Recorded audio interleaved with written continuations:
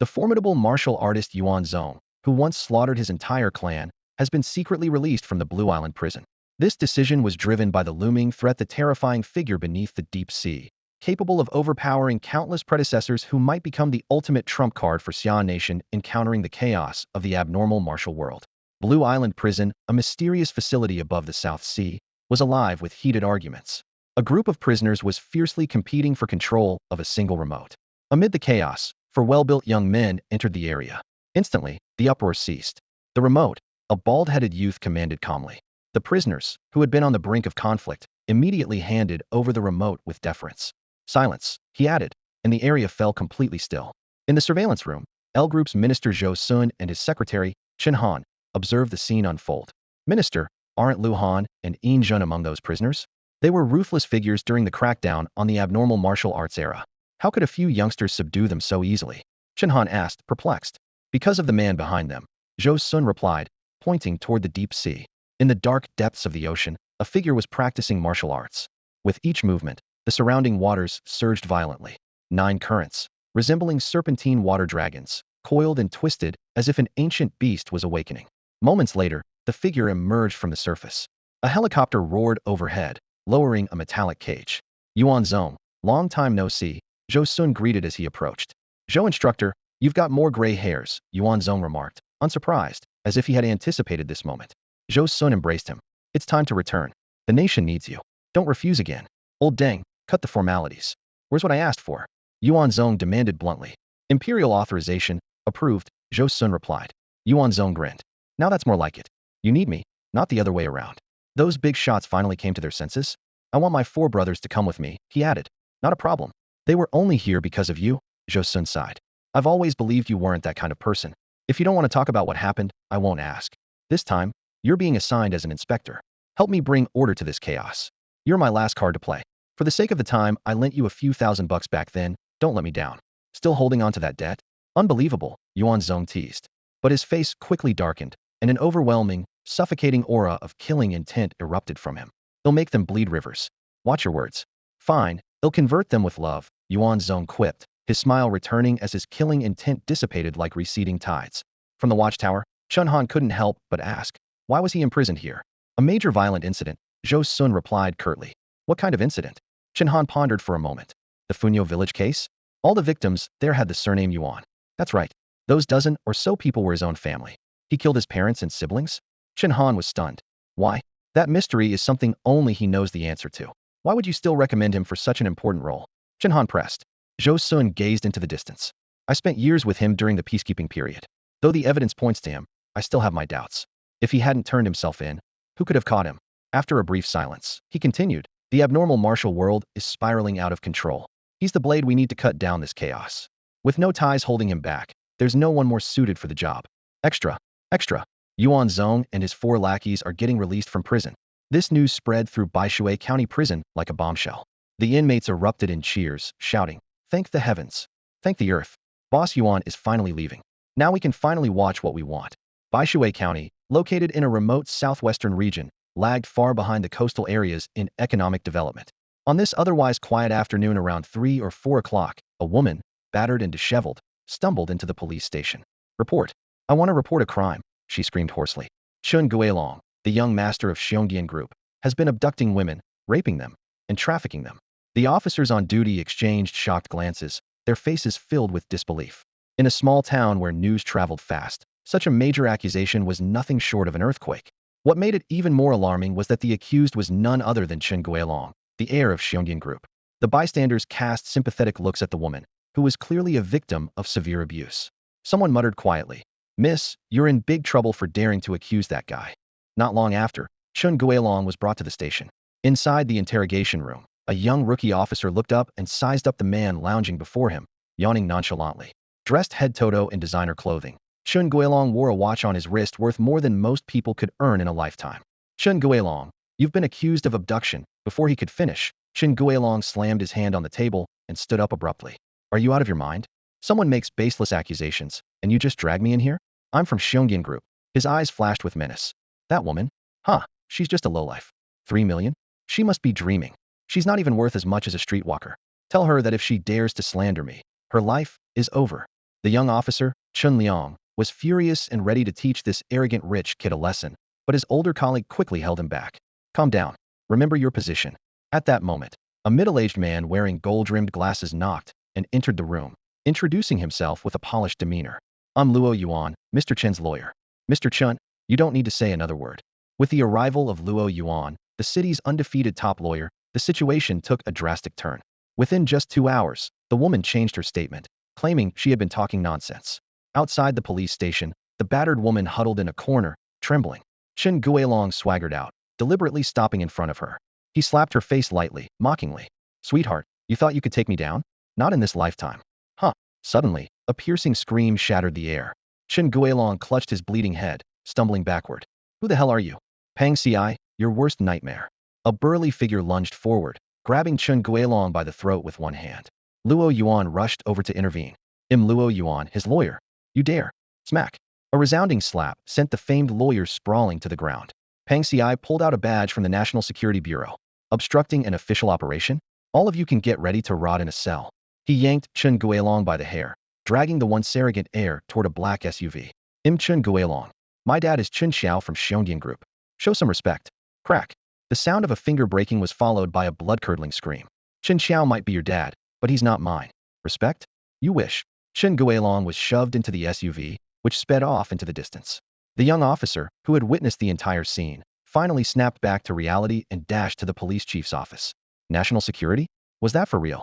The Dragon Unit, codename L, operates under the 9th Division of National Security. This mysterious force was established by Xia country to counter the growing emergence of martial artists and individuals with extraordinary abilities. Much like the hidden groups of such individuals, the existence of the L unit is known only to a select few. Officially, they carry credentials issued by national security, but their actions often defy expectations. At the entrance of the police station, 2 young officers witnessed the members of the L unit politely escorting Chun Guilong away in broad daylight. The weight of those national security credentials was beyond their comprehension, but it was enough to make them abandon any thought of interference. As the vehicle disappeared around the street corner, the 2 exchanged glances and whispered, "Are they really from national security? Sure, they have the credentials, but their methods are more like gangsters. Forget it. Let's report to the chief. Big issues like this are for higher-ups to handle." In the chief's office, the 2 officers sat upright. "Chief, about Chun Guilong. He's gone." A trace of relief flickered in the chief's eyes. "Yes, he's gone, but he was taken away." "What do you mean?" The chief frowned. "Someone from national security took him at the station entrance." National security? The chief's sharp gaze locked on them. "Are you sure they were from national security?" "They had credentials." The chief massaged his temples.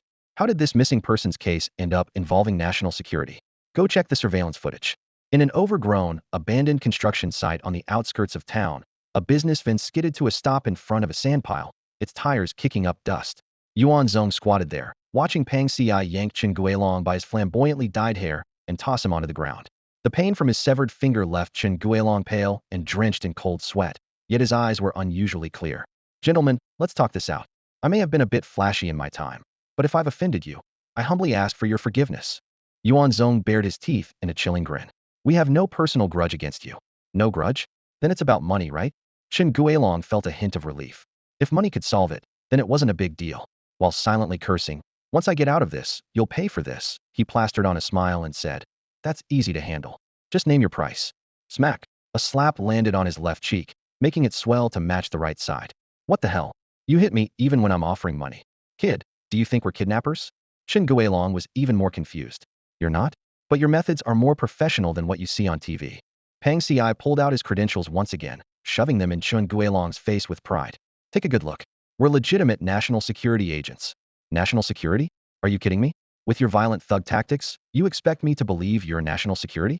You're more like wanted criminals. Fake IDs like that can be bought for $9 on the street. I could be national security too." Chen Guilong sneered. "And you expect me to believe this?" Pang Ci raised an eyebrow, his hand not even lifted yet, when Chun Guilong across from him was already clutching his head and sobbing. "National security. National security. You're from national security. I believe you. I believe you." Seeing that the slap didn't come right away, Chun Guilong lowered his arms, only for a loud slap to land heavily across his face. The force of the blow was so strong it made him see stars, his head buzzing. When he finally regained his senses, a wave of fury surged up in him. Chun Guilong, who had never been humiliated like this, didn't care who the other party was and cursed loudly. "Damn it. If you've got the guts, kill me. He'll tell you. Before he could finish, 3 more crisp slaps struck his face in quick succession. This time, Chen Guilong was completely subdued. His swollen cheeks made his words slur as he stammered. I don't even know what you're talking about. Yuan Zong casually walked over, crouched in front of him, and grabbed his hair, turning his face upright. You took a few slaps from Pang Ci and didn't pass out. Looks like you've trained in martial arts. Hearing this, a trace of panic flashed in Chen Guilong's eyes, but he quickly forced himself to stay calm. What are you talking about? I don't understand what you mean. Yuan Zong turned to Guan Yun, who immediately understood. Guan Yun pulled out a tablet and walked forward, showing several close-up photos of women on the screen. Yuan Zong pointed at the pictures and said bluntly, let's not beat around the bush. These missing women all worked at your nightclub before they disappeared. And even though it's faint, you have a trace of Yin energy in your body, very heavy Yin energy. That's from using these women to practice some kind of sinister technique, isn't it? Chen Guilong's body trembled, and his evasive gaze gave him away, but he stubbornly denied it. I swear, I don't know what you're talking about. Really, I don't. Seeing him still trying to play dumb, Pang Ci raised his foot, ready to kick him, but Yuan Zong stopped him. What are you doing? If you act like this, people might misunderstand us. Chen Guilong quickly nodded in agreement, thinking he had finally met someone reasonable. But in the next moment, he felt his heels go cold as Yuan Zong flipped him upside down, leaving him hanging. What the hell are you doing? Are you going to cut my tendons? Is this your idea of not letting people misunderstand? Yuan Zong smiled and turned to Wei Zichang. Zichang, your turn to ask the questions. Wei Zichang, though puzzled, stepped forward. By now, Chen Guilong's face had turned pale, but he kept reassuring himself. They're just trying to get a confession. They can't actually do anything to me. But when Wei Zichang finally spoke, Chen Guilong completely panicked. The man twisted his face in effort and stammered. 3 ask. A stutterer. And Chen Guilong's life felt like an hourglass turned upside down, with each drop of blood spelling his doom. The overwhelming pressure, paired with a stammering interrogator, pushed him to the brink of collapse. Ask your damn questions already. Fine, he'll talk. He'll talk. Stop the bleeding. What's the rush? Let him finish asking, Yuan Zong said leisurely. Finish asking? He'll be a dried-up corpse by then. Fine, he'll confess. Guan Yun handed the report to Yuan Zong.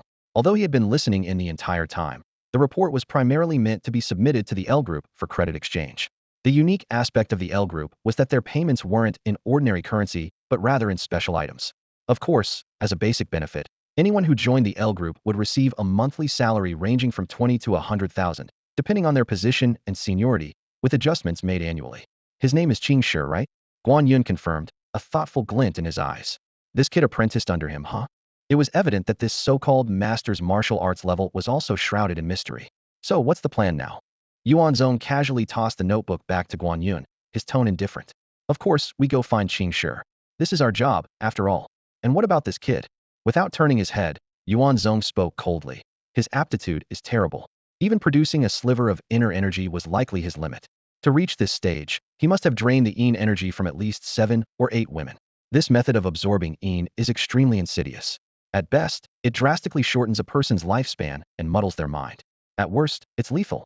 Got it, Guan Yun replied, turning to shout at Pang Ci. Brother Zong says to bury him. Fair enough, Pang Ci said with a grin. He waved his large hand, lifting Chen Guilong like a rag doll. What are you doing? I've confessed everything, and you're still going to bury me? What kind of national security is this? You're nothing but thugs. This is a society ruled by law. You can't do this. Chen Guilong screamed hysterically. Hearing this, Su Shaoan couldn't help but laugh. Interesting. He's lecturing us about the rule of law? His sense of humor might just rival mine. Stepping forward suddenly, he grabbed Chen Guilong by the throat, lowering his voice to a menacing growl. Let me ask you, how many women did you drain? Did any of them beg you for mercy? Did you spare anyone? Don't you dare play the victim. If you're in this line of work, at least have some backbone. My dad is Chun. Pang Ci, dig a hole. With a thunderous boom, Pang Ci punched the unfinished concrete ground, creating a massive pit. His raw strength was enough to leave anyone stunned. Without hesitation, he threw Chen Guilong into the hole, broke his limbs with precision, and swiftly pushed heaps of dirt over him, stomping it down firmly. Chen Guilong was buried alive on the spot. Meanwhile, deep within the Su-style architecture of the Dinglong Manor, Chen Xiao hurried through the layers of courtyards.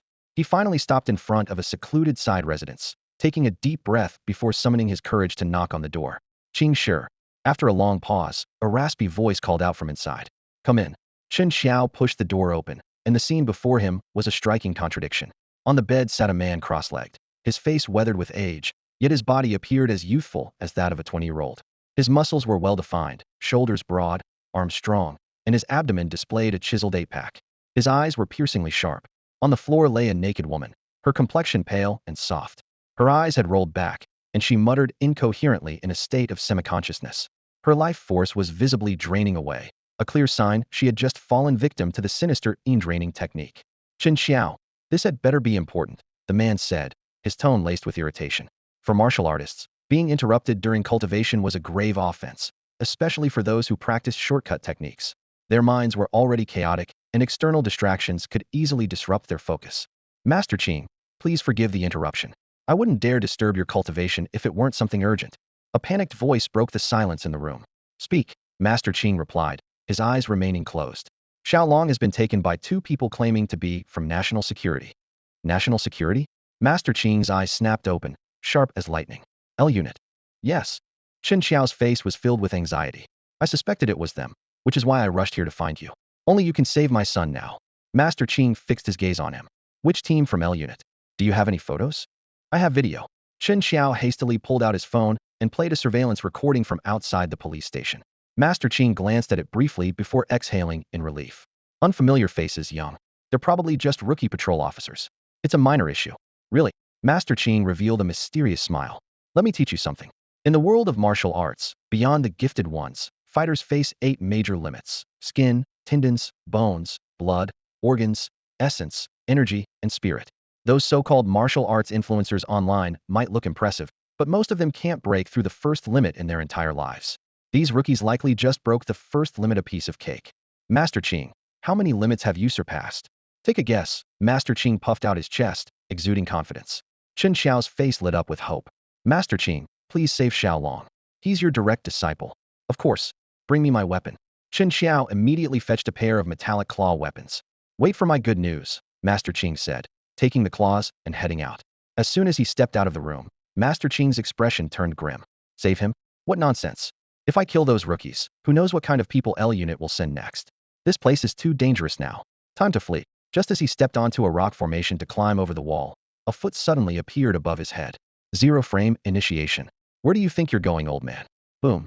With a thunderous crash, Master Qing's head was smashed into his chest, and his body shot like a cannonball past Chen Xiao, crashing back into the house. Pathetic. Couldn't even take one hit. A voice sneered. He's only at the second limit. Don't expect too much, Su Xiaoan chuckled lightly. Pang Xi spat on the ground. Fresh out of prison and already in a bad mood. This old man is too weak to satisfy me. Chen Xiao stared at Master Qing's mangled corpse, his legs trembling and his face pale. Realizing these people were the so-called national security, he immediately dropped to his knees, begging for his life. Please don't kill me. I won't resist. I surrender. Oh, you were thinking of resisting. Su Xiaoan narrowed his eyes. No, I meant. Su Xiaoan closed the distance in a flash. Resisting adds to your crime. Time to die. I wasn't. Before Chen Xiao could finish, a crisp snap echoed as Su Xiaoan twisted his neck, leaving his head slumped to one side. Releasing his grip, Su Xiaoan smirked. If I say you resisted, then you resisted. Surrender? You should have thought of that earlier. In the wilderness, under the cover of the dim, shifting night, a 5-person team quietly gathered at the base of a mountain, concealed within the forest. Old Xia, the Yuanlian cult thugs are in this mountain, one team member whispered cautiously. Xiao Yuan furrowed his brows deeply, a glint of sharp resolve flashing in his eyes. At 52 years old and a seasoned member of the elite L group, his strength as a martial artist who had broken through the 4th limit was formidable enough to overpower a Siberian tiger or subdue a Nile crocodile. He was well aware of the Yuanlian cult's tenacity. This heretical organization, repeatedly eradicated throughout history only to rise again from the ashes, had returned once more. This level mission, marked with the extraordinary individual tag, mandated the inclusion of at least one 4th limit martial artist in the team. In a world where martial artists far outnumbered extraordinary individuals, such requirements were rare. How's he move? Xiao Yuan ordered curtly. A wiry man with a cunning glint in his eyes darted forward immediately. His footsteps were so light they made no sound, and he moved like an agile spirit of the forest, weaving through the shadows of the trees with lightning speed. This was the standard configuration of an L group squad: close combat, long range, and reconnaissance, forming a triad. Data had consistently proven that this combination offered exceptional operational flexibility in various combat scenarios. As Housie advanced, he periodically dropped metal spheres, each the size of a glass marble. These high-tech devices activated upon contact with the ground, transforming into miniature robotic spiders that constructed a sprawling biological detection network. This technology was part of the L Group's cutting-edge equipment and a prime example of the global race to develop advanced tech-integrated martial systems. Before long, Halsey's report came through. 6 individuals spotted inside the cave. One confirmed as the wanted criminal Wang Jing of the Yuanlian cult. Remember, Xiao Yuan said in a low, commanding tone, be swift and ruthless. The primary target is Wang Jing. That beast slaughtered 3 families in Huzhou, extracting the vital organs and blood of 18 people to sacrifice to their so-called eternal Buddha. We must take him down. Move out. For shadows instantly sprang forward, following the safe path marked by Halsey. They moved in an arc formation, heading straight for the cave midway up the mountainside. But as they neared their target, Xiao Yuan abruptly stopped, his brows knitting tightly as his eyelids twitched violently. Hold it, he barked, his eyes narrowing as he looked up at a circling black hawk. 1, 2, and soon, 9 of them appeared in the sky. Something's wrong. Fall back. Huh. Retreat now?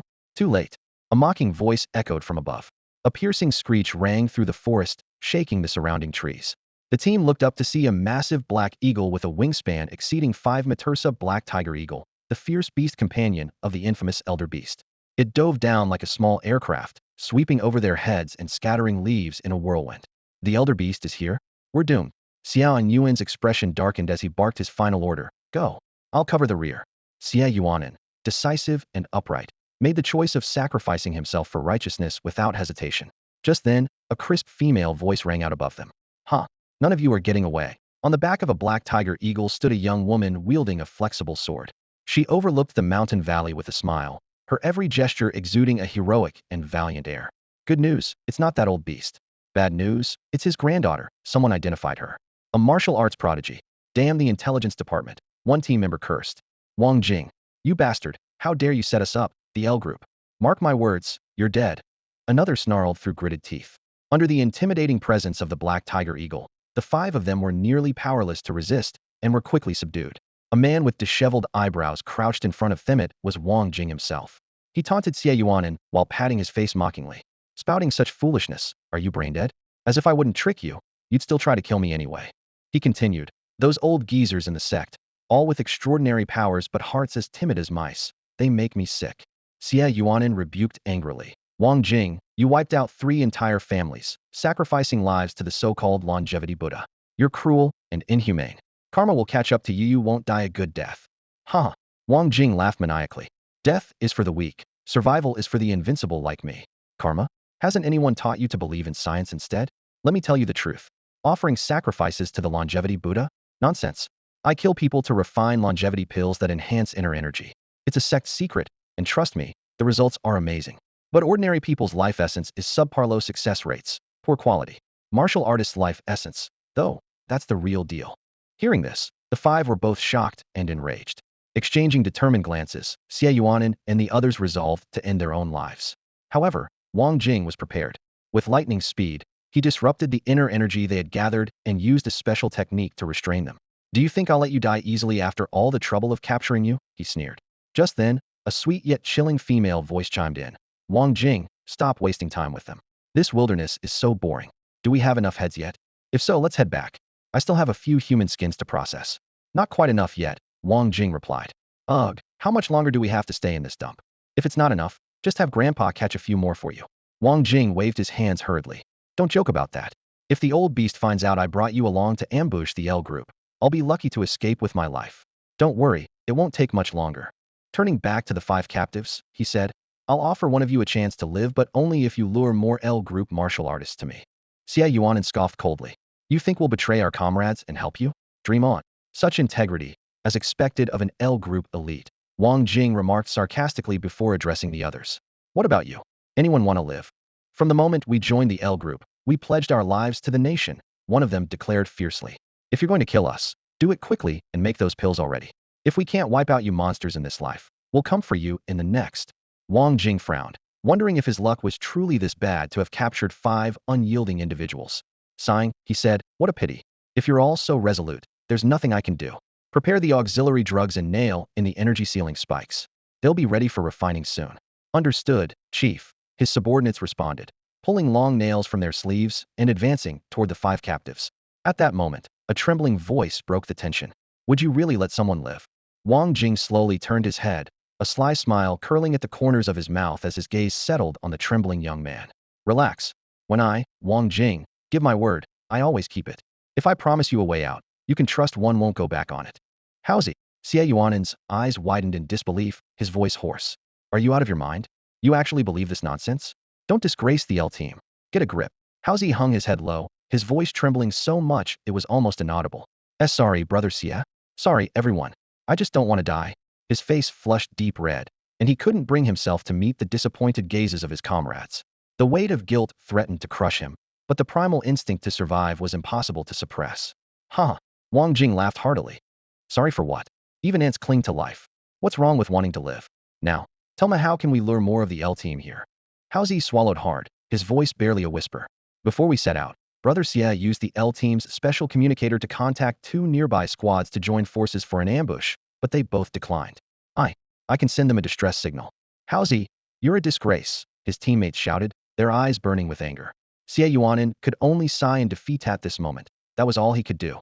Wang Jing stood up, a glint of cunning flashing in his eyes. 2 squads. We only need 3 more people to refine the longevity pill. There's no need for so many. He stroked his chin thoughtfully. How strong are these 2 squads? Not entirely sure, Howzy admitted, shaking his head. But they initially wanted to take on this mission to capture you, so they must be fairly capable. Wang Jing's grin widened. I see. Their strength must be comparable. Now, which squad might be the weaker one? He stared at the communicator's 2 contact numbers, an idea suddenly sparking in his mind. Darling, come here. He beckoned Lu Jiajiro, the granddaughter of the ferocious elder beast. This pampered young lady, spoiled from a young age, was Wang Jing's trump card in setting up this trap to eliminate the L team's warriors. Wang Jing pulled Lu Jiaojiao into his arms, whispering softly into her ear, My lucky star, help me pick a squad. His fingers lightly brushed against her waist. Lu Jiaojiao squirmed under his touch, her cheeks tinged with heat. Aren't you afraid I'll pick the tougher one? With you here, I fear nothing, Wang Jing replied, tightening his embrace as though he wanted to merge her into himself. Then this one, Lu Jiaojiao said, carelessly tapping a number. Out of sight of the others, her hand began to wander mischievously, and her voice turned sultry, uttering words that made others blush. She paid no heed to the lives at stake, seemingly more thrilled than ever. Once this is over, let's hurry back. I want to work up a sweat. Won't take long, Wang Jing chuckled. Meanwhile, hundreds of kilometers away on a highway, a business van screeched to an abrupt halt. The tires skidded violently against the pavement, leaving behind several black marks that reeked of burnt rubber. Guanyun, are you trying to kill us? Pang Xi roared.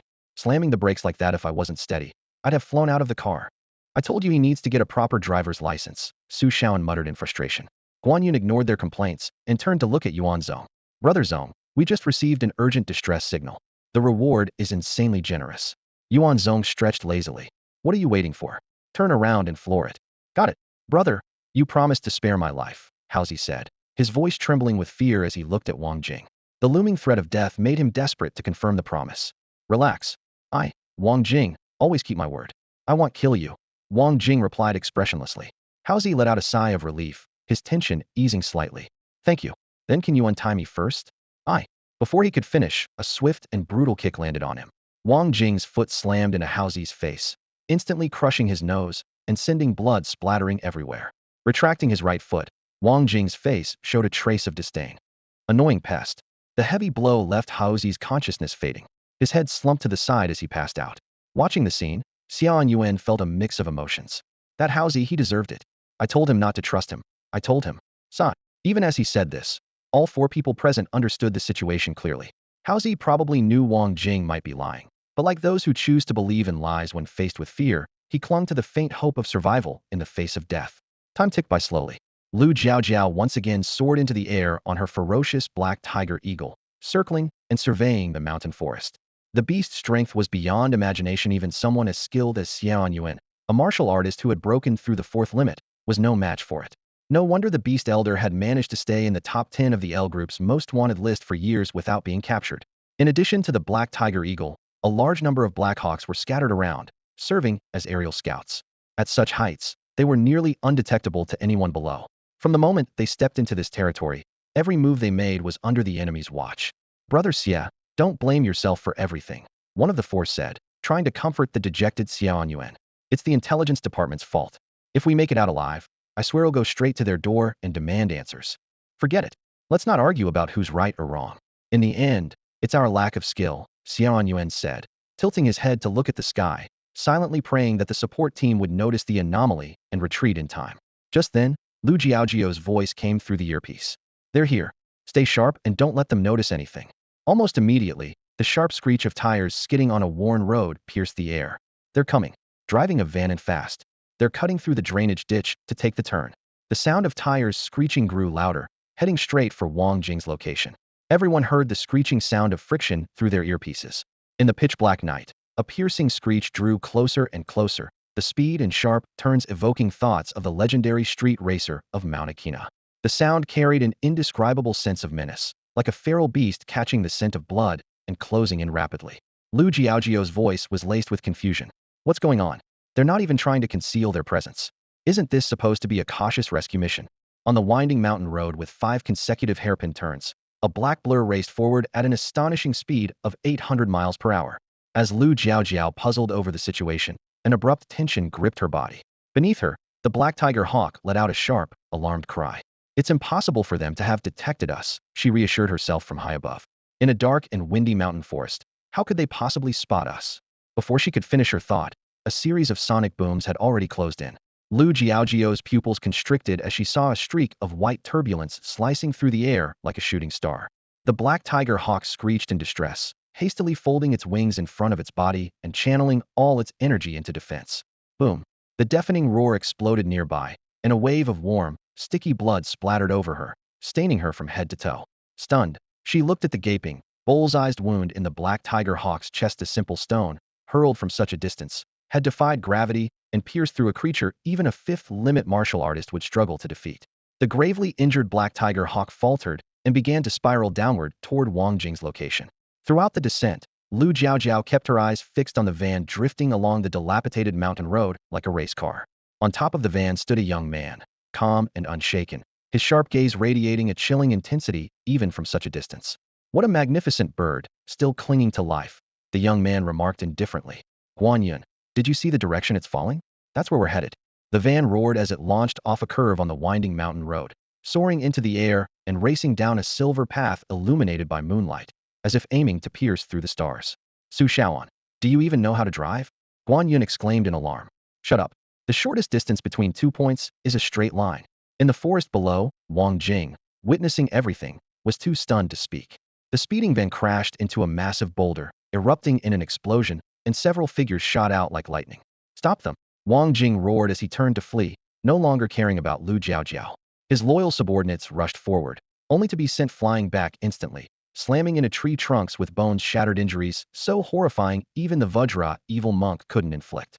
Wang Jing watched as the black tiger hawk and Lu Jiaojiao crashed heavily to the ground. His body drenched in cold sweat, he immediately raised his hands in surrender. "Aye, sir." Whoosh. Boom. A single stone, like a sniper's bullet, obliterated his head. Xiao Yuan and the others stood dumbfounded, their jaws practically hitting the ground. "Oh my god! Who the hell are these people?" Bang! Bang! Bang! 4 figures landed around the cave one after another, each impact causing the ground to tremble slightly. The weight of these uninvited guests was unmistakable to Xiao Yuan and his group. The aura they exuded immediately put Xiao Yuan on high alert. Body refinement warriors? He had never heard of such a squad within the L group. While all martial artists strengthened their bodies during training, the wild, ferocious energy radiating from these individuals was akin to that of savage beasts. This was the hallmark of warriors specializing in body refinement. Their strength was truly formidable. The black tiger eagle, which had been an insurmountable threat to Xiao Yuan and the others, was gravely injured and fell to the ground, barely clinging to life after only moments of resistance against them. Wang Jing and his team were instantly killed, left with no chance to fight back. Such skill indicated that at least one of them had surpassed the 6th limit, rivaling the strength of the L Group's 5 chief inspectors. "Brother Xia, are these people from the L Group?" someone whispered. The faint hope in their hearts was quickly extinguished. If these were L Group elites, they would have known about them. This ruthless group, who struck without hesitation, was more likely here to prey on their own kind. From the shadows emerged Pang Ci, his eyes scanning the area like a madman searching for a target to vent his fury on. "Are they all dead?" His gaze locked onto Xiao Yuan and his group, the oppressive hostility in his eyes sending chills down their spines. "Look what I found." Su Shaoan sneered as he dragged Lu Jiaojiao out by her long hair. "A wild little missy. Ha ha. Pang Ci, I can't bring myself to deal with her. She's all yours." Lu Jiaojiao, her face covered in blood, glared at Su Shaoan with defiance. "You can't kill me. My grandfather is the beast elder." Yuan Zong stepped forward, towering over her as he asked coldly, "The Beast Elder? Who's that? You don't know the Beast Elder?" Lu Jiaojiao struggled to lift her bloodied face. "And you dare call yourselves tough? Let me tell you, my grandfather adores me. If you dare, slap." Pang Ci silenced her with a brutal slap, the sheer force of it nearly snapping her neck. Lu Jiaojiao's face turned as pale as paper as cold sweat poured down her forehead. "Stupid girl," Pang Ci sneered. "Even if your grandfather were the king of the heavens, you're still in our hands now. Still acting tough? Answer what Brother Zong asks you, and don't waste words. One more unnecessary remark, and he'll make sure my slap doesn't care whether you're male or female." Terrified by the slap, Lu Jiaojiao shrank back, not daring to speak again. Even with her face bloodied, her pitiful appearance was enough to tug at one's heartstrings. Among the five, Su Shaoan was the only one with a hint of compassion for women, but he held no authority to make decisions. Xiao Yuan thought to himself that if these criminals turned on each other, it might actually be an amusing spectacle. At that moment, Guan Yun strode forward and quickly untied Xiao Yuan and the others. "All right, rescue mission complete. You all better leave now," he said, waving them off. "Huh? Are you guys from Team L?" Xiao Yuan's body stiffened in disbelief. "Obviously. Didn't you send the distress signal?" Xiao Yuan's eyes lit up. "Oh my goodness. You really are colleagues." He sized up the saviors before him, each with a vastly different demeanor, and felt a surge of emotion. "I'm Xiao Yuan," he said, stepping forward and bowing sincerely. "Thank you all for saving my life. Could I have your names so I can properly thank you in the future?" "No need. The mission rewards are more than enough. If you run into trouble again, feel free to call us." Xiao Yuan sighed inwardly at their cold response, thinking it was rather unfeeling. But upon reflection, he realized that as the one being rescued, the credit naturally wouldn't go to him. Pressing further would only make him seem tactless. Just as he turned to leave, a blood-curdling scream pierced the night. Everyone turned their heads in unison to see Pang Ci stomping on Lu Jiaojiao's left arm, shattering it, before smashing a phone down in front of her. "Send a video to your grandfather. And no tricks," Pang Ci demanded, his voice icy cold. "Who'll do it?" "I'll do it." Lu Jiaojiao, who had been pampered all her life, was now in a pitiful state. The harsh reality of the world had shattered her arrogance. Trembling, she picked up the phone and immediately dialed a video call. The moment the call connected, Lu Jiaojiao broke down, sobbing uncontrollably. "Grandpa, help me." The previously smiling face of the old man on the screen darkened instantly. His expression turned frantic as he leaned closer to the screen. "Jiaojiao, Jiaojiao, what happened to you? Who did this to you?" "I did," Pang Ci said, grinning as he leaned into the camera. "So, you're the infamous old beast. Are you coming to save your granddaughter or not?" The old man in the video roared with rage, veins bulging and hair flying. "You filthy scum. How dare you hurt my precious granddaughter? She's precious to you, not to me," Pang Ci replied coldly. "So, are you coming to save her or not?" "Listen, friend," the old man said, taking a deep breath. "If you release Jiaojiao right now, I can let this go. But if you harm her any further, I, Lu Hong, swear I will ensure you and your entire family die without a burial." Pang Ci chuckled at this and turned to Yuan Zong. "The old fool can't even tell who's in charge and dares to threaten me." He then grabbed Lu Jiaojiao by the neck with one hand, slowly forcing her to the ground. "In this world, debts must be paid. The sins you've committed will be repaid through your granddaughter today." Lu Jiaojiao struggled in his grip, her neck crushed as the light faded from her wide-open eyes. "Grandpa, Grandpa, you can't do this." The young man beside Xiao Yuan couldn't hold back any longer and shouted. "As members of Team L, how can you take the law into your own hands? Even if she's guilty, she should face a proper trial." The young man barely stepped forward before Su Shaoan's leg lashed out like lightning, striking him with such force that he was sent flying. He hit the ground, sliding back as he spat out a mouthful of blood. Su Shaoan retracted his leg and crossed his arms. "It's not your place to tell us how to do things. Be glad you're alive and get lost. You? They can torture and kill, but we can't? Spare me the moral lectures. We didn't break out of prison to play by the rules. Got a problem? Report it when you get back." By this point, Lu Jiaojiao had already stopped breathing. On the other end of the video, old beast's anguished, furious roars echoed. "You scum. I, Lu Hong, will have your skins peeled and your bones crushed. I'll never stop until you're all dead." Yuan Zong took the phone and smiled brightly. "Never stop, huh? Don't just talk big. Here's an idea if it's inconvenient for you to come to us. Give us your address, and we'll come find you." "Fine, fine. You have guts. Cloud Mist Ravine will be waiting." "Great. No need to prepare tea for us. We're not that refined. Prepare tea, my ass.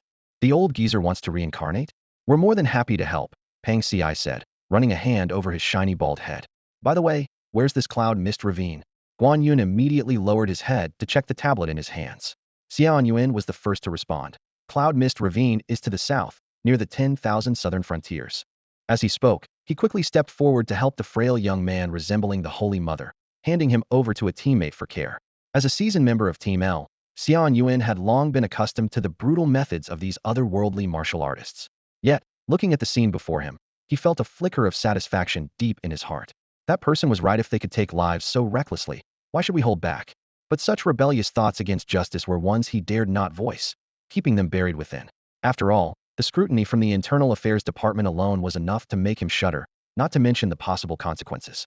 Show me on the map, Guan Yun signaled to Xiao Yuan. Xiao Yuan stepped forward and began explaining in detail. Cloud Mist Ravine is a canyon, about 200 meters deep and stretching over 100 kilometers. The Beast Elder has lived there in seclusion for years and rarely shows himself. The area is perpetually shrouded in mist, teeming with venomous insects and fierce beasts. From wolves and tigers to even giant pandas, it's an untouched primal forest. The Beast Elder has the ability to establish a mental bond with animals, making him practically invincible in such an environment. Invincible? Guan Yun raised his eyes to look at Yuan Zong. Did you hear that? They're calling him invincible. Invincible, my foot. Pang Xi thumped his chest. When we get there, none of you better interfere. I'm taking him on unknown. And why should you? Su Shaoan raised an eyebrow in challenge. Because I'm the one who killed his granddaughter. Well, I'm the one who captured her. All right, enough. You're already arguing before we've even arrived. Yuan Zong's voice cut through, instantly silencing the two. Xiao Yuan glanced respectfully at Yuan Zong, marveling silently. This young man, not even 30, could throw a stone with the force of a heavy sniper round, piercing through a black tiger eagle mid-flight. He had even killed that king-tier warrior before the man could finish saying, "I surrender."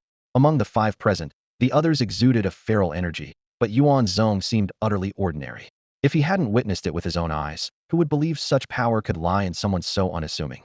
About 800 kilometers, Xiao Yuan quickly calculated. Yuan Zong nodded. 800 kilometers? Doable. All right, let's grab a bite before we head out. What's the point of eating? Pang Xi grumbled impatiently. I've got no appetite until we take down that old geezer.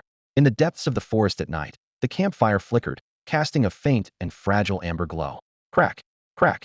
Pang Xi's face was smeared with grease as he devoured the entire left wing of the black tiger eagle, meat and bone alike, savoring every bite. His lips glistened with oil, yet he paid no mind to his appearance as he tore off another large piece of meat and wolfed it down. Well, I've got absolutely no appetite, Su Shaoan remarked from the side, his tone dripping with sarcasm. Pang Xi grinned broadly, his oil-licked mouth stretching into a carefree laugh. This black tiger eagle is just too delicious. Yuan Zong, ever the reasonable one, refrained from making a fuss like the hot-blooded youths in Xiao Yuan's team. Instead, he warmly invited everyone to share the roasted meat. Suddenly, Xiao Yuan spoke in a somber tone. I've heard the Beast Elder possesses an ancient formula that allows him to rear some incredibly ferocious creatures. This black tiger eagle is one of them. Even I, a martial artist who has broken through the 4th limit, couldn't handle this beast. It's honestly embarrassing. And he has 3 more of these monsters. He paused briefly before adding. What's even more alarming is that the Beast Elder himself is a martial artist who has broken through the 6th limit. He once fought 5 opponents of the same level all at once. With the dense fog of Yunwu Mountain Ravine as his ally, he's practically invincible.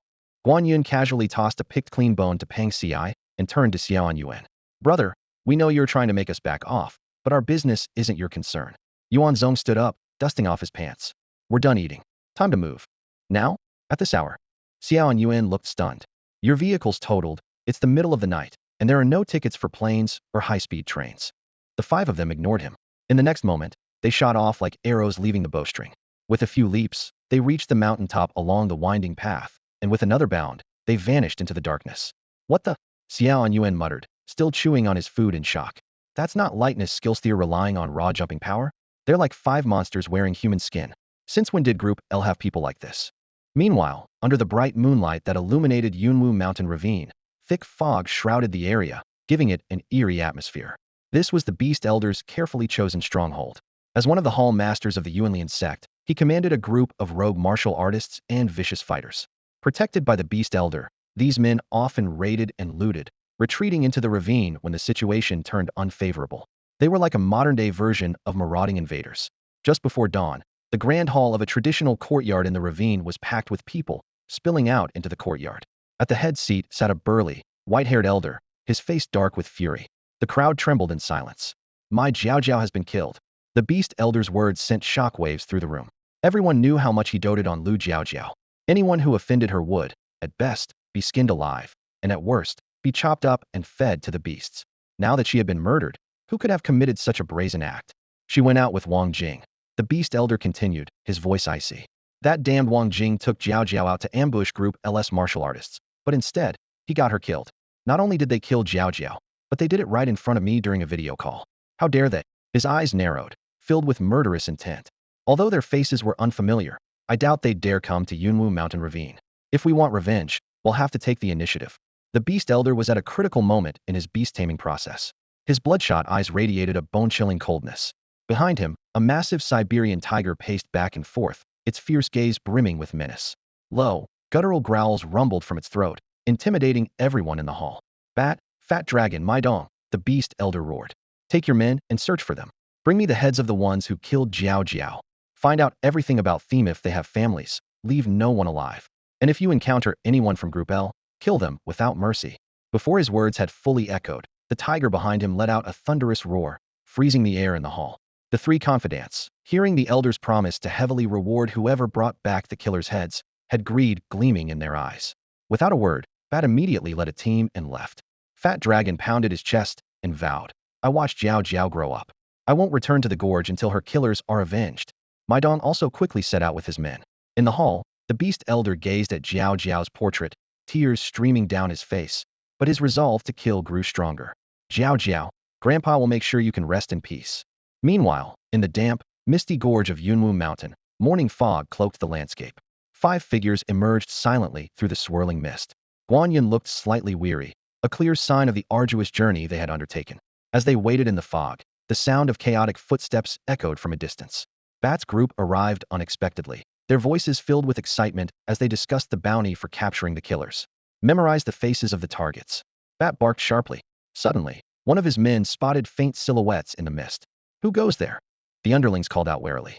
Yuan Zong and his group stepped out of the fog without a hint of panic, looking down on the others from their higher vantage point.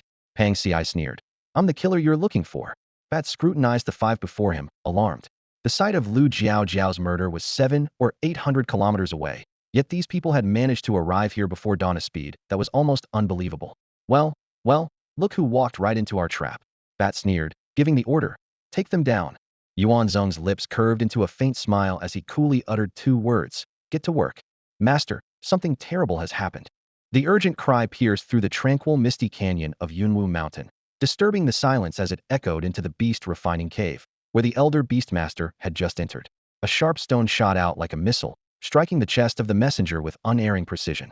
The man staggered back a few steps, but dared not utter a word of complaint. How many times have I said it? Never disturb me during beast refining. If it happens again, I'll feed you to the beasts.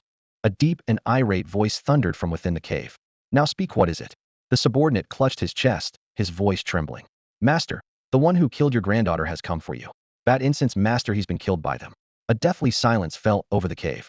Then, a thunderous tiger roar erupted, shaking the entire canyon to its core. Moments later, a massive, imposing tiger emerged, carrying the elder beastmaster on its back. The overwhelming aura of his innate 9-yang physique rolled off him like a crashing wave, forcing the subordinate's legs to weaken under the pressure, nearly driving him to his knees. Are you certain? The elder beastmaster narrowed his clouded eyes. He dares to come to Yunwu Mountain Canyon? And so quickly at that. There was a hint of disdain in his voice. From the footage, that boy doesn't look very old. Does he not know the weight of Yunwu Mountain Canyon? As he mentioned the death of the bat incense master, the elder let out a cold laugh. Impressive. No wonder he dared to storm in here. Thinks a little strength makes him invincible. He snorted derisively. Ah, youth. Didn't your elders ever teach you? Even the inspectors from Group L leave here in defeat. Unless you can call in a missile barrage to flatten this place, no one dares to challenge me. Of course, deploying heavy artillery was out of the question. The existence of supernatural abilities and warriors was still a closely guarded secret in Xia, with the government working tirelessly to suppress such information to avoid societal chaos. Besides, even a missile strike might not be enough to deal with someone like the Elder Beastmaster, who wielded extraordinary powers. He could cover 100 meters in an instant, easily evading the deadliest impact zones.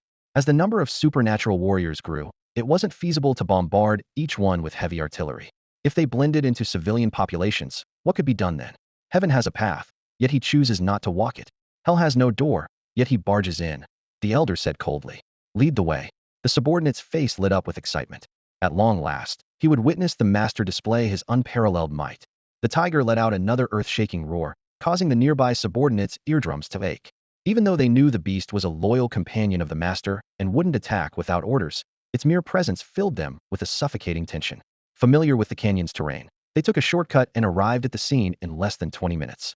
Just as the tiger was about to roar to assert its dominance, a round, fleshy object hurtled through the air like a cannonball and lodged itself in the tiger's mouth. The elder beastmaster glanced down and saw that it was one of his top 3 incense masters, Falong. His sharp eyes scanned Falong's body and instantly discerned that nearly all of his bones had been shattered. Such a brutal force far beyond what any hardened martial artist he'd encountered could muster left the elder momentarily stunned. Falong was known for his soft-boned, resilient physique, specifically designed to counter brute strength, further enhanced by innate advantages. And yet, he had been beaten into a boneless heap? Now this was getting interesting. The old beast master patted the massive tiger on the head. The beast immediately bit through the plump dragon in its jaws, blood splattering everywhere as it swallowed the prey whole. So, the main act finally shows up, sneered Pang Ci, his words sharp as knives. I thought you'd be bettered with grief over your granddaughter's death, maybe even paralyzed from a stroke. This remark instantly reignited the old beast master's sorrow from the previous night. His eyes turned blood red, and a murderous glint flashed within them. How bold of you to come here. You must have a death wish, he roared. Go. Before the words had fully left his mouth, the tiger, massive as a mountain yak, launched forward like an arrow released from a bow. In the blink of an eye, its ferocious head loomed before Pang Ci, its fangs gleaming with a chilling light. Body refinement, huh? Too bad for you. My tiger was born with unparalleled strength in its bones and muscles. It's 100 times tougher than your physique. The old beast master shouted, his eyes wide with anticipation as he eagerly awaited the sight of his enemy being torn apart. Around him, his lackeys cheered and raised their morale. Boom. A deafening crash echoed as the ferocious tiger was sent flying backward. One of its shattered fangs shot through the air like a bullet, piercing through the forehead of a lackey and continuing its trajectory to obliterate a distant boulder. The tiger tumbled heavily to the ground, rolling several times before coming to a halt. Though the old beast master on its back remained unharmed, shock was evident in the corner of his eyes. Before him, Pang Ci exuded a pressure as heavy as a mountain. His body radiated vitality like a blazing inferno, his internal organs rumbling like thunderclear signs of breaking through the 6th limit. Old man, your little kitty's meat is nice and firm. Coat it in egg batter, roll it in breadcrumbs, fry it till golden and crispy, and maybe invite your granddaughter to join the feast, Pang Ci taunted with a smirk. Arg, you bastard, the old beast master roared in rage, his voice cracking. Kill him. Kill him now. The tiger climbed back to its feet, its muscles bulging and its roar shaking the heavens. From within its body came the same thunderous sound of its organs, a sign it too had broken through the 5th limit. A 5th limit beast? Oh, that meat must be exquisite. Pang Ci laughed heartily, grabbing a massive boulder and hurling it forward. The tiger dodged nimbly, but as its gaze shifted away from the rock, Pang Ci was already upon it. His fist, heavy as a cannon strike, unleashed a tempestuous wave of force. Suddenly, the ground erupted beneath them. A giant serpent, also at the 5th limit, burst forth, joining the tiger in a deadly pincer attack.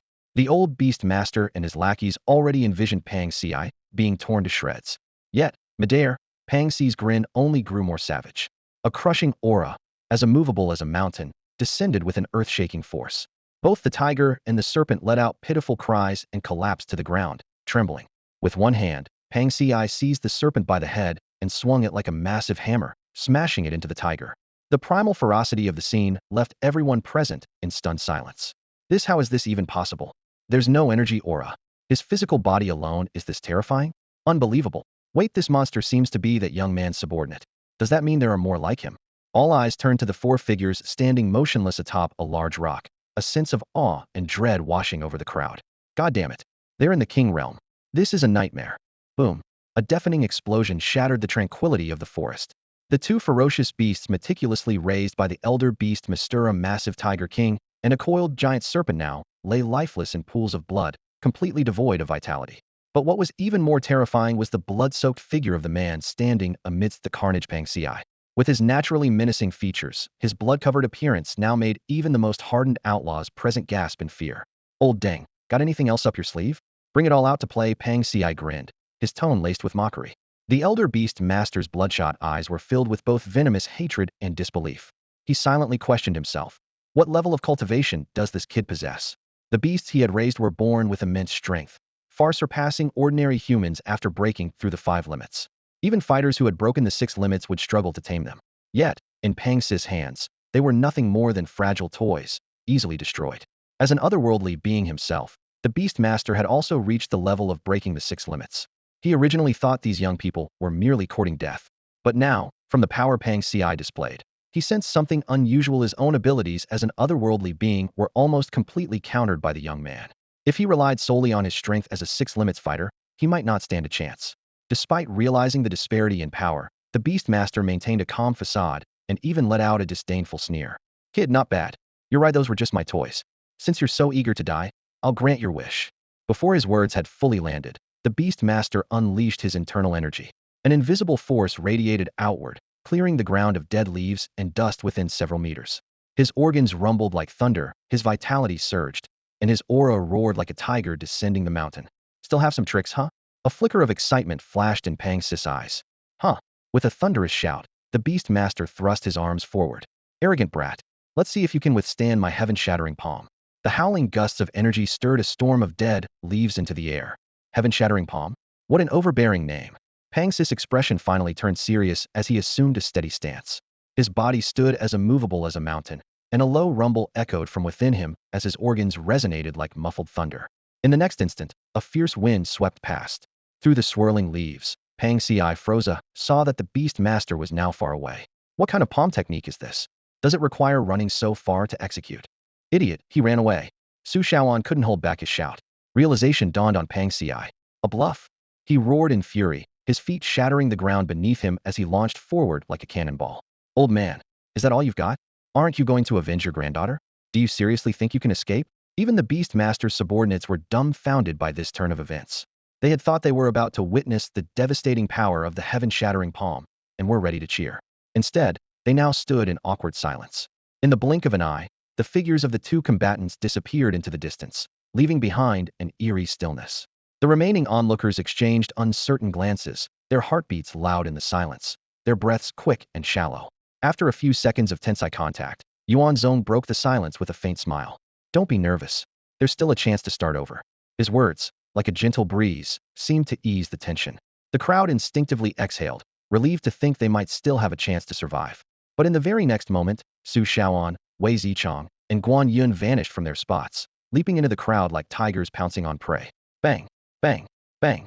Their bodies were incredibly powerful, their strength like that of dragons.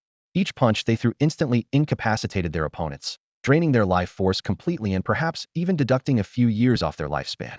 Leader, didn't you say would have a chance to start over? Someone cried out in despair. Boom.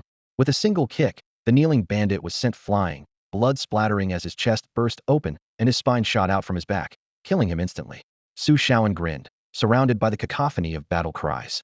Start fresh in your next life. Don't get it twisted, he muttered to himself, then suddenly snapped out of it. Damn it.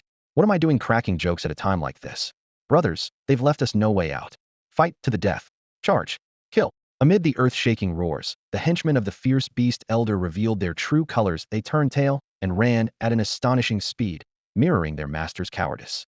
Seeing this, the three split up instinctively, each taking a different path through the dense mountain mist to pursue them. Though the old saying warns against chasing desperate foes, that caution applies only when outnumbered.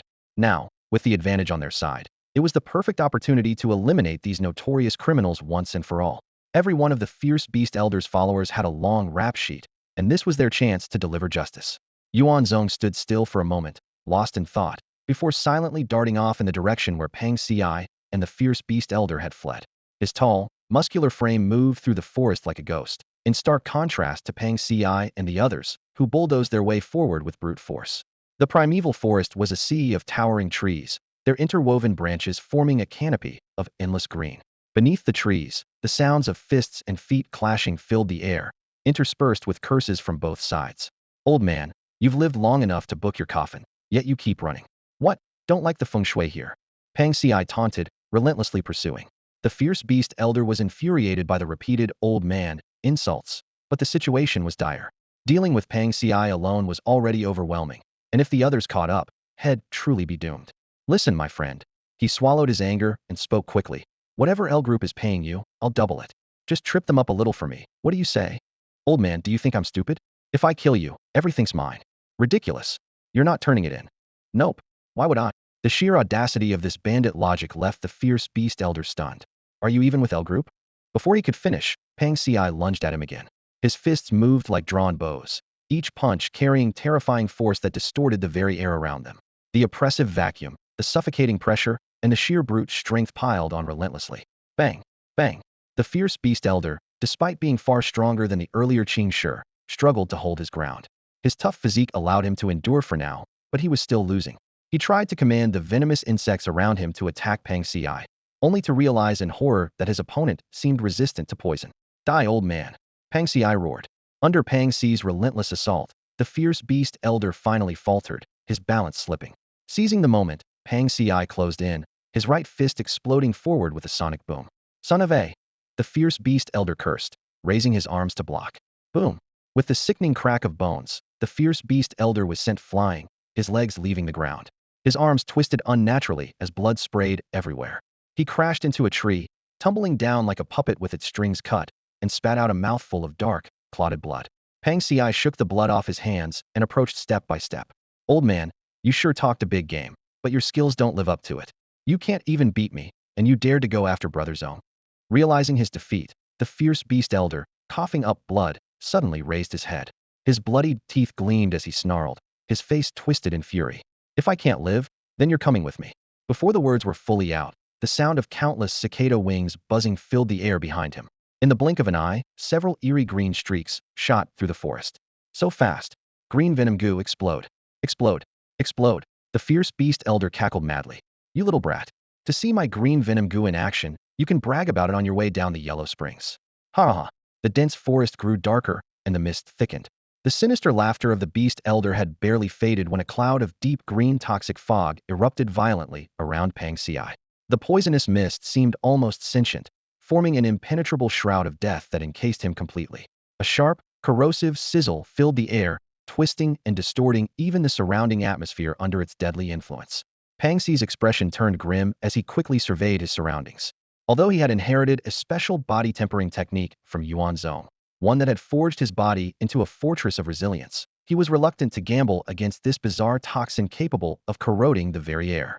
The green fog closed in swiftly, and even before it made direct contact, his skin began to react. First came the itch, then a burning sensation, followed by an unsettling numbness that crept into his nerves. Goosebumps rose densely along his arms, and the physiological warning signs made one thing clear: this poison was lethal enough to threaten his life. Pang Ci acted decisively, unleashing a series of ferocious punches to disperse the toxic mist. Yet, the seemingly weightless fog felt as heavy as a mountain, completely unfazed by the force of his strikes. Useless. The beast elder laughed triumphantly. This green poison goo is a legendary weapon. Did you really think you could resist it? I originally intended to use it to assassinate one of Xia Kingdom's top-tier cultivators and seize their resources. But alas, it seems I'll have to waste it on a whelp like you. What a pity. Before his words had fully landed, the beast elder's expression suddenly shifted. His gaze snapped upward to the treetops, where Yuan Zong had appeared silently, standing tall and composed. The eldest of the 5 brothers had arrived unnoticed, and the beast elder's heart sank. Either Yuan Zong had mastered an extraordinary stealth technique, or no, the beast elder dared not consider the alternative. Fixing his eyes on Yuan Zong, he quickly summoned his mental energy to call forth the remaining green poison goo. These creatures, discovered as fossilized relics in the ruins of an ancient Miao village, numbered 12 in total. Each one carried the explosive power to severely wound even a martial artist at the 7th limit. He had already expended one to gain the upper hand in this battle. Now, seeing Yuan Zong arrive alone, he prepared to use another, though the thought pained him. Impressive, isn't it? Yuan Zong asked nonchalantly. Why don't you find out for yourself? The beast elder retorted. All right. This succinct reply caught the beast elder off guard. As he scrambled to devise a strategy to unleash another green poison goo, Yuan Zong had already begun to act. Taking a deep breath, Yuan Zong seemed to exert an invisible pull on the toxic fog surrounding Pang Ci. The deadly mist, impervious even to the force of Pang Ci's strikes, began to rise and swirl uncontrollably. Under Yuan Zong's command, it twisted into a towering green column, and, to the beast elder's utter disbelief, was entirely inhaled into Yuan Zong's mouth. What? Is he courting death? The beast elder muttered in disbelief, his voice trembling with shock. The ferocious elder stood frozen, his eyes wide as he watched Yuan Zong inhale the lethal poisonous mist into his stomach. His mind went blank, as if he had just witnessed something impossible. He knew all too well the potency of that mist, yet the man before him had absorbed it as casually as drinking water, appearing completely unfazed. Yuan Zong's chest gradually calmed, and he let out a soft burp, expelling a faint wisp of green smoke. With a slight smirk, he nonchalantly remarked, "Not bad." Those 3 words exploded like thunder in the elder's mind. He slapped himself hard, trying to confirm this wasn't a dream. "You, are you really human?" he stammered, his voice trembling. Yuan Zong smiled faintly. "What do you think?" In just a few breaths, the elder's spirit completely crumbled. His gaze turned hollow, and his resolve shattered beyond repair. Wang Jing, Wang Jing, no wonder I've always disliked you," he muttered weakly, staggering back to lean against a tree trunk. "Meeting you, Lu Hong, my fate is sealed. What a pity.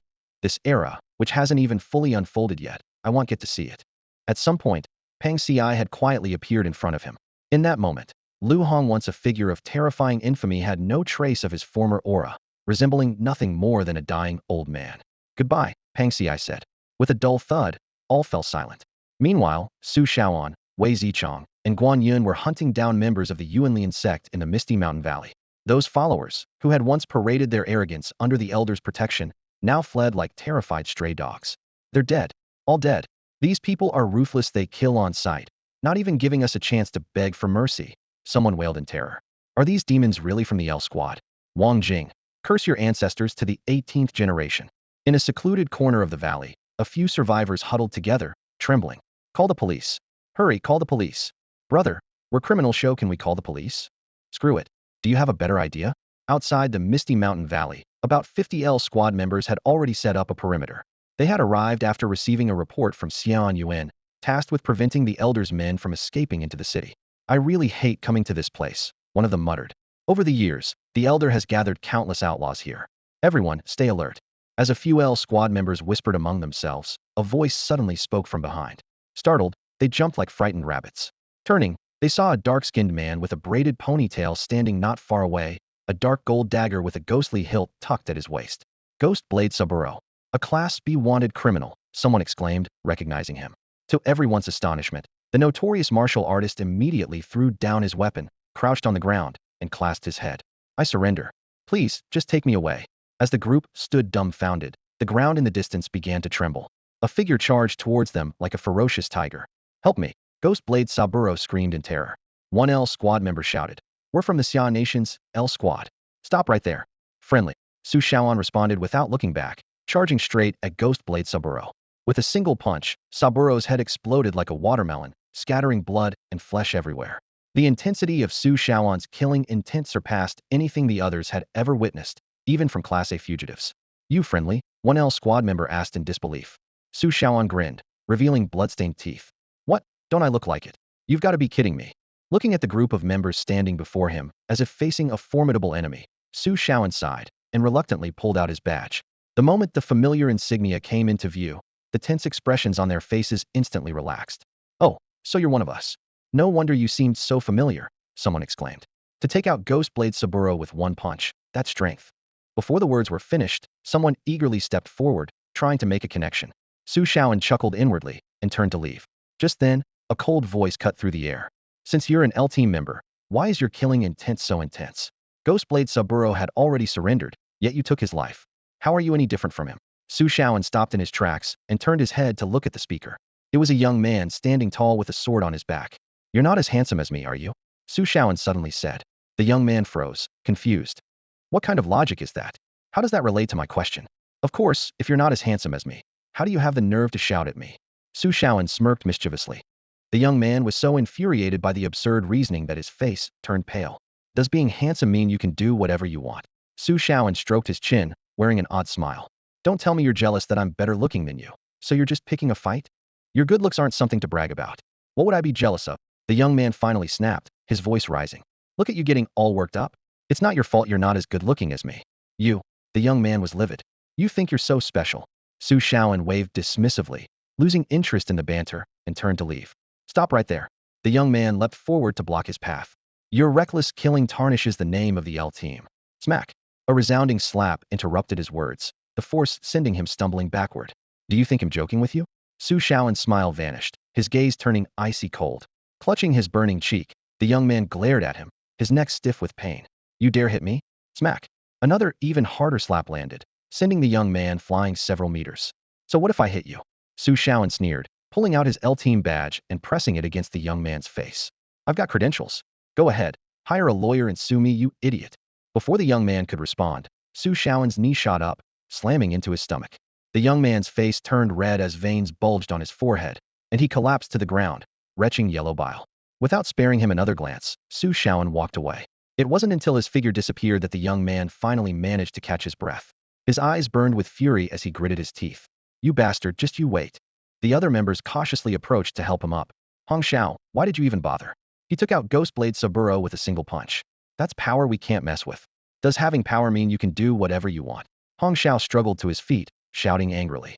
Maybe that flies elsewhere, but not here, not with us. Later, in the main hall of the courtyard where the Elder Beast had previously held meetings, Yuan Zong lounged comfortably in a chair. As Su Shaoan walked in, Yuan Zong glanced up and asked, did you finish them all off? Don't even mention it, Wei Zicheng muttered, his tone sour. Ran into some idiot and lost the mood to continue. Those familiar with Su Shaoan noticed him raising an eyebrow and teasingly saying, what's this? Brother Wei, do you have an article to publish? Go ahead, I can stay up all night to listen. Get lost, Wei Zicheng replied coldly. Then stop pouting all the time. It's a bad habit. What does it have to do with me? Su Shaoan, you're pouting at me. How is it not my business? Wei Zicheng's tone grew colder. You're ridiculous, little brother. You're the little brother. Back when we became sworn brothers, I beat you, remember? Wei Zicheng's voice rose slightly. My foot. It's a fact. As the two bickered, Guan Yun and Pang Ci emerged from inside, each holding a heavy chest. Brother Zong, there's some real good stuff here. Take a look, Guan Yun gestured. Yuan Zong leaned in to examine the items closely. He casually picked up a thick, long ginseng root, brought it to his nose for a sniff, and remarked, a ginseng over 100 years old. Not bad. Without hesitation, he tossed the ginseng into his mouth and crunched on it, as if he were eating a carrot. Guan Yun picked up an old, dust-covered piece of animal hide and excitedly exclaimed, Brother Zong, this is the ancient formula for raising beasts. I skimmed through it, it's like a money-making machine. Making money? Pang Ci waved dismissively. What's the point? We can barely feed ourselves. How are we supposed to raise pets? Besides, they're so weak. It's a total waste. That's not necessarily true. It depends on who's raising them. What? You think you're Ash Ketchum from Pallet Town or something? Guan Yun couldn't be bothered to argue further. He glanced at Yuan Zong and silently tucked the ancient formula into his waistband. Speaking of treasures, this is the real gem for you all, Yuan Zong said with a mysterious smile. Su Shaoan's eyes lit up. Brother Zong's pick must be amazing. Where is it? Let me see. Yuan Zong didn't keep them in suspense. He pulled out a jade bottle from behind his back. As he removed the stopper, wisps of green toxic gas wafted out, accompanied by faint sizzling sounds. Su Shaoan jumped back as if had been electrocuted. Brother Zong, what kind of treasure is this? Inhaling too much will indeed kill you. But if you take in just a little, it'll be an excellent way to boost your resistance to toxins. No way. This green gas makes my skin itch just by getting close. Inhaling it, even if it doesn't kill me, it'll peel a layer off my skin. Yuan Zong stood up, his expression serious. Remember, talent won't give you chiseled muscles, but hard work is the best tool to shape your future. This stuff, you all need to use it. What about you? Pang Ci asked with a grin. Brother Zong already inhaled a whole lot, and he didn't even lose a single hair. He'll do it, Wei Zicheng said, reaching out for the jade bottle. Do it when we're back. If old Wei's doing it, then him in too. I can't let my younger brother outdo me. Get lost. Show some respect to your elder brother. You? Your mom? We're both orphans. If you can find her, I'll thank you for 8 generations. Wei Zicheng sighed and fell silent. Not long after, the 5 of them emerged from the misty mountain valley. Aside from Guan Yun and Yuan Zong, the other 3 clutched precious herbs like ginseng and Polygonum multiflorum, eating them raw and unceremoniously. There's still one task left. Let's go. After taking down a tiger, hunting rabbits suddenly feels so dull. Guan Yun, even ants are meat. We've got hundreds of kids waiting to grow strong. Don't slack off. Su Shaoan let out a long sigh. Sigh. I don't even have a wife yet, and am already bearing the burden of raising the next generation. What a tough life. Meanwhile, at the L Group headquarters. No way. The Elder Beast was taken down. Wait, he finally made it out of the misty mountain valley. No, he was killed in the valley. By our people. What? By our people? Who's that badass? A newbie called Guan Yun. Fake news, right? There's photo evidence. The verification team even went to the valley to confirm it. The rewards are already being processed. Who is this crazy newbie? Could it be some ancient demon from another realm dropping in?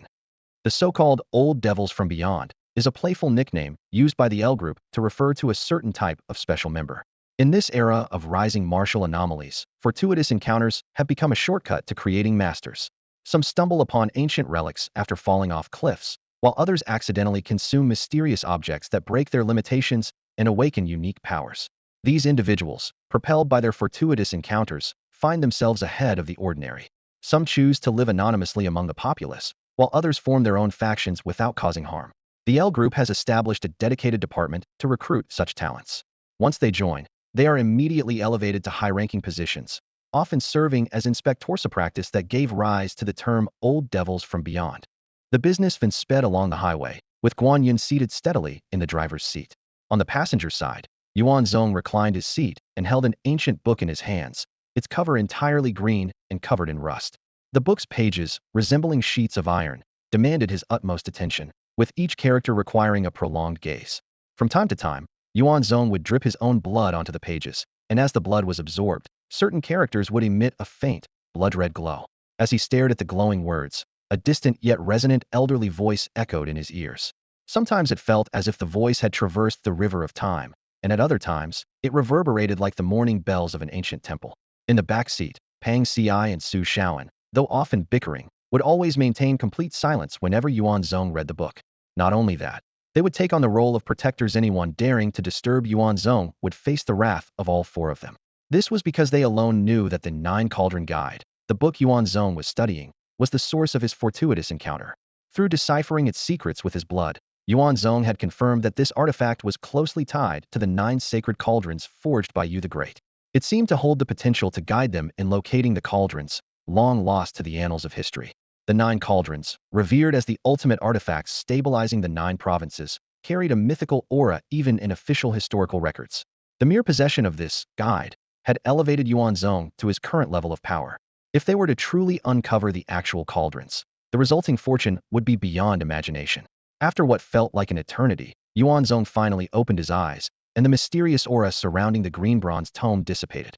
Peng Xi immediately leaned forward eagerly. "So, how did it go, brother?" Yuan Zong glanced at the back seat through the rearview mirror, his expression calm.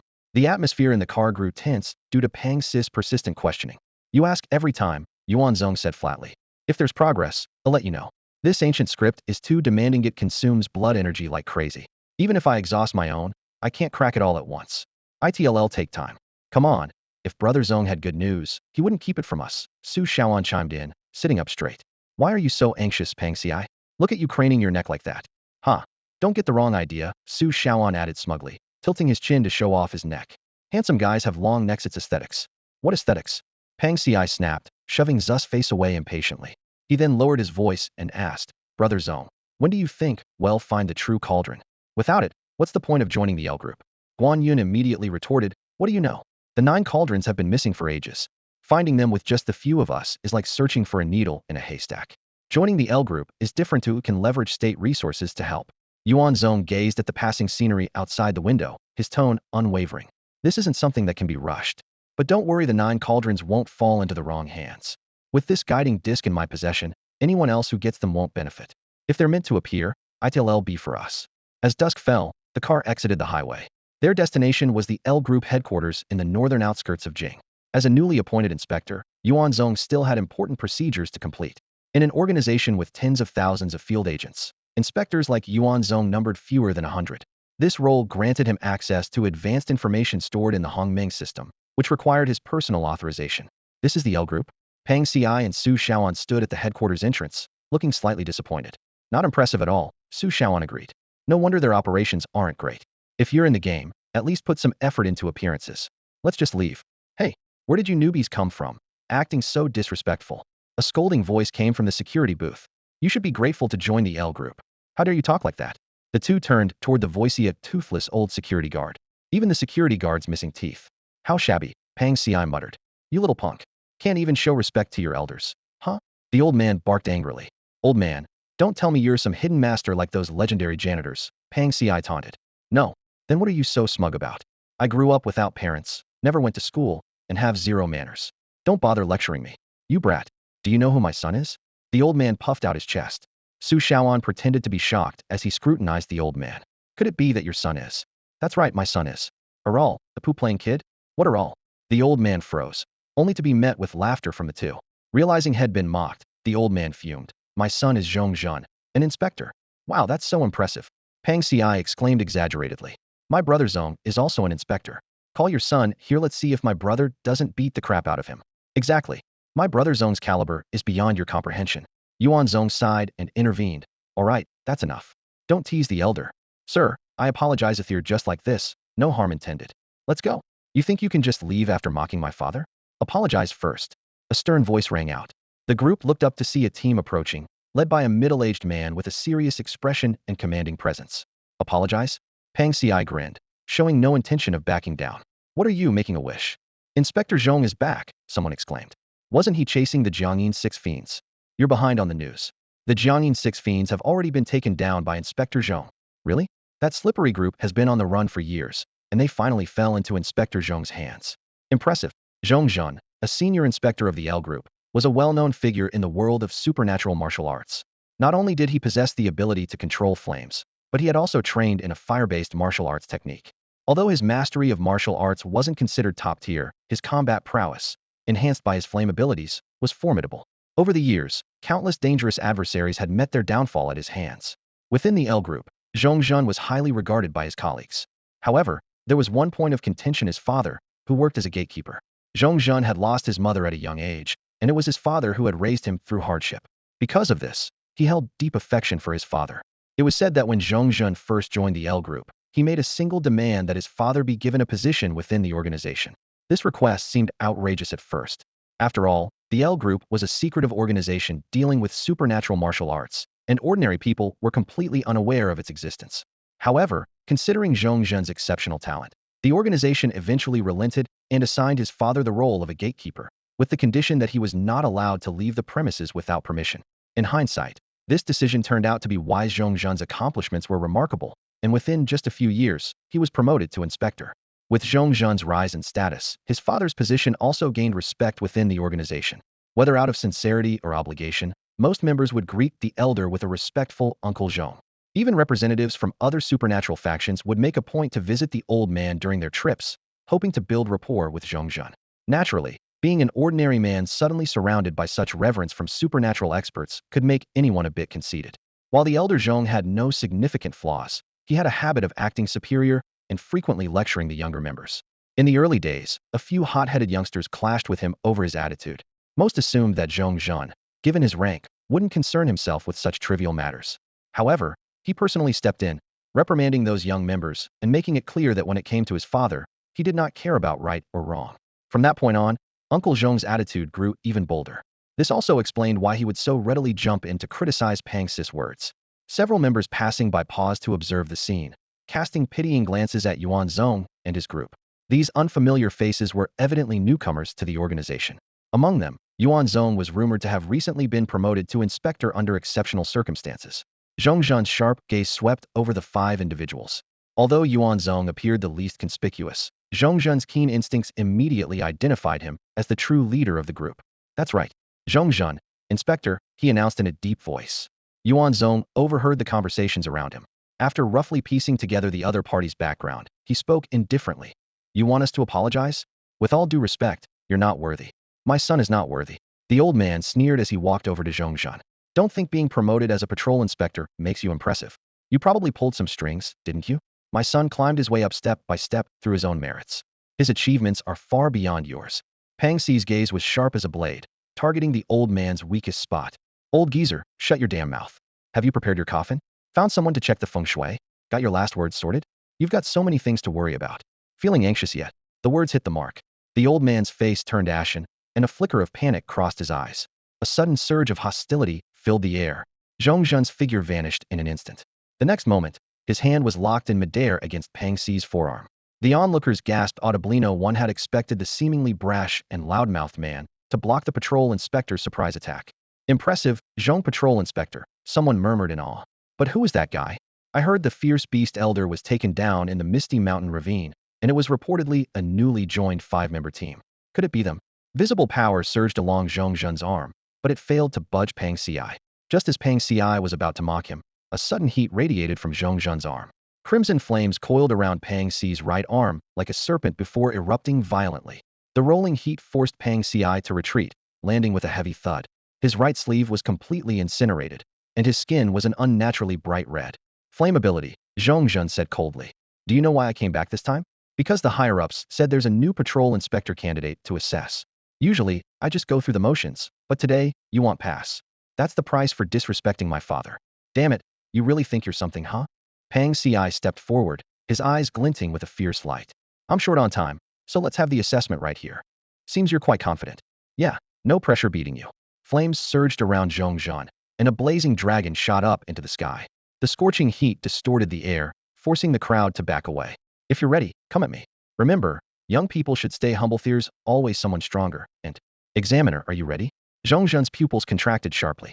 Among the 5 people, there were suddenly only 4 left. Yuan Zong had somehow appeared behind him unnoticed. Instinctively, Zhongzhan summoned all his flames in an attempt to repel the opponent, but a heavy punch ignored the searing heat and landed squarely on his abdomen. Boom. The force of the punch was like thunder, blasting the guardhouse behind Zhongzhan into fragments. The flames dissipated as he collapsed to his knees in agony, blood mixed with bile spilling from his mouth. Well played. Old man, your son's been beaten to tears. The scene fell into a dead silence. Everyone stood frozen, their eyes wide with disbelief. A patrol inspector, brought down with a single punch. Really? Beating you was no pressure at all. In a high-level office at L Group headquarters, 2 figures stood by the window. From this vantage point, although several kilometers away, they could clearly see the scene at the main entrance. Standing on the left was Tang Lian, one of the 12 Dragon Kings of L Group, known as the Mountain Slayer King. He had a buzz cut and a thick beard, with heavy eyebrows and a sharply defined square face.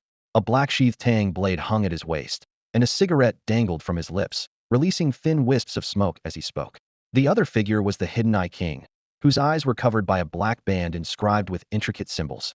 His presence was restrained and profound, exuding an air of mystery. His real name was a secret unknown to outsiders. Skin, tendons, bones, blood, organs, essence, chi, spirit, the 7th limit. The Hidden Eye King said, turning his back to the sunlight. His voice was gentle, like a spring breeze. Breaking the 7th great limit. Tang Lian raised an eyebrow. Zhongzhan is a 6th limit martial artist with extraordinary abilities, yet he couldn't even fight back? Are you sure you didn't sense it wrong? No mistake. All 4 of them are. For people. Tang Lian paused, his gaze shifting to the 4 figures following Yuan Zong in the distance. A look of realization dawned on his face. You mean those 4 subordinates of his? Yes. For subordinates who have broken the 7th limit, quite an impressive lineup. And Yuan Zong himself? Very strange. Within my divine perception, I can't sense even a trace of spiritual energy from him. Divine perception, also known as the Niwen Palace in ancient texts referred to as the Yellow Court, or Heavenly Brightness, the nexus of the human body, governing all inner energies and nurturing spiritual consciousness. Martial artists trained to surpass the 8 great limits. Skin, tendons, bones, blood, and organs represent physical strength, while essence, chi, and spirit transcend into the extraordinary. Those who reach the 8th limit condense their vital energy into the Niwen Palace, achieving spiritual illumination and a transformed state of being. The Hidden Eye King's extraordinary perception could usually pierce through the essence of all living beings, but Yuan Zong was an exception. No spiritual energy at all, yet I'm certain he has surpassed the 7th limit and entered the 8th. It's truly bizarre. Tang Lian was even more astonished that his friend couldn't see through Yuan Zong. While they spoke, Tang Lian suddenly blinked. He noticed us. He's even smiling in this direction. What sharp senses. What kind of person has Zhou Sun brought into L Group? I heard he even killed his own kin with his own hands. Such a dangerous aura. Yinmu Wang strolled over to the tea table, sat down, and poured himself a cup of fragrant tea. His movements were calm and composed, showing no trace of hostility. This case seems to have some hidden twists. Tang Lian nodded in agreement. I've always trusted your judgment. But Zhongzhen really embarrassed himself this time, getting knocked out with a single punch by a young man in front of everyone. If it were me, I wouldn't be able to stay at headquarters after that. After a brief pause, he continued, Zhongzhen is talented, but his fate is blocked by a fierce tiger. Unless that tiger disappears, he won't be able to advance further. You mean his father? That'll take a few more years. Let nature take its course. It's not something for us to worry about. At that moment, Guanyin noticed Yuan Zongjing looking towards a distant building with a faint smile on his lips. Brother Zong, what are you looking at? There's an interesting individual, someone with extraordinary innate talent, whose spiritual energy within the divine palace has formed into clouds, Yuan said.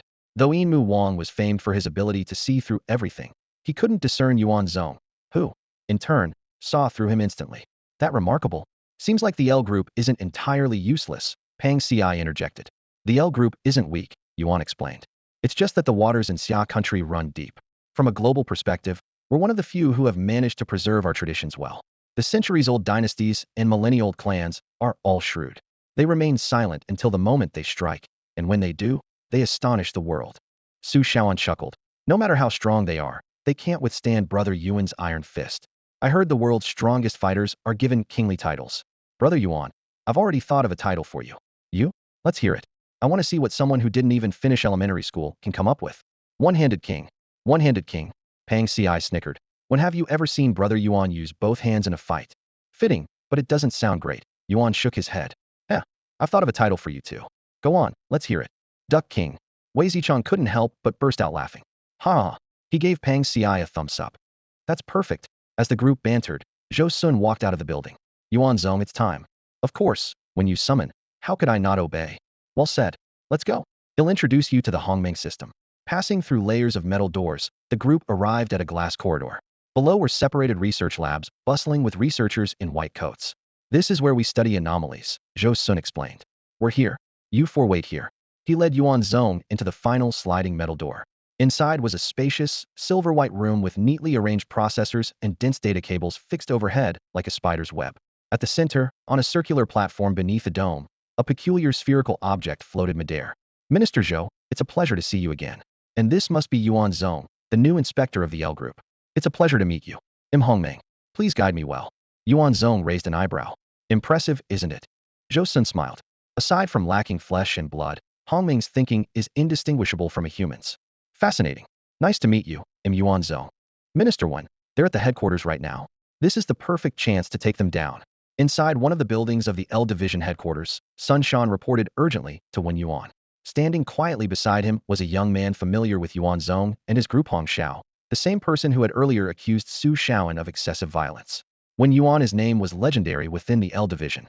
As the head of internal affairs, he rarely took action, and the outside world knew far less about him compared to the 12 Dragon Kings. However, because he wielded the power of internal affairs, no one dared to underestimate him. Over the years, more than a dozen inspectors had fallen under his iron rule, a testament to his ruthless methods. As a member of the Internal Affairs Division, Hong Zhao's duties involved not only fieldwork, but also monitoring other members for potential abuses of power, corruption, or betrayal. This time, he had escalated reports of Yuan Zong and his group's excessive actions in the Misty Mountain Ravine, which eventually landed on Wen Yuan's desk. Leaning back in his chair with his eyes closed, Wen Yuan appeared to be resting, as if he hadn't heard a word Sun Shan had said. Minister Wen Yuan suddenly opened his eyes, fixing a sharp gaze on Hong Xiao. From this moment on, you're no longer part of internal affairs. Leave. Hong Zhao's face instantly turned bright red, tears of grievance welling up in his eyes. Minister Wen, what did I do wrong? Get out. At Sun Shan's signal, Hong Xiao left the room tearfully. Once the door closed, Sun Shan cautiously asked, Minister Wen, I don't understand. Wen Yuan didn't answer directly, but instead asked in return, You want me to take down Yuan Zong? On what grounds? They went too far. The criminals had already surrendered, but they still used lethal force. Naive. Wen Yuan's tone turned sharply stern. Do you think disarmed individuals with supernatural abilities can't kill anymore? If I say this, you can't argue, and if someone else says this, you'd be speechless too. So, on what grounds do you want to prosecute? Excessive force? What excess? The Internal Affairs Division is not your tool for settling personal grievances. Do you know how many bloodbaths that gang of elder beasts has caused over the years? Do you think they'd survive if we brought them back alive? They killed them, so what? And for that, you want to go after your colleagues? How many comrades have fallen in the line of duty? People are risking their lives out there, and you want to punish them over something this trivial? How do you expect anyone to do their job?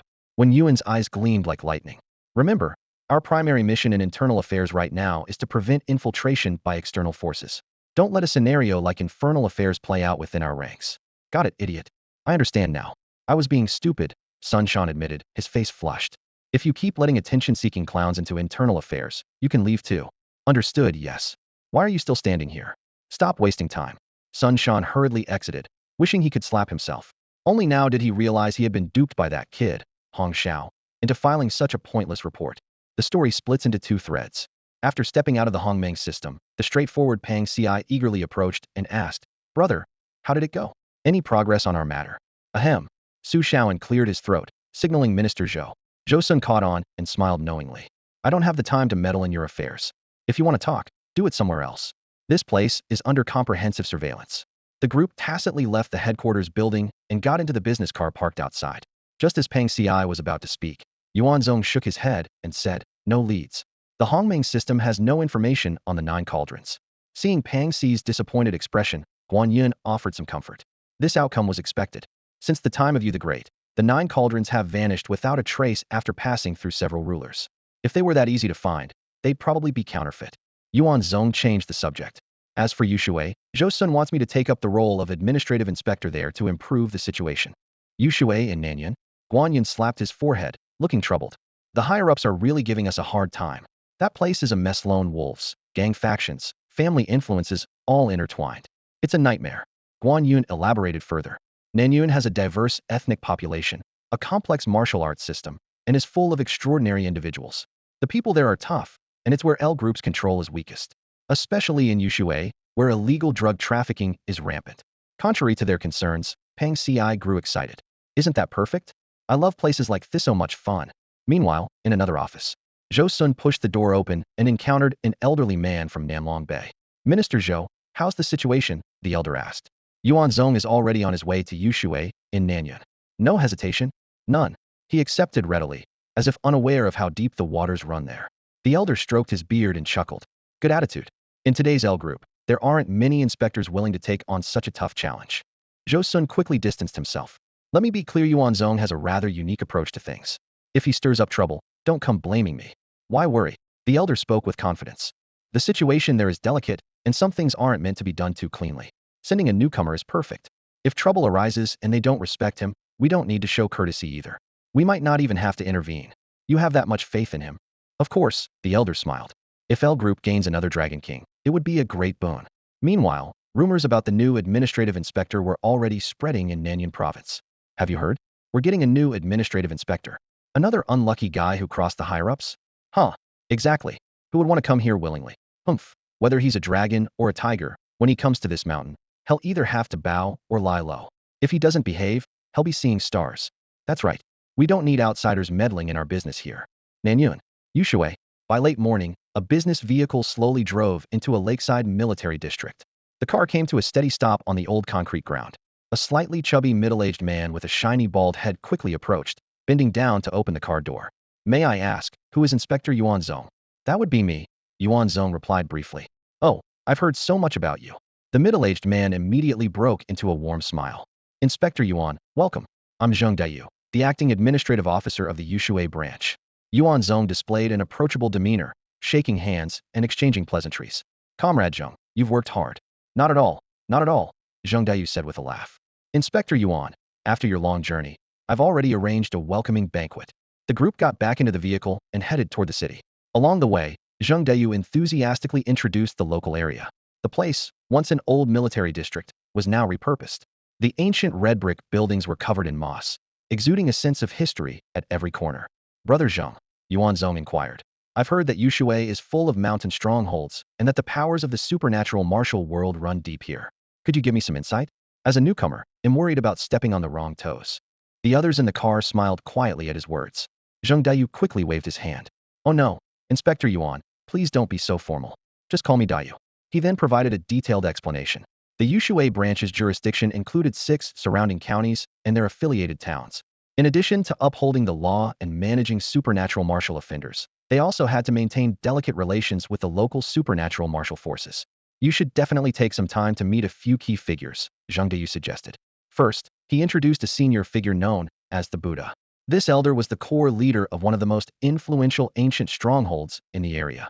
In Nanyun, there were only 9 such ancient strongholds still in existence, each commanding absolute loyalty from its clan's people. Even descendants living abroad would return upon being summoned. As they chatted, the car pulled up in front of a high-end hotel. A man with slicked back hair and a manager's badge immediately came forward to greet them. Mr. Zheng, an esteemed guest. It's been a while since you visited Dahong. Manager Dai, Zheng Dayu waved grandly.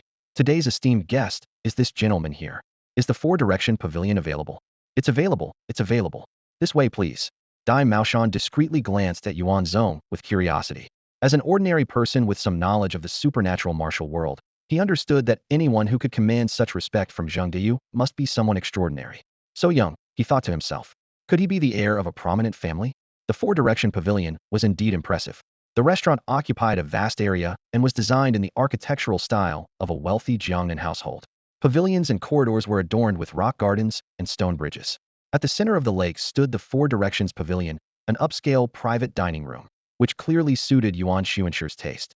Before long, a series of dishes, rich in color, aroma, and flavor, were served one after another. Pang Xi, unable to restrain himself, was the first to grab his chopsticks and indulge heartily. Just as everyone was enjoying the meal to their satisfaction, Yuan Zong suddenly put down his wine cup, his gaze sharp and wary as he looked toward the open window. Zheng Deyu immediately sensed something was amiss and followed his gaze outside. The lake's surface shimmered with light, appearing calm and serene. But at that moment, a disheveled figure rushed along the waterway, finally stopping at the door. Subordinate Wang Jinxin reporting. Apologies for the intrusion. A voice called from outside. He's one of ours. Before Zheng Deyu could give instructions, one of the subordinates nearby had already risen to open the door. As the door swung open, a tall and upright young man stepped into view. His features were handsome and refined, exuding an air of integrity that made him seem more like an official than anyone else present. Jinxin, what brings you here? I was pursuing an injured member of the Yuanlian cult. I saw him escape into this area but haven't been able to locate him.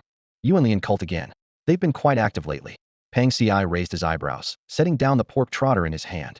He wiped his hands casually and prepared to stand. Let's continue the search. Wu Bing, Qian Liang, you two go with him. No need for more people. Wang Jinxin quickly responded. There's just one issue I need to report. Aside from this room, the only place left to search is the private room of Feng Lu, the son of Feng de Gongzi. At the mention of Feng Lu, Zheng Deyu's expression subtly changed. Wang Jinxin keenly noticed this and turned away in disappointment. Understood. I won't disturb you while you're entertaining your guests. Wang Jinxin, is it? Yuan Zong's voice suddenly broke in. Why are you leaving before you finish speaking? Since it's a Yuanlian cult criminal, of course, we must search. Wang Jinxin turned back in surprise. Zheng Deyu quickly introduced. This is our new inspector, Xuanshi Yuan. Should we proceed with the search? Wang Jinxin instinctively looked at Zheng Deyu. Is there a problem, Deyu? Yuan Zong asked. Zheng Deyu gave a wry smile. Feng Lu is Feng Lei's son. Feng Lei, the head of Yushan Group? The influential figure in this region? That's right. The Feng family has always been a strong supporter of Group L, and we've maintained close ties. Although his son can be a bit unruly, out of respect for Feng Lei. Before Zheng Deyu could finish, Yuan Zong had already risen to his feet and declared firmly, Group L doesn't need to show anyone special treatment. Wang Jinxin, search. Search boldly. I want to see who dares to challenge our authority. Inside the Yunming Pavilion, wine glasses clinked amidst a decadent and indulgent atmosphere. In the brightly lit private room, men and women reveled without restraint. Shan Hu, with a bear-like physique, was half drunk, his open chest covered in thick black hair. With one arm around a woman beside him, he flirted shamelessly while shouting at the top of his lungs. Drink up, everyone. Don't hold back. There's more fun to come later, and no one's sneaking off. Haha, young Master Feng has spoken. Even if we had wings, we wouldn't dare fly away. The crowd chimed in, laughing. Shan Hu thumped his chest. That's right. Anyone who dares to leave tonight. I, Shan Hu, will be the first to deal with them before young Master Feng even has to say a word. As the self-proclaimed most loyal henchman of the Feng family, his behavior grew even more brazen. At that moment, a bodyguard stationed outside spotted Wang Jinxin, Pang Xi, and their group approaching. The Feng family, known for their cautious ways within the world of supernatural powers, always ensured that important members were accompanied by bodyguards. The lead guard quickly entered the room and leaned down to whisper in Feng Lu's ear. Young master, the L group is here. Feng Lu, already tipsy, dismissed the concern, hooking an arm around the bodyguard's neck. He sneered arrogantly. So what if they're here? What can they do to me? No need to panic. Young master, there's something off about their demeanor today. I fear they're not here with good intentions. The lead guard said, frowning deeply. Good intentions, my ass. Feng Lu bellowed, unbothered. I've been dealing with the L group for years, though you think I don't know their tricks by now. His loud proclamation caught the attention of everyone in the room. As members of the supernatural community, who among them hadn't heard of the L group, Shan Hu seized the chance to flatter. Young Master Feng is absolutely right. You all haven't seen it, but the L group's patrol officer once handed over cigarettes to our boss without a word. There's nothing to fear. Those cigarettes weren't even to my taste. Next time, I'll make sure they bring the brand I like. Feng Lu said, his face flushed perhaps from the alcohol, or perhaps from the satisfaction of Shan Hu's flattery. Meanwhile, Wang Jinxin, along with Pang Xi and Su Shaoan, had arrived at the entrance of Yunming Pavilion. Turning to his companions, Wang Jinxin lowered his voice. Let me handle the negotiations first. The Yushui territory is different from other places. Su Shaoan glanced at Pang Xi. Understood. Pang Xi shot Su Shaoan a look. Why are you looking at me? I know what to do. Wang Jinxin nodded, pulling out his credentials as he faced the bodyguards blocking the way. L Group on official business. Step aside.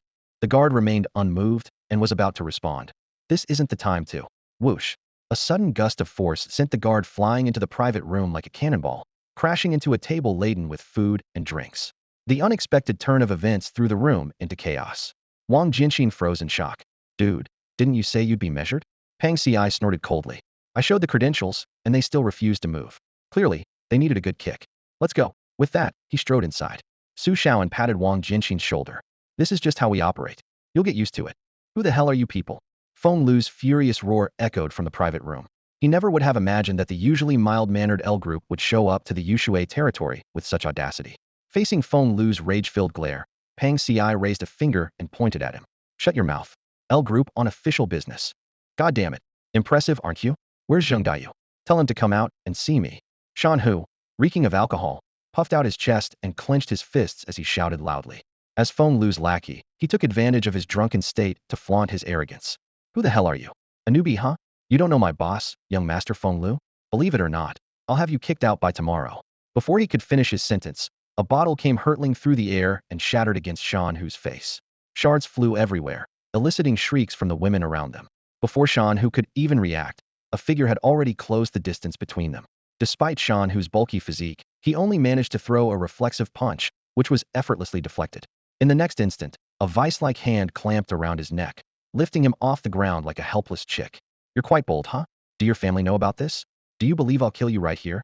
Su Shaoan's gaze was mocking, but his tone carried an icy menace. Struggling to breathe, Shan Hu's eyes burned with defiance. Whether from the alcohol or sheer recklessness, he growled through clenched teeth. Go ahead and kill me if you. A sharp crack echoed in the air. Shan Hu's neck twisted 90 degrees, and his body hit the floor with a heavy thud. His eyes, wide with disbelief, stared blankly as if he couldn't fathom that someone would actually kill him in front of so many witnesses. The scene instantly silenced the crowd, pouring cold water over their bravado. Looks like this is the only language you people understand, simple and effective, Pang Ci sneered coldly. Not only did Feng Lu's group shrink back in fear, but even Wang Jinxin and a few members of the L team looked visibly shocked and hesitant to speak. All of you, against the wall. Now, Wang Jinxin, why are you standing there? Search the place. At Su Shaoan's command, Wang Jinxin led the team in a search of the Yunming Pavilion. The venue, as spacious as a luxury suite, quickly yielded evidence. One of the rooms had a disheveled bed still warm to the touch, with traces of blood. The trash bin contained medical waste used for treating wounds. Wang Jinxin immediately confronted Feng Lu, who waved his hands frantically. I don't know anything. I just came here to eat. I've never even been in that room. You should ask Manager Dai. Young Master Feng, you live such a comfortable life. Why get involved with the Yuanlian cult? Feng Lu raised an eyebrow, ready to retort, but a swift, brutal kick slammed him into the wall. Pang Ci grabbed him by the hair and hissed. Never faced real consequences before, have you? Want me to kill you right now? Having seen what happened to Shan Hu, Feng Lu was much more cooperative this time. However, when Su Shaoan announced they were taking him back for questioning, he couldn't help but protest. You can't just arrest me like this. You have no evidence. What gives you the right? This is how we work. Got a problem? Go ahead and file a complaint. A voice called out from the doorway. Yuan Zong entered the room, accompanied by Zheng Daiyu and others. Feng Lu cursed inwardly. A complaint? Does the National Security L team have a customer service department or something? At this moment, Feng Lu's eyes flickered as he turned to Zheng Daiyu, a trace of unwillingness flashing across his face. Inspector Zheng, he raised his voice. You should know very well that the Feng family has always abided by the law. I am Feng Lei's biological son. By slandering me, you're essentially slandering the entire Feng family. If our reputation is harmed, the consequences won't be small. Zheng Daiyu narrowed his eyes slightly, his gaze sharp as he stared at Feng Lu. A fugitive from the Yuanlian sect has been hiding in Yunming Pavilion for so long. Are you telling me you had no idea? If I knew, I would have informed you immediately. Feng Lu straightened his back, the effects of alcohol completely gone. Yunming Pavilion isn't even my family's property. How can this matter be pinned on me? He spoke with firm conviction, looking as though he'd been gravely wronged. Zheng Daiyu turned to Inspector Yuan nearby and lowered his voice. Inspector Yuan, there might be a misunderstanding here. The Feng family has a good reputation locally, and Feng Lei holds considerable influence. Since you're new here, perhaps it would be wise to familiarize yourself with the situation first. Hearing this, Feng Lu nodded repeatedly and seized the opportunity to interject. Exactly. The new inspector should think carefully. There's no need to create trouble for yourself right after arriving. It's not worth it. Yet Yuan Zong's face remained calm, his smile unchanging. He caught the subtle hint in Zheng Daiyu's words. recognizing it as an indirect warning about potential trouble. But he was entirely unfazed. No need to worry. If Feng Lei has any sense, he should cooperate. If not, we'll deal with him too. Do you think the reputation of Group L is any weaker than that of a mere Feng family? As for whether young Master Feng is being wronged, we'll know the truth once we catch that fugitive.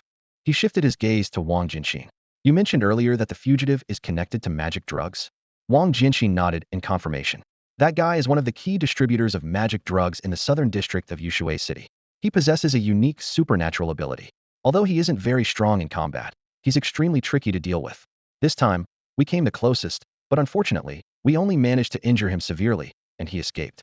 If we miss this chance, who knows when we'll get another opportunity to catch him. Yuan Zong gave Feng Lu a meaningful look. Did you hear that? This involves magic drugs. Do you think the Feng family can bear the weight of such a responsibility? Feng Lu's eyelid twitched, and he gritted his teeth. Inspector Yuan, precisely because this is a magic drug case, it proves it has nothing to do with the Feng family. Let me repeat myself, I had no idea anyone was hiding here. You're from national security. When handling a case, you need evidence. You can't just throw around baseless accusations. Why so defensive if you're innocent? Someone nearby interjected. Brother Yuan is right. Once we catch the fugitive and ask a few questions, everything will become clear. If you really have nothing to do with it, no one will falsely accuse you. Who says I'm defensive? I just had a bit too much to drink, Feng Lu said, his tone softening. Since that's the case, of course I'll cooperate and go back with you. But inwardly, he sneered. Catch him? That's the merman Tao you're talking about. You don't even know which direction he's headed. If you manage to catch him, he'll take your surname. Just then, a piercing gaze shot straight into his eyes, making Feng Lau's entire body stiffen. It was the newly appointed Inspector Yuan. Yuan Zong's gaze was as sharp as a blade, piercing straight into Feng Lu's eyes. Under this intense scrutiny, Feng Lu visibly tensed up, and the smile on his face froze awkwardly. You seem to think we can't catch him? Yuan Zong said coldly. Not at all. Feng Lu quickly waved his hands. Of course, I trust your abilities. Honestly, I hope you catch him soon and clear my name. Good. Then I'll grant your wish and bring him back, Yuan Zong said, his eyes shifting to Guan Yun. The latter immediately understood and stepped forward. Clear the way, clear the way. Don't interfere with my brother's methods, Guan Yun said sternly, dispersing the surrounding crowd. His actions left the onlookers puzzled. They watched as Yuan Zong sat cross-legged on the ground, closing his eyes in deep concentration. Unable to resist his curiosity, Zheng Deyu leaned toward Guan Yun and asked, Brother Guan Yun, what is Inspector Yuan doing? Guan Yun grinned proudly. Inspector Zheng, my brother is using the 1,000-mile tracking technique. It's a pursuit method he mastered from ancient texts. 10 minutes, a day, or even a whole, neither can track someone through their aura without fail. Really? Zheng Deyu asked skeptically. Would I lie? Su Shaoan chimed in. Even the fierce beast elder, who hid in the misty ravines of Yunwu Mountain, was found and killed on the spot by Brother Yuan. The fierce beast elder? Zheng Deyu gasped. So it was Inspector Yuan who recently eliminated Lu Hong, the grandmaster of the Yuanlian sect. At that moment, Su Shaoan stepped up to Feng Lu and lightly patted his cheek. Young Master Feng, confess now, and you'll be treated leniently. Resist, and you'll face severe consequences. If you come clean now, it counts as surrender. But if we catch the culprit and uncover more evidence, you'll suffer for it. Feng Lu brushed Su's hand away, his expression serious. I truly hope you catch him. I really do. Honestly, I like people like you, defiant and unyielding, Su Shaoan said with an even brighter smile. Just then, the accompanying women let out startled cries. Wisps of black mist began to rise from Yuan Zong's head, swirling around the room before slipping into the blood-stained chamber. Feng Lu's pupils trembled briefly but quickly returned to normal. However, this subtle reaction didn't escape Su Shaoan's sharp eyes. The black mist suddenly shot out of the window, and Yuan Zong opened his eyes, vanishing like an arrow into the distance. Watch closely, kid. When Brother Yuan comes back, don't start crying, Su Shaoan taunted. Feng Lu's Adam's apple bobbed nervously. It has nothing to do with me. What difference does it make if you catch him? Are you planning to torture me for answers? Before he could finish his sentence, a heavy fist slammed into his abdomen. Despite being a level 3 martial practitioner, Feng Lu crumpled like an ordinary man, vomiting a mouthful of blood mixed with alcohol. Kid, I've been itching to deal with you for a while. Pang Xiai appeared, his presence menacing. Believe me, one slip of the hand, and you'd be dead before anyone could say otherwise. Potions, a toxic substance that emerged in the realm of martial arts a few years ago, possess a terrifying characteristic. They grant users a short-term surge in strength at an unbearable cost. Within months, users gradually lose their sanity, becoming irritable and aggressive. Worse still, if they stop taking the potion, they descend into a living nightmare of unbearable suffering. Sects like the Lian Yuan cult and other sinister factions have exploited this property of potions. By using them to control their followers, they can easily cultivate an army of fearless death warriors. Even more alarming is that this deadly toxin from the realm of martial arts has infiltrated the ordinary market. In its diluted form, the potion retains its powerful addictive and hallucinogenic effects, while granting average individuals superhuman strength. On the black market, it has been infamously dubbed Dragon Tiger Powder. Like a life-devouring demon, it has already ruined countless lives and families. For this reason, combating potions has become the top priority of the National Security L Group. Orders from above are absolute. Upon discovering any trace of potions, they must be eradicated at all costs. There is no room for negotiation. At this moment, Feng Lu stood with his head lowered, his eyes fixed on the floor in silence. Yuan Zong's words were not wrong. If the Feng family was truly involved with potions, then the term insignificant would indeed be fitting. Meanwhile, Yuan Zong had already leaped onto the rooftop of a building over 10 stories high. From there, he gazed down at the Yuqing River, which spanned nearly 2/3 of Yushui City and stretched over 100 meters wide. Under the moonlight, the river sparkled with rippling waves. His eyes suddenly underwent a strange transformation, as countless black lines, like spiderwebs, entwined around his eyeballs, creating an eerie and unsettling sight. The so-called thousand-mile tracking was merely a fragment of knowledge he had deciphered from the nine-cauldron tracking disc. This technique required a sufficient amount of blood as a medium and had an extremely short duration. Guan Yun's claim of it lasting a day and a night was pure exaggeration, meant only to pressure Feng Lu. In reality, as the mysterious substance in the blood dissipated, the method could last no more than half an hour. Time was of the essence. Yuan Zong flipped and dove silently into the river. Moving underwater like a fish, he sped forward at incredible speed, covering hundreds of meters in an instant as he raced toward his target. Several kilometers downstream, a pale face with oily, glistening skin emerged from the water.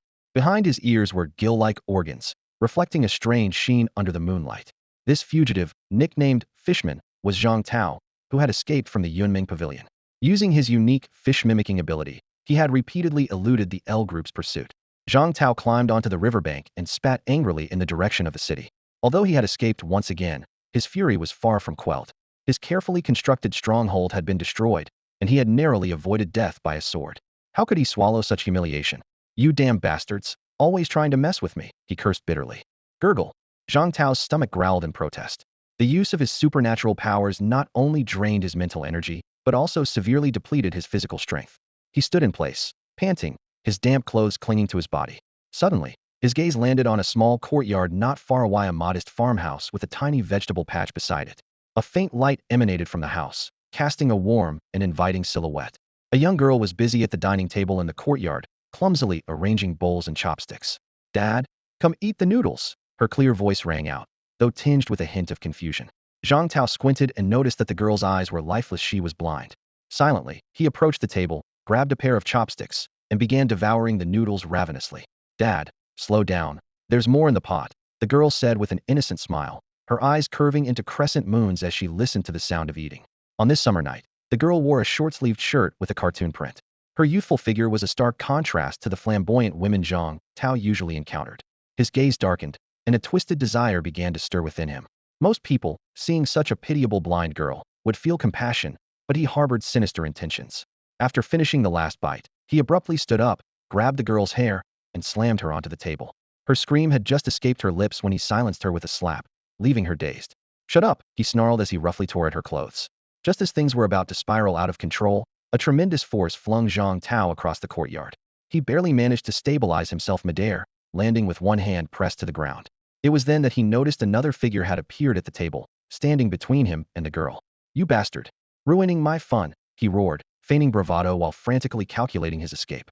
But after just 2 steps, searing pain shot through his thigh. 2 chopsticks had pierced cleanly through his leg, as if slicing through tofu. The figure was now standing right in front of him, backlit by the faint light, their face obscured in shadow. "You sure know how to enjoy yourself. Even while running for your life, you still find time for such amusements," the voice mocked coldly. "Please spare me," Zhang Tao begged in terror. "Spare you? Never." With a sudden stomp, the figure crushed his groin. A blood-curdling scream tore through the night. "I heard from Wang Jinxin that your supernatural ability is quite unique, like a fish swimming in water. Your skin is indeed slippery. But I wonder, will it still be slippery once I peel it off?" The voice, belonging to Yuan Zong, was icy and merciless. What are you going to do?" Zhang Tao stammered. Yuan Zong clamped a hand over his mouth, his eyes glinting with a murderous light. The blind girl reminded him of his own sister, and the rage within him, like a caged beast, roared to break free of its restraints. Zhang Tao's screams were muffled into faint whimpers as the horrific ordeal unfolded. Until the very end, he remained conscious, enduring the excruciating agony of being skinned alive. In the distance, a blind girl huddled in a corner, clutching tightly to a piece of clothing draped over her by an unknown person, trembling uncontrollably. The noise from the private room gradually faded, and silence enveloped Yunming Pavilion. As time passed, Feng Lu's emotions slowly settled, and he even began joking and chatting with his friends. Inwardly, he felt smug, convinced that Zhang Tao had vanished without a trace. A relentless pursuit across 1,000 miles. To him, it was nothing more than a joke. Seriously? Feng Lu tilted his head impatiently. How long are we just going to sit here? Should we order some more food? When no one responded, he yawned. I'm tired. How about someone takes me home so I can sleep? Before he could finish speaking, a sudden gust of icy wind swept into the room. With a loud thud, a mangled, bloodied body crashed heavily to the floor. Feng Lu's pupils contracted sharply. His heartbeat nearly stopping. The blood-soaked corpse was unmistakably Zhang Tao. Young Master Feng, you can't escape now. He's already spilled the beans. Those words sent Feng Lu into a panic, and he blurted out. Nonsense. I don't even know Zhang Tao. This is slander. Inspector Zhang, you must stand up for me. Zhang Dayu looked at the fool in front of him, his lips twitching with frustration, barely resisting the urge to slap him. Ah, so amusing, came a mocking voice from the side. Young Master Feng, you've let it slip. Brother Zong never mentioned the name of the one who ran away. How do you know it's Zhang Tao? Still claiming you don't know him. Feng Lu froze, his face turning bright red as he stammered. I. Bang! A swift, forceful punch cut through the air, landing squarely on Feng Lu and sending him flying into the wall. Still trying to play dumb? Yuan Zong, standing beside Zhang Tao's corpse, sneered. Young Master Feng, Zhang Tao has been dead for a while now. Why couldn't you keep your cool? The words struck Feng Lu like a thunderclap, leaving his mind blank. When he finally came to, his eyes were bloodshot, and he roared hysterically. Damn you! You tricked me! Boom! Another flying kick from Pang Ci sent him airborne once more, crashing to the ground in a heap, coughing up blood. And what if we did trick you? If your conscience were clear, no trickery would work, Pang Ci said coldly, towering over him. Young master, why don't you give your mom a call and let her know you won't be coming home tonight? Inspector Yuan, how did Zhang Tao die? Wang Jinshin stared at the corpse on the ground, his face grim. The interrogation hadn't even started, and the man was already dead. This left him frustrated. Normally, his straightforward nature would have prompted him to voice his criticism, but at this moment, facing Yuan Zong's piercing black and white eyes, an unexplainable chill silenced him. Didn't take much before he stopped breathing. Surprisingly fragile, Yuan Zong shrugged slightly, his tone indifferent. Pathetic. Thought he was someone of importance. This isn't Brother Zong's fault, Pang Ci quickly chimed in. Everyone silently stared at Zhang Tao's mangled body, his flesh torn open, a grotesque sight too horrifying to look at directly. Feng Lu, in particular, broke into a cold sweat as he took in the scene. These weren't law enforcers, they were outright savages. Su Shaoan glanced at Feng Lu, whose face had turned pale, and a cold smirk played on his lips. Oh, our once defiant young Master Feng. How are you feeling now? Feng Lu, realizing he had been outmaneuvered, trembled uncontrollably, his composure completely shattered. I won't say another word. I'll wait for my lawyer to arrive before speaking. He was well aware of L-Team's relentless crackdown on illegal potions. If he got entangled, he'd be lucky to escape with his life intact. Lawyer, Pang Ci sneered disdainfully. Go ahead and call one. I'd love to see which lawyer could take someone away from us. Yuan Zong stretched his muscles, stepping out of Yunming Pavilion. He exhaled deeply, suppressing the violent impulses within him. Let's go back to the team. And don't forget to pack some food for young Master Feng here. Wouldn't want him starving to death, now would we? This remark sent Feng Lu into further panic. What do you mean by that? Planning to kill me? What nonsense are you spouting? We're just following standard interrogation procedures, Pang Ci replied with a grin that only added to the unease. Forced confessions, is that it? Zheng Dayu, is this how your L-Team operates? Feng Lu snapped. Zheng Dayu looked at him expressionlessly. Feng Lu, you'd better shut up now. If we find evidence linking you to illegal potions, not even your father Feng Lei can save you. The news reached the Feng family swiftly. Upon learning of his son's arrest, Feng Lei immediately identified Yuan Zong, the newly appointed inspector, as the one responsible. In a dimly lit room, he picked up a specialized phone. On the other end came a low, altered voice. Your son's been arrested by L-Team. You know that, right? He's too reckless. Yuan Zong barely applied any pressure, and he's already lost his composure. Yes, I just heard. Do you think he can hold up? Feng Lei fell silent for a long moment before responding. He won't. So, they'll try to negotiate and see if we can resolve this peacefully. And if you can't, I'm a martial artist who's broken through the fifth limit. He'll survive. Good. Clear thinking. Just make sure your son doesn't get taken in. Feng Lei furrowed his brows, his fingers unconsciously tapping on the desk. Don't worry, I've already sent Yu Ying and his team over. Although that Yuan Zong was able to kill even the fierce beast elder with the strength of our Feng family. Feng Lei didn't finish his sentence before the elder beside him nodded knowingly. Even if you hadn't made this decision, I would have done the same. After all, he's your some mistakes are inevitable. Feng Lei was about to get up and leave the secret chamber when the butler burst in, flustered. Master, something terrible has happened. Madam couldn't find you earlier and flew into a rage. She's taken people and gone straight to block L Group's path. Feng Lei's face darkened instantly, and he muttered, that damn tigress, before quickly pulling out his phone to dial her number. His roar made the butler instinctively step back. Huang Jiumei, get back here right now. Feng Lei, where the hell have you been? A louder roar came from the other end of the line. Our son's been detained by L Group, and you're not the least bit worried? Bullshit. How could I not be worried? I'm on my way there right now. You get back here immediately. By the time you drag yourself over there, I'll be too late. That new inspector is ruthless. I heard Zhang Tao was skinned alive by him. Exactly why we need to stay calm and not act recklessly. Huh, I knew you were heartless. Even when it's your own son, you can stay calm. The argument escalated as their focus shifted from their son to accusations involving an illegitimate child and Feng Lei's past with Lu Xinger.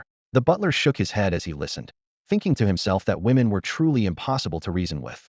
Finally, Huang Jumai's resolute voice came through the phone. That's my flesh and blood. If you don't care, I do. Before Feng Lei could respond, the call was abruptly cut off. He tried calling back several times, but she refused to answer. Furious, he slammed his fist on the table. Damn it. Those people from Blackwater Stronghold think they own the world. Let's go now. Feng Lei shouted as he stormed out. We can't let that crazy woman blow this out of proportion. Zhang Tao was classified as a level target on L Group's wanted list. Capturing him alive would yield a reward of 300,000 cash plus 10 contribution points, while killing him would only reward 150,000 cash with the contribution points unchanged. While driving back, Guanyin quickly opened his laptop and logged into L Group's internal network to check the results. 150,000 cash and 10 contribution points had been credited. Compared to the legendary Elder Beast, this reward seemed insignificant. That target was worth a whopping 500,000 cash and 100 contribution points. However, the trip to the Misty Mountain Valley proved quite fruitful. In addition to the Elder Beast, they apprehended several other wanted criminals. Although the individual bounties didn't compare to the Elder Beast, the combined total reached over 10 million cash and nearly 40,000 contribution points.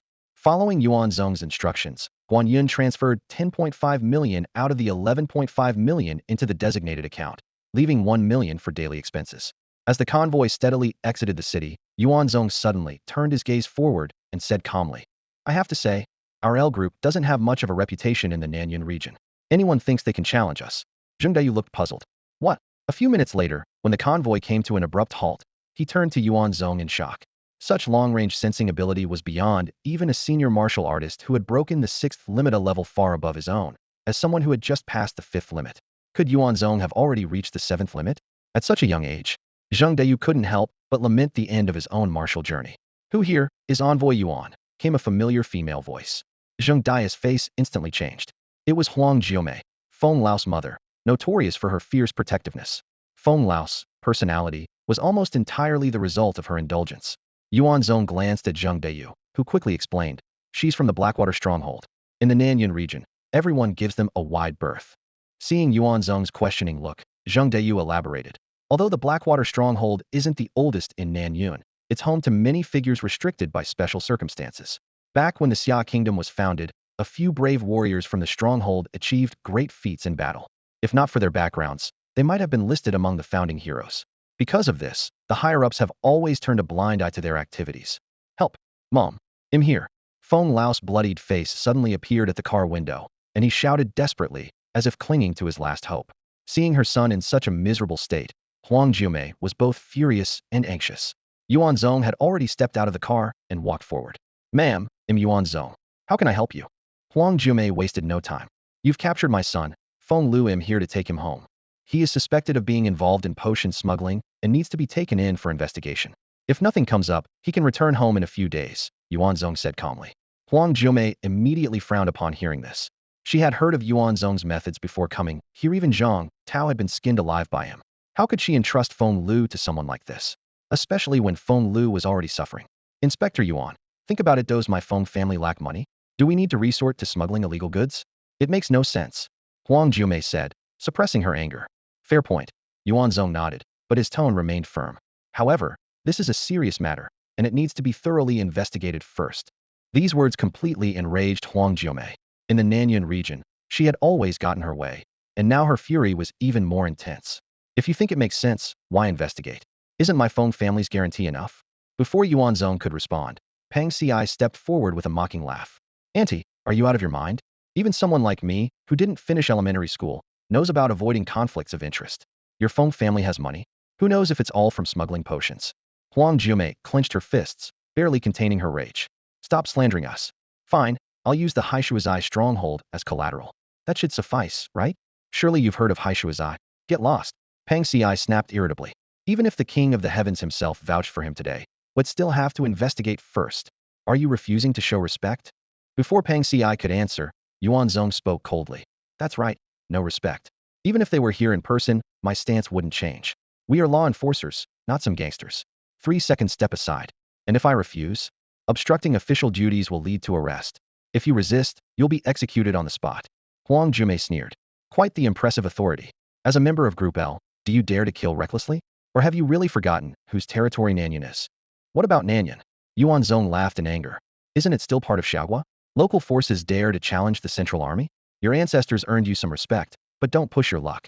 Want to test me? They'll gladly oblige. Boom. Before he could finish, Pang Ci had already lost his patience and made the first move. A loud explosion erupted from the ground beneath the water, cracks spreading rapidly. Using the massive force, Pang Ci shot toward Huang Jiumei like a cannonball.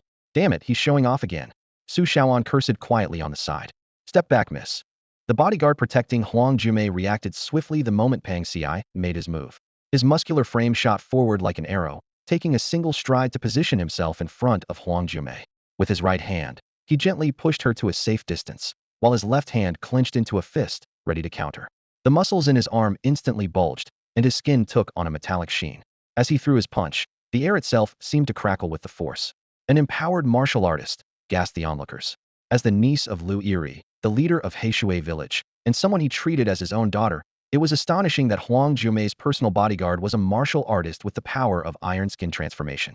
Zheng Deyu observed the scene silently, understanding the situation clearly. The bodyguard, named Hu Mu, was an orphan taken in by Lu Yiri at a young age. Upon discovering Hu Mu's unique ability to transform his skin into iron, Lu Yiri spared no expense to procure the Iron Mountain technique, training him into a martial artist capable of breaking the fifth limit. When Huang Jiumei married into the Feng family, Hu Mu was assigned as her personal protector. With his strength, even a martial artist who had broken the sixth limit would struggle to defeat him without specialized armor-piercing techniques. The clash happened in an instant. Bang! Two heavy punches collided, like two raging bulls locking horns. The resulting shockwave rippled through the air, and the ground beneath their feet cracked under the sheer power of the impact. Brother, Hu Mu, his skin still in its ironized state, spoke in a low voice as their punches locked in a stalemate. The young lady is only concerned about the young master and has no intention of making enemies with you. There's no need for bloodshed between us. Hu Mu, stop wasting time. Huang Jiumei drew the soft sword from her waist, its blade slicing through the air in sharp arcs, forming intricate patterns. She clearly had no regard for Yuan Zong and his group. Fight with all you've got, no need to hold back. Miss. Hu Mu hesitated, evidently the more level-headed of the two. He understood all too well the dire consequences of killing members of the L group in full view of so many witnesses. At that moment, Pang Ci's lips curled into a sly smile. He had caught on to Hu Mu's concerns and thought to himself, does this guy really think he can hurt me? Although the story of the fierce beast elder being slain in the misty valleys of Yunwu Mountain had spread, few knew the details. Even members of the L group couldn't provide a clear account, relying only on Guan Yun's brief description of the outcome. Just as Hu Mu was about to say more, Pang Ci's fist suddenly unleashed strength several times greater than before. The unexpected surge of power caused excruciating pain in Hu Mu's joints, forcing him to instinctively retract his arm. But Pang Ci had anticipated this. He transitioned from a punch to a claw, his hand darting forward like lightning to seize Hu Mu's wrist. Humph! Pang Ci let out a cold chuckle, his 5 fingers tightening their grip bit by bit. A muffled groan escaped Hu Mu's lips as his face turned pale. A sharp, electric pain spread from his wrist throughout his entire body, as if his bones were being ground to dust. He immediately activated his inner energy, channeling the Iron Mountain technique while infusing his body with mental strength to enhance his iron-like resilience, desperately trying to resist the overwhelming force. Can you get any tougher? Pang Ci's tone was so relaxed it bordered on mockery. sending alarm bells ringing in Hu Mu's mind. Such power was far beyond that of an ordinary person. The agony in his wrist intensified, leaving Hu Mu no time to consider his opponent's background. His right leg suddenly swung up, unleashing a devastating axe kick that tore through the air with a sharp whistle, aiming straight for Pang Xi's face. "Watch out!" The warning cry from a member of Group L was abruptly cut short. The fierce kick, powerful enough to split mountains and shatter steel, landed squarely on Pang Xi's cheek.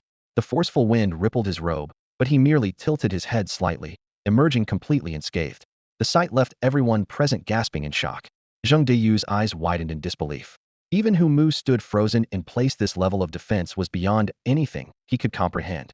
How boring. Pang Xi smirked, tightening his grip. The sound of bones cracking filled the air, accompanied by Hu Mu's agonized scream as his wrist was crushed to pieces. In a desperate move, Hu Mu's right leg shot out like a spear, targeting Pang Xi's abdomen. But just as the attack was about to land, a flash of cold light came from the side. Huang Jiumei had joined the fray, her sword aimed straight for Pang Xi's left eye with deadly intent. "If you dare to come, I dare to kill." In an instant, Hu Mu was sent flying, blood splattering through the air. Meanwhile, Huang Jiumei suddenly found herself unable to track Pang Xi's movements. A crushing sense of pressure loomed from behind her, as though she were prey caught in the sights of a predator. Instinctively, she swung her flexible sword to defend, but it was already too late. A heavy blow struck the back of her head, sending her tumbling like a broken kite. Her life force rapidly ebbed away. "No!" Hu Mu's eyes burned red as his suppressed emotions erupted in a frenzy. Ignoring everything else, he charged at Pang Xi, pushing the Iron Mountain technique to its absolute limit and summoning a massive axe of energy. The glowing white blade, imbued with overwhelming hatred, was aimed to cleave Pang Xi in two. But this desperate, allure-nothing attack was effortlessly shattered by a single punch from Pang Xi. Following up with a brutal elbow strike to Hu Mu's chest, Pang Xi sealed his fate. As life slipped away, Hu Mu dragged himself to Huang Jiumei's side. "Miss, don't be afraid. I'll always stand in front of you. Get lost, useless fool." Huang Jiumei weakly slapped him away. Her gaze lingered longingly on the stunned Feng Lu before shifting to Yuan Zong. "You will pay for this." "Jiumei." Feng Lei arrived just a moment too late. Seeing Huang Jiumei lying in a pool of blood, his expression twisted in despair. "My love, hold on." "You?" "Feng." Huang Jiumei's words trailed off as her eyes closed forever. Standing behind Yuan Zong, Zheng Deyu's breathing quickened. Kill without hesitation, without mercy. He stared at the tall figure before him, and, for the first time, truly understood why the higher-ups had sent Yuan Zong to Nanyun. To restore order and assert dominion. The achievements of predecessors were not immunity from judgment. Nanyun, too, belonged to the red banner that flew high. "Jiumei, open your eyes and look at me." Feng Lei held Huang Jiumei's cold, lifeless body in his arms, his rough hands gently patting her pale cheeks. This man, known for his hardened demeanor over the years, now had reddened eyes, tears welling up and threatening to fall. "Why didn't you listen to me? Our Feng family has a clear conscience. We have nothing to fear. What harm would it have done to go in for questioning?" Grief quickly turned into rage as Feng Lei sprang to his feet, his gaze locking onto Feng Lu, who was restrained in the vehicle. "You worthless scum. You killed Jiumei," he roared, charging at his son. "How many times have I told you?" "Over and over again, but you never listen." Several officers stepped forward to restrain him, but Feng Lei, like a raging tiger, had already reached his son. With a sharp smack, a resounding slap landed heavily across Feng Lu's face. "Father! Father! It wasn't me." Feng Lu cried out in panic. "It was that Yuan guy's trickery. I don't even know Zhang Tao. How would I know about any of your troubles?" "Useless fool. You killed Jiumei," Feng Lei shouted, venting his grief and fury with punches and kicks aimed at his own son, as if trying to unload all his pain upon him. Standing nearby, Su Shaoan lowered his voice and asked Wei Zichong, "Old Chong, what do you think?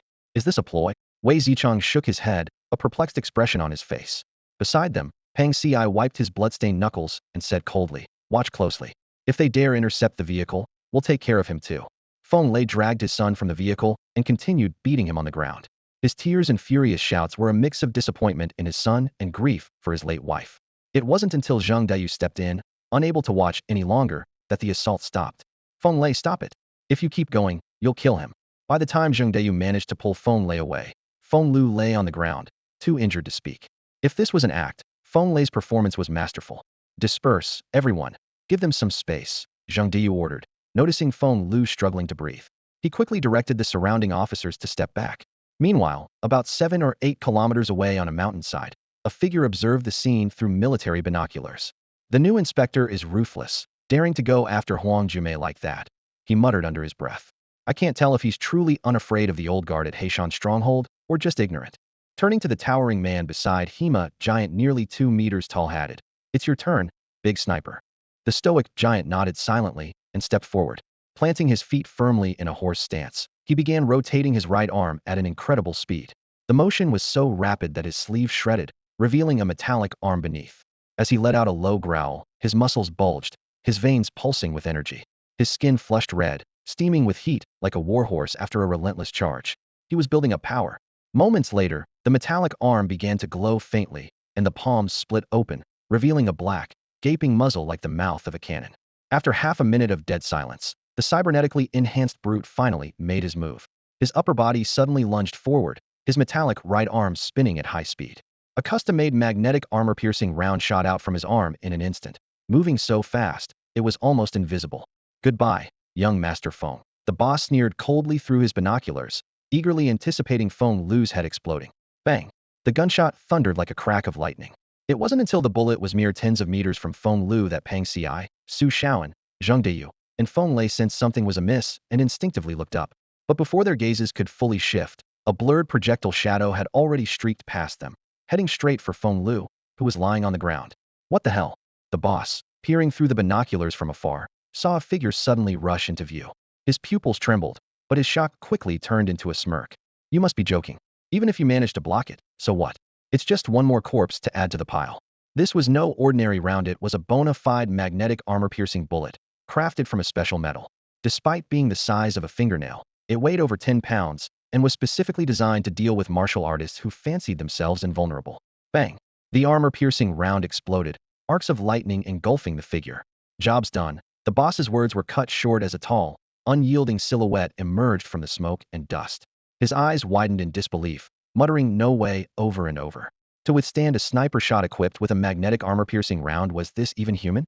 Noticing the gaze from afar, the boss felt a chill run down his spine and immediately shouted, "Retreat. Boss, the big guy's out of juice."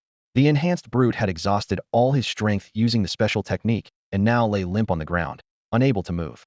The boss squinted, swiftly drew a short blade from his waist, and silenced the brute with a single, decisive slash to the throat. The other two hesitated for a moment before quickly following the boss in retreat. Yuan Zong landed heavily on the ground, inspecting the brute's lifeless body. He removed the metallic right arm and examined it closely. Tech-enhanced martial arts. Someone actually developed it. A human sniper rifle? Quite the imagination. He chuckled lightly. "You might run, but your base won't." Moments later, Pang Ci and the others arrived. Guan Yun's eyes lit up as he eagerly examined the metallic arm. "This tech punk style is so cool. Brother Zong, is this what you meant by tech-enhanced martial arts? Tech combined with martial arts? Freakish," Pang Ci scoffed dismissively. "Freakish? At least neither of us could outrun that bullet," Yuan Zong retorted as he turned to the group. "That shot was aimed at killing Feng Lu. It seems he knows quite a bit. We'll interrogate him thoroughly when we get back." "Understood," the group replied in unison. Guan Yun's eyes sparkled with excitement.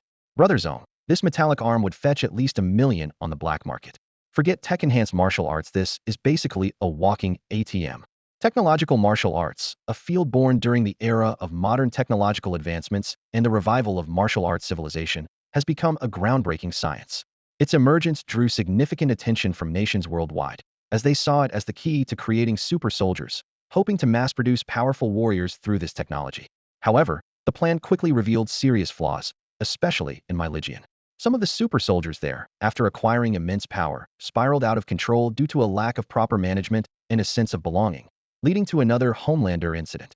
This resulted in severe social unrest and prompted other nations to halt similar programs in time. During the crisis, Myligian, fearing that other countries might surpass it, pushed for the adoption of the Prohibition of AI Technological Martial Arts Development Act at the United Nations. Ironically, several nations had previously warned them against introducing AI into technological martial arts, but their warnings fell on deaf ears. Now, Myligian's double standards were on full display, though it maintained its characteristic indifference toward the criticism. Over time, countries gradually abandoned the super soldier programs based on technological martial arts. Debates over whether to pursue mechanical ascension or a human-centric approach, and over the role of technology as a primary versus an auxiliary tool, remained unresolved.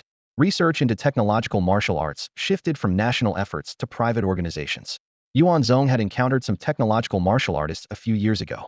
At the time, he thought their techniques were underdeveloped, often leading to accidents during combat. Sometimes they even self-destructed without any intervention from their enemies.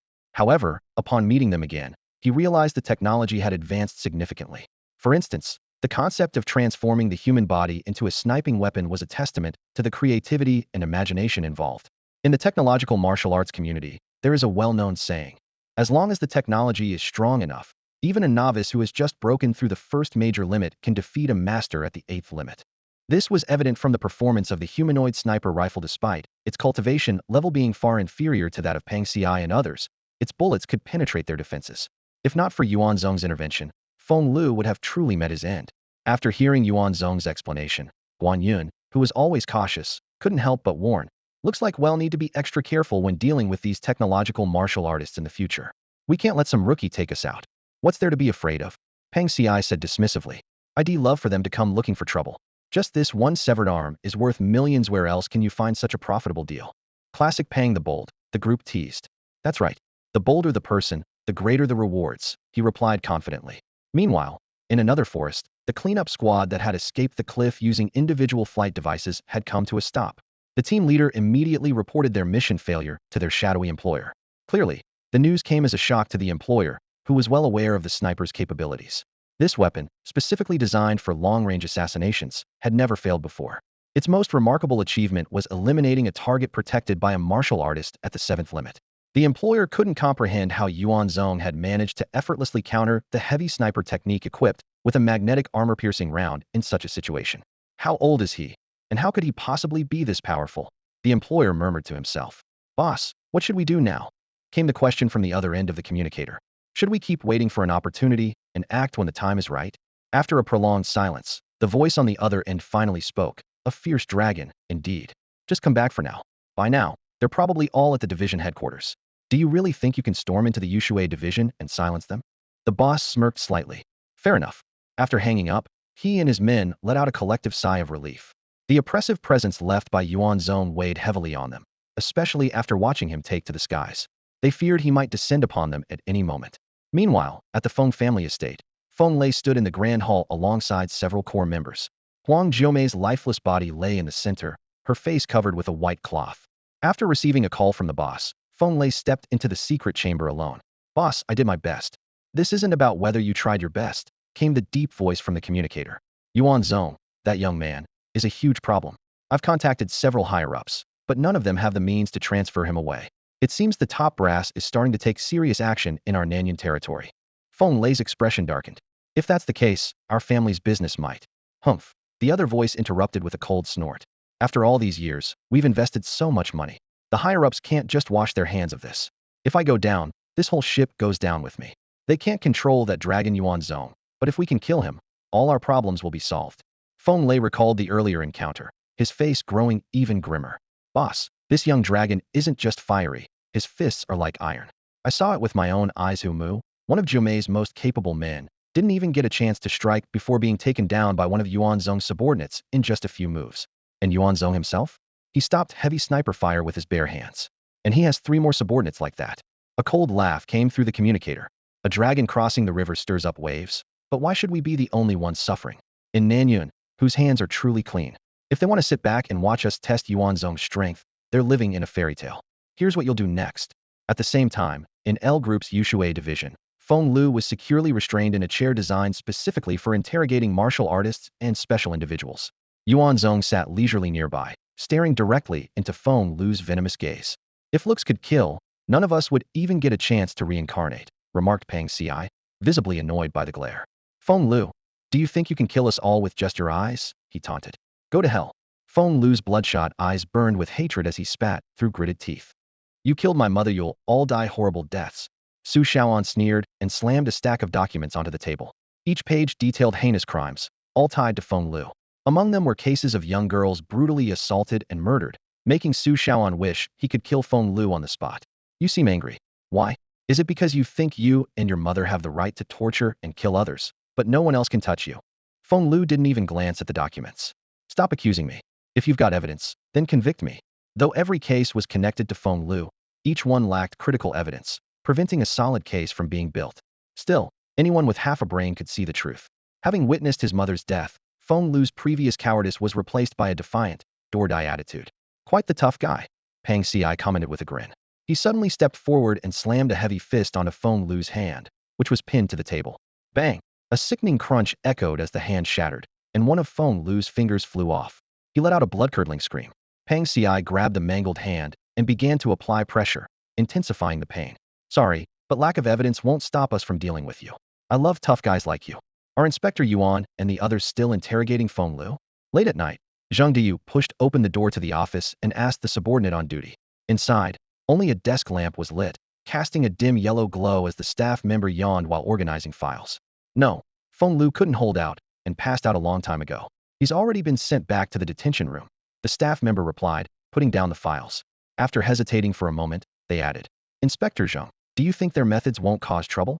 This could definitely be considered coercion through violence. Mind your own business. Does this concern you? Zhang Dayu's tone was icy. Yes, sir. The subordinate quickly shrank back, forcing a nervous smile to mask their unease. Zhang Dayu turned to leave, but suddenly stopped in his tracks. Is there a video recording of the interrogation? Yes. Inspector Yuan is bold, leaving the cameras running even during something like that. Make me a copy. Understood. In the office, Zhang Dayu sat in front of the computer, put on a headset, and began watching the interrogation footage. The methods used by Yuan and his team were indeed excessively rough. He knew full well that if this video were to leak online, it would undoubtedly trigger a massive uproar.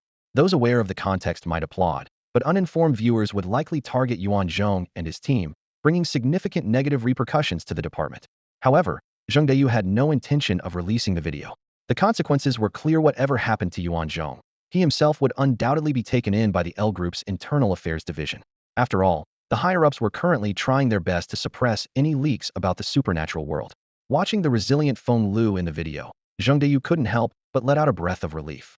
Just then, his phone vibrated in his pocket. Seeing the caller ID, he frowned slightly, rubbed his temples, and answered. Feng Lei, contacting me at this hour isn't exactly appropriate, is it? On the other end, Feng Lei's tone was cold. I should be the one saying that, Inspector Zhang. Over the years, have we ever shortchanged you? And now, at a critical moment, you intend to stay out of it. Zhang Dayu's expression immediately darkened, his usual composure vanishing. Feng Lei, don't you feel guilty saying that? Over the years, how much information have I provided you? And with that information, how many resources has your Feng family acquired?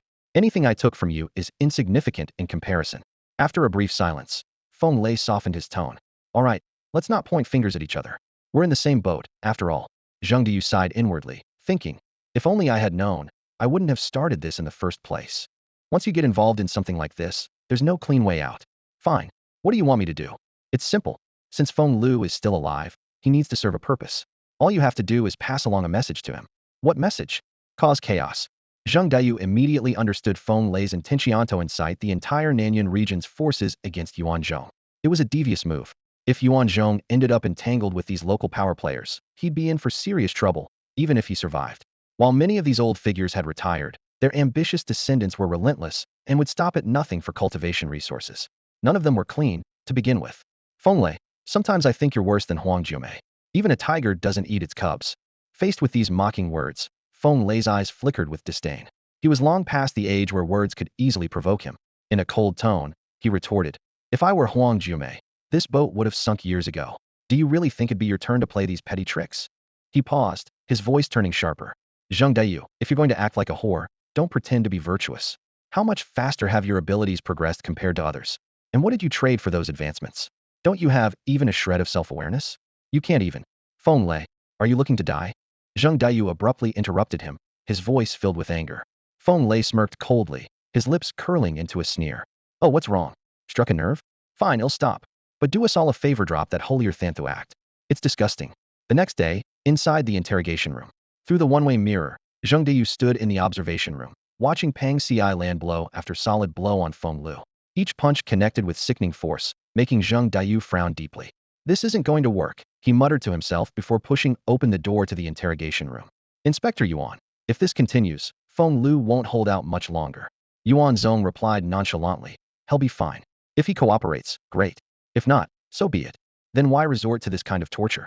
To let him taste what it feels like, Yuan Zong said in a tone that sent a chill down Zhang Dayu's spine. For a moment, he wondered if this man was a hidden devil infiltrating the L Group. The methods he used were no different from those of the most ruthless criminals. All right, Zhang Dayu exhaled deeply. Feng Lao's father, Feng Lei, asked me to deliver a message. Yuan Zong raised a hand to signal. Pang Ci, hold off for now. Pang Ci stepped back, shaking his bloodied fist with a sinister grin. We'll pick up where we left off later, young Master Feng. Feng Lu, his head spinning, kept replaying his father's words from the day before. As long as you don't speak, you won't die. But the moment you do, your death is certain. He was a man terrified of dying. The thought of all the pleasures and privileges he enjoyed in his current position outweighed the physical pain, keeping his jaw clenched tight. Feng Lu, your father's exact words were this. Zhang Daiyu cleared his throat. All these years, you've been running wild outside, and I failed to notice or stop you in time. As your father, that's on me. Don't make things worse. If there's truly something, cooperate with Inspector Yuan.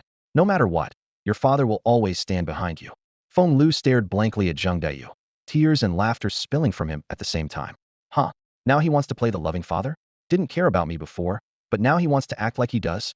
His emotions spiraled out of control, shifting between manic laughter and sobbing. Fine. You want to know about the magic drugs, right? He'll tell you. I just hope you've got the guts to go after them. Just speak. Leave the rest to us, Pang Ci said coldly. All right. Feng Lu grinned, his teeth stained with blood. Yinshan Group's Lanyu, Zhougo Village's Afu, and Huowang Pavilion's Zhou Qingyi. Heh, don't chicken out now. Are you sure? Su Xiaoan frowned and asked. What? Scared? Feng Lu laughed maniacally. You wanted me to talk, so I did. Now go catch them. Yuan Zong stood up, towering over Feng Lu as he looked down at him. Feng Lu, don't play with fire. Scared, aren't you? Then get out of here. Nanyun. It's beyond your control. Feng Lu sneered. Yuan Zong stretched lazily before leaning down to meet Feng Lau's hateful gaze. He reached out and tousled Feng Lau's hair with a chuckle. You misunderstand. I'm just worried your Feng family won't be able to handle what's coming. Finally, they had a plan fill their stomachs before getting to work. Su Xiaoan rubbed his growling belly, pondering what to have for lunch. How about dog meat? It's been a while since we had it, Wei Yun suggested, a glimmer of anticipation in his eyes. Then let's find a proper dog meat restaurant, Yuan Zong said, turning to Zhang Diyu, who was standing nearby. Zhang Xuanshi, care to join us? No, I have other matters to attend to, Zhang Diyu replied with a slight shake of his head. Yuan Zong nodded. All right, maybe next time. Suddenly, his tone shifted, and his gaze sharpened. Oh, by the way, Zhang Xuanshi, since I'm new here, you might not fully understand my way of doing things. Zhang Diyu stopped in his tracks, his expression calm. Is that so? Then I appreciate your guidance, Yuan Xuanshi. Guidance is too strong a word, Yuan Zong said coldly. But you should know my style by now. Pass this along to our colleagues at the Yushui branch. If anyone has skeletons in their closet, they'd better take the initiative and report to the higher-ups. Don't wait until I catch them, and then try to talk about past favors. Zhang Diyu remained composed, his years of experience leaving him unshaken. Yuan Xuanshi, what exactly are you implying? Are you suggesting there's something shady going on at the Yushui branch? Yuan Zong ignored the question, continuing, 5 days. I'm giving them 5 days to come clean to the Ministry of Internal Affairs. After that, there will be no more chances. But Yuan Xuanshi, this. Enough. We're off to eat, Yuan Zong said, patting Zhang Diyu on the shoulder before turning to leave. Yuan Xuanshi, Yuan. 5 days, Guan Yun interjected as he walked past, spreading 5 fingers in an unmistakable gesture. It wasn't until Yuan Zong and his group were completely out of sight that Zhang Diyu dropped his facade, his face darkening with anger. Is Yuan targeting me? Why? When did I slip up? As the team's spacious 7-seater vehicle drove away from the Yushui branch, Pang Ci asked in confusion, Zonga, do you really think Zhang Diyu is hiding something? I didn't notice anything unusual. Su Xiaoan couldn't help but laugh. Buddy, if you could spot it, he wouldn't be in this line of work. From the rearview mirror, Guan Yun cast a glance at them. It's highly likely. Zhang Diyu has been managing the Yushui branch for years. Based on the annual summaries, the Yiwu affairs in Nanyun City seem unusually peaceful. A few cases pop up now and then, but they're resolved quickly with impressive efficiency. Isn't that a good thing? What's the problem? Pang Ci asked, puzzled. Guan Yun rolled his eyes. Nanyun City, one of the places where L Group's influence is weakest. If things look too good, that's the problem. What kind of problem? Pang Ci pressed on. Pang Ci, this isn't something you need to worry about, Yuan Zong interjected. Focus on the dog meat. Instantly energized, Pang Ci said. Zonga, I already looked it up. There's a place known for its lychee dog meat hot pot. The dog meat and lychee are cooked together in a boiling pot, and with the special dipping sauce, it's supposed to have a wonderfully complex flavor. See? You're perfect for this kind of thing, Su Xiaoan said with a thumbs up. Who says? I'm also good at fighting. True, you're the second toughest among us, right after Zonga. The 5 of them weaved through the alleys, making several turns before finally finding the dog meat restaurant. Even before stepping inside, the rich aroma wafting out made their mouths water. Unable to resist, Pang Ci quickened his pace and was the first to push open the door. It wasn't a busy time, so the restaurant was quiet. After entering, The five of them deliberately sat apart, each taking a separate table. This unusual behavior caught the attention of the owner behind the counter, who stared at them in bewilderment. The five men entered the restaurant, chatting and laughing as they pushed the door open. Each chose a different table to sit at. The owner, puzzled, approached them and asked, "Gentlemen, aren't you all together?" "Yes, we are," one of them replied. "Then why are you sitting separately?" "We have big appetites, so we eat at separate tables." The owner quickly waved his hands. "Oh no, our portions here are very generous. Would you like to sit together instead?" Pang Ci, who was always impatient, raised an eyebrow at this and retorted, "Boss, however many tables we sit at is our business. We're not shortchanging you. So stop nagging and just bring the menu over." Yuan Zong shot him a glare. "You're so noisy. With a face like yours, you should talk less when you're out." As soon as he said this, Pang Ci, who always listened to Yuan Zong, immediately quieted down, laughing sheepishly. "Boss, don't overthink it. This is just how we eat hot pot," Yuan Zong explained politely. "Just treat us as five separate customers." The owner, seeing Yuan Zong's polite demeanor, decided not to press further and handed out menus. "Start with 10 pounds each," one of them said. The owner froze for a moment. "Gentlemen, you mean?" Guan Yun, already accustomed to such scenes, glanced at the menu, noting the dog meat, 150 per pound price, and immediately scanned the QR code to transfer 20,000 yuan. "We'll settle the rest after we're done." The owner was left speechless and hurried to the kitchen to prepare the order. "This is amazing," Pang Ci exclaimed as he devoured the food. "Delicious, absolutely delicious. No wonder this place is a century-old establishment. Boss, you get a thumbs up from me." Those who knew him understood that his compliments were always genuine. The tender, flavorful dog meat, marinated with a secret recipe, melted in their mouths with every bite. By the end of the meal, the five of them had astonishingly consumed 185 pounds of meat, adding a few thousand more to the bill. The owner was left dumbfounded. He had seen food streamers before who appeared to eat a lot, but it was nothing compared to these money were the real deal. Satisfied and full, the five of them exited the restaurant. Suddenly, Guan Yin stopped in his tracks, his gaze falling on a truck parked by the roadside. The truck was filled with black dogs, which didn't seem like they were randomly captured, but rather uniformly bred. Coincidentally, the owner had come over to inspect the shipment. "Boss, these black dogs of yours look quite lively, barking so spiritedly," Guan Yun remarked. The owner chuckled. "Of course, these dogs are all free-range, raised in the mountains." The truck driver, a Biao, chimed in, "You've got a good eye, my friend.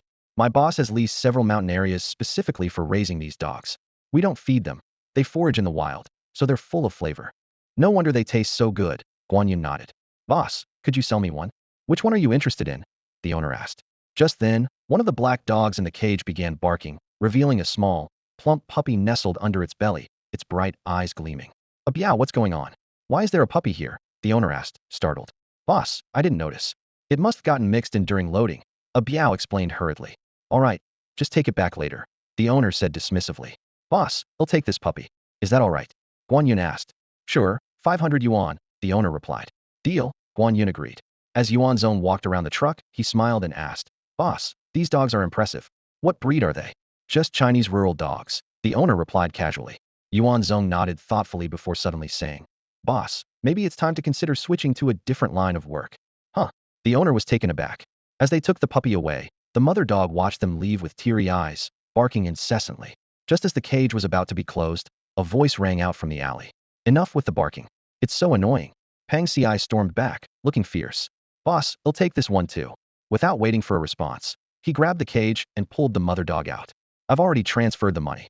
The owner's phone buzzed with a notification, 1,000 yuan received. Outside the alley, the mother dog happily reunited with her puppy. Moments later, the five men and their two new companions disappeared around the corner. In the alley, the sound of dogs barking echoed. "Boss, that guy told you to change your profession," a Biao remarked. "Change for what? This place makes me millions a year," the owner replied nonchalantly. "What the heck were you thinking, buying that dog?" Su Shaoan frowned as he questioned Pang Ci. "Don't tell me you've suddenly taken an interest in a female dog, you diehard straight guy?" As soon as he finished speaking, the black female dog seemed to understand him. It raised its head and stared directly at Pang Ci, then shockingly lifted one of its hind legs. Everyone present froze in astonishment. What was even more unbelievable was that they all seemed to hear a voice in their heads through the dog's gaze. "Go ahead, your kindness is beyond repayment. Don't pity me. Damn it, you stupid dog, get out of the way." Pang Ci, annoyed, gave the dog a swift kick on its hindquarters, not too hard, but not gentle either. "Brother Zong, look. You were the one who told me to buy it." Pang Ci turned to Yuan Zong, shouting. Yuan Zong was grinning ear to ear, waving his hand dismissively. "Nonsense, This has nothing to do with me. The black dog and its pup let out a mix of barks and whines. Woof woof.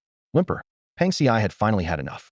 He turned to Guan Yun and yelled, "This dog was your idea. You're the one researching animal care methods. They're your responsibility, now don't bother me with them." Guan Yun couldn't help but laugh as he nodded. All right, no problem. It's rare for our wanted man to do something good for once, so of course, I'll back you up. You're the one who's a wanted man. Pang Xi shot back. Haha. So, Brother Zong, where to next? Guan Yin asked, steering the conversation back on track. At the mention of serious matters, Yuan Zong's smile faded, and he asked solemnly, "Who are the three people Feng Lu mentioned?" Su Shaoan immediately replied, "Lan Yu from Yinshan Group, Af Yu from Jogo Village, and Zhou Qingyi of the Fire King's Hall." He then elaborated on their backgrounds. Lan Yu, an extraordinary individual from Yinshan Group, specialized in medicines for martial artists with unique abilities and was the most likely to be connected to the demonic drugs. Af Yu from Jogo Village was the son of a highly respected elder in the local martial arts community. Zhou Qingyi of the Fire King's Hall was a martial artist with supernatural abilities, known for breaking through the seventh limit and for his ruthless reputation. People in the underworld often said, better to face Mount Tai than cross paths with Zhou of the Fire King. Sounds intense. All right, let's head to the Fire King's Hall, Yuan Zong decided firmly. The SUV sped down the highway. For this group of martial artists, their superior eyesight, reflexes, and driving skills made navigating the roads a breeze. Before long, they entered Hui County. On the winding mountain roads, they occasionally passed minority villagers carrying mountain goods on their backs. Their faces were weathered and dark, their steps steady and sure. Yuan Zong gazed at the rolling mountains, lightly tapping the car window with his fingers as he mused. This terrain is perfect for growing Lutsai flowers, a key ingredient in demonic drugs. Used properly, it's a powerful medicine. Misused, it leads to madness. When they arrived at the entrance of the Fire King's Hall, Pang Xi immediately spat on the ground. TCH. A small dojo like this dares to look more impressive than our L group? Ridiculous. In front of them stood a grand entrance supported by several red pillars carved with coiling dragons. Above the gate hung a plaque adorned with a carved fire dragon, inscribed with the three bold characters, Fire King's Hall. In front of the entrance, a vast and immaculate plaza stretched out, with a towering stone statue standing proudly at its center. The statue depicted the commanding presence of Zhou Qingyi, the founder of the Fire King Pavilion. The grandeur and scale of this place not only surpassed the L Group's Yushui branch, but could even rival the headquarters. "You there, stop." The group of five led by Yuan Zong turned at the voice just as they were about to step into the pavilion. They saw several young men in matching fiery red martial uniforms striding toward them. "You're not disciples of the Fire King Pavilion, are you?" the leading youth asked. Guan Yin stepped forward. "We're not. If you're here to join, head over that way." "We're not here to join," Guan Yin replied directly. "We're here to see your pavilion master, Zhou Qingyi." At these words, the casual tone of the conversation shifted instantly. A buzzcut youth's eyes widened slightly, his tone turning sharp. "Who do you think you are, daring to call our master's name so casually?" Pang Xi licked the corner of his mouth, ready to retort, but Guan Yin cut in with a grin. "Oh, my bad, I meant Master Zhou. We're here to see Master Zhou." "Huh? Do you think you can just meet our master whenever you please?" The buzzcut youth sneered, his voice growing shriller. The first youth who had spoken softened his tone slightly. "Who are you? What business do you have with our master?" Guan Yin pulled out a badge. "L Group. We need to speak with Master Zhou." Unexpectedly, the sight of the badge caused the previously polite youth's expression to darken. "Sorry, the master isn't here." Guan Yun's smile faded. "Is that so? I heard your master just returned from Huofeng Village. Can't he leave again after coming back? Our master is incredibly busy. Do you think he's as idle as you lot, with nothing better to do all day?" The buzzcut youth interjected again. "Watch your mouth." Pang Xi finally lost his patience, shoving Guan Yin aside and pointing at the buzzcut youth. "Kid, you'd better show some respect when you speak." "Respect? For a pack of dogs like you." Before the words were fully out, Pang Xi had already launched himself forward like a cannonball. A fierce sweeping kick lashed out, and though the buzzcut youth instinctively tried to block, he was utterly overwhelmed by the force. With a loud thud, he was sent flying over 10 meters, tumbling several times on the ground before coming to a stop, unconscious. "With that kind of skill, you dare run your mouth in front of us?" Pang Xi sneered, glancing at Guan Yin. "Didn't I tell you? The only language these people understand is this." The three remaining youths stood frozen for a moment before the leading one erupted in fury. "You've got some nerve, causing trouble in the Fire King Pavilion. Don't think you'll leave here unscathed. Sound the drum." The rapid beating of a drum echoed through the pavilion, and from all directions, a swarm of broad-shouldered, muscular disciples poured in, surrounding the group of five. Their fierce glares carried a palpable sense of menace. Just these few clowns causing trouble? Have you prepared their coffins yet? Faced with the threats, the five remained unfazed. Pang Xi stood tall, raising his voice. We're from L Group, here to check the water meters. If you don't want trouble, step aside. The mention of L Group silenced most of the disciples, though a few still glared with hostility, clearly the elite of the pavilion. Call out your master. Huh. The L Group thinks it's so impressive. A deep voice suddenly rang out. The crowd parted, making way for a burly, shirtless young man with bulging muscles to stride forward. Senior brother, the disciples shouted in unison. Is the L Group really that impressive? This mocking remark echoed across the square in front of the Huowang Pavilion. Nanyuan has long been a land of ruggedness. Even in modern times, the fierce and untamed spirit of its people remains deeply ingrained. The arrival of the era of exotic martial arts has only further fueled their defiance of authority. As an official organization managing the exotic martial arts world in Shagua, the L Group's influence in the Nanyuan region is negligible at best. Senior brother, these L Group people are too much. They injured junior brother Wu as soon as they arrived, said Ren Lizhu angrily. Hearing this, Guan Yun frowned. Hey, I've already explained the situation politely. Oh really? Have you? Just as tensions escalated, the senior disciple of the Huowang Pavilion stepped forward slowly. He looked down at Yuan Zong and the other four with disdain in his eyes. Causing trouble in front of the Huowang Pavilion? Even if your L Group leader came here, they'd show respect, let alone a few nobodies like you. His gaze locked onto Pang Ci. Was it you who injured junior brother Wu? Pang Ci met his gaze without backing down and nodded. That's right, it was me. What of it? Break a finger, and I'll let you leave, the senior disciple said indifferently. Oh, Pang Ci leaned back dramatically. How generous of you. And what if I refuse? Then the best outcome for you in this lifetime will be a wheelchair. Don't bring this upon yourself. Huh. The last guy who tried to act tough in front of me is now used to watching stand-up comedy with me. Come on, show me how you're going to put me in a wheelchair. Pang Ci sneered. The senior disciple smiled faintly, placing his left hand behind his back and raising only his right hand. Come, let me teach you a lesson. One hand. Pang Ci tilted his head, feigning curiosity. The surrounding disciples of the Huowang Pavilion burst into laughter. Haha, our senior brother's nickname is the One-Handed Overlord. Kid, open your eyes and watch closely. Hurry up, I don't have all day, the senior disciple urged. Interesting. All right, here I come. Pang Ci suddenly lunged forward like a beast unleashed, closing the distance to the senior disciple in an instant. The overwhelming pressure made the senior disciple's heart skip a beat. Just as he was about to retreat, Pang Ci roared. Retreat, my ass. Come at me. One-handed overlord, huh? Teach me a lesson, huh? In just one exchange, the sound of bones cracking echoed, accompanied by a spray of blood.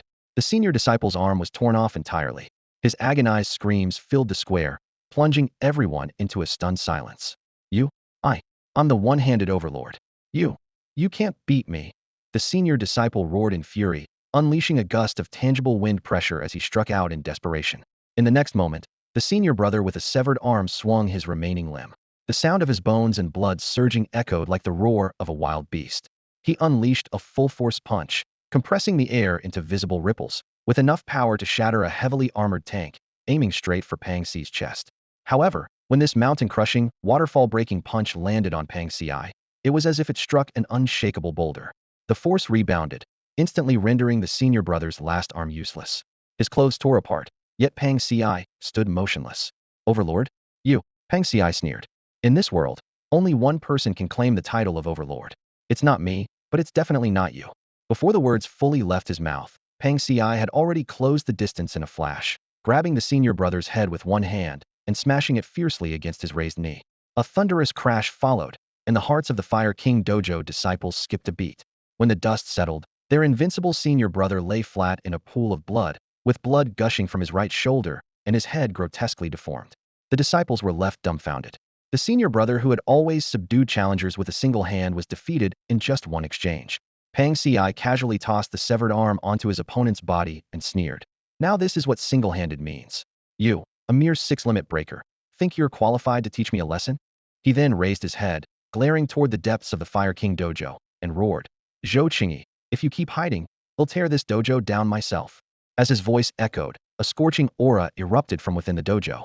Everyone looked up to see a crimson flame, like a meteor from the heavens, streaking toward Yuan Zong. The Fire King Dojo disciples immediately felt a surge of hope their master had stepped in. Yet, as the fireball neared Yuan Zong, no one present could even catch his movements before the fireball exploded with a roar. As the flames dissipated, a red-haired middle-aged man strode out confidently, directly clasping Yuan Zong's hand. You must be Yuan Zong, the newly appointed inspector. Remarkable talent for someone so young, Zhou Qingyi said with a polite smile. Simultaneously, a faint voice, barely audible, reached Yuan Zong's ears. Inspector Yuan, please show some leniency. Let's not make this uglier than it needs to be. Yuan Zong's lips curled into a slight smile. Master Zhou, you're quite difficult to meet. The subsequent conversation was brief, and Zhou Qingyi accompanied Yuan Zong as they departed. Before leaving, he scolded the stunned disciples, calling this a lesson for their disrespect. After Yuan Zong and his group left, Zhou Qinjiho had broken through the 7th limit and mastered flame manipulation. Couldn't help but feel a wave of relief. That young man was terrifyingly powerful. Fortunately, he had reacted swiftly. Despite his prominent status in the martial world of Xia Nation, Zhou Qingyi had felt an overwhelming sense of dread from Yuan Zong, as if standing before an abyss. To bend and endure is the mark of a true man. Zhou Qingyi understood this principle all too well. Inspector Yuan, I have a question that might be a bit presumptuous. May I ask? Inside a moving car, the notorious Zhou Qingyi was seated between Pang Xi and Su Shaoan. As soon as he finished speaking, Pang Xi, on his left, sneered and interjected. You know it's presumptuous, yet you still ask? Huh. Zhou Qingyi flashed an unusually obedient Smilia sight that would surely shock anyone familiar with his reputation. After a moment's hesitation, he decided to ask anyway. Inspector Yuan, may I ask how old you are? The question stemmed from Zhou Qingyi's recent experience. In martial cultivation, breaking through the 8 great limits is a crucial process. With each breakthrough, a martial artist's physical body undergoes a qualitative enhancement. For instance, a martial artist who has surpassed the 5th limit can withstand bullets with their bare body, and those with particularly strong physiques can even endure a direct sniper shot. This kind of strength significantly slows the aging process, making some powerful martial artists appear far younger than their actual age. Earlier, Zhou Qingyi had tentatively tested Yuan Zong's strength. His initial plan was to teach this group a harsh lesson if he saw an opportunity. After all, they had dared to cause trouble at the Fire King's pavilion and even crippled Wang Xian. But the moment they exchanged blows, Zhou Qingyi realized the vast disparity between them. His fire-infused heavy punch, which could trouble even a peak 8th limit master, was effortlessly neutralized by Yuan Zong. This terrifying display of power immediately made Zhou Qingyi reassess the situation. What do you think? Yuan Zong turned his head, a friendly smile on his face. 50. Zhou Qingyi hesitantly guessed. As soon as he said it, the others in the car, including Guan Yun, burst into laughter. Pang Xi immediately corrected him. My brother Zong isn't anywhere near that old. Guess lower. Lower? 40. Zhou Qingyi was secretly startled. Achieving such a level of cultivation at 40 would make Yuan Zong a rare prodigy in the entire martial arts world of Xia, someone on par with the most dominant figures. Can you have some sense? Nowhere close to that. Pang Xi continued to shatter his assumptions. Zhou Qingyi's eyelids twitched. Could it be that Yuan Zong wasn't even 40? This completely overturned his understanding of martial cultivation. He had spent 78 years in arduous training, surviving countless life and death battles to reach his current level. And yet, this man, just as he was lamenting how infuriating comparisons could be, Pang Xi's next words hit him like a sledgehammer. 30 my foot. Brother Zong's 30th birthday is still 6 months away. 29. Zhou Qingyi stared blankly at the youthful face reflected in the rearview mirror, his heart pounding like a drum. A monster. This man is definitely a monster, he screamed internally, before another thought struck him. No, perhaps, it's destiny. Zhou Qingyi pressed his lips together, his head lowered, and his eyes flickered uncertainly, as though weighing a difficult decision. How much farther? Yuan Zong turned to ask Guan Yun. A few dozen kilometers. Zhou Qingyi of the Huowang Hall, Lan Yu of Yinshan Group, and Fu of Zhugozhe. These 3 were the individuals Feng Lu had specifically named. They were rising stars among the new generation of powerhouses in Nanyan City. Based on their current location, their next stop was Fu in Jiuxing County. Unlike Zhou Qingyi, who had built himself up from nothing, Fu came from a prominent background. His father was the powerful leader of Zhugozhe, one of the 72 strongholds in Nanyan City. Facing such a background, Yuan Zong already had a strategy in mind. Inspector Yuan. Zhou Qingyi looked Yuan Zong in the eye. Why did you personally come to invite me for tea? I'll admit I'm no saint, me hands aren't clean, but I've never harmed an ordinary person. Under this sky, the world of martial arts coexisted with normal society, yet they followed entirely different rules. In the martial arts world, clashes and battles were commonplace, like an undercurrent beneath the surface. As long as ordinary citizens were not involved and societal order remained undisturbed, the government typically turned a blind eye to conflicts between martial artists. Yuan Zong did not answer immediately. We'll discuss the details when everyone is present. It's too troublesome to explain one by one. Who else? Fu and Lan Yu. Zhou Qingyi was momentarily surprised. You're inviting those 2? You should have said so earlier. No need to trouble yourself over such a small matter. Pang Xi looked skeptical. Really?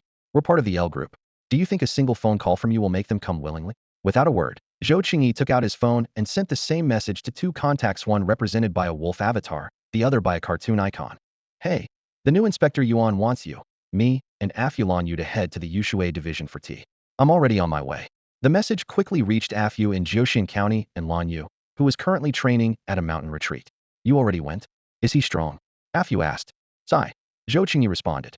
Got it, Lan Yu replied succinctly. Heading out now. Both Afu and Lan Yu were familiar with Zhou Qingyi's personality. It was clear he had already tested Yuan Zong's strength in his own way. Since neither of them had any serious issues to deal with, they didn't bother asking further questions. Haha, you've saved us quite a bit of trouble, Yuan Zong remarked. At the same time, Zheng Deyu of the L Group's Yushui division reconnected with Feng Lei. Your son named 3 people, Lan Yu, Zhou Qingyi, and Afu. Haha, that kid's not entirely brainless, Feng Lei sneered. He threw out 3 tough nuts to crack. Those 3 are notoriously difficult to deal with in Nanyan City. Aside from a few highly respected veterans, they don't give face to anyone. Let the newcomer tangle with them, it'll be interesting, haha. What's the next step? Zheng Deyu asked. Feng Lei let out a cold laugh. Next step? He's an outsider, and if he's not respecting us from the get-go, then don't blame us for being ruthless. Once there's some bloodshed between him and those 3, if anything goes wrong, we'll strike immediately. Understood. Keeping in touch. Zheng Deyu ended the call, his thoughts dark. Yuan Zong. Oh Yuan Zong, since you've decided to dig into my affairs, they'll just have to send you packing sooner rather than later. At a highway service station, a black SUV slowly approached a parked black sedan. Afu pushed open the car door, his gaze falling on Lan Yu, who sat inside the sedan wearing glasses. What's the deal? Are we really going? Afu's voice carried hesitation. Both men shared a similar approach to Zhou Qingyi, ruthless when dealing with individuals with special abilities, yet rarely harming ordinary people without reason. This cautious stance made them more hesitant compared to Zhou Qingyi. The newly appointed Inspector Yuan Zong, had a markedly different style from other L Group members.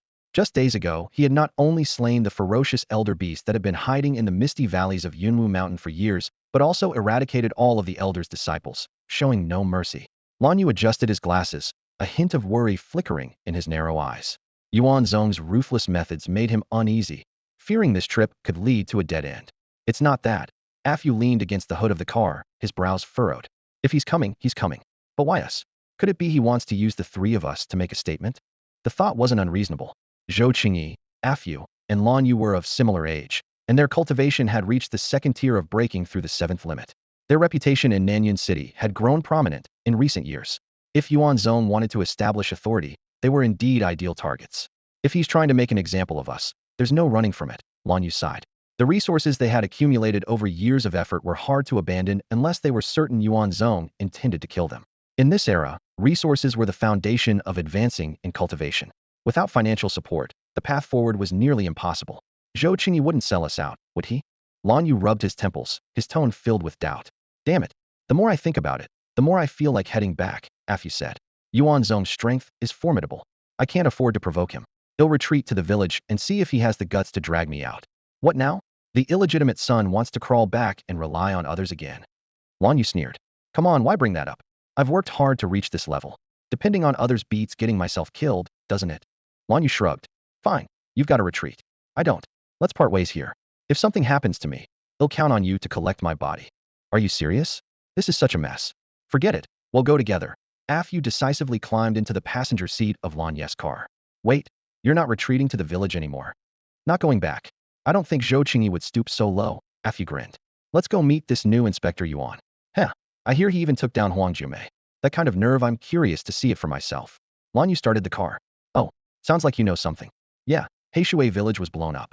Huang Jumai's second uncle threatened to leave the village and cut that bastard down, but the elders stopped him. Afu lowered his voice. The old guy's pretty fired up. Over Huang Jumei, held she really be his illegitimate daughter? Who knows? Lan Yu chuckled. I'm interested in family drama, but if it involves that old man, I'd rather not stir up trouble. At the Yushui branch, a business car pulled into the parking lot. The group promptly began preparations to re-interrogate Feng Lu. In the interrogation room, Feng Lu, who had previously appeared panicked, now seemed unusually calm. It was unclear what news he had received, but when Yuan Zong and the others entered again, Feng Lu met their gaze with an expressionless demeanor. Inspector Yuan, back so soon? Feng Lu sneered, a mocking smile playing on his lips. What's the matter? Got the guts to mess with harmless citizens like me, but cower when facing the real tough guys. Though Feng Lu couldn't fully gauge Yuan Zong's strength with his own cultivation level, the words from his father had made Yuan Zong's intentions clear. He deliberately mentioned the names of Zhou Qingyi, Lan Yu, and Afunit only because they had long-standing grudges with the Feng family, but also because he was convinced their power would be enough to make Yuan Zong back down. Pang Ci narrowed his eyes, a look of amusement spreading across his face. Kid, are you saying Zhou Qingyi, Lan Yu, and Ah Fu are involved in trafficking magic drugs? Is that true? To Feng Lu, these words only solidified his assumption the trio was untouchable. He taunted, of course. You're so capable, aren't you? Go ahead and arrest them for questioning. Pang Ci I couldn't hold back anymore, a sly smile creeping onto his face. All right, kid, you seem pretty honest. They'll take your word for it. But you know, trust is earned cautiously. That's why we brought the three of them here for a little face-off. Let them in. Those words hit Feng Lu like a hammer. A chilling aura swept over him as he whipped his head around. Zhou Qingyi, Lan Yu, and Ah Fu entered one after another, their icy stares making his blood run cold. It was over his world was crumbling. Well. I wondered why Inspector Yuan would bother inviting me for tea. Turns out it was you, running your mouth. Ah Fu's eyes bulged with fury, his glare sharp enough to kill. You're quite the character, Feng Lu, Lan Yu said coldly. Zhou Qingyi's face was dark with rage. You little rat, I didn't expect you to be this conniving. Slandering me? Let's see if you can handle the consequences. The three of them were seething with anger. The nerve-wracking ordeal they'd endured was all thanks to this troublemaker. If not for the setting, they would have torn Feng Lu apart on the spot. All right, everyone's here now, Yuan Zong said with a smirk, his gaze fixed on Feng Lu. Feng Lu, why don't you tell us about these three? Feng Lau's face turned deathly pale, his body trembling as his throat bobbed uncontrollably. Tell you? Tell you what exactly? Come on. Feng Lu, speak up. Cat got your tongue. Ah Fu slammed down into the chair next to him, his eyes brimming with murderous intent. If you don't give us a proper explanation today, I'm going to lose my temper. Yeah, explain yourself. When have I ever trafficked magic drugs? Zhou Qingyi growled through gritted teeth. Isn't this the kind of dirty business your Feng family has been running? Speak up. Say something. Pre-predecessors, I. Feng Lu stammered, unable to form a coherent sentence. Predecessors, my ass. Speak up. Ah Fu roared, his voice so loud it sent Feng Lu collapsing into his chair. Behind the glass, Zhang Daiyu watched the interrogation room with a grim expression. He hadn't expected Yuan Zong to actually bring back Zhou Qingyi and the others, let alone so quickly and without a scratch. This was completely outside of his and Feng Lei's calculations. How could those three hard-nosed individuals cooperate so willingly? Realizing the gravity of the situation, Zhang Daiyu turned quickly, intending to report this to Feng Lei. But as he opened the door, a figure blocked his path. Well, Inspector Zhang, where are you rushing off to? Su Shaoan greeted him with a smile, though his gaze carried a sharp edge. Zhang Daiyu forced a stiff smile. Just heading to the restroom. Maybe hold it for now. Inspector Yuan is asking for you. It'll just be a minute. Inspector Yuan wants to see you. Now. Su Shaoan's smile vanished as he placed a firm hand on Zhang Dai's shoulder. The inhuman strength behind it left no room for resistance as he half-dragged Zhang Daiyu into the interrogation room. In the L-team office, Feng Lu was drenched in cold sweat, his clothes soaked through. Facing the sharp gazes of the three notorious figures from Nanyuan City, led by Zhou Qingyi, his voice trembled. Inspector Yuan, this kid is just spouting nonsense. The three of us have never touched any magic potion. Yuan Zong slowly stood up, his eyes piercing. Whether you did or didn't isn't determined by words, but by evidence, he said coldly, his tone devoid of any warmth. Until the investigation is complete, none of you are leaving this place. Of course, he paused for a moment. If you want to leave sooner, you can put in some effort yourselves. Put in some effort? What does that mean? Feng Lu asked, his face filled with confusion. Pang Ci clicked his tongue impatiently, a trace of disdain flashing in his eyes. Are you dense? Use your brain. Brother Zong means you need to find something to prove your innocence. Lan Yu adjusted his glasses out of habit, his gaze calm behind the lenses. Inspector Yuan means we need to help trace the source of the magic potion. Ah Fu silently glanced at Zhou Qingyi, his face full of reproach. Damn it.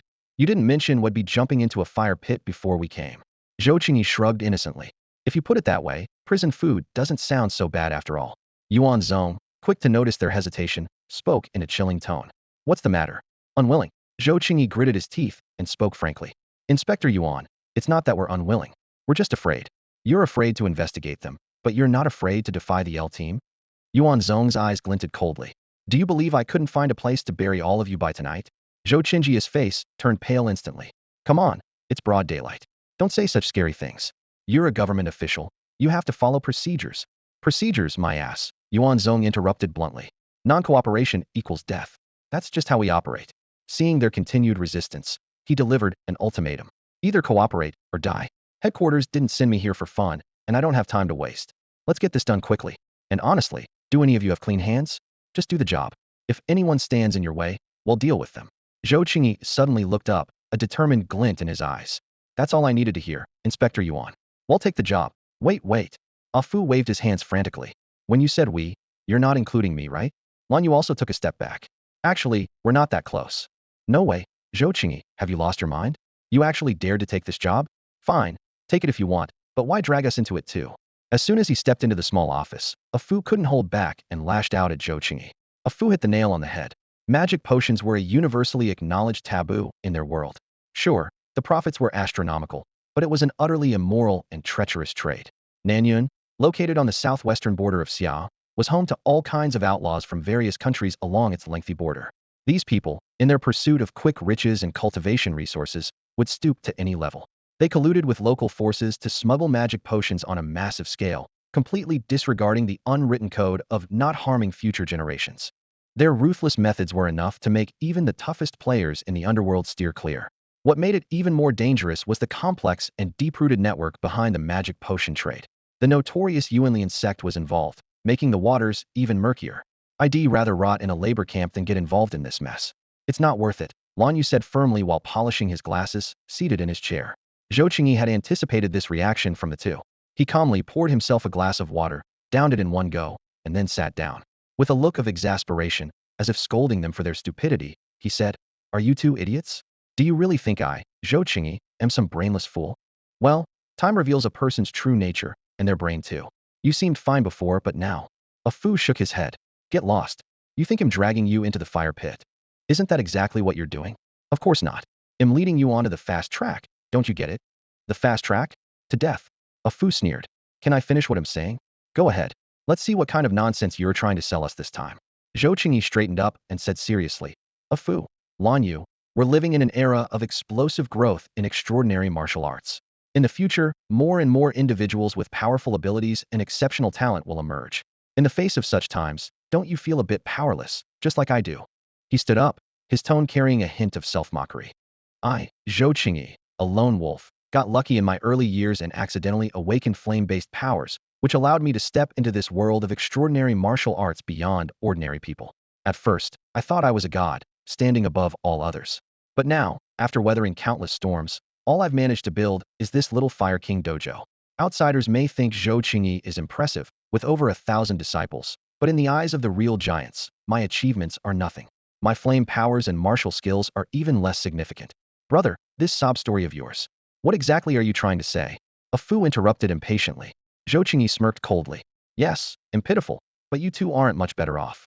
A Fu, you're an illegitimate child. Sure, you can intimidate people outside with the name of Jogo Fort, but what about at home? And Lan Yu, you're in the same boat as me. No family background to speak of, and you've had to rely on that 100-year-old aunt to get where you are today. Isn't that just as pathetic? Don't talk nonsense. We're in love," Lan Yu said calmly as he adjusted his glasses. "Love my ass." A Fu snapped angrily. "If she loved you, why would she turn you into a puppet?" "Yinshan Group." Zhou Qingyi sneered. "Even if you've climbed the social ladder now, what happens if you break up one day, or if something happens to her? What do you think you'll have left?" Lan Yu turned his head away in silence. That unspoken gesture conveyed more than 1,000 words. "Exactly," Zhou Qingyi continued. "Each of us has our own struggles. If we keep going like this, we'll all end up the same discarded. But now, we have a chance to turn things around." Lan Yu turned back, a hint of wariness flashing in his eyes.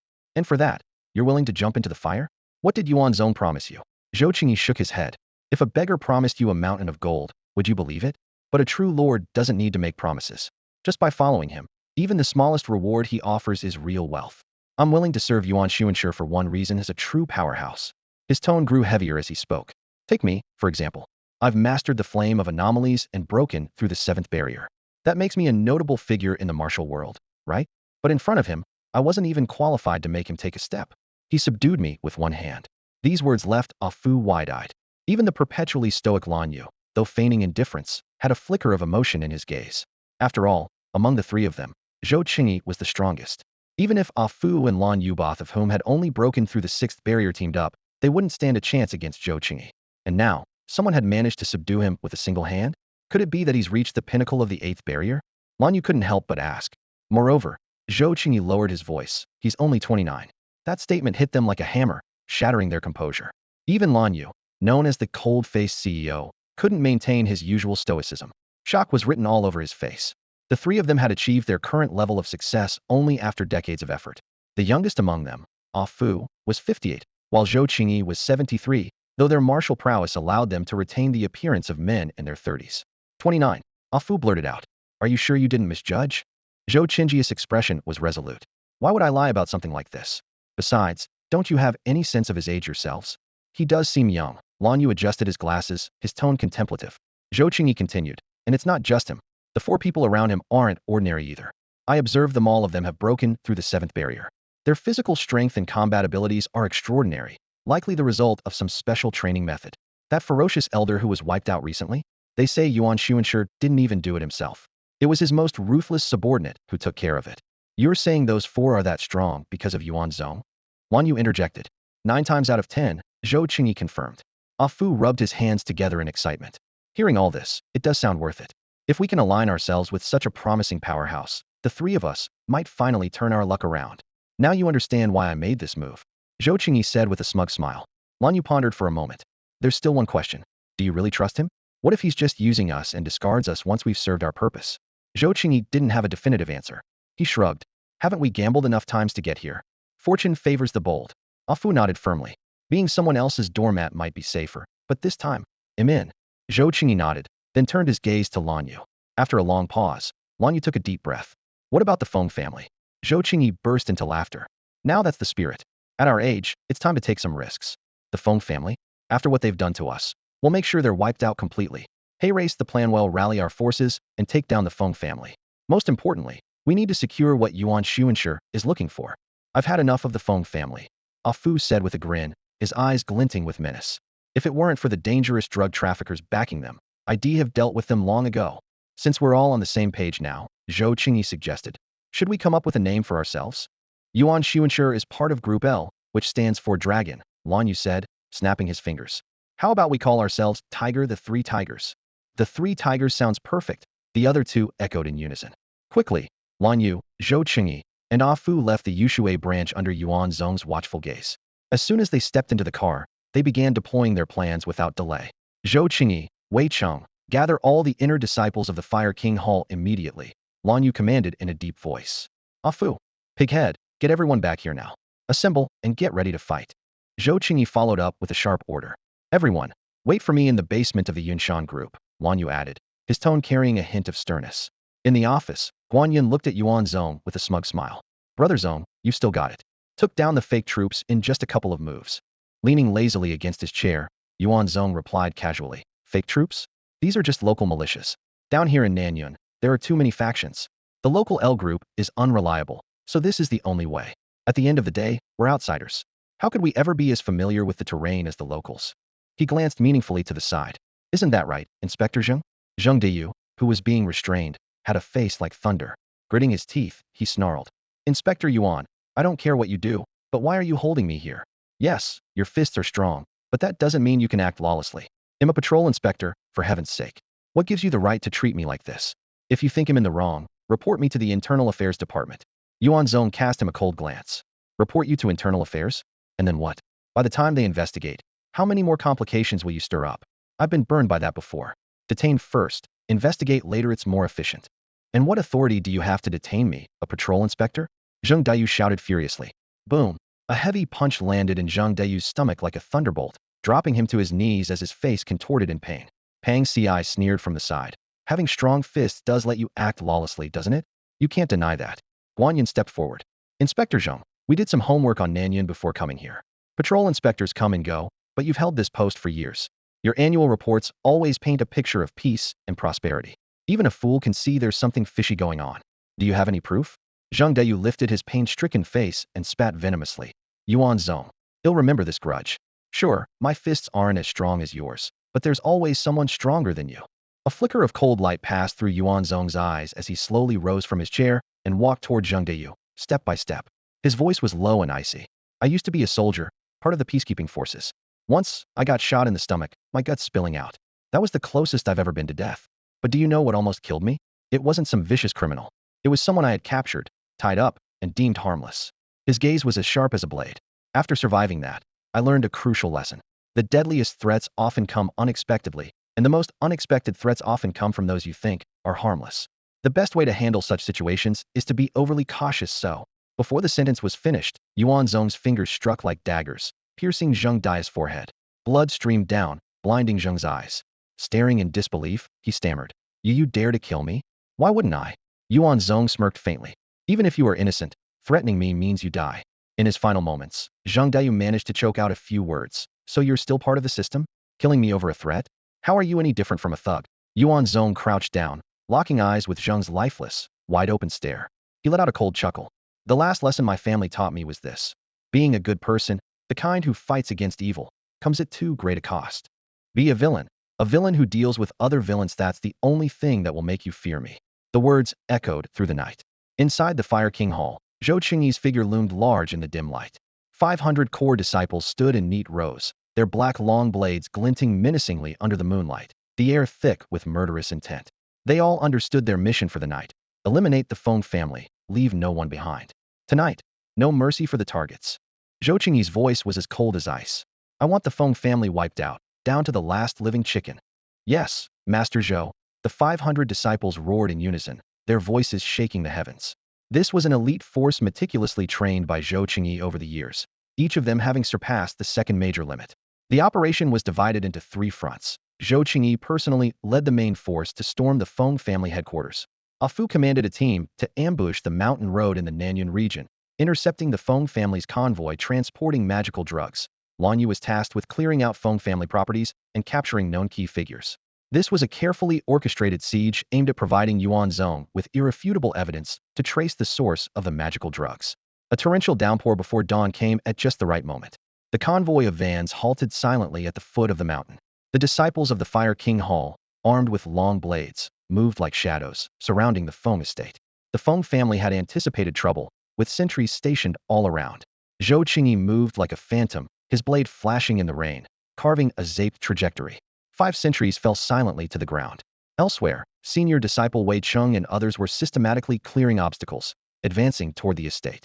Suddenly, Zhou Qingyi sensed something unusual. Leaping to the top of a tree, he spotted a dense mass of figures gathering in front of the estate. Who dares to raid the Feng family at night?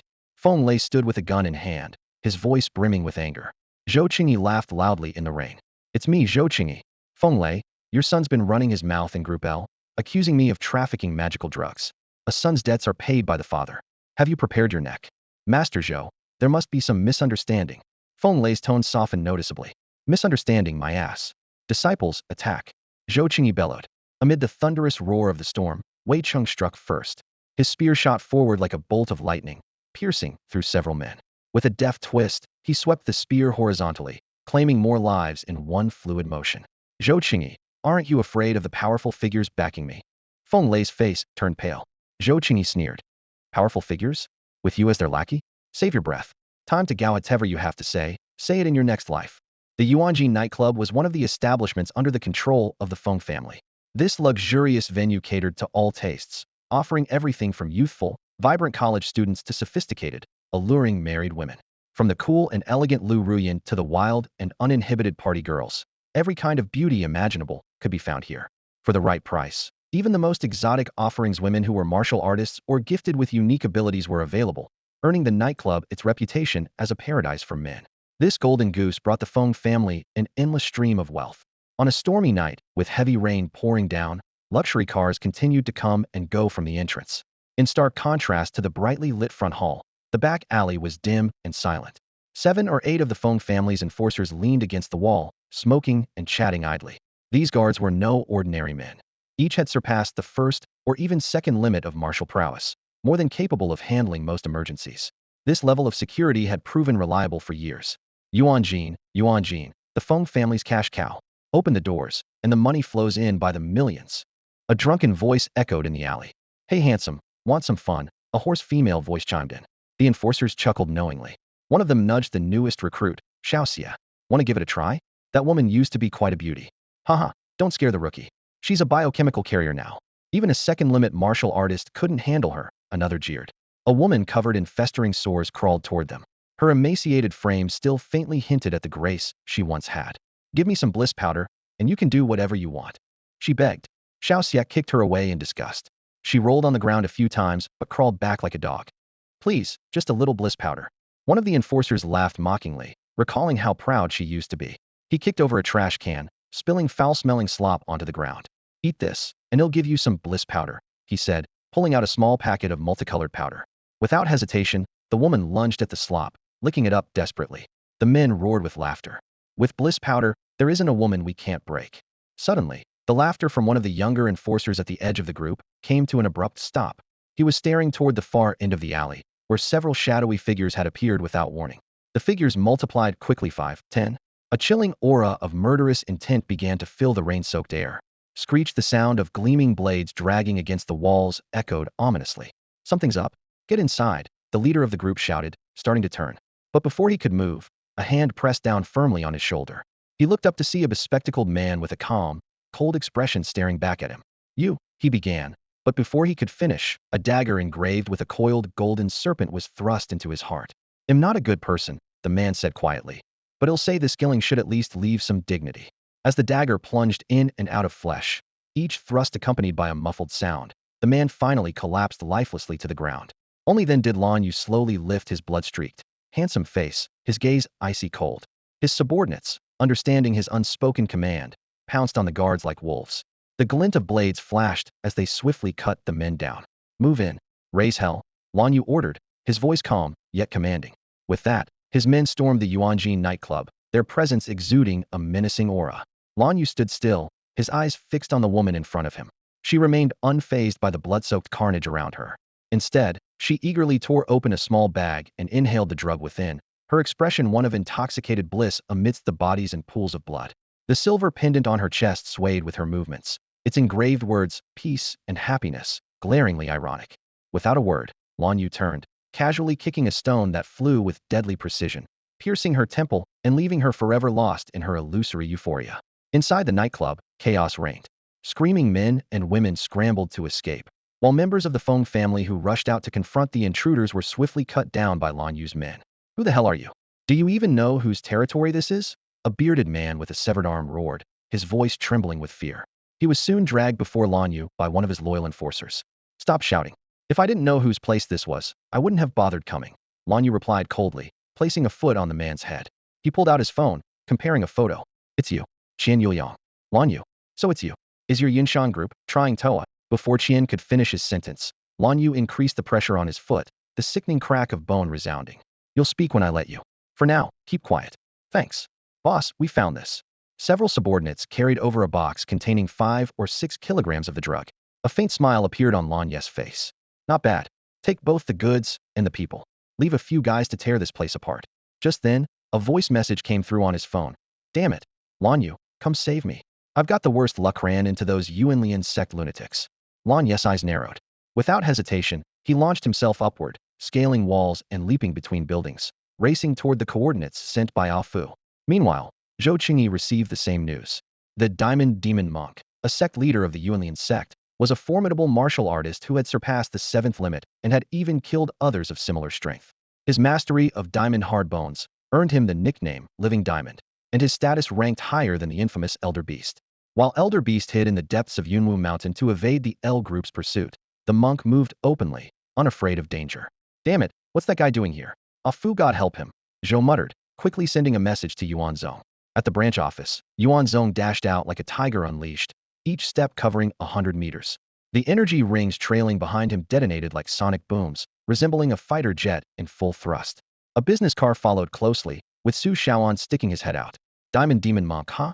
Boss is coming for you, hurry up." "Shut up, Guan Yun. This is a business car, not a supersonic jet. How could it keep up with him?" Su Shaoan sighed, retreating into the car. Pang Ci, sitting beside him, wore a look of frustration. "Why won't he let me fight him? By the time you get there, those 3 will probably already have grass growing over their graves." "Ugh. Stop sighing." Yuan said it himself, "We can't just let someone working for us die the moment they step out. It looked terrible." "Ugh. Enough with the sighing. Ugh. Bad luck." Deep in the dense forest of the Three Mountains Valley, Ah Fu was running for his life. His face was ghostly pale, his body covered in blood. His left arm hung twisted like a pretzel, his left eye bloodshot, and his abdomen bore a gaping hole from a devastating punch, his intestines faintly visible. Despite his grievous injuries, he kept moving, thanks to the countless white worms coagulation parasites squirming within his abdominal wound, staunching the bleeding. "Kid, you can't escape." A voice boomed through the forest like a giant bell, and a powerful presence closed in rapidly. "Damn it. Am I really going to die here? Heavy breathing emerged from the bushes, accompanied by the frantic rustling of leaves. Suddenly, a figure burst out from the dense undergrowth. It was Afu, panting heavily and cursing Zhou Chengyi and Lan Yu under his breath. The moment he dashed out of the bushes, Afu executed a sharp maneuver, leaning his body backward, bracing himself on his uninjured right arm, and forcefully pivoting 90 degrees to dart to the left. Yet, before he could escape, another figure had already appeared in his path. The bald-headed man was even faster, blocking his way in an instant. Not tired of running yet, the Vajra evil monk sneered coldly. Attacking my crew? Jaguzhai can't save you now. As one of the most prominent rising figures in the Nanyuan region in recent years, he easily recognized Afu. If the older generation of Jaguzhai were present, he might have shown some restraint, but now, with his name already marked in infamy, he had nothing to fear. Senior, two won't run anymore. Spare me. Exhausted and injured, Afu immediately gave up, dropping to his knees with his head bowed, pleading desperately for mercy. The Vajra evil monk strode forward, grabbing Afu by the hair with one hand and forcing him to meet his gaze. The black Vajra tattoos covering his body became even more distinct in Afu's eyes, exuding an overpowering aura of menace. Afu, you and I have always stayed out of each other's way. Why provoke me all of a sudden? Speak, who sent you? The Vajra evil monk was well aware that someone of Afu's standing would never dare to cross him without backing. Zhou Qingyi. It was Zhou Qingyi who ordered me. Afu blurted out without hesitation, terrified that any delay might cost him his life. Zhou Qingyi? Zhou Qingyi from the Fire King Pavilion. The Vajra evil monk frowned. Clearly, this name carried little weight with him. You little rat, are you trying to fool me?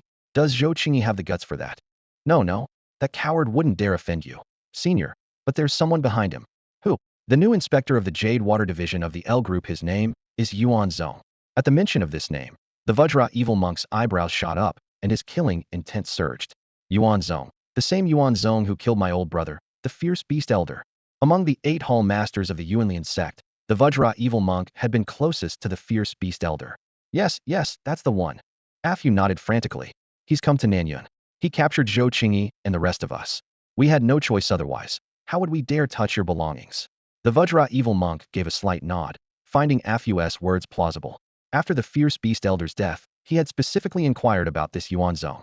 Though Yuan Zong's own strength was unclear, he commanded 4 skilled fighters who had dealt a devastating blow to the sect's disciples in the battle at Yunwu Gorge, nearly wiping them out. Inspector Yuan. A sudden shift in Afu's gaze drew his attention as Afu looked behind the Vajra evil monk with feigned excitement. Instinctively, the monk turned to check, and in that split second, Afu sprang forward from his kneeling position. A dagger, appearing seemingly out of nowhere in his right hand, drove straight for the monk's heart. Beneath the facade of feigned politeness lay a deadly intent.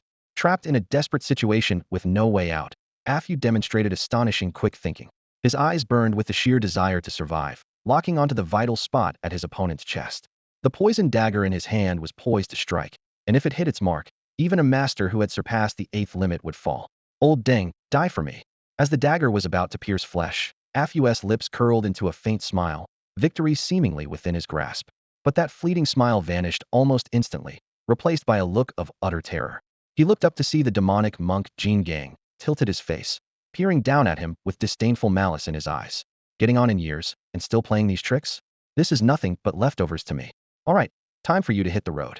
Jin Gang raised his palm, ready to shatter Afu's skull. At that moment, Afu stared blankly at the descending hand, flashes of his life racing through his mind like a whirlwind. Flowing light, blazing flames. A thunderous roar erupted from behind. Jin Gang's lips curled into a sneer, entirely dismissing the searing heat wave surging toward him from behind. His palm strike continued its unrelenting path toward Afu's head.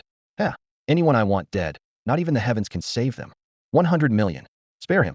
Jin Gang's palm halted just inches above Afu's head, frozen in midair at the last moment. With his other hand, he unleashed a burst of Vajra energy to repel the fiery blade, then turned his gaze toward the voice. Standing nearby was Lan Yu, who adjusted his glasses with an air of aristocratic grace that seemed entirely at odds with his humble origins. Senior, isn't the whole point of this life to make money? Only with money can one climb higher, isn't that right? What followed was a bizarre and absurd negotiation. Zhou Qingyi, unwilling to be outdone, countered with an astronomical bid, sparking an almost comical dispute. As the three exchanged sharp words, a flicker of realization crossed Jin Gang's eyes. Something was amiss. Stalling for time, Lan Yu and Zhou Qingyi immediately dropped their pretense. Oh, senior, quick on the uptake, aren't you? Too bad, it's already too late. A chill ran down Jin Gang's spine as he whipped his head around. There, just a step away, stood a young man with a faint smile, his presence unnoticed until now. Bang! The ground erupted, sending dirt and rocks flying. The evil monk, Jin Gang, slid back 10 meters like a startled tabby cat. His chest heaved, the flush on his face gradually fading as his breathing steadied. His eyes locked onto the mysterious figure who had suddenly appeared behind him, filled with a heavy sense of caution. Who are you? A chill ran through Jin Gang's heart. For someone to approach him so silently, if they had chosen to launch a sneak attack, even his protective Vajra body might not have ensured his escape unscathed. I am Yuan Zong, the one who killed that ferocious beast, your old brother. The figure replied in a calm tone. Yuan Zong. Jin Gang narrowed his eyes, a dangerous glint gathering in his gaze. His entire body tensed as his energy condensed, blood surging through his veins.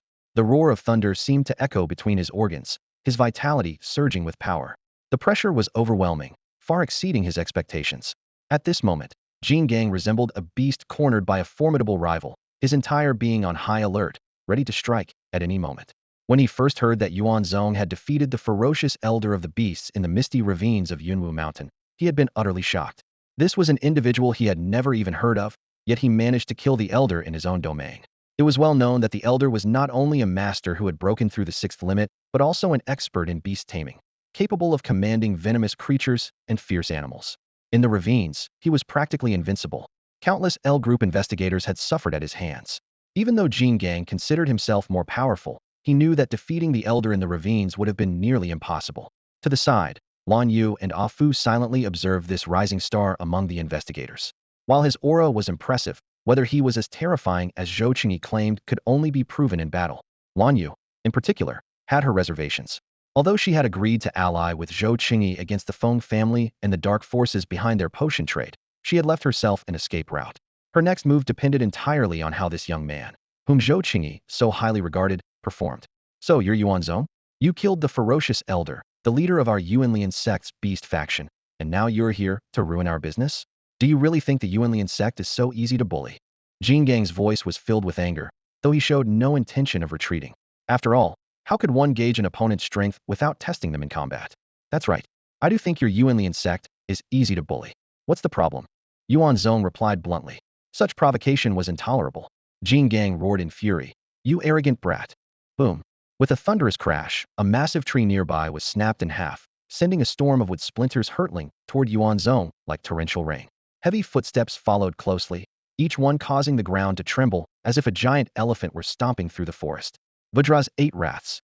Lan Yu adjusted his glasses, a spark of excitement flashing in his eyes. This is the signature move of the Vajra Monk of Evil. Each step builds power, and after 8 steps, the Vajra descends unstoppable and overwhelming. He turned to his companions. You too, watch and learn. This might be the breakthrough we've been waiting for. The 8 steps of power were complete. The Vajra Monk of Evil lunged toward Yuan Zong like a tiger released from its cage. His muscles, bulging like mountains, rippled across his body, and the fierce Vajra tattoos covering his skin glinted menacingly under the sunlight. The sheer force of his presence was suffocating. Even the injured Ah Fu, despite his pain, couldn't tear his gaze away from the scene. Roar! The Vajra monk suddenly let out a deafening bellow, his voice crashing like a tangible wave over Yuan Zong at point-blank range. The nearby grass shattered instantly, disintegrating into a cloud of green dust.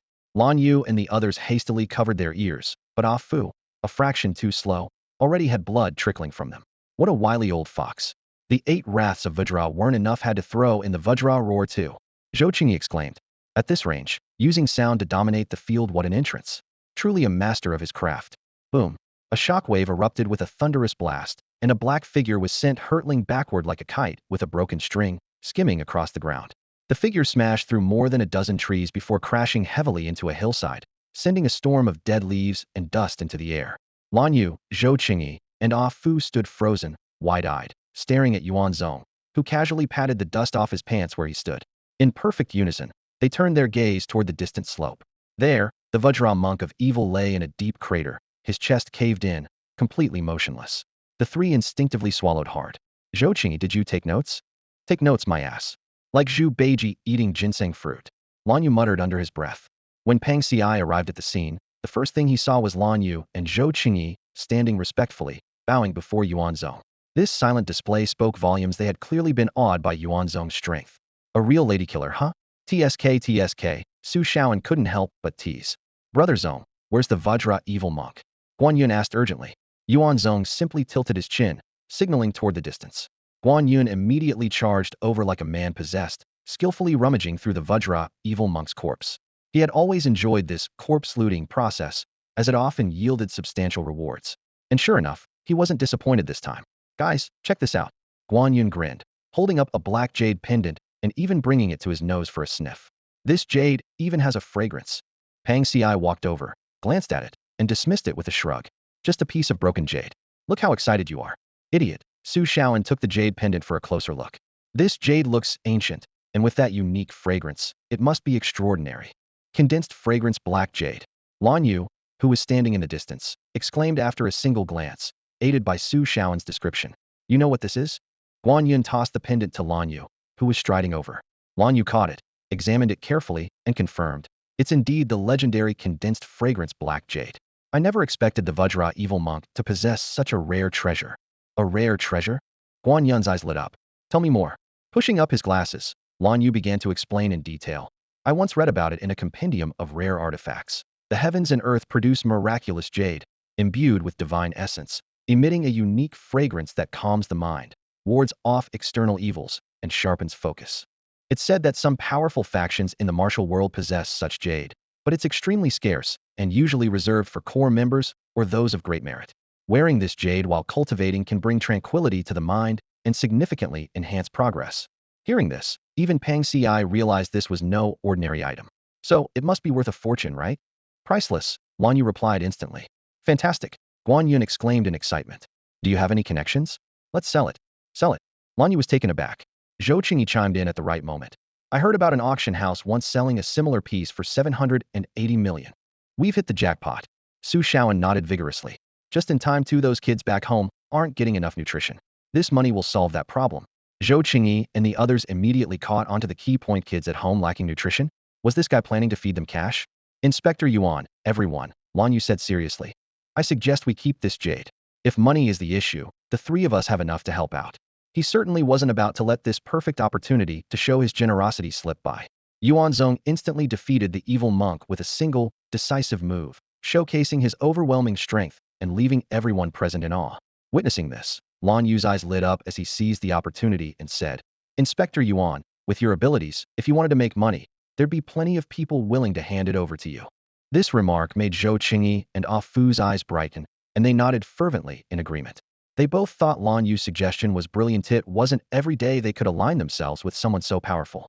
If you're serious about this, Pang Si said from the side, then show some sincerity. Start with 600 million. 600 million? Lan Yu asked for confirmation. Yuan Zong stepped forward, his gaze locking onto Lan Yu. No problem, Lan Yu immediately responded. I'll arrange the funds as soon as I return. You'll have it in your account within 3 days. Though Yuan Zong was younger than them, his strength spoke for itself, and Lan Yu's respect was genuine. Yuan Zong nodded and casually took the condensed fragrance black jade from Guan Yun, tossing it to Lan Yu. Take this and put it to use. Lan Yu caught the jade and quickly tried to refuse. No, we can't. This jade is far more valuable in your hands than ours. We're giving you money to thank you for saving Ah Fu. If you give us the jade too, that's... This jade is useless to me. I said take it, so take it, Yuan Zong interrupted curtly. I don't like wasting words. Seeing that the three were still hesitant, Pang Si spoke gruffly. Brother Zong has spoken, stop dithering. Get the money transferred, and take Ah Fu back to treat his injuries. Look at him as pale as a ghost. Yuan Zong added, you should head back. Oh, and destroy all the confiscated demonic drugs on the spot. Don't keep a single trace. Understood. Zhou Qingyi responded immediately.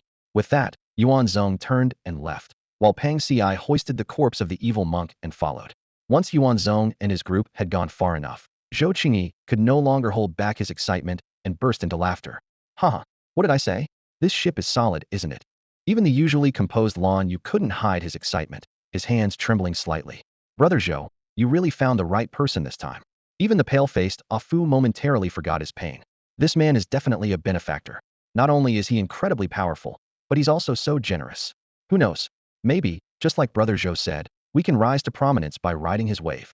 Lan Yu took several deep breaths to calm himself, and Zhou Qingyi quickly regained his composure as well. That's right. Following him is the right move. But we can't afford to mess this up. Lan Yu, you take Ah Fu back and arrange the money. He'll handle the demonic drugs. Ah Fu added. By the way, Inspector Yuan seemed like he could use some funds. Why don't we give him more, say $1 billion? Good idea, Zhou Qingyi said seriously. We're lucky to have this connection, so we need to hold on tight and make sure nothing goes wrong. Leave it to me, Guan Yu said, pounding his chest in a show of confidence. The Feng family was wiped out overnight, and the magical potions worth over $1 billion in the Three Mountain Valley were destroyed. While these events might have been insignificant to the potion tycoons backing Nanyuan, they served as a wake-up call for every Yonia, warning that the newly appointed Inspector Yuan was not to be trifled with. His decisive and ruthless methods, not even requiring a complete chain of evidence to act, completely disrupted the established rules of the game that some big players had grown accustomed to. Before dawn, the news reached a traditional, ancient-style manner. In a secret chamber, a figure stood silently, gazing at several illuminated video screens. The individuals on the screen all wore masks adorned with a unified symbol pyramid eye on their foreheads. The video conference lasted for half an hour. After the meeting ended, the potion tycoon moved into another secret chamber, where a few imposing figures had been waiting for some time. What's the plan? The tycoon asked as he sat down, his tone steady. If there's a way to avoid war, we should avoid it. Avoid war? An irritable elder slammed his hand on the table. The Feng family's annihilation and the destruction of those potions, it's a blatant slap in the face. Big brother, it's not like we've never killed an inspector before, another person chimed in. The tycoon shook his head and explained, this time is different. This guy just got out of Blue Island prison, and there he turned every single inmate into a model prisoner. Humph, even if he's strong, why should we fear him? It's not about fear, it's unnecessary. The tycoon swiveled his chair. I just received word Lan Yu from Yinshan Group is transferring 10 billion to Yuan Zong. At this, everyone's eyes lit up.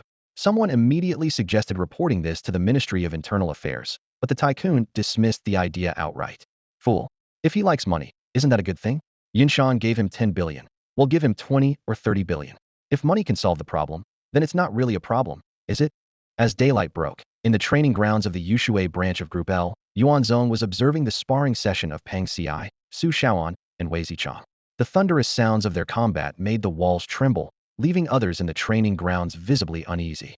Suddenly, Guan Yun's phone vibrated. As the only one among the five equipped with a communication device, he answered the unknown call. Is this Inspector Yuan Zong? The caller asked. After receiving Yuan Zong's approval, Guan Yun responded.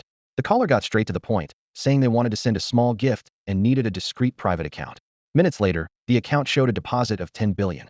Shortly after, a text followed. Inspector Yuan, from now on, we're friends. Friends, huh? Yuan Zong smiled as he stood up, stretching his neck.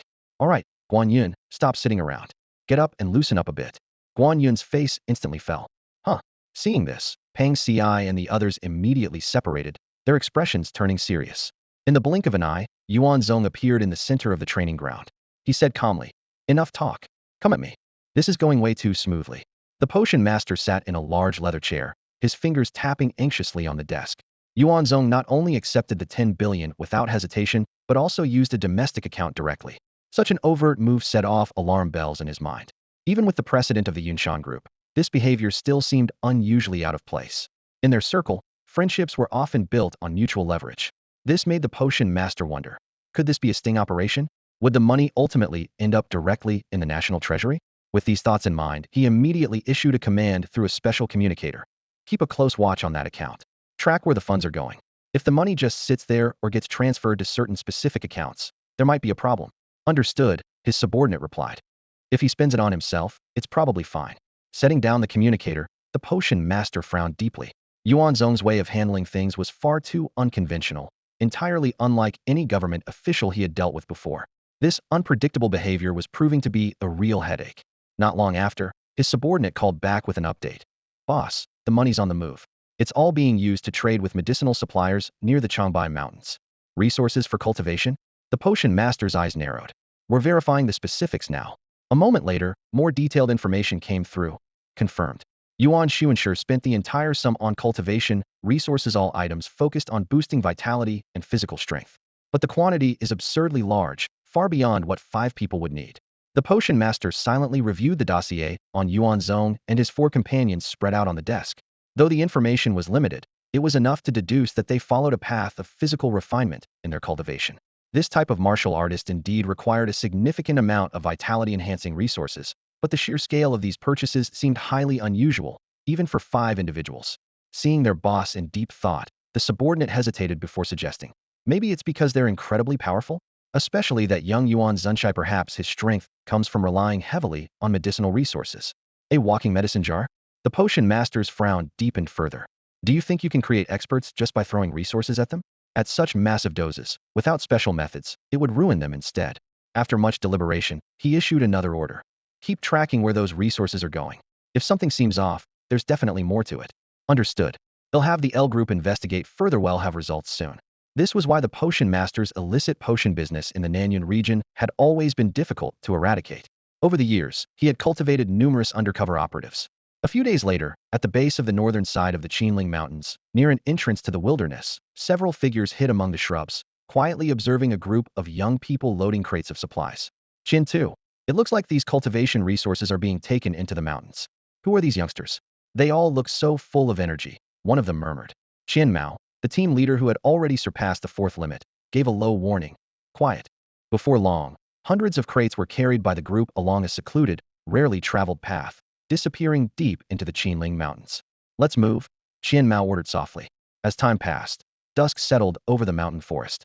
The last rays of the setting sun pierced through the treetops, but they failed to dispel the chill that lingered in the deep mountains. Qian Mao noticed that the group transporting supplies had begun to slow their pace. Feeling a surge of alertness, he raised a hand to signal silence to the few subordinates beside him. Before long, loud shouts of training echoed through the woods. Peering through the gaps in the trees, Qian Mao and his men were greeted by a shocking sight. A sizable village was hidden deep within the mountains. In the open area in front of the village, thousands of young people were undergoing what seemed like unbelievable training. On the training ground, a boy who appeared to be only 11 or 12 years old displayed astonishing physical prowess. He supported a massive alloy weight with his legs while balancing on one hand in a handstand. Beads of sweat rolled down his muscular frame, glistening in the glow of the setting sun. Not far away, pairs of young fighters were locked in combat, each punch resounding like thunder, their explosive energy palpable and their power intimidating. This can't be real, Qian Mao muttered under his breath, swallowing hard. Each of these youths exuded the ferocity of a tiger, their raw vitality almost tangible. Any one of their punches could easily kill an ordinary person. At that moment, Qian Mao finally understood why such vast amounts of cultivation resources were required here. This was clearly the secret training ground for a formidable armed force. Just as Qian Mao signaled his men to retreat, an elderly man with snow-white hair but a robust physique suddenly appeared in front of them. Have you all seen enough? The old man asked gently. Qian Mao forced himself to remain calm and revealed his identity. Sir, my apologies. We are from the Xia Nation's L group and got lost while on a mission. Uncle Zhou, he's lying. They've been following us the whole way. A burly young man with thick eyebrows, sharp eyes, and bronze-colored skin stepped out from the shadows. Realizing their cover was blown, Qian Mao quickly changed tactics. You're right, we have been following you. But it's just standard protocol. Large-scale cultivation resources require oversight. The old man, Zhou Xian, tapped his smoking pipe and sighed. Young man, whatever the reason, outsiders cannot be allowed to know about this place, at least not for now. Qian Mao immediately tensed, his hand moving to the hilt of his blade. What are you implying? Threatening the L group will only bring you trouble. There's no signal here, Zhou Xian said calmly. You will be buried. Sensing the imminent danger, Qian Mao drew his blade without hesitation and unleashed the wind-cutting blade technique. The blade's edge transformed into a network of dense wind currents, forming a massive wind blade that surged toward the young man, blocking their path. Yet the youth effortlessly caught the ferocious blade, neutralizing its force with ease. Goodbye, the young man said coldly. With a single, devastating kick to Qian Mao's chest, the youth unleashed a power only achievable by a martial artist who had surpassed the fifth threshold. Qian Mao didn't even have time to reflect on his life before he was consumed by the eternal darkness of death. Outside the training grounds of the Yushui branch, Pang Ci and his three companions emerged slowly, their faces swollen and bruised. They had just sparred with Yuan Zong, and now all four looked like they were sporting oversized pig heads. Yet their expressions were unusually grave. Their purpose here was to observe the progress of the interrogation during Lan Yu's sweeping operation. A group of key Feng family members had been apprehended and detained at the branch. Yuan Zong had assigned the interrogation task to Wang Jinxing. This choice was not made lightly. Yuan Zong had discreetly investigated Wang Jiangxin's background. A year ago, Wang had graduated from the L Group training camp. He was known for his integrity and upright character. Unfortunately, he lacked any significant connections, seemingly destined to toil at the grassroots level. Inside the interrogation room, Yuan Zong silently approached Wang Jinxin, who was so exhausted that he didn't even notice the footsteps until Yuan Zong spoke, startling him awake. Inspector Yuan, take a seat. Yuan Zong gestured for him to relax, then sat down himself. His gaze shifted to the man sitting across the table, calm and composed. Feng Lei, the head of the Feng family. I've failed, Wang Jinxin began wearily. It's been hours, but he refuses to say a word. Yuan Zong nodded, unsurprised. This was exactly as he had anticipated. A man of Feng Lei's caliber, seasoned and experienced, wouldn't be shaken by ordinary interrogation methods. What about the others? Similar situation. No progress. He'll take over. Yes, sir. Wang Jianxin seemed relieved, his tense expression easing immediately. It was clear that he felt more pressure than Feng Lei himself. Feng Lei, who had remained silent until now, looked up and met Yuan Zong's gaze. Inspector Yuan, I believe this is our first proper meeting. That's correct. Feng Lei chuckled lightly. Well, don't waste your energy. I won't say a thing. I've heard a bit about your reputation. Kill me or torture me. It's up to you. Since I chose this path, I've been prepared for whatever comes with it. You're someone who's even willing to silence your own son. I believe you. Yuan Zong said calmly. Wang Jianxin raised an eyebrow in disbelief, thinking to himself, even a tiger doesn't eat its cubs. Inspector Yuan, Feng Lei sneered. I don't know what nonsense you're spouting. Feng Lu is my son, my only son, the heir of the Feng family. Even if I were to die, I would never let him perish. A shrewd glint flashed in his eyes. What's this? Trying to make Feng Lu overhear our conversation and crack my psychological defenses? That might work on others, but against me, Feng Lei? You're still too inexperienced. Yuan Zong leaned forward slightly, his voice dropping. No need to deny it. That bullet wasn't an ordinary sniper round that day, it was tech-enhanced sniper ammunition. Your son has worked with you for so long. It's impossible for him to know nothing about it. Feng Lei chuckled. Feng Lau's a bit reckless, sure, but he's had no involvement in that sort of thing. Yes, someone wanted to kill him, but it wasn't me. What a devoted father. Yuan Zong clapped his hands slowly. Protecting your son, are you? You wouldn't understand, Feng Lei said with a cold smile. You don't have children, do you? No, I don't, Yuan Zong replied evenly. But it's clear that you're absolutely your son's pillar of strength. Feng Lei smiled faintly, then closed his eyes, refusing to say another word. It was obvious he had resolved to remain unyielding. Just then, the door to the interrogation room abruptly opened. Guanyin entered, escorting Feng Lu. The young man's eyes widened as he saw his father, and he immediately cried out, Dad. Feng Lei's expression darkened. Why are you crying? The sky hasn't fallen yet.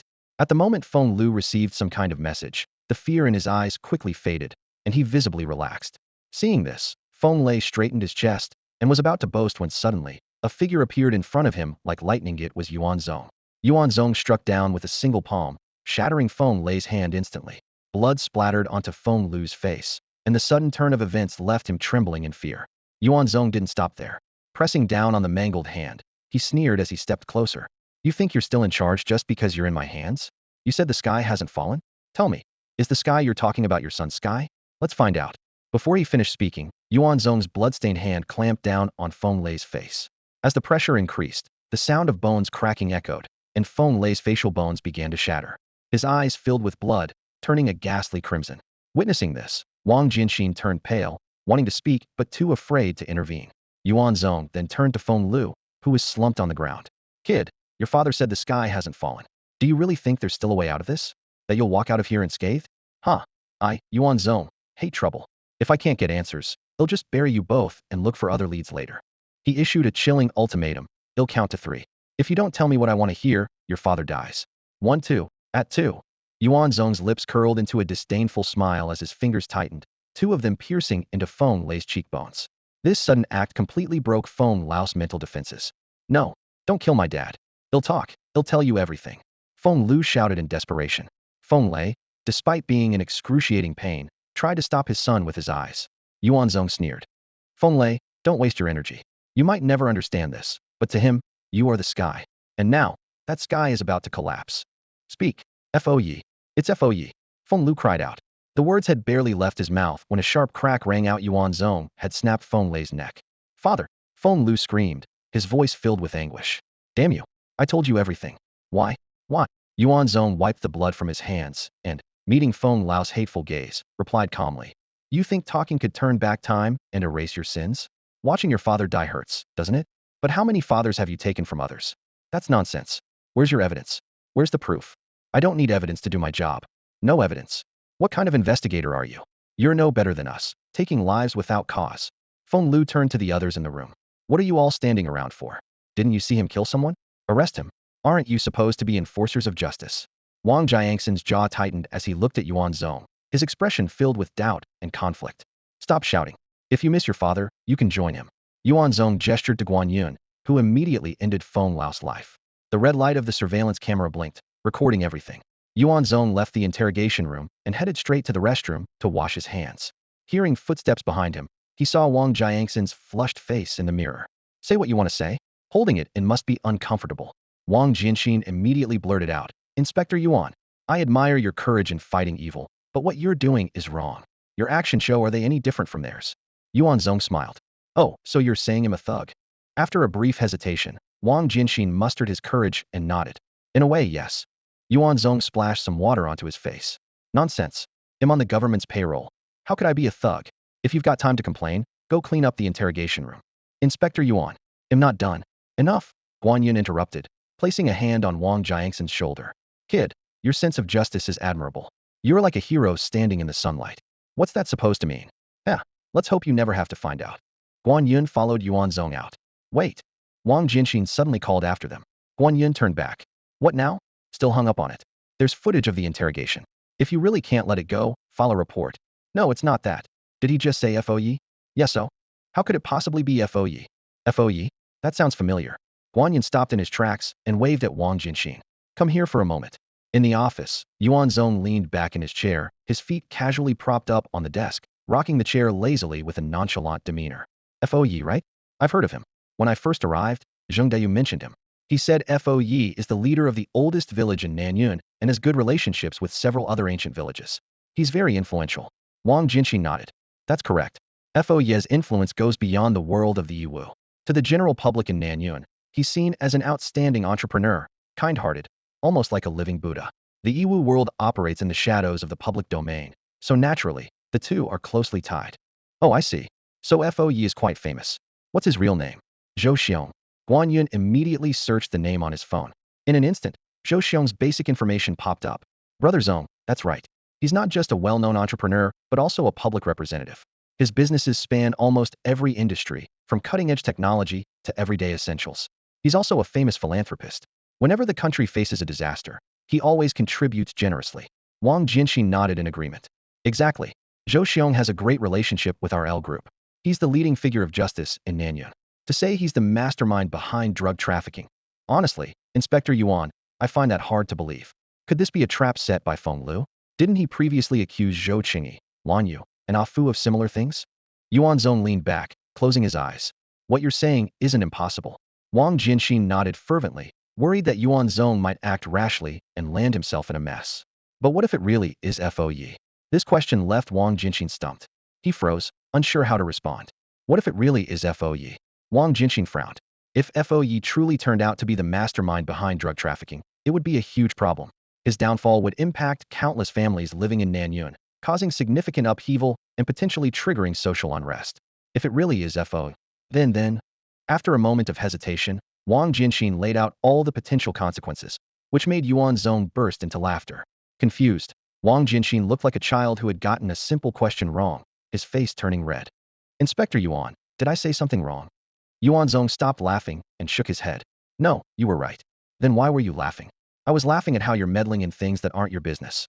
Guan Yun, standing nearby, chimed in for Yuan Zong. Company closures, stock fluctuations, social unrest, mass unemployment. Are you with the Market Regulation Bureau? No. Are you with the Banking Regulatory Commission? No. Then why do you care so much? We're with the L Group. Our job is to deal with those in the Yiwu world who break the law. The rest isn't our concern. If companies go bankrupt, stocks fluctuate, or society faces unrest, there are people who will handle it. Yuan Zong turned to look out the window, his voice soft. Some people think that just because they've rooted themselves deep in this land, we'll be afraid to act against them. Inspector Yuan, Wang Jianxin asked cautiously. So, are you planning to take action against FOE? Of course. If we have a lead, we follow it. Otherwise, what am I here for? Absolutely not. Wang Jianxin hurriedly waved his hand, beads of sweat forming on his forehead. As a longtime subordinate of Yuan Zong, he was all too familiar with his superior's methods. Inspector Yuan, this matter requires caution. The Buddha has considerable influence in the area, and acting rashly. Yuan Zong's eyes narrowed. So what you're saying is, this Buddha isn't to be trifled with? That's correct, Wang Jianxin replied with a grave expression. Though the Buddha hasn't made a move in years, reliable sources confirm that he was already one of Xia's top-tier masters, having broken through the 8th limit. What's more troubling is that he's the granduncle of Longshui village. These ancient villages in the Nanyun region are known for their solidarity. If you act against him today, The entire village will likely convene tomorrow to draw lots for life and death retaliation. Yuan Zong's face darkened, and even this subtle change in expression sent a chill down Wang Jinshin's spine. So, even if the Buddha is truly involved in the trafficking of demonic drugs, you're advising against taking action? Yuan Zong's voice carried a dangerous undertone. Wang Jinshin quickly clarified. No, that's not what I mean. I'm suggesting that you use more measured and cautious investigative methods. Haha, don't worry. Yuan Zong interrupted with a smirk. I'll be very measured. Hearing this, Wang Jinshin breathed a sigh of relief. So what are your plans, sir? I am at your service. War, Yuan Zong said flatly. War sounds good. Ill immediately. Wang Jinshin started, then froze, his eyes widening in shock. Wait, what? War? This is your idea of being measured. Yuan Zong stood up, his expression stern. As the chief inspector of the Yushui branch, I hereby order. All team members are to be recalled immediately. All leaves and assignments cancelled. Everyone will be divided into groups to thoroughly investigate all cross-border routes within Yushui territory, day and night. He paused briefly. Additionally, inform all martial artists in the Nanyun region. Anyone obstructing official duties will be executed on the spot. Seeing Wang Jinshin's dumbfounded expression, Yuan Zong tilted his head and asked, I'm not storming in to arrest the Buddha directly, doesn't that count as measured? Wang Jinshin was stunned for a moment before realization dawned. That actually makes sense. Remember, Yuan Zong's eyes gleamed sharply. Whether the Buddha is involved in the demonic drug trade or not, the truth will come out after this battle. A cornered enemy reveals their hand. Once we start threatening the interests of the drug trade, the masterminds behind it will inevitably show themselves. At that point, I won't need to go looking for them, they'll come to us. Wang Jinshin suddenly understood and nodded firmly. Understood, sir. Zong, phone call. Guan Yun handed over the receiver with a peculiar expression. It was the afternoon of the following day, the sun shining brightly under a sky as blue as a polished gem. Who is it? The big troublemaker. Oh, Yuan Zong instantly caught on to the caller's identity and took the receiver. Hello. On the other end, an eruption of furious yelling came through. You little punk. Took my money and still pulled this stunt. You have no sense of honor. The caller unleashed a torrent of abuse without pause. Yuan Zong, seemingly prepared, held the receiver away from his ear. When the shouting subsided, he slowly brought it back and nonchalantly responded. What are you barking about? The casual, almost amused tone clearly hit a nerve. This triggered an even more ferocious round of cursing. Once the caller's rage began to wane again, Yuan Zong drew the phone closer, his voice now carrying a sharp chill. Why so angry? How about we meet in person? Name the place. Meet my ass. Trying to set me up? ITLL, just be me. You can bring as many people as you want. Why would I trust a scumbag like you? If you're too scared, stop yapping. I took the money, used the magic potion as I pleased. If you've got a problem, come face me. I'm ready anytime. F you. At that moment, a low, raspy voice clearly altered cut in. Enough. Hand me the phone. After a pause, the voice continued. Yuan Xuanshi. Yuan Zong. And who might you be? No need to worry about my identity. Frankly, I'd like to be friends with you. Yuan Zong sneered. Friends with me? Do you even deserve it? Magic potions have ruined countless lives, even harming ordinary people. Yuan Xuanshi, there's demand in the market, so I supply. If it's not me, ITLL be someone else. Spare me your twisted logic. As long as you're in the game, it'll be on your trail. Cops and robbers, it's the way of the world. No room for negotiation? Meet a god, kill the god. Meet a Buddha. Yuan Zong deliberately emphasized his words. Kill the Buddha. This was a deliberate attempt to test whether the caller was indeed the revered Fo-Yi of the southern region, as Feng Lu had suggested. But the caller, clearly a seasoned player, remained unervingly calm. The vigor of youth. I admire that. But too much rigidity can lead to a break. Save the lectures. If you've got a move, make it. Do you think I, Yuan Zong, fear a coward hiding in the shadows? Very well, let's see if this mighty dragon can beat the local snake. The voice chuckled lightly. Might I suggest you pick a good burial spot first? With that, the line went dead. Zong, do you think he's the Fo-Yi? Guan Yun asked. Yuan Zong gazed out at the drifting white clouds outside the window and murmured, My instincts tell me it's highly likely. Meanwhile, amid the mist-covered mountains, a tranquil estate lay hidden deep within a bamboo forest. By a serene pond, an elderly man dressed in a tang suit sat cross-legged. Though his hair was snow-white, his complexion was smooth and radiant, and his spirit sharp and unyielding. Zhou Xiong, an elderly man respectfully referred to as Fo-Yi in certain circles, stood by the water's edge. His right hand slowly released its grip, letting the shattered phone and a discarded unregistered SIM card fall to the ground at his feet. His expression remained calm as he fixed his gaze on the shimmering surface of the water, though his thoughts raced furiously. Behind him, a man with a buzz cut bent slightly forward, his tone laced with discontent. FOE, that Yuan fellow doesn't show the slightest bit of respect. It seems he's dead set on going against us. From the deliberate emphasis the man placed on FOE, Zhou Xiong had already confirmed the truth of the report from the Yushui branch. Feng Lu had indeed betrayed him. While Yuan Zong might not have definitive proof yet, it was clear he had begun to harbor suspicions, which explained his probing remarks. Zhou Xiong smirked coldly to himself. Being accused of involvement with forbidden substances was nothing new. Inspectors in the past had harbored similar suspicions.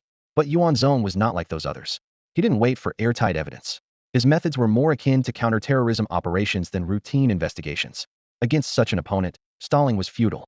There were only two options: take him down or make him disappear. As this realization crystallized in Zhou Xiong's mind, a plan began to take shape.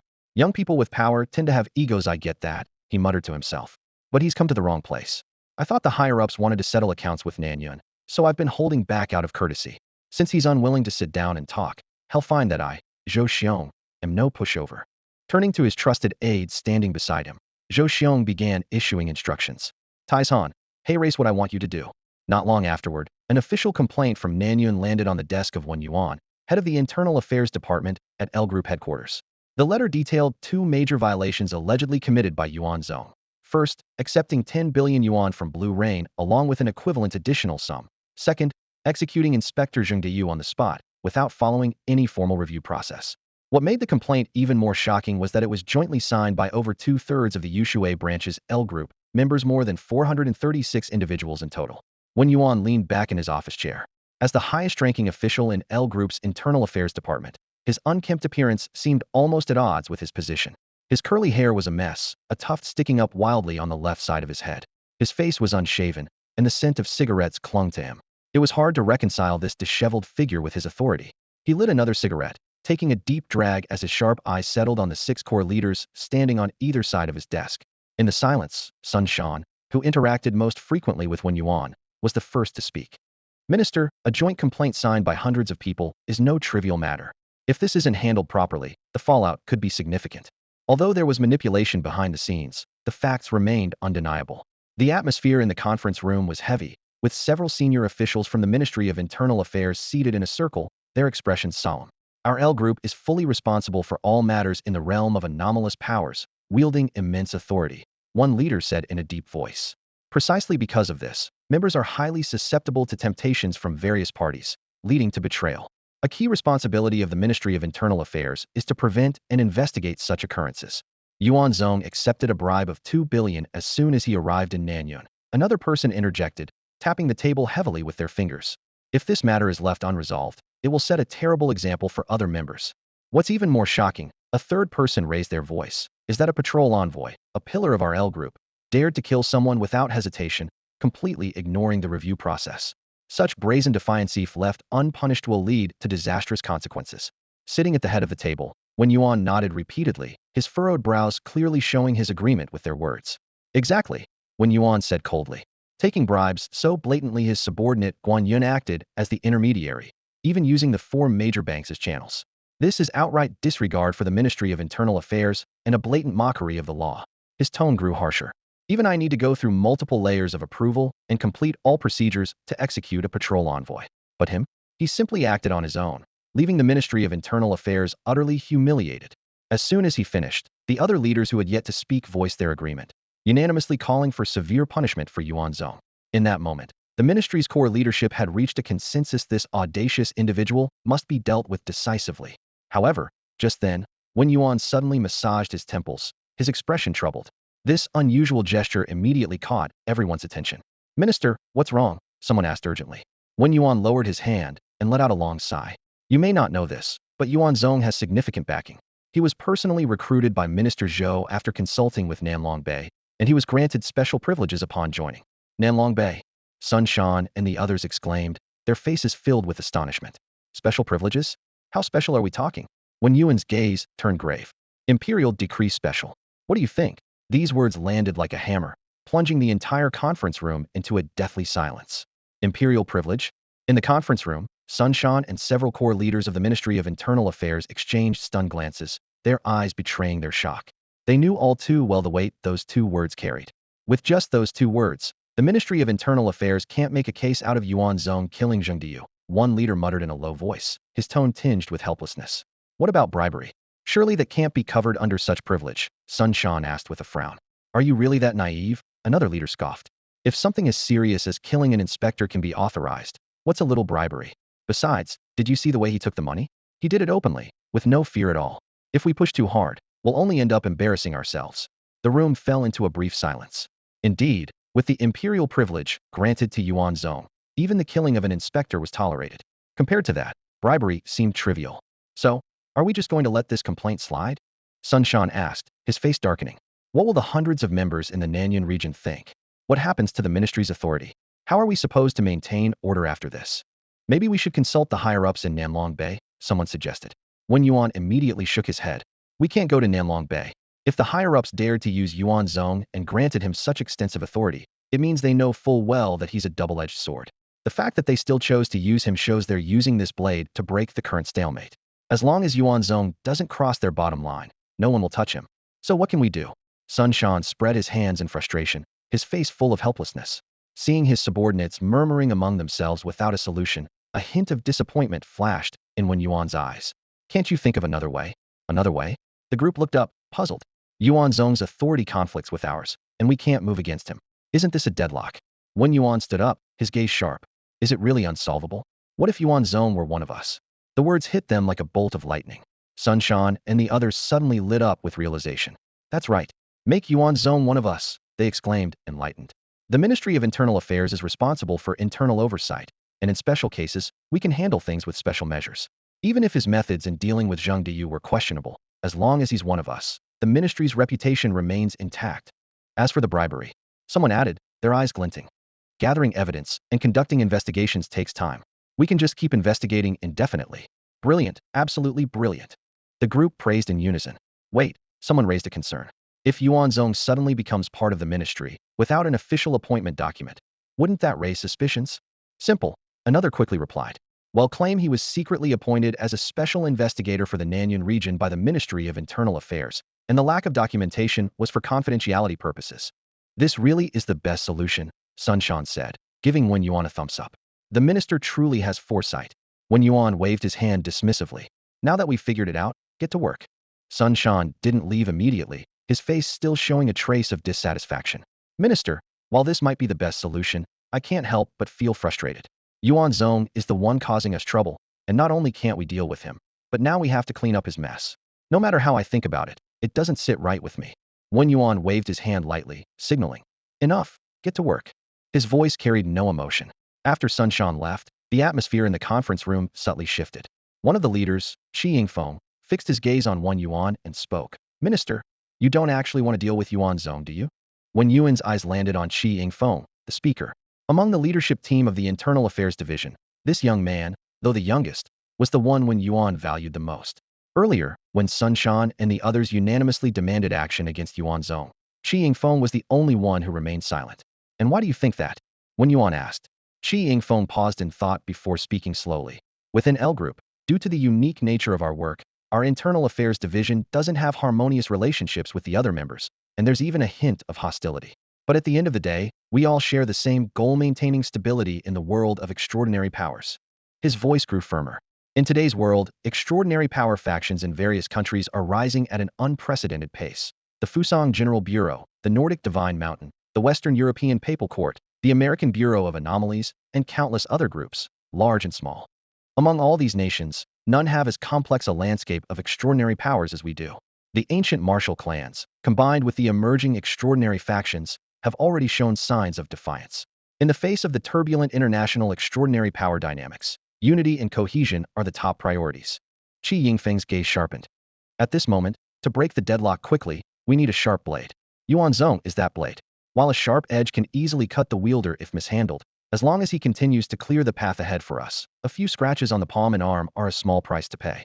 Isn't that what you think as well, Minister? Wen Yuan nodded, his gaze sweeping over the others. Listen to that. Yingfeng may be the youngest among you, but his vision and perspective surpass all of yours. He continued, his tone carrying a clear hint of admonition. The conflicts between our Internal Affairs Division and the other members don't keep blaming it on circumstances or personnel. At the core, what is our purpose? Isn't it to make L Group stronger? If you truly work with that intent, a lot of these issues wouldn't escalate into such messes. Take Yuan Zong, for example. How long has he been in Nanyuan Yushui? Yes, his methods are harsh, and he doesn't exactly show deference to our internal affairs division, but he's getting things done. Think about the previous inspectors general sent there. Did any of them have his boldness? The Feng family, the Golden Vajra monks of the Yuanlian sect. And just yesterday, he mobilized all the local division members to thoroughly investigate every entry route into Yushui and declared war on the Magic Potion Corporation. When Yuan's voice rose slightly, while our comrade is working tirelessly on the front lines, we can't sit back here scrutinizing him with a magnifying glass, nitpicking every little thing. That's not right. You all need to learn from Yingfeng have a broader vision and a bigger picture in mind. Does Zheng Dayu have issues? Yes, and if he's a problem, he's dealt with. Special situations require special measures. Is accepting bribes acceptable? Of course not. But that 20 billion didn't harm the public's interests. Yuan Zong understood Tishi knew the higher-ups would turn a blind eye, which is why he acted so decisively. When Yuan's tone softened, from now on, when you handle matters, you must learn to be flexible. All of us here, our cultivatorship doesn't want more resources. A gentleman loves wealth and obtains it in an honorable way. As long as the public's interests are not harmed, earning a windfall is a skill. With money and resources, our cultivation advances faster, and in the end, it's L Group that grows stronger, isn't it? Old Xie from the Resource Logistics Department was constantly troubled, lamenting the difficulties of resource shortages in front of everyone. Seeing this, when Yuan earnestly urged the group to empathize with the challenges faced by the logistics team. After hearing his words, several team members seemed to reflect deeply, nodding in agreement. Minister, your words truly enlightened us, one of the team members said thoughtfully. Now that I think about it, I can understand Yuan Zong's situation better. The fact that hundreds of members from the Yushui division jointly filed complaints against him clearly indicates someone is manipulating things behind the scenes. That person wants to use us to force Yuan Zong, this sharp blade, back into its sheath. But with the way we're handling things now, could we be pushing him into an even more dangerous position? When Yuan gave a slight nod, a sharp glint flashing in his eyes. To mobilize hundreds of L group members in such a short time, this person clearly has deep roots in Nanyuan. Judging from their first move, their intention wasn't to completely break ties, but rather to pressure Yuan Zong into leaving Nanyuan. However, since the soft approach hasn't worked, and if they are unwilling to give up Nanyuan's interests, more aggressive measures are inevitable. When that time comes, bloodshed might be the only way to determine the winner. You're right, the team member sighed. But Yuan Zong was sent by the higher-ups as a weapon to eliminate demons and threats. This kind of situation was likely anticipated from the start. At the Yushui branch in Nanyuan, angry voices echoed throughout the building. Yuan Zong is nothing but a butcher who doesn't distinguish right from wrong. Inspector Zheng has served diligently for years, and Yuan Zong executed him on baseless charges. And now he wants to investigate us? This is utterly absurd. We don't need his investigation, let's resign ourselves. In the office, Yuan Zong glanced at the mountain of resignation letters on his desk and let out an uninterested yawn. So this is their second move? Still avoiding a direct confrontation. What a nuisance. Meanwhile, in the Bamboo Grove manor, an undercurrent of tension rippled through the air. Master FO, your move was brilliant, someone chuckled. Let's see how Yuan Zong responds. If he compromises, he'll lose all authority in Yushui and won't be able to accomplish anything in the future. If he doesn't, with the entire Yushui division's resignation letters in hand, he'll be left completely isolated. Zhou Xiong's lips curled into a faint smile. He was already isolated. An outsider trying to suppress local powers? Ridiculous. His expression darkened as he continued. Even the collective recommendation letter couldn't stop them. It seems the higher-ups are determined to clean up Nanyuan. Compared to that, what is one arrogant young man? Even if we get rid of him, a second, a third will take his place. Unless there's no other choice, I don't want to take his life. Master FO, Taishan whispered from the side. Maybe, like before, this will all blow over without much action? Let's hope so, Zhou Xiong replied calmly. For now, let's focus on driving this Yuan fellow out. Yuan Zong, get lost. In front of the Yushui branch building, a cacophony of voices filled the air. Over 400 members of the L group had gathered, their synchronized chants echoing into the sky. They were all assembled beneath the building where Yuan Zong's office was located, creating an overwhelming and intimidating scene. Inside the Bamboo Grove villa, Zhou Xiong leisurely watched the live footage being relayed by his on-site personnel, a smug smile playing on his lips. His plan at this moment wasn't to take Yuan Zong's life, but simply to drive the inspector out of Yushui. After all, the consequences of killing an inspector were far too severe, even for him to bear. Even hundreds of complaints couldn't shake you, huh? Looks like the higher-ups are really shielding you, Zhou Xiong muttered with a cold sneer. Well then, they'll just make an even bigger scene. In the entire Nanyuan region, more than 2/3 of the L group members come from various local villages. You, Yuan Zong, an outsider, what do you have to fight me with? Boss, Taizhan, standing beside him, asked with some concern, "What if that Yuan kid accepts their resignation letters?" Zhou Xiong crossed his legs leisurely, leaned back in his chair, and glanced at the video feed with a confident grin.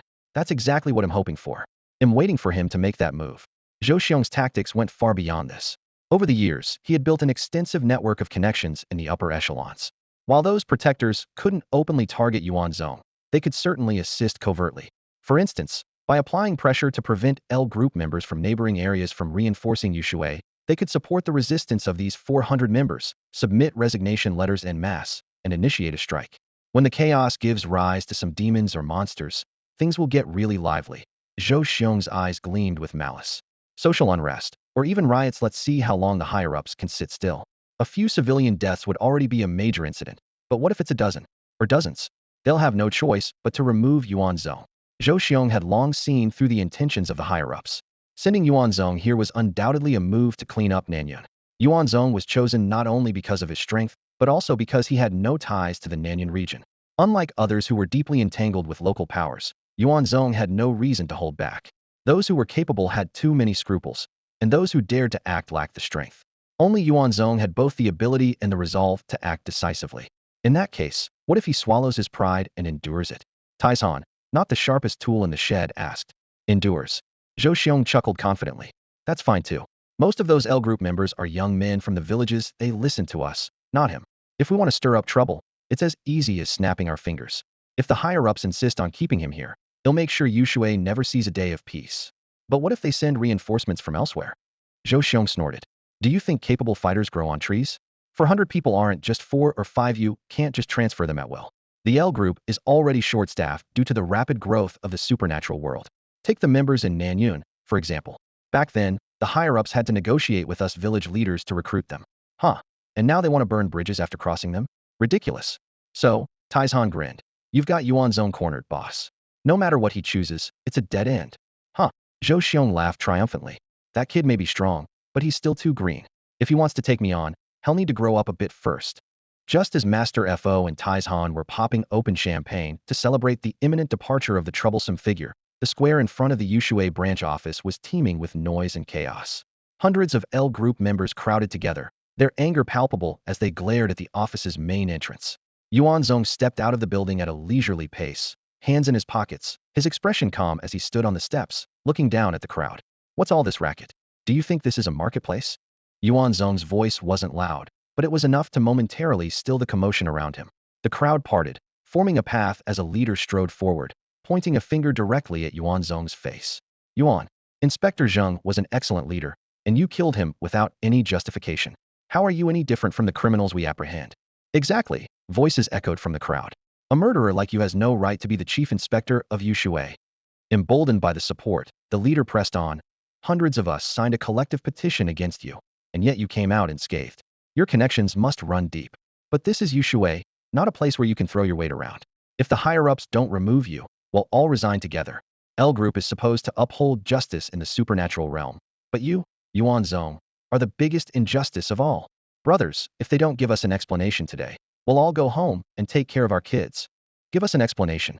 Give us an explanation. The crowd's chant shook the air like a thunderstorm. Shut the hell up.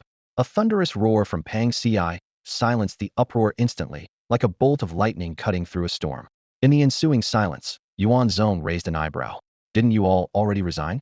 If you're no longer part of L Group, why should I explain anything to you? His words were like a bucket of cold water dousing the crowd. Panic flickered across some faces as someone stammered, Yuan, what do you mean? What do I mean?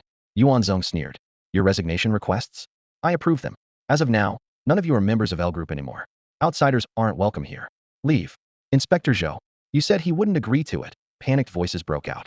Yuan Zong's gaze zeroed in on a middle-aged man with a pale face standing in the corner of the crowd, Zhou Xianchao, who was now reluctantly forced to step forward.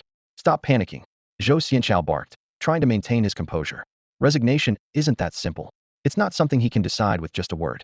Yuan, do you think L Group is your private property? Are you out of your mind? Yuan Zong shot back without hesitation. You all voluntarily submitted your resignations, and I approve them. What's the problem? Exactly. My brother Zong never forces anyone, Pang Ci added with a sneer. If you thought you could use this to threaten us, you've seriously overestimated yourselves.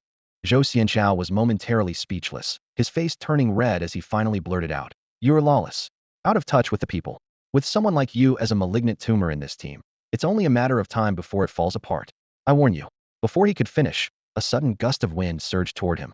Zhou Xianchao hastily raised his arms to block, but with a deafening boom, his entire body was sent flying like a cannonball. Pang Xi was on him in a flash, slamming a foot down on Zhou Xianchao's face. Didn't you hear me? Outsiders aren't welcome. Get lost. Pang Xi's cold voice rang out as he lifted his foot and delivered a powerful kick. With a loud bang, Zhou Xianchao's body arced through the air like a perfect parabola, soaring over the high wall and out of sight. Inspector Yuan. A team member rushed forward anxiously. I never intended to resignate, was Zhou Xianchao who forced me. As Zhou Xianchao was sent flying with a single strike, chaos erupted among the team members at the scene. Already unsettled by Yuan Zong's approval of the resignations, they now completely lost their composure. More and more people surged forward, clamoring to explain themselves. Inspector Yuan, Zhou Xianchao has immense power and Nanyunhua had no choice but to comply. My family depends on resources for cultivation. Please, have mercy. You're so young and already in such a high position. Surely, you have a generous heart. However, not everyone was pleased with Yuan Zong's actions. A burly man stepped forward, shouting angrily. Stop begging him. What kind of inspector is this? He's just abusing his power. We've been in L Group for years, contributing and working hard. What gives him the right to hit us just like that? Exactly. Most of the Yushui team is here. Without us, he's just a lone commander. What can he even do? More voices of discontent rose in unison. Just as the noise reached its peak, Yuan Zong suddenly stomped his foot. Boom. The entire Yushui branch shook, and an invisible pressure instantly blanketed the room. Under his piercing gaze, everyone fell silent, frozen in fear. Finish talking? Yuan Zong said coldly. Leave. Whether you were forced or did it willingly, you submitted your resignation, and I approved it. That's all there is to it. If you're not gone in 3 seconds, don't blame me for being ruthless. A few wise individuals turned and left immediately, but some, emboldened by their numbers, continued to shout defiantly. Yuan, do you really dare to act like this under the red emblem? Bang! Before the man could finish his sentence, he was sent flying through the high wall in a burst of blood. The sight left everyone stunned. They hadn't even seen how Yuan Zong had struck. Anyone else want to try? Yuan Zong's voice was as cold as ice. The crowd began to retreat, but there were still a few who muttered threats under their breath. Without us, Yushui would have been in chaos long ago. Just wait until you're begging us to come back. Beg for what? Pang Ci moved in an instant, delivering a punch straight to the man's chest. Blood spurted from his mouth as he was flung out of the branch like a broken kite. Su Shaoan stretched lazily. Finally, some peace and quiet. Pang Ci sneered. A bunch of fools, acting like they're important. If it weren't for their uniforms, they'd have been beaten to death already. The 5 of them appeared unfazed by the resignation of hundreds of team members, but Wang Jianxin was as anxious as a cat on hot bricks. He had initially hoped that Yuan Zong would step in to calm the situation, but things had spiraled far beyond his expectations. At this moment, he seemed to awaken from an absurd dream, quickly rushing to Yuan Zong. Wait, Patrol Officer Yuan, hundreds of people just left like that? Wang Jianxin's voice was filled with disbelief. Yuan Zong responded calmly with a simple then asked back. What else should I do? It's obvious these people are trying to provoke me.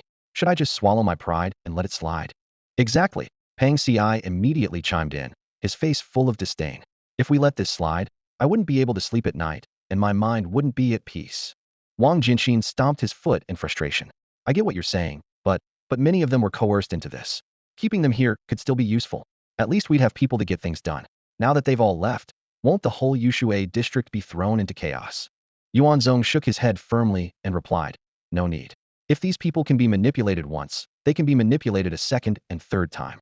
Keeping them now would only create more trouble when they inevitably stab me in the back at a critical moment. Exactly right. Pang Ci added coldly. Spare me the sob stories about their families, or whatever. What does that have to do with us? The L Group is an action unit for maintaining order, not a charity. Wang Jianxin still wanted to argue, speaking urgently. Patrol Officer Yuan, you make a valid point, but the reality is, without this group of people, our Yushui L Group is practically empty. This place is already a mess. Now the demons and monsters will be partying all night. He quickly added, Patrol Officer Yuan, the best course of action now is to immediately request reinforcements from higher-ups. No matter how many they can send, we need them, or I can't imagine the consequences. Yuan Zong didn't reply. He simply patted Wang Jianxin on the shoulder and turned to walk into the building. Patrol Officer Yuan, what does that mean? Wang Jianxin wanted to press further, but was stopped by Guan Yun. What time is it? Go tell the cafeteria staff to prepare less food. We don't have as many mouths to feed anymore, Guan Yun said. You can still think about eating? Wang Jianxin looked at him in disbelief.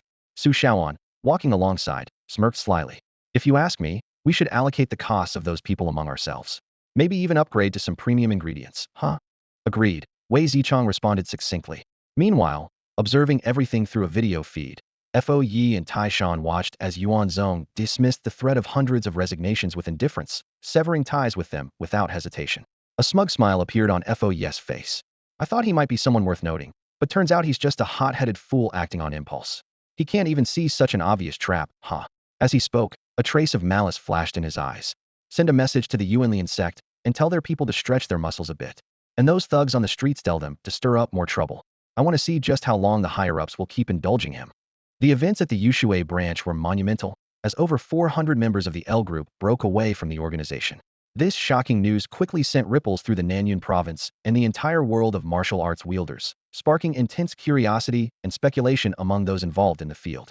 Major forums dedicated to martial arts users were instantly flooded with discussions about the incident, with the topic dominating conversations and generating a constant stream of comments. I heard over 400 members of the L group from Yushui resign together. What happened? What could have caused such a massive upheaval? Apparently, the newly appointed Inspector General didn't handle things well. The members were dissatisfied and submitted their resignation letters, and he just approved them all. Is this Inspector General a joke? Does he even understand the implications of 400 members resigning? Amid the heated debate, one user suddenly spoke up in defense of the new Inspector General. You ungrateful lot. Do you even know why Inspector Yuan upset these people? As soon as he took office, he took a hard stance against illegal potion dealers and offended some powerful figures. He's the only person brave enough to directly confront the potion trade in Yushui. Another user claiming to be a victim shared their experience. My family has an ancient book rumored to contain martial arts secrets. Someone offered 10 million for it, but I refused. Then they tried to steal it. When the L group showed up, they acted like bandits themselves and only offered 1 million. The debate grew even more intense, with some expressing concerns. We can't deny the value of the L group. Without them, Yushui could descend into chaos. Others were less sympathetic. Huh, just wait and see. It won't be long before that Yuan guy is begging us to come back, wrote a user who seemed to be a former member of the group. Meanwhile, more rational voices analyzed the situation. As a leader, Inspector Yuan might eventually have to compromise. Yushui is already unstable, and losing half the team could lead to disastrous consequences. As public opinion reached a boiling point, the headquarters of the L group acted swiftly. Ministers such as Zhou Sun and Wen Yuan immediately convened an emergency video conference with inspectors general from all regions of Nanyuan province to discuss countermeasures. In the L meeting room, 6 department heads sat around a large conference table, the air thick with tension. Zhou Sun, the only minister not from the Yiwu realm, stood in front of the projection screen, his expression grim as he outlined the current situation in Yushui. Let's cut to the chase. Everyone here knows the situation in Yushui. 70% of the potions in our country come from there. For years, we've been trying to reform it completely. This time, transferring Commander Yuan there was meant to tackle this tough problem head-on. Li Junfeng smirked, a hint of mockery flashing in his eyes. What kind of approach is that? The enemy hasn't even shown up, and he's already dismissed his own people. Truly impressive. The atmosphere in the room immediately grew more delicate. Aside from Zhou Sun, who had minimal cultivation and was directly appointed by the government, the other 5 ministers were all from the Yiwu realm.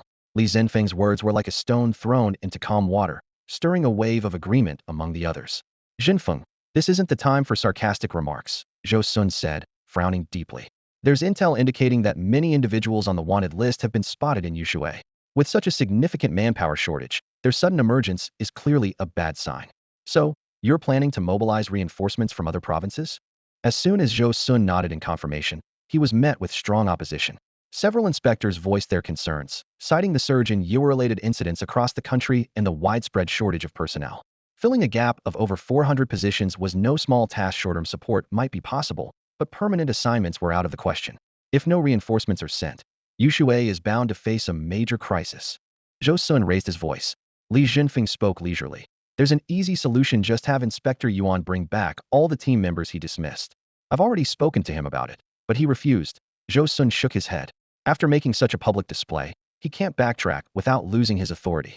Oh, so to spare him embarrassment, you've decided to make things difficult for the rest of us.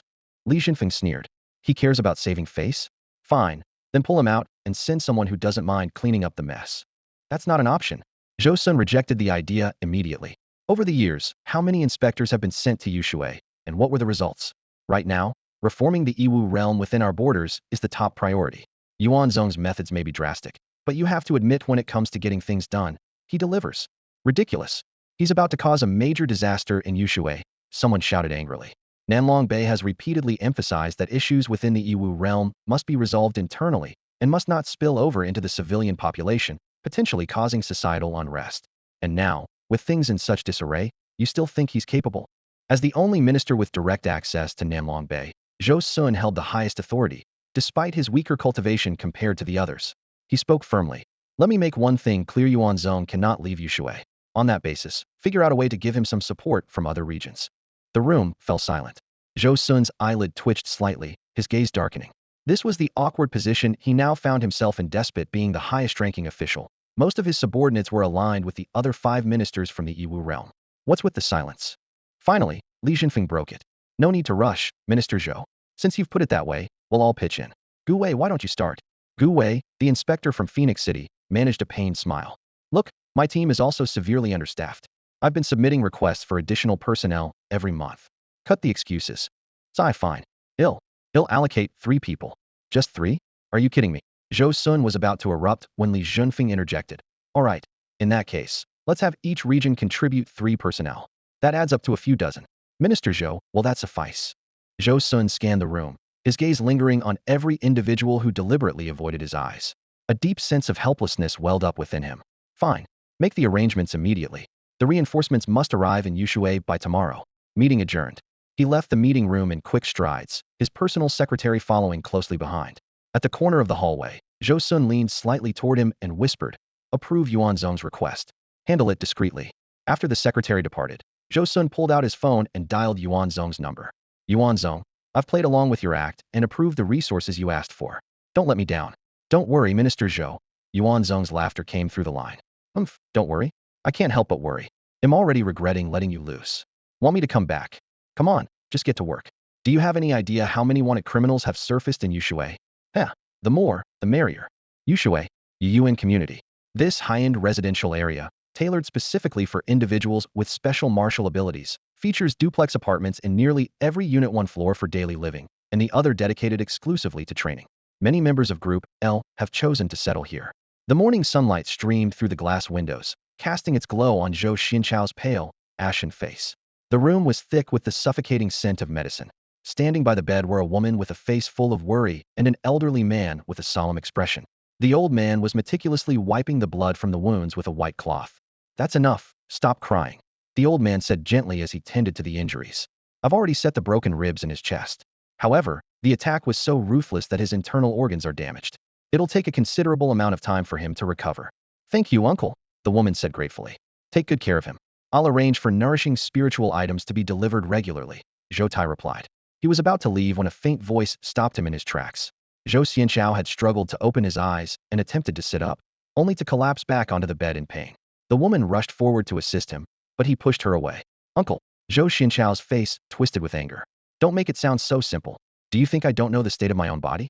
That bastard nearly ruined me. Even if I can recover, without rare spiritual resources, I'll never progress further in my cultivation again. Zhou Tai did not deny it. He replied calmly.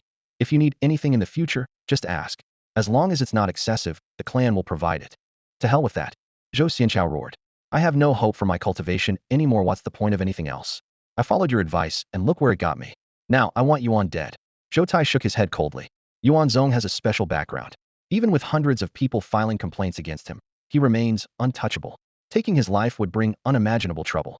The master won't easily sacrifice such a valuable pawn. Zhou Xianchao slammed his fists into the bed, the violent movement aggravating his injuries. Blood surged up, staining his lips red. Realizing he was now worthless in the master's eyes, he deflated like a punctured balloon, collapsing back onto the bed. What about Pang Xi? He asked through gritted teeth. He's the one who crippled me. In the martial world, destroying someone's cultivation is as grievous as killing their parents. That kick of his didn't take my life, but it may as well have. Zhou Tai remained silent and turned to leave.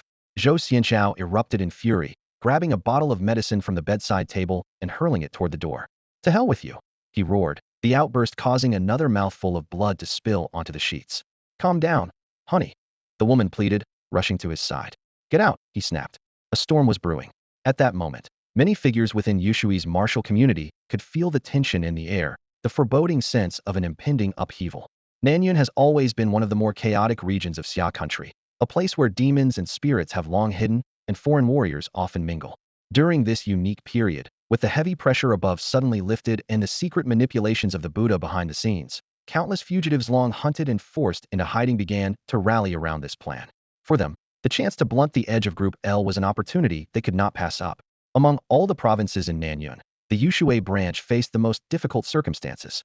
Once a large team, the branch now had fewer than 30 members holding their ground, and these loyal enforcers were under unprecedented pressure. Jinshin, come home with us now. Wang Jinshin's parents burst into his office, gripping his arms tightly. His father, a man from a nearby village, understood the gravity of the situation all too well. Mom, Dad, please calm down. Wang Jinshin tried to steady his emotions. I can't leave my post at a time like this. No way. His mother, her eyes red from crying, pleaded desperately. What if you run into some dangerous criminal? You're our only son. Suddenly, his father pulled out a bottle of sleeping pills from his pocket, his voice trembling. If you insist on staying, your mother and I will take these pills right here. Seeing his father about to tilt the bottle to his mouth, Wang Jinshin lunged forward and knocked it out of his hand. Are you crazy? He shouted, his eyes red with frustration. Fine. I won't go back, I won't. Is that what you want? After being dragged back home by his parents, Wang Jinshin locked himself in his room, pacing restlessly by the window. Just then, something outside caught his attention, a blind girl, carefully walking through the neighborhood with her guide dog. The scene stirred memories from years ago. It was a drizzly afternoon when he once saw a young man helping a blind woman cross the street. As they parted, the man's words lingered in his mind to this day. You may not see the light of this world, but I hope you can feel it. The thought reignited a firm resolve in Wang Jiangshan's eyes. He glanced at the closed door of his room, then without hesitation, pushed the window open and leapt from the 4th floor. Mom, Dad, I'm sorry. I promise I'll come back. I will. Not far away, in a children's play area, a young boy witnessed the leap. Excited, he ran to his mother, who was absorbed in her phone. Mom, a superhero. I saw a superhero. At the Yushui division, under the red emblem, Yuan Zong looked at the 13 members standing before him. Genuine smiles lit up their faces, reminding him of his own younger self, naive yet endearing. Are none of you afraid of death? Yuan Zong asked, meeting their gazes directly. The group exchanged glances, falling silent for a moment. Then, one member stepped forward. Inspector Yuan, I am afraid of death. But if I die, I might regret it for a while. If I don't come, I'd regret it for a lifetime. Inspector Yuan, you're the first person in years to stand up against the Nanyun Potion Organization. For that alone, I'm willing to follow you. What's death compared to that? Wang Jinshin stepped forward, his voice strong and clear. My dad told me that when I was a kid, I almost died and needed a blood transfusion. Back then, the hospital's blood supply was critically low. The doctor shouted out in the lobby, and everyone lined up to get their blood type tested. That's how my life was saved. This world's messed up, sure, but it's not entirely hopeless, another person said with a grin. I'm an orphan, raised by the state. If I die here, at least it's a way of repaying that debt, said someone else. I've had enough of those useless parasites in power. Life shouldn't be lived in cowardice, declared another. Peng Xiai gave the group a thumbs up. Your cultivation might be weak, but you've got guts. Follow Brother Zong, and I promise you won't regret it. We won't regret it. The group shouted in unison. Meanwhile, in the Fire King Hall, Zhou Qingyi had gathered all disciples above the 3rd limit of cultivation. Excluding those who had fled, only 7 loyal followers remained, their cultivation levels ranging from the 3rd to the 5th limit. Useless cowards. Zhou Qingyi cursed, unable to hold back his frustration. Lan Yu faced a similar situation, with only 8 people left. As for Ah Fu, the Jaguzhai faction had sent word, warning him not to get involved. When Ah Fu refused, they delivered a final ultimatum. If you insist on this, you'll no longer be considered part of Jaguzhai. Sever ties, huh? Ah Fu waved dismissively. Fine. I was never in the family records anyway. If I die out there, I'm not coming back. As soon as the news spread, Ah Fu's underlings scattered like birds fleeing a storm. When the 3 of them finally regrouped, Ah Fu lowered his head with a sigh. I figured it out. In this life, having even 1 or 2 true brothers is a blessing. Sorry, my crew of idiots all ran off. Zhou Qingyi gave a wry smile. Same here. Out of over 100, I've only got 7 left. My woman left me too. Now, I'm down to 8 people, Wan Yu said calmly. Even your woman scared? There were people from the village who got to her. She had no choice, Wan Yu said, adjusting his glasses. Forget it. To hell with love. We were never about love anyway. It was just a sugar daddy arrangement, Wan Yu added. Zhou Qingyi and Ah Fu exchanged glances before bursting into laughter. In this moment of crisis, the bond between the 3 seemed to deepen. Zhou Qingyi turned to face the dozen or so loyal followers still with them and spread his arms wide. From this moment on, we're brothers. Of course, if anyone wants to leave, now's your chance. We're not leaving, master. The group shouted in unison. Zhou Qingyi nodded firmly, his eyes gleaming with unwavering determination. All right, In that case, I'll say this: if we can overcome this challenge, the future will undoubtedly belong to us. Afu clenched his fists and gritted his teeth.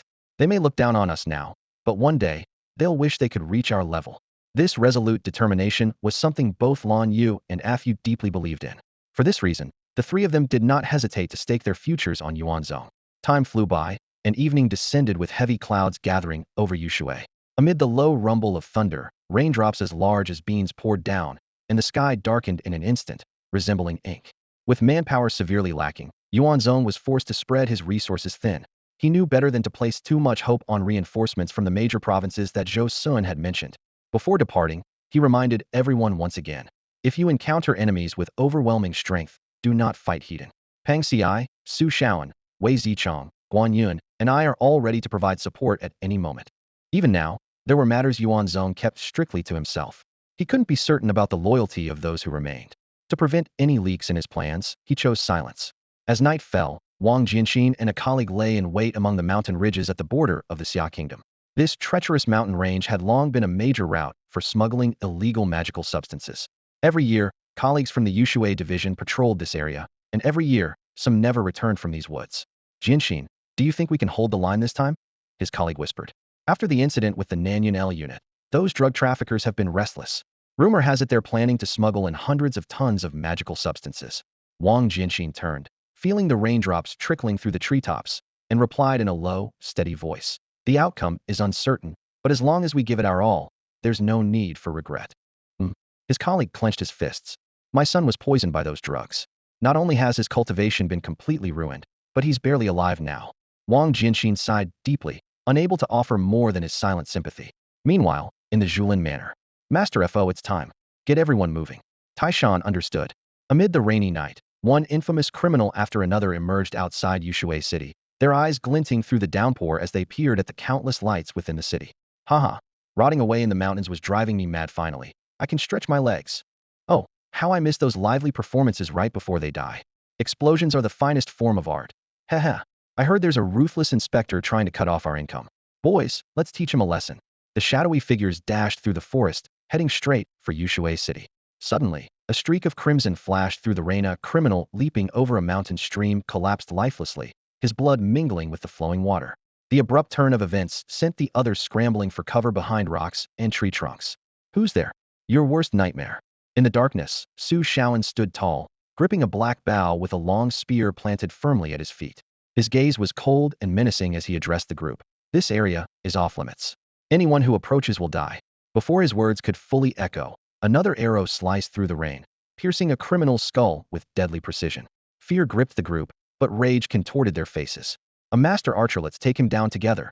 Swoosh, swoosh, swoosh. Arrows tore through the air with relentless force, shattering trees and rocks in their wake. Thus, the first shots of the Battle of Yushui were fired. Blood stained the dimly lit forest floor. Su Shaoan retrieved his arrow with swift and precise movements.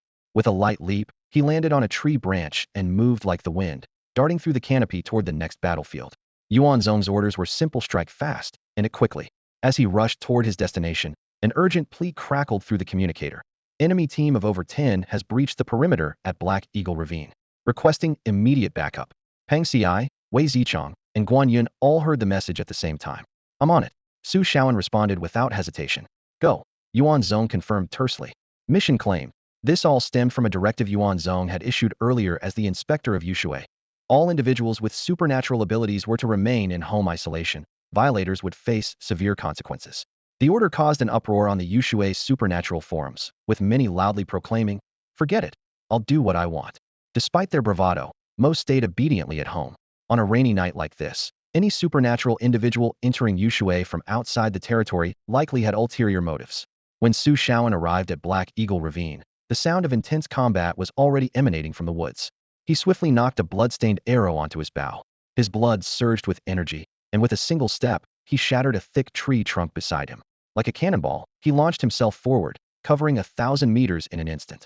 Through the torrential rain, his sharp gaze locked onto the scene in the forest. 3 team members were being surrounded and attacked by more than 10 assailants. Without hesitation, Su Shaoan drew his bow to full tension, aiming toward the northwest. The arrow shot forth like a bolt of lightning. Whoosh! The roar of the storm muffled the sound of the arrow cutting through the air, but one of the attackers suddenly collapsed mid-pursuit, his body rolling silently to the ground. The sudden turn of events sent the others scrambling for cover. There's an expert. A master archer, stay alert. Hide and wait for him to get closer. Then we'll take him down together. Heh, the bounty on the dark web starts at 500,000. If we take out an L-team member above the third limit. This was the confidence behind Fo's audacious moves in Yushui.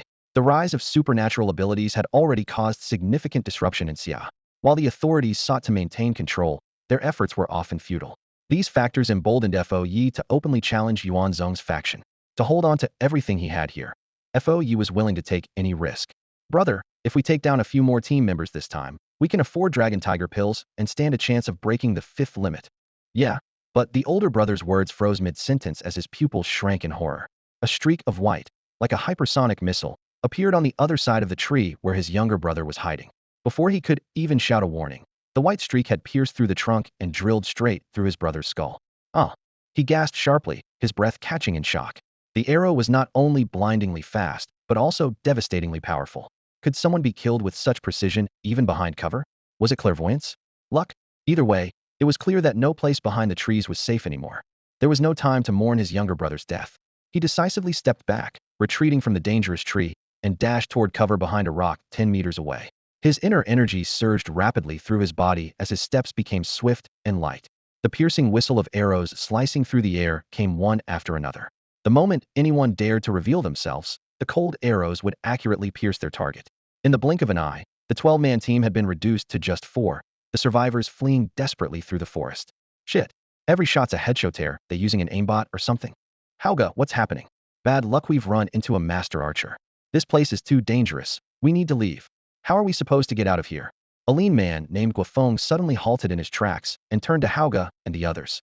Sorry, guys, I'm not risking my life for this anymore.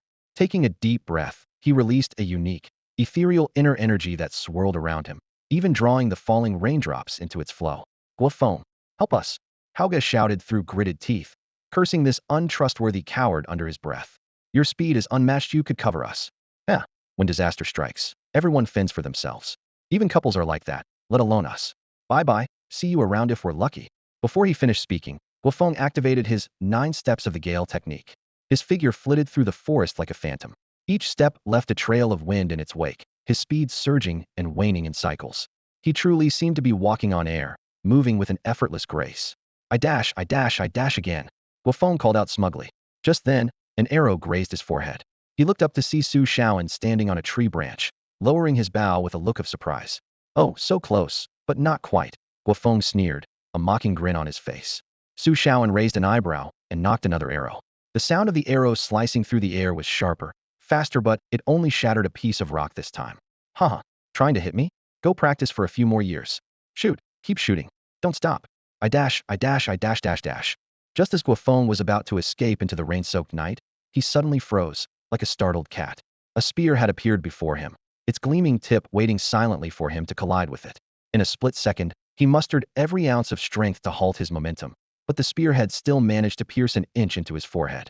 Following the length of the spear, Guofeng saw Su Shaoan standing to the side, holding the weapon with one hand. Terror filled Guofeng's eyes. He couldn't comprehend how Su Shaoan had crossed such a distance in so little time. Care to dash one more time for me? Su Shaoan sneered coldly. I surrender. Guofeng immediately gave in. Thank you, Before he could finish, the spearhead thrust through his forehead and out the back of his skull, blood dripping down the shaft. Thank me too soon, didn't you? Su Shaoan chuckled lightly. Guofeng's eyes widened in disbelief, his final thought flickering away. Damn it, I forgot. These guys kill, but don't bother burying the bodies. What's the point of surrendering? In the Bamboo Grove Manor, a gentle night rain fell steadily. Master Fo was quietly tending to a delicate bonsai, his scissors moving nimbly among the branches and leaves. Despite being over 100 years old, the martial arts master wore only a thin traditional tang suit, unaffected by the cold wind and rain seeping in from the windows. As always, his most trusted confidant, Taizhan, stood nearby, keeping watch. Amid the sound of thunder and rain, a series of clear footsteps suddenly echoed. Master Fo. Taizhan stepped forward quickly. 5 hours have passed, and Yushui remains undisturbed. Master Fo's scissors stopped abruptly in midair. He turned, frowning. Are you saying all of them were stopped? Impossible. How many people do they have? To him, even though Yuan Zong and his group were undeniably formidable, having taken down the likes of the fierce beast elder and the Vajra evil market, seemed implausible that they could hold off such a large number of enemies. especially when the attackers were scattered across multiple fronts. And the task on the black web?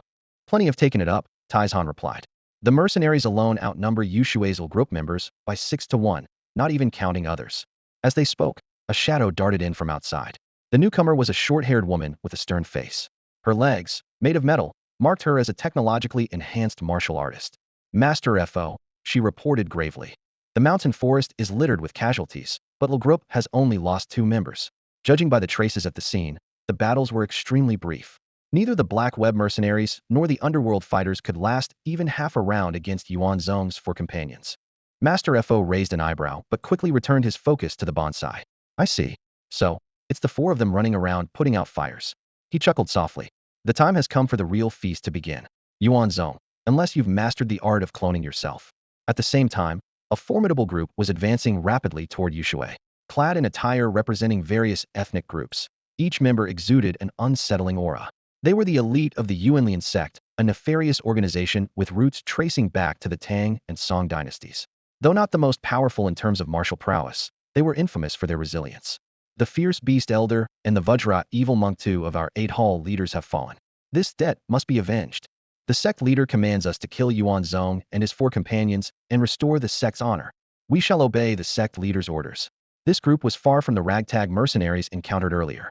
The Yuanlian sect, one of the most troublesome adversaries of Le Groupe, had its origins as an offshoot of Buddhism. Initially founded on the 5 precepts, the sect encouraged its followers to uphold virtues and chant scriptures. Its simple and accessible teachings quickly gained traction among the lower classes, steadily expanding its influence over time. Time flies, and the decline of the Yuanlian sect is a lamentable tale. Once a religious organization, it has now degenerated into an underground antisocial force, operating under various banners with the intent to overthrow the government. Throughout the turbulent changes of dynasties, their disruptive presence has always lingered. Despite the court's repeated bloody crackdowns that left them shattered, the sect has proven as resilient as weeds, impossible to eradicate completely.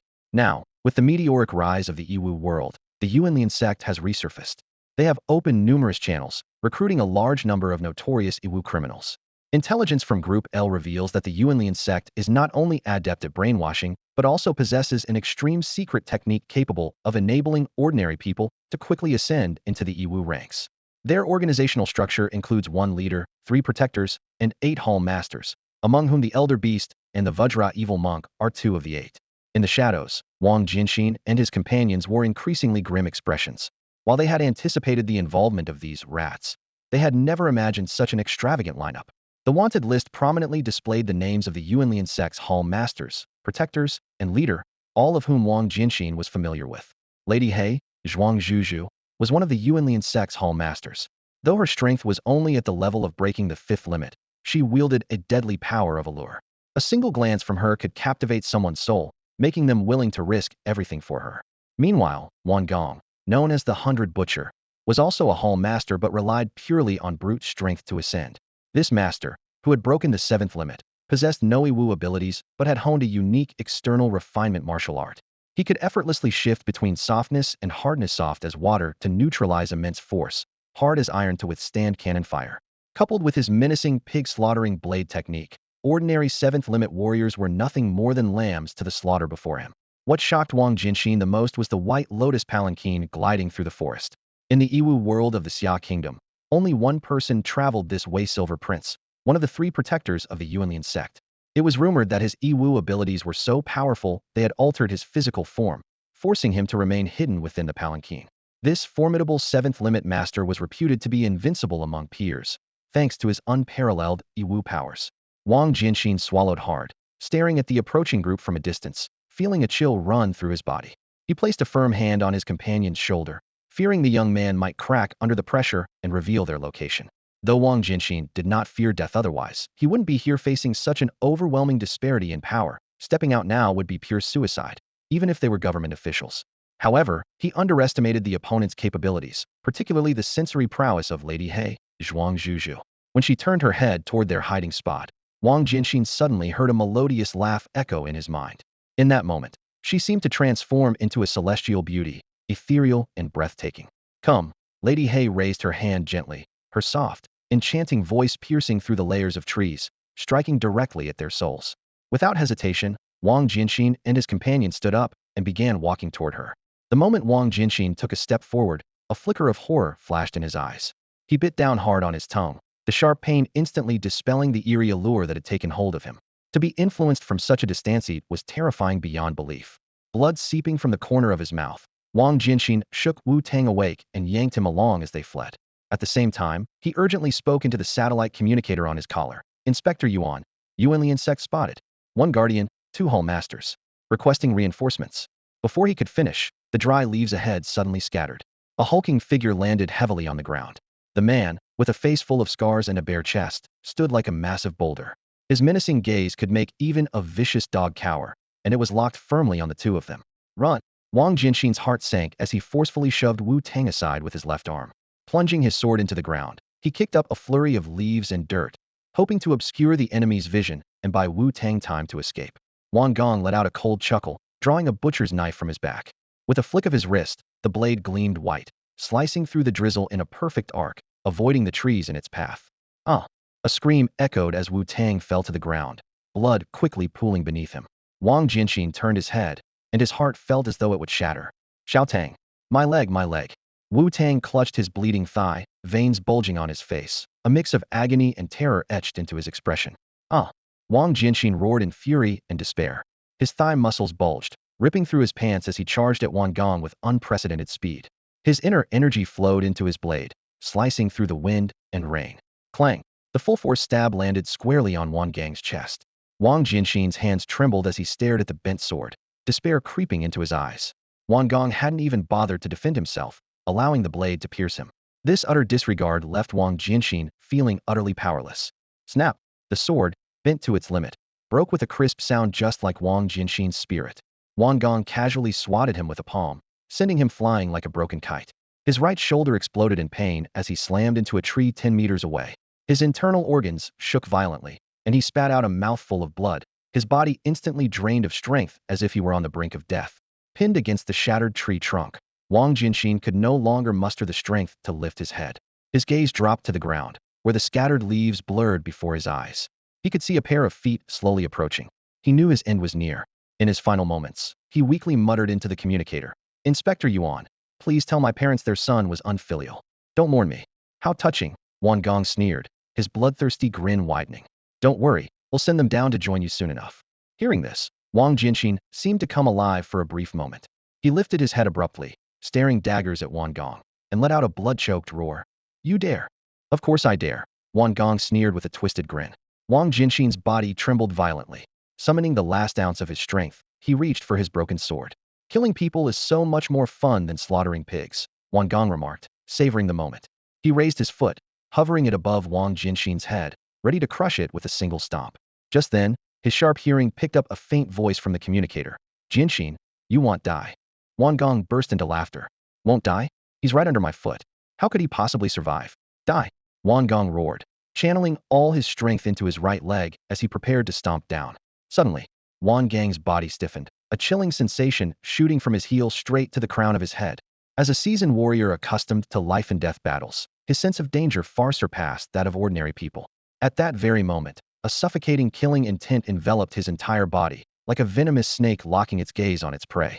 Suspended mid-step, he realized with chilling clarity. If he took that step, death was certain. Get out of the way. Madame Hay's urgent cry pierced through the night. Damn it, Wang Gong cursed under his breath. He had no intention of dying for this youngster. Channeling his internal energy, his legs erupted with power. The portly man moved with astonishing speed, shifting to the left like a bolt of lightning. Yet, even with such a rapid reaction, he couldn't completely evade the attack. A sharp pain exploded in his shoulder as flesh and bone were torn apart in an instant. A dark shadow flashed past the corner of his vision, disappearing soundlessly into the ground. Only then did the delayed sound of the weapon slicing through the air reach his ears. Supersonic speed. Wang Gang's pupils contracted violently, struggling to fathom the terrifying force behind the projectile. Why don't you try dodging again? A taunting voice crackled through Wang Jinshin's communicator. A chill crept down Wang Gang's spine as he looked in the direction the shadow had come from. The rain-soaked night was murky and chaotic, obscuring his vision. Where is he? My sight can reach thousands of meters. Could he have launched the attack from even farther away? At such a distance, how could I possibly fail to dodge? Does he think so little of me? Before his words had fully left his mouth, a glint of cold light suddenly appeared in his field of vision. The moment he caught sight of the gleam, a spear was already upon him. Its speed was beyond comprehension, leaving no room for any reaction. I can't dodge it, Yuan Gong roared, thrusting his right arm forward. His immense internal energy coalesced in his palm, pushing away the rain and wind within a 10-meter radius, forming a massive palm-shaped barrier to intercept the incoming spear. At the same time, his entire body rapidly transformed, his flesh and skin layering into a protective armor of blood and muscle. Boom! Blood and flesh exploded. Using offense as defense, Yuan Gong was reduced to a mist of blood before Wang Jinshin's eyes. His once proud defenses were rendered meaningless against this strike. Even in death, he never discovered where his opponent had been hiding. Drip, drip, drip. The sound of rain striking leaves echoed eerily in the deathly silence of the forest. Retreat. An urgent voice came from the sedan chair moments later. Think you can just leave? A thunderous sound erupted as a figure radiating raw, primal energy leaped from the mountaintop 100 meters away. Like a meteor crashing to earth, the figure landed with immense force, blocking the retreat of the Yuanlian cult's group. The light rain once again draped over the battlefield, and withered leaves fell softly to the ground. From a crater in the earth, Pang Ci slowly stood, white steam puffing from his nostrils as he bared a ferocious grin. Tonight, none of you are getting away. Under a broken tree, Wang Jinshin, pale and weakened, exhaled deeply as he gazed at the imposing Pang Ci. He then turned his head toward Wu Tang, who had fallen silent in the distance. Hang in there, Xiao Tang. Amid the fallen leaves, a faint rustling could be heard. A figure leapt forward, landing in front of Wang Jinshin. Inspector Yuan, I. Wang Jinshin's eyes flickered. Without a word, Yuan Zong pulled out 2 syringes, injecting one into Wang Jinshin and the other into Wu Tang. Grabbing them both with a hand each, he leaped away. Inspector, what about Pang Ci? He can handle it. No, Yuanlian cult's Silverfly protector is there. Wang Jinshin urgently reminded him. He can handle it, Yuan Zong replied, his tone calm as ever. He can handle it. Wang Jinshin was stunned. Does that mean Pang Ci is not just a warrior who has surpassed the 6th limit, but the 7th? No, that can't be. Silverfly is said to be invincible at the 7th limit, and with Madame He supporting him, even if Pang Ci has surpassed the 7th limit, he wouldn't stand a chance. So, is he at the 8th limit? Inspector, is Pang Ci a warrior who has broken through the 8th limit? No, the 7th, probably. Then, I said he can handle it. Tap, tap, tap. Raindrops hit the green leaves, like pearls falling onto a jade plate. With Yuan Zong's departure, the suffocating tension that had gripped the scene finally dissipated. The crowd was still reeling in Shakuan Gang. One of the 8 hall masters of the Yuanlian sect, renowned for his defensive prowess, had been utterly defeated by Yuan Zong from a great distance with just 2 thrown spears. The first spear was already astonishing, though Yuan Zong had held back slightly out of consideration for Wang Jinshin. The second spear, however, was terrifying. Its speed more than doubled, and despite Yuan Gong being prepared, he was killed in a single strike. The ordinary disciples present couldn't even catch a glimpse of the spear's shadow. All they heard was a piercing sound in the air, sharper than the thunder and rain. If Yuan Zong had truly intended to go on a killing spree, no one would have escaped. Even Silver Fei, seated in the palanquin, chose to retreat immediately, abandoning his earlier threats to avenge the 2 hall masters and kill Yuan Zong and his group of 5. He's broken through the 8th limit. Silver Fei was certain in his heart. Yuan Zong must be among the top tier of those who had surpassed the 8th limit. What was even more shocking was that, according to FOE, Yuan Zong was only 29 years old. To reach the 8th limit at such a young age placed him in an entirely different league compared to those martial artists who achieved it in their advanced years. At this level of cultivation, one's lifespan would also extend significantly. If the lifespan of an 8th limit martial artist capped at 200 years, others might only have a few decades left, but Yuan Zong still had an entire century to refine his skills. With such talent, unless he sought his own demise, his future was unimaginable. Hey, whoever's hiding in that palanquin, come on out and show yourself. Even an ugly bride has to meet her in-laws. Aren't you planning to meet your Uncle Pang? Pang Ci taunted loudly, seeing the Yuanlian sect disciples frozen in place as if under a spell. Your superior must have great faith in you, leaving you alone to face our sect. Could it be that you're also a martial artist who has broken through the 8th limit? Silver Fei probed cautiously. Haha, don't flatter me. I'm not at the 8th limit yet, just like you. Hot-headed fool. Pang Ci's candid reply made Silver Fei breathe a sigh of relief, though he quickly straightened his posture again. You're straightforward, I'll give you that. For Yuan Zong's sake, I'll let you go. I won't make things difficult for you, Silver Fei declared. Though he had earlier vowed to take Yuan Zong's head to avenge the 3 hall masters, Yuan Zong's overwhelming display of power forced him to reconsider. At the very least, he couldn't afford to take the lead in provoking such a formidable opponent, lest it complicate his actions in the future. Oh, how generous of you. You're letting me go, are you? Well, I won't let you off so easily. If you're such a daredevil, then act like one. Show some guts. Pang Xi roared, his voice full of fury. In an instant, he launched himself from the crater in the ground like a cannonball. With a gust of fierce wind, he closed the distance to the frontmost sect members in the blink of an eye and threw a devastating punch. Bang! A heavy thud echoed as bones cracked and a body collapsed, lifeless.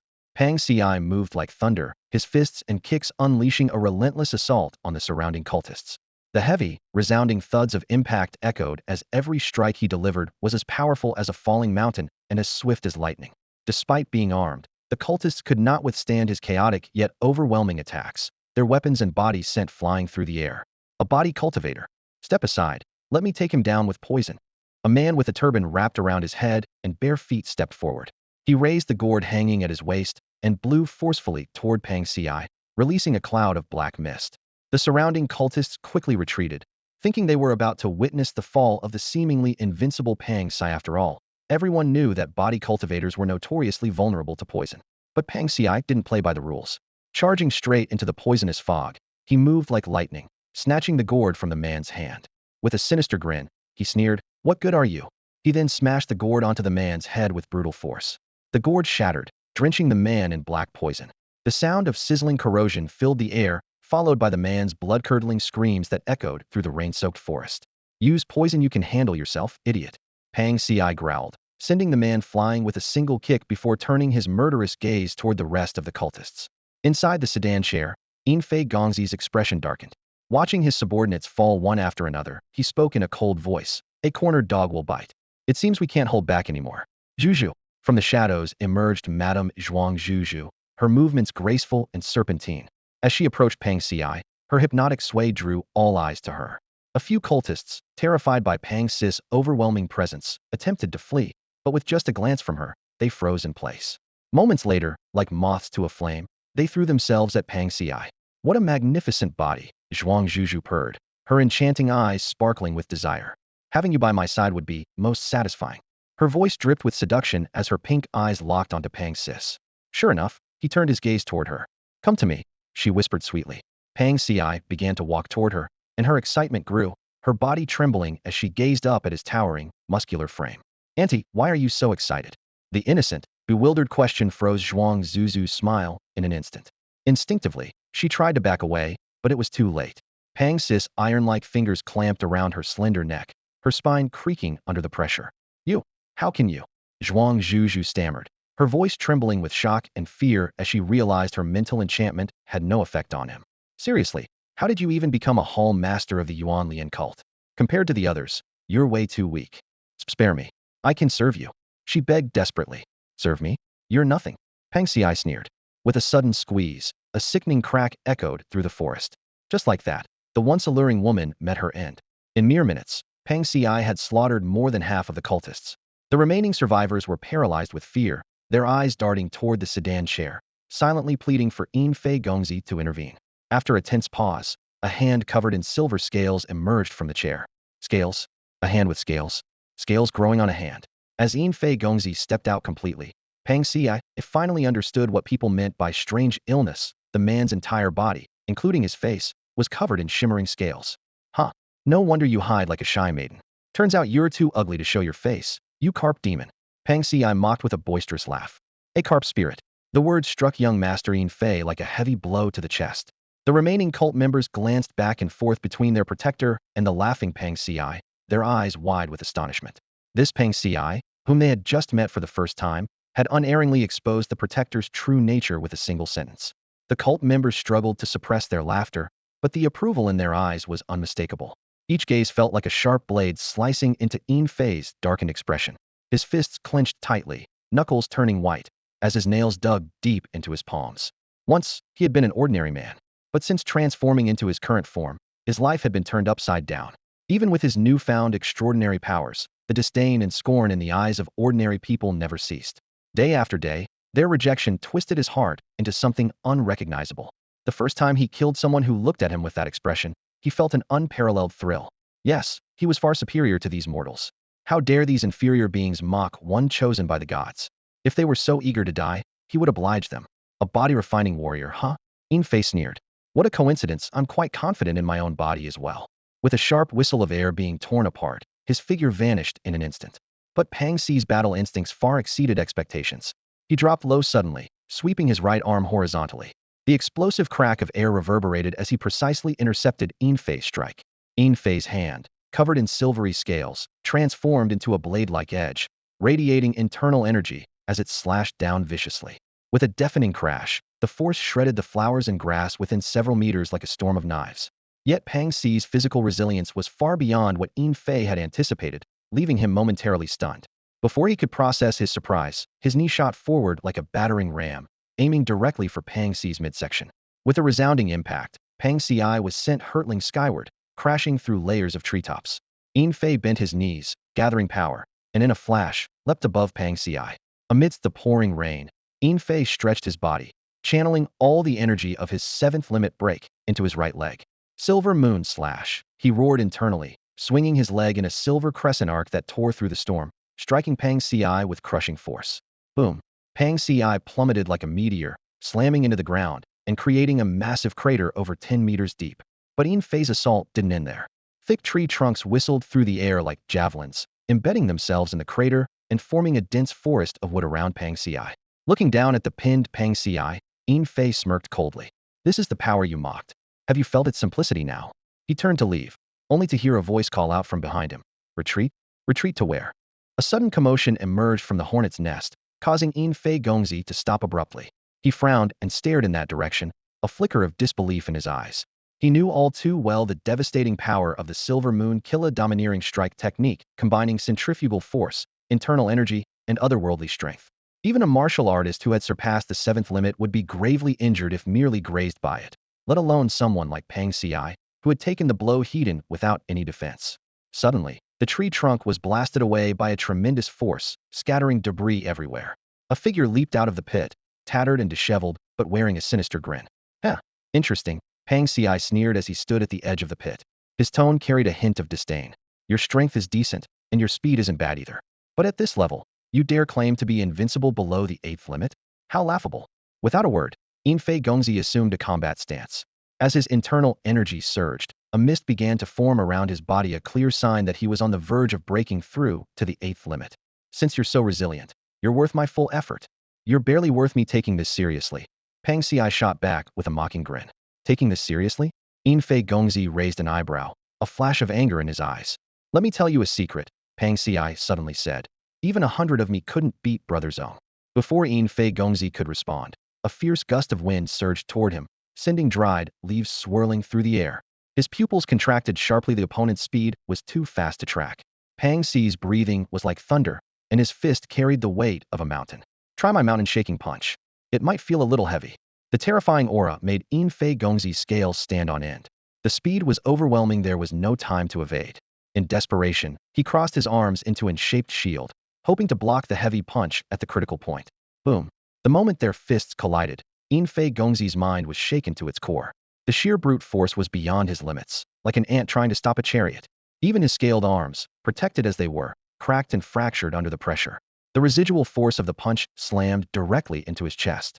In an instant, he vanished from his original spot. The disciples of the Yuanlian sect tracked his trajectory, watching as he crashed through several large trees in succession. Like a demonic shadow, Pang Si appeared beside him, gripping his face with one hand and slamming him into the ground, carving a deep trench in his wake. Moments later, Yin Fei Gongzi was hurled high into the air, only for Pang Si to reappear above him, both fists clenched like a hammer, smashing downward. Boom, boom, boom. For the next 10 seconds, Yin Fei Gongzi was battered relentlessly, sent flying in every direction as blood and silver scales rained across the battlefield. The final blow sent him crashing into a deep pit, his body twisted and deformed, the light in his eyes extinguished. Pang Si took a deep breath, his swollen form gradually returning to normal as the mountain-like aura around him dissipated. I am the one who's truly invincible below the eighth limit. He turned to the remaining Yuanlian sect disciples, who instinctively retreated. Relax, he said, noticing some of them breathing a sigh of relief. Then, with a smirk, he added, it's just a trip to reincarnation, that's all. Reincarnation? You think you're funny, don't you?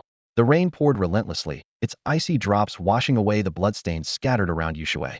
Across the mountain forests, shadows of demons and spirits emerged one after another, relentlessly attempting to breach Yushui's defenses. Yuan Zong and his 4 companions raced across the battlefield, providing aid to Wang Jinxin, Zhou Qingyi, Fu, Lan Yu, and others, easing the mounting pressure on them. However, as the battle dragged on, the repeated clashes began to take their toll, and fatigue started to show. Gradually, the tide turned against them. Inside the Bamboo Grove estate, Lord Fo was tending to his bonsai when a series of reports arrived, delivered in hushed tones. The news left him seething with impatience. In a sudden burst of anger, he hurled the bonsai into the corner, the sharp sound of shattering porcelain echoing throughout the room. Silverwing Protector was slain. Lord Fo roared in disbelief. He was a master of the 7th limit, hailed as invincible below the 8th limit. How is that even possible? Apologies, but it wasn't Yuan Zong who did it. This statement only fueled Lord Fo's fury. What kind of joke is this? He's only 29 years old. It took me 163 years and all the resources I could muster to break through to the 8th limit. How could he possibly? His voice shook with rage.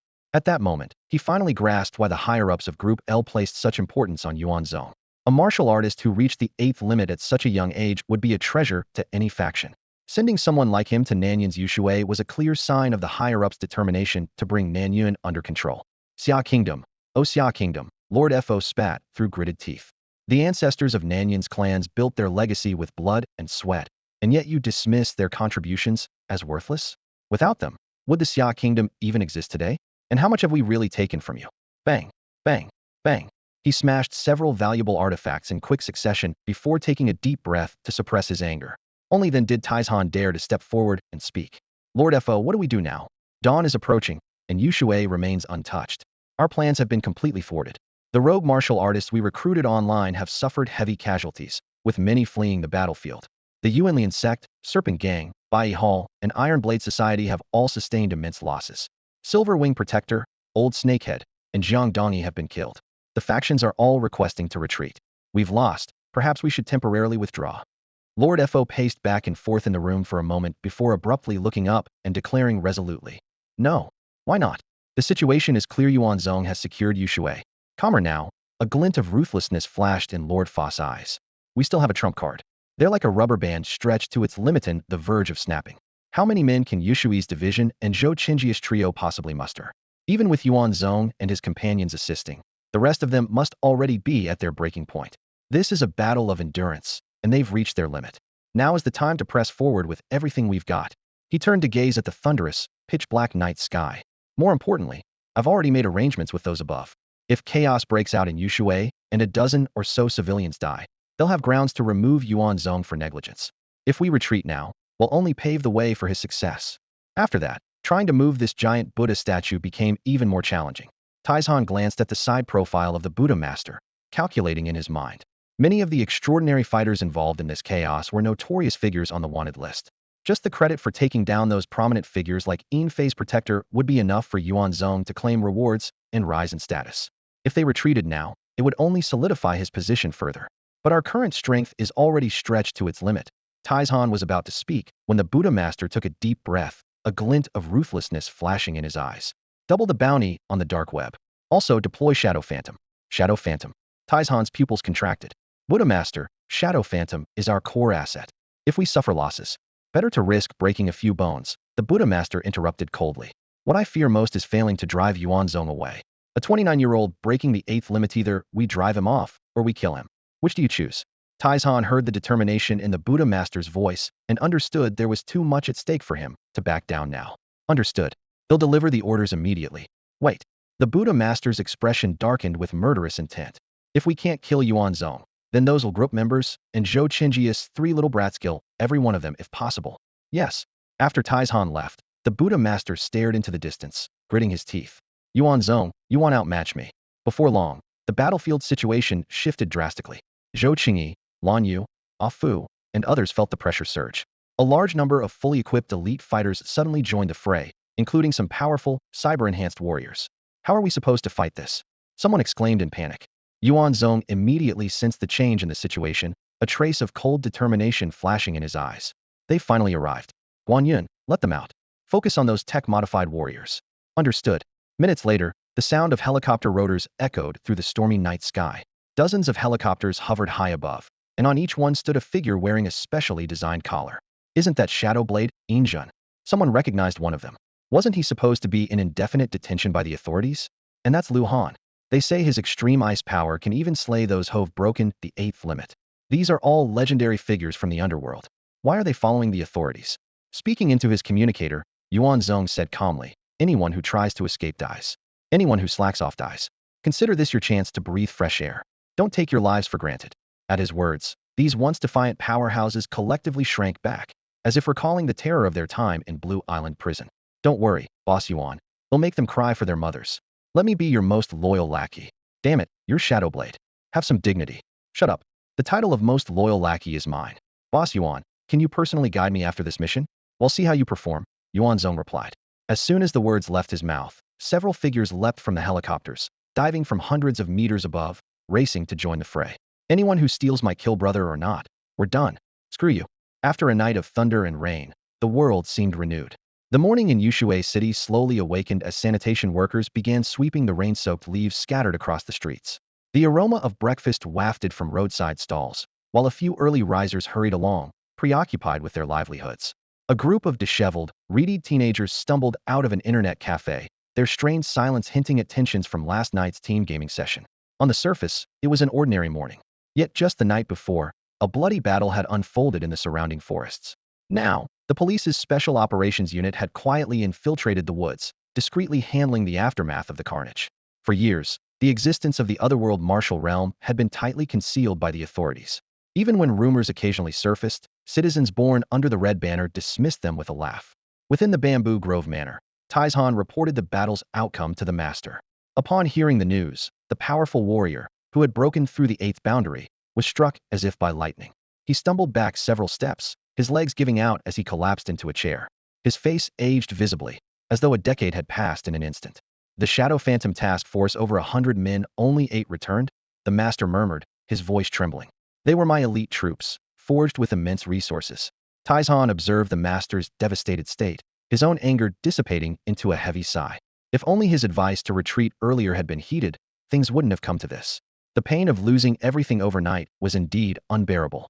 In the otherworld martial realm, while ordinary currency was used, even the most basic resources and items cost astronomical sums.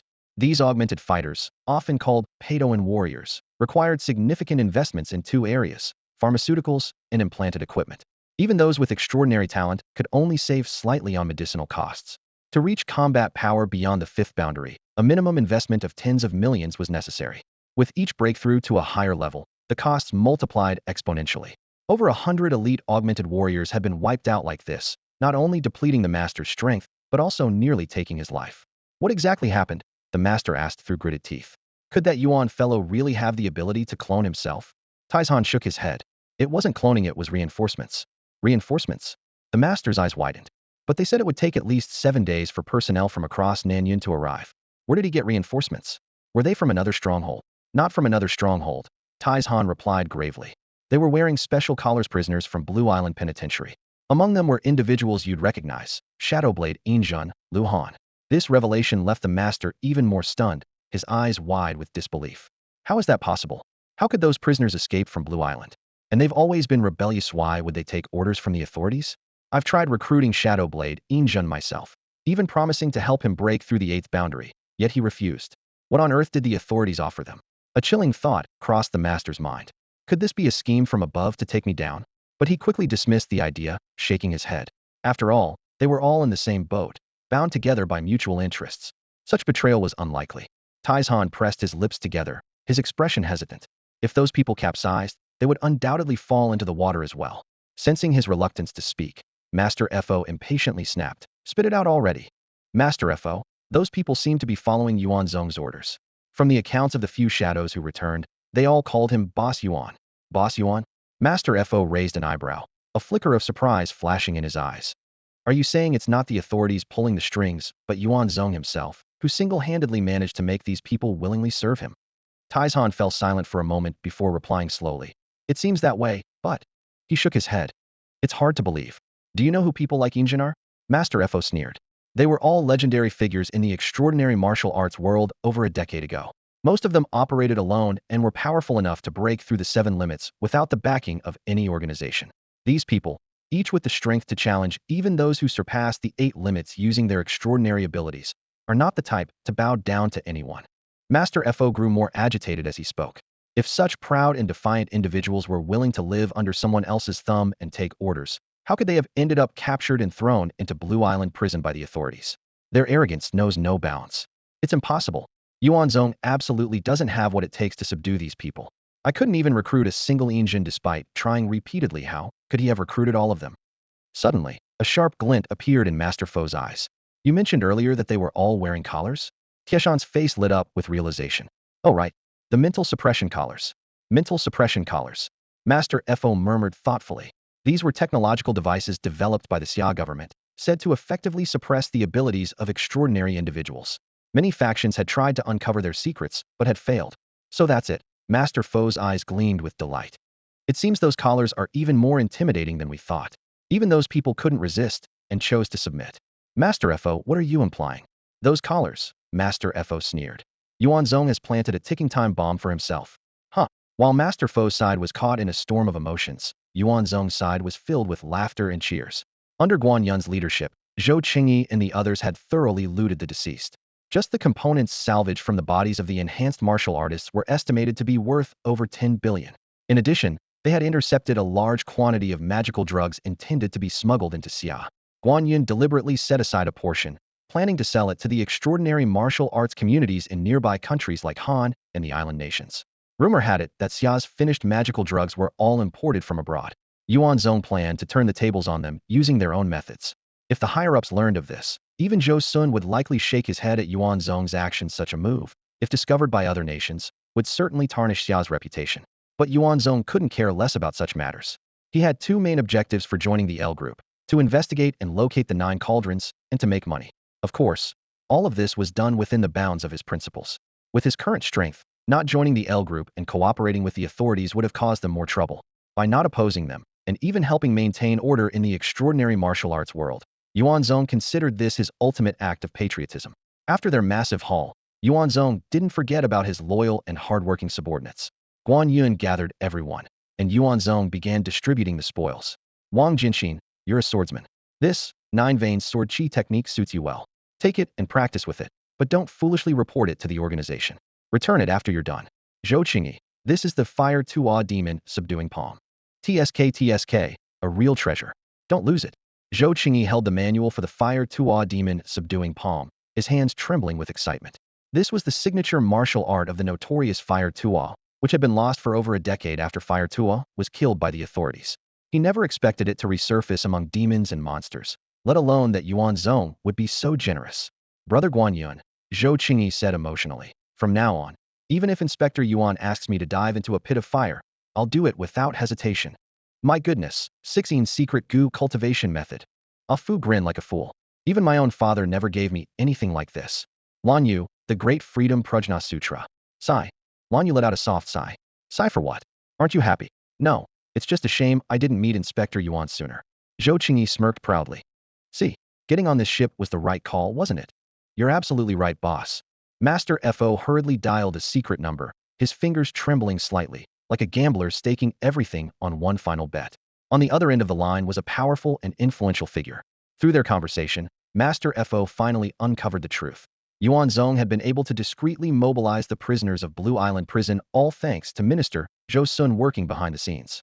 First, Zhou created a diversion by announcing support from various regions at a public meeting.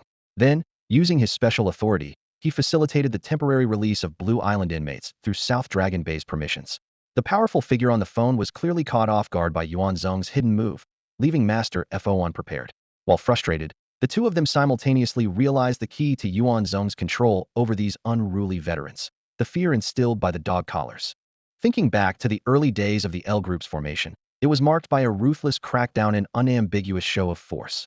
Those veterans who had official backing survived comfortably, but those without connections or protection either ended up dead, imprisoned, or living as fugitives on the wanted list. How could these once defiant individuals now submit so easily to Yuan Zong? When asked, the veterans unanimously replied, "If you've never been locked up on Blue Island, you'll never understand how terrifying Boss Yuan truly is." Even Minister Zhou Sun, who held direct supervisory authority over Blue Island Prison, had to acknowledge after extensive verification that within those prison walls, Yuan Zong was the true, unofficial king. His words carried more weight than even the prison wardens. Are you suggesting we open the dog collars for some of them? The powerful figure was stunned by Master Fo's proposal. Exactly, Master Fo said in a low voice. Not all of them, just the most unruly troublemakers in the group. There was a brief silence on the other end of the line, followed by a stern rebuke. Do you have any idea how dangerous this idea is? When you wanted to create chaos in Yushui and use the opportunity to transfer Yuan Zong away, I agreed, because even if those people got out of hand, we could still handle the situation on the spot. But the ones you're talking about freeing Naoto, you really think you can control them? Have you thought about how catastrophic it would be if they went rogue? And why would they even listen to you? Who's to say they won't just escape the moment they're free instead of causing trouble in Yushui? Not one of them, absolutely not. Idiot. Master Fo nodded repeatedly, bowing his head in deference. You're absolutely right, and I've considered all of that. But isn't the most pressing issue right now to drive Yuan Zong out of Yushui, or even out of the Southern Cloud region altogether? He paused before continuing. I'm not exaggerating. That kid, so young, already has the strength to break the 8 limits. His methods are more ruthless than us old-timers. If we let him secure his position as the chief inspector of Yushui's general affairs, our elixir trade will be completely finished. Master Fo shifted his tone. Besides, this isn't just about me. Think carefully who promoted Yuan Zong? Minister Zhou's son, right? And because Minister Zhou isn't from the world of extraordinary martial arts, he still can't get a foothold in the L Group's management. If Yuan Zong climbs a few more ranks and gains more power and reputation, how pleased do you think Minister Zhou will be?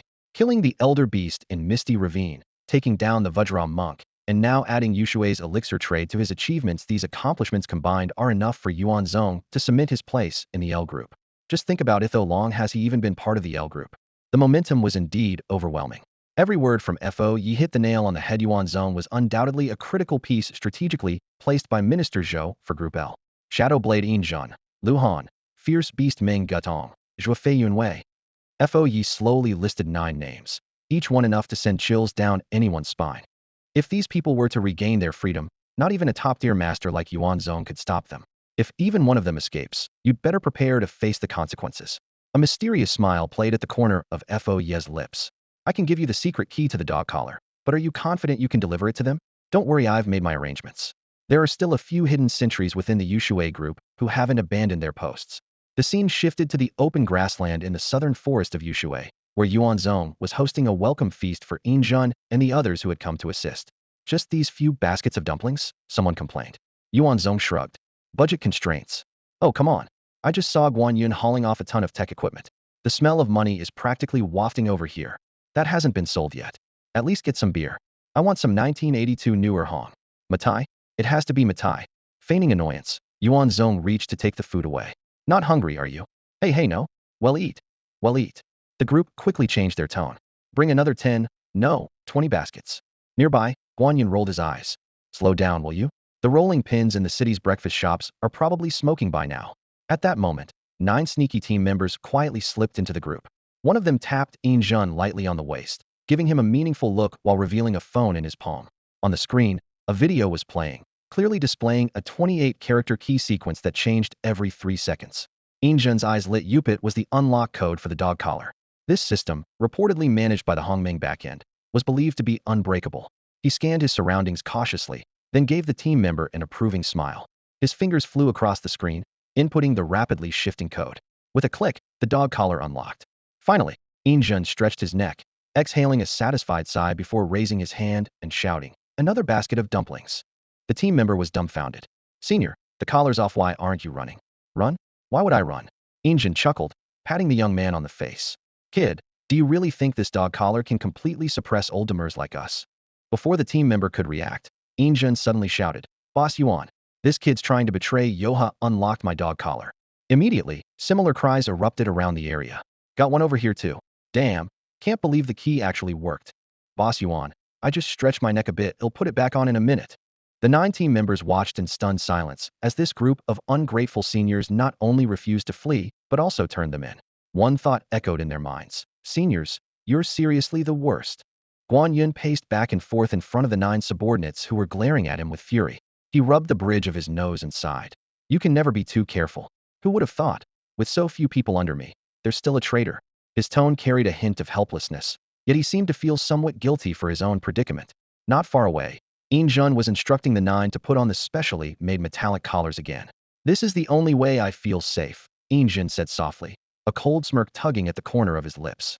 The 9 were seething with anger, their gazes filled with both rage and disdain. Noticing their expressions, Jin strode over to one of the younger men and delivered a sharp slap across his face. What are you looking at? He snapped. No matter how bad things get for me, it's not your place. Someone who can never break through the fifth limito judge. His voice turned icy. You sit around living off public funds, never thinking about serving the country, just lining your own pockets.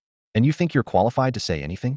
The young man, seemingly resigned to his fate, raised his head and shouted angrily. Spineless coward. So what if I despise you? You call yourself strong? Pathetic. Even when you're handed opportunities, you can't make use of them. No wonder you'll spend your life wearing that collar. The word collar instantly drew the attention of the older veterans, including Lu Han. Though it was a common nickname for the mental suppression device, anyone with a bit of sense would avoid saying it in front of them. Smack. Another slap landed. Jin sneered. A collar is something you think you can talk about? Someone like you doesn't even deserve to wear one in this lifetime. He raised his chin smugly. This is top-tier technology, the pinnacle of modern science. The materials, the internal systems, everything is cutting edge. Otherwise, how do you think it manages to suppress you so-called exceptional ability users? The young man let out a cold laugh. Heh. Smack. Jin's eyes flashed with anger. I hate it when people say heh. Try saying it one more time. Heh. Smack. Heh. Smack. Heh. Smack. After a series of brutal slaps, the young man had lost a few teeth, his cheeks swollen and bruised. Jin raised his hand to strike again, but the man turned to Yuan Zong and roared, Yuan, if you're going to kill us, just do it quickly. If any of us flinch, we'll take your name instead. The other 8 immediately shot him, warning Glorest this kind of bravado didn't need to include them. However, one of them chimed in, he's right. Do it already. If I die, he'll still come back a hero in 18 years. Mark my words, this is Yushui. Kill one of us, and there'll be thousands more to take our place. If you're smart, you'll get out of here while you can. Yuan Zong chuckled at the declaration and stepped forward slowly. With how righteous you sound, an outsider might actually think we're the villains here. You're ruthless, killing your own people without hesitation. You've barely been here, yet you openly take bribes. Compared to you, we're saints. The young man shot back immediately. Don't even try to pretend you're any better. You're right. I'm not a good person, Yuan Zong said coldly, his expression darkening. But I have a clear conscience. Can you say the same? Do you dare to go to Yushui and see the victims who've been turned into monsters by those cursed drugs? The young man's eyelid twitched, a flicker of fear flashed in his eyes, but was quickly replaced by anger. He let out a cold laugh. What a joke. Did anyone hold a knife to their throats and force them to take it? Ruined families, lives worse than death, that's all on them. Where there's demand, there'll be supply. If we don't do it, someone else will. Yuan Zong's gaze turned icy, and a mocking smirk appeared on his lips. Quite the justification you've got there. Every man for himself, right? Survival of the fittest. You and I are the same, so drop the self-righteous act. He scoffed. As the old saying goes, even thieves have their own code. Enough talk. You think you'll get anything out of me? Dream on. Pang Ci could no longer hold back and delivered a punch straight to the young man's abdomen. The man doubled over in pain, his face contorted as blood spilled from his mouth. Still acting tough while dealing in illegal potions? Do you think you're selling sugar? You want to die? Not that easy. Pang Ci gritted his teeth. If we can't get something useful out of you today, we'll write our names backward. Zichong, he's all yours. Wei Zichong sighed in resignation. Why is it always me? Picking on the nice guy? At that moment, Lu Han stepped forward. He'll handle it. You? Are you sure? Pang Ci eyed him suspiciously. Lu Han didn't respond. His gaze swept over the 9 captives. Interrogation was all about psychological pressure. Apply enough of it, and even the innocent might confess to crimes they didn't commit, let alone these people, who were caught red-handed. Sure, there were rare few in the world who could withstand the most excruciating torture, but how many out of billions? Most would crumble at just the mention of the word death. Boss Yuan, can I kill them if I need to? Lu Han turned his head to ask. Yuan Zong shrugged. If they land in our hands and can't hold their ground, who else can they blame? Do whatever you like. If they die, we'll catch more. There's no shortage of rats in Yushui. With permission granted, Lu Han paced back and forth in front of the 9 captives, his sharp eyes quickly discerning who was tough and who was simply putting on a facade. He stopped in front of one man and placed a hand on his face. Crackle, the mental restraint device, suddenly emitted an eerie blue light, sending a current-like sensation from the man's neck straight to Lu Han's head. A chilling frost emanated from Lu Han's body, forming a cold mist around his head that blocked the blue light entirely. The young man's right cheek began to freeze over. The excruciating pain made him want to scream, but he realized half his mouth had already frozen shut. His tongue was stiff, and all he could produce were muffled, incoherent sounds. The ice spread across half his head, leaving his left side in a terrifying state of numbness. His frozen right face was locked in rage, while his remaining left side was etched with sheer terror, his eyeball twitching violently. Are you ready to talk? Lu Han, now sweating slightly, asked softly. Dream on. the young man managed to squeeze out. Bang! The ice shattered instantly, sending shards of flesh, bone, and ice flying in all directions. Everyone present froze in shock at the sudden, gruesome turn of events.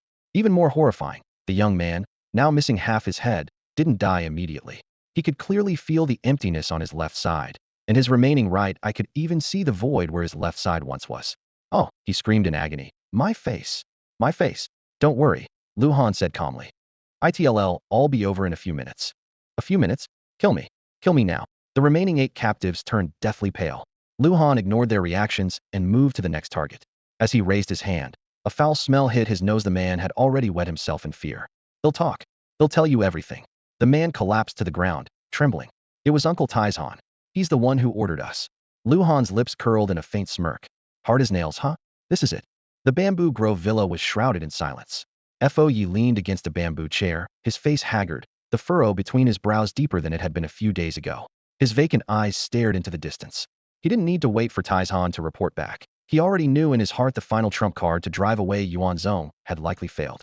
By the appointed time, those 9 trusted men should have sent word if they had succeeded. Yet, there was no news, not a single sign. Although Fo Yi was not one to pin his hopes on luck, he couldn't help but yearn for a last-minute turnaround. He rose and approached the Buddha statue, pressing his palms together in prayer. This time, for the first time, he prayed with genuine sincerity, no longer going through the motions as he had in the past. Footsteps approached from a distant seat was Taizhan. Fo Yi slowly raised his head, his gaze passing over the courtyard to meet the approaching figure. Taizhan read the urgency in Fo Yi's eyes and solemnly shook his head. Fo Yi, Taizhan said softly as he drew near, the informants have sent word. All 9 of them were captured by Yuan Zong. Damn it, was the key sequence he provided fake? Fo Yi blurted out, instinctively suspecting deception, without considering other possibilities. It wasn't, Taizhan replied, his tone tinged with disbelief. The key sequence was genuine and did unlock the mental restraint devices on those people. But not one of them chose to escape. Instead, they voluntarily put the devices back on. Fo Yi froze upon hearing this. Why would they do that? Taizhan hesitated before answering. According to reliable sources, they said in Yuan Zong's presence, wearing the mental restraint devices gave them a sense of security. It seems they were afraid of being misunderstood by Yuan Zong. Controlled by Yuan Zong himself? Fo Yi's eyes widened, struggling to process this revelation. After a long pause, a realization dawned on him. Are you saying Yuan Zong is the real restraint device? Exactly, Taizhan confirmed with a nod. Then just how powerful is he? Fo Yi asked in disbelief. Those 9 men, each of them was strong enough to challenge martial artists who had broken the 8 limits over a decade ago, even capable of defeating them. And yet, not one of them dared to flee from a single man. Even if they scattered, how many could he possibly catch? Taizhan shook his head, interrupting. Fo Yi, now's not the time to dissect this. Our people have been captured, and they know a lot. Given Yuan Zong's methods, it's likely he's already on his way here. Am I supposed to fear him?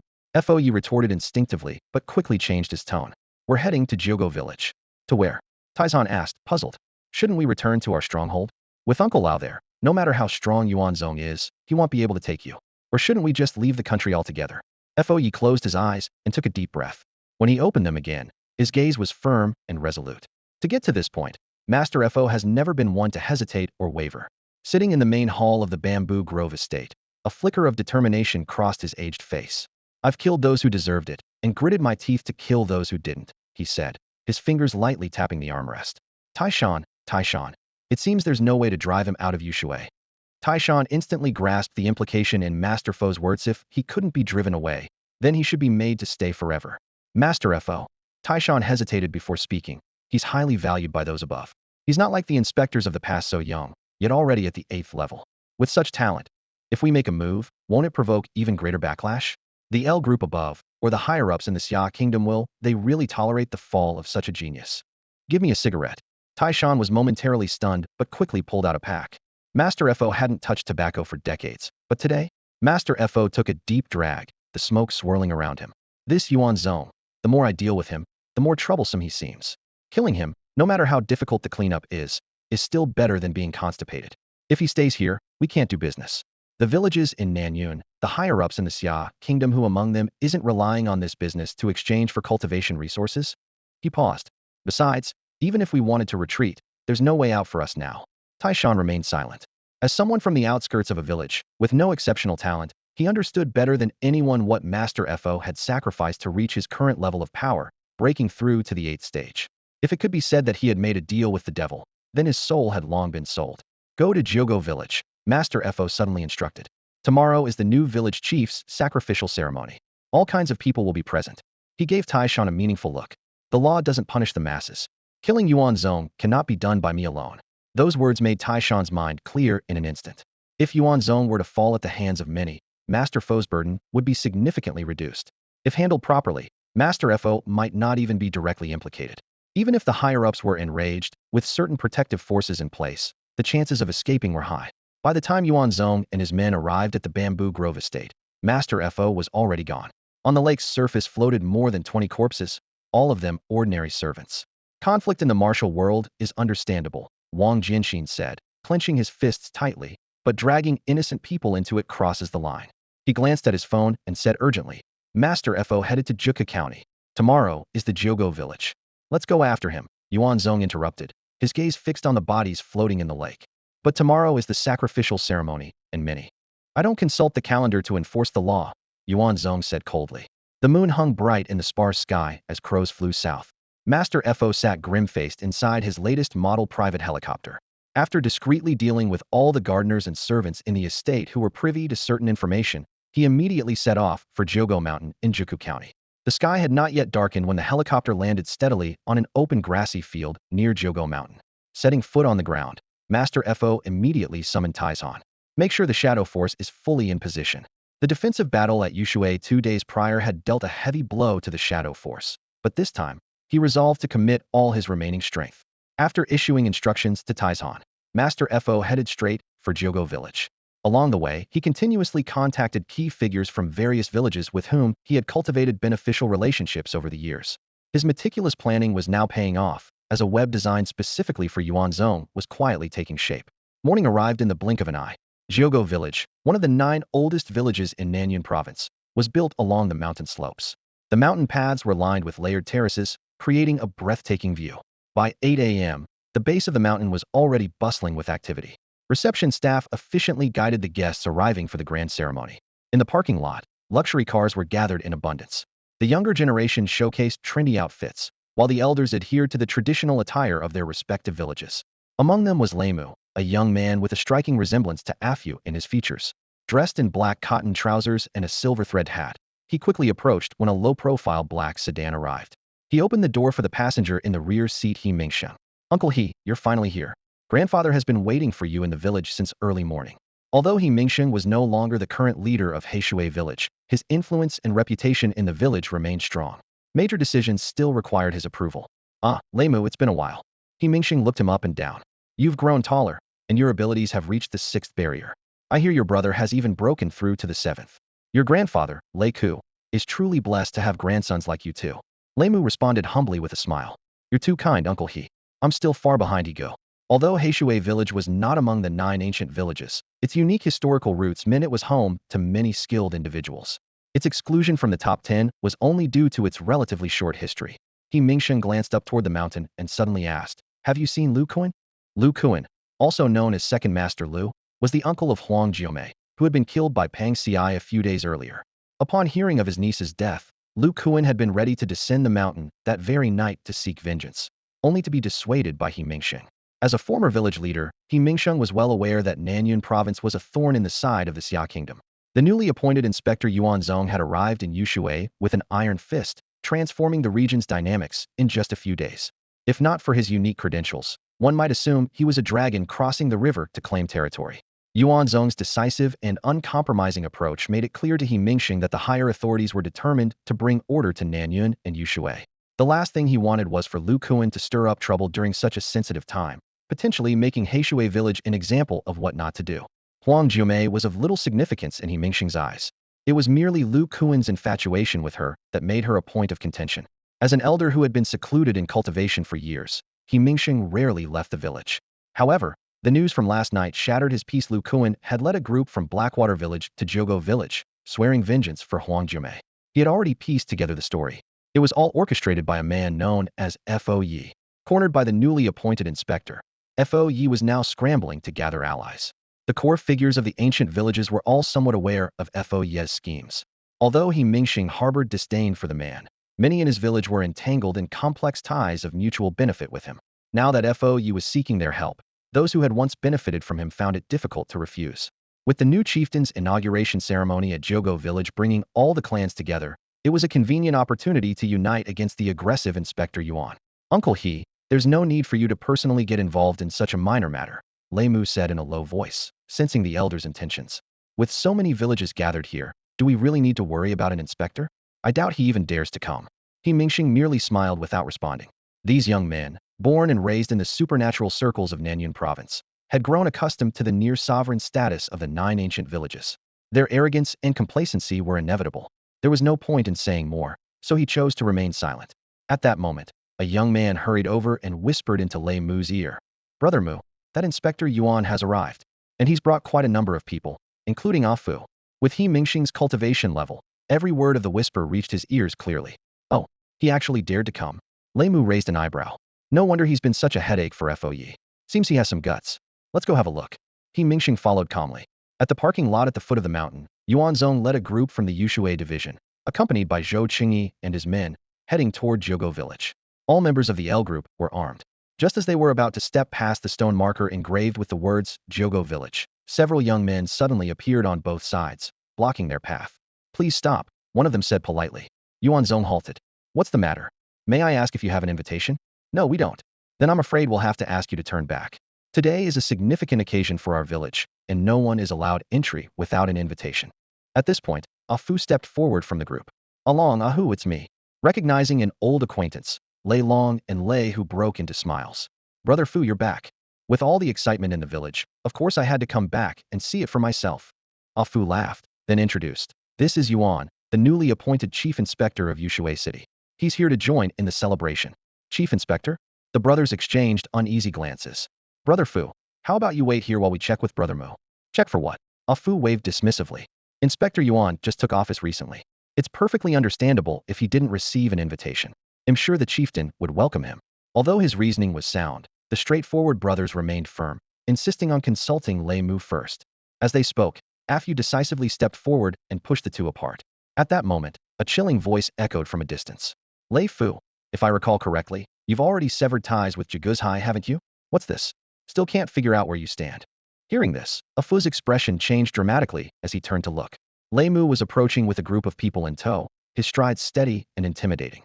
When he got closer, Lei Mu completely ignored Afu's presence and fixed his gaze directly on Yuan Zong. So, you must be the new administrative inspector of Yushui, right? Yes, that's correct, Yuan Zong replied calmly.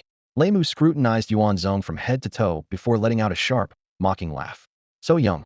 They say you're only 29, is that true? Or did you pull some strings to alter your records?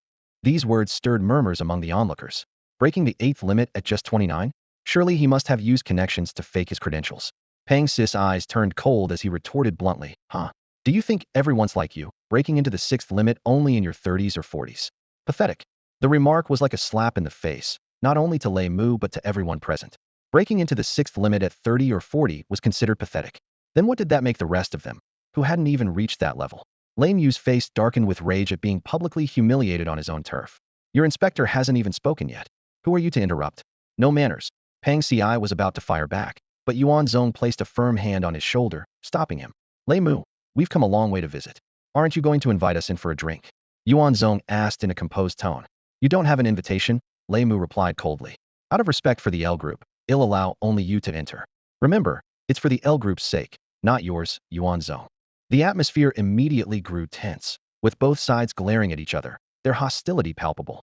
Just then, Yuan Zong chuckled softly, breaking the tension. He took a pen and paper from Guan Yun and casually wrote 2 characters before handing it to Lei Mu. Invitation. Lei Mu glanced at the paper, his eyes blazing with fury. Are you mocking me? You're not allowed in. How dare you? This is Jaguzhai, not your. Before he could finish, a shadow darted toward him like lightning. Pang Ci, having been holding back for some time, unleashed a powerful punch straight at Lei Mu's chest. The force of the blow roared like a dragon, causing Lei Mu's expression to change drastically. In a split second, Lei Mu hastily planted his feet and thrust out a palm to counter the attack. Boom. The moment fist met palm, Lei Mu was sent flying over 10 meters like a kite with a broken string. The sheer difference in strength was undeniable. Let's go, Yuan Zong said calmly as he took the lead, stepping forward. The others followed closely behind, ascending the stone path through the terraced fields. The oppressive aura was so overwhelming that none of the Jaguzhai clansmen dared to step forward to stop them. It wasn't until their figures disappeared into the distance that the crowd seemed to snap out of their daze. Someone help. Brother Mu's arm is broken. Brother Mu, wake up, quick, inform the old chief there's been an intrusion. The onlookers stared at the panicked Jaguzhai clansmen in shock. To knock out Lei Mu, who had broken into the sixth limit, with a single punch and even shatter his arm was simply unbelievable. The man named Yuan broke in and caused trouble? Inside the drum tower, the lively conversation came to an abrupt halt. The expressions on the leaders' faces darkened instantly as they stood up and quickly walked out, heading to the vantage point. Their gazes all locked on the winding stone path at the center of the terraced fields, where a group of people was making their way up. At the forefront stood Lei Jinquan, the Yediratir chief of Jogo village. His sharp-featured face was now clouded with icy anger. The news he received over the phone had ignited a raging fire in his chest. His second son, Lei Mu, had his arm broken and was still unconscious. Zhou Xiong, you were absolutely right. This new Inspector Yuan is nothing but a lawless maniac. Lei Jinquan growled through gritted teeth. As an inspector of the National Security Division L, he resorts to violence at the slightest disagreement. Utterly outrageous. Zhou Xiong's lips curled into a subtle smirk, amusement flickering in his eyes. He had just been working with interested parties to win Lei Jinquan over to his side, but the old fox had remained unmoved. This was Jogo village. After a lift, Lei Jinquan gave the word. Yuan Zong wouldn't leave alive. Yet Lei Jinquan was no fool and wasn't willing to take the lead in such a risky move. Now, however, Yuan Zong's action spoke louder than any argument Zhou Xiong could have made. Looks like Lei Mu has some brains after all. Using the bitter meat strategy, Zhou Xiong thought smugly. Lei Mu? Bitter my foot. I was planning to use a sowing discord strategy. Zhou Xiong silently cursed himself. Brother Jinquan, I've been saying all along that this Yuan guy is a rogue operating outside the law. If we let him solidify his position as the inspector of Yushui affairs, none of us will have an easy time in the future. Lei Jinquan shot Zhou Xiong a cold glance. He was well aware of Zhou Xiong's dealings in illegal potions. Though he personally had never been involved, his two good-for-nothing sons had accepted plenty of benefits from Zhou Xiong, forcing him into an unwanted association. Initially, he had been furious with his sons, even threatening to break their legs. But when he saw his grandchildren's cultivation advancing at an astonishing pace, thanks to rare medicinal resources, he gradually stopped voicing his objections. Later, his sons assured him that, even if things went south, Zhou Xiong would never drag them down. What nonsense about no repercussions, how naive. Lei Jinquan thought to himself with a sigh. If there were no risks, why would he share the benefits with you? And now, with Yuan's arrival, how can we possibly stay out of this mess? Kill him. Lei Jinquan narrowed his eyes, staring at the approaching Yuan Zong, caught in a dilemma. At this moment, Jogo village was teeming with elite warriors from the 9 ancient villages. Among them were 15 who had broken the 8th limit and over 100 who had broken the 7th. Killing Yuan Zong would indeed be a simple task, even with his subordinates wearing those dog collars. The problem lay in the aftermath. Would the Division L use this as a pretext to escalate their actions? As the chief of Jogo village, Lei Jinquan had always been cautious. It wasn't Yuan Zong himself that concerned him, but the man's position and the forces backing him. The Nanyuan province, due to the unique contributions of its ancestors, had long enjoyed special privileges in the supernatural community. For years, local inspectors of Yushui and other areas had been selected from within the region, unlike other places where outsiders were strictly assigned. This arrangement had only begun to change 3 years ago. It could be said that Yuan Zong was the most intense embodiment of such changes. It was impossible not to overthink. Just as Lei Jinquan was lost in thought, not yet deciding what to do, many of those standing on either side, having been contacted beforehand by Master Zhou Xiong, began deliberately stirring up emotions and creating divisions among the crowd. Some sneered. This Yuan inspector is just as difficult as Zhou Xiong said. Others shouted, so rude. Don't they know today is a big day for Jogo village? And they dare to barge in armed? What do they think we are? Another scoffed. Huh. I'd like to see if this Yuan fellow is Neza himself, with 3 heads and 6 arms. Before long, Yuan Zong stood at the entrance of the village. Taking in the sight of the unique stilted houses and the men, women, and children within, he smiled and looked up at Lei Jinquan. You must be Lei Jinquan, the village chief. I am Yuan Zong. I believe you know why I'm here, so we'll skip the pleasantries. Bring Zhou Xiong out to come with me. From the crowd, Zhou Xiong stepped forward, feigning confusion. Zhou Xiong. What business does the inspector have with me? Yuan Zong was straightforward. You've been accused of orchestrating the trafficking of Yushui's magic potions. Hearing this, Zhou Xiong, in an act worthy of an award, almost jumped. Inspector Yuan, you can eat whatever you like, but you can't speak nonsense. Me, trafficking magic potions? Ridiculous. The others quickly chimed in. Exactly. Zhou Xiong is a renowned philanthropist in Nanyuan. To accuse him of trafficking magic potions? Inspector Yuan, you must be joking. Inspector Yuan, as the new administrative inspector of Yushui, haven't you heard of his reputation? You believe whatever you're told? Do you even have proof? How did you even get this position? Through your sister or your mother? As soon as this mocking, insulting remark was made, a loud voice roared back. What did you just say? Say it again if you dare. Do you believe I want smash your filthy mouth? We spoke to you politely, but you just had to ask for trouble, didn't you? The four accompanying Yuan Zong knew of his deep guilt over his family from a past incident. So when the young man mocked his mother, even before Yuan Zong could react, the four erupted in anger. The most hot-tempered among them, Pang Ci, raised his hand and pointed directly at the offender, his fierce expression full of menace. The young man, arrogant and unyielding, smirked at Pang Ci's threatening demeanor. What? Are you going to eat me in front of all these village elders? Go ahead. I dare you, he said smugly. Oh, you're threatening me? Fine, listen up. I said Inspector Yuan. Did you get this position through your sister or your MO? Bang. The ground cracked, debris flying. Like a cannonball, a beast-like figure shot straight toward the bamboo corridor where 15 seasoned warriors stood, heading directly for the arrogant youth. The young man's expression changed drastically, not expecting Pang Ci to actually charge at him with such reckless ferocity, completely disregarding the powerful elders around him. This young man was Zhou Xiaolong, the grandson of the Longshui village chief and a younger relative of Master Zhou Xiong. Other villages had succumbed to Zhou Xiong's sweet talk, and Longshui village was no exception. What a brute, Zhou Xiaolong thought. While the uninitiated saw chaos, the seasoned warriors saw the true power behind Pang Ci's actions. Lei Jingquan and the other experts, all seasoned warriors themselves, felt the overwhelming strength coursing through Pang Ci's body. What a formidable physique. No internal energy, yet his physical power alone is astonishing. This is body refinement in extraordinary level of it. Despite their surprise, Zhou Xiaolong remained calm. With so many powerful elders present, he was confident nothing would happen to him. Come on then, hit me harder, go ahead, smash my mouth, he taunted, his grin growing wider. This was exactly what Zhou Xiong wanted to escalate the conflict. In a split second, just as Pang Ci's fist was about to crash into Zhou Xiaolong's arrogant face, a cold glint suddenly flashed from the side. A man with a goatee, a lean frame, and snake-like, narrow eyes exuded a chilling aura. This was Lu Kuan, the second uncle of Huang Jiumei. You killed my Jiumei. Lu Kuan roared, his eyes bloodshot, as his blade descended with deadly intent, aiming to decapitate Pang Ci. You old fool. Take a number, it's not your turn yet. Get lost. The blade, enhanced by internal energy, sliced through the air with a chilling sharpness, as though splitting the atmosphere itself. Yet, facing this deathly strike from a seasoned warrior, Pang Ci didn't waver.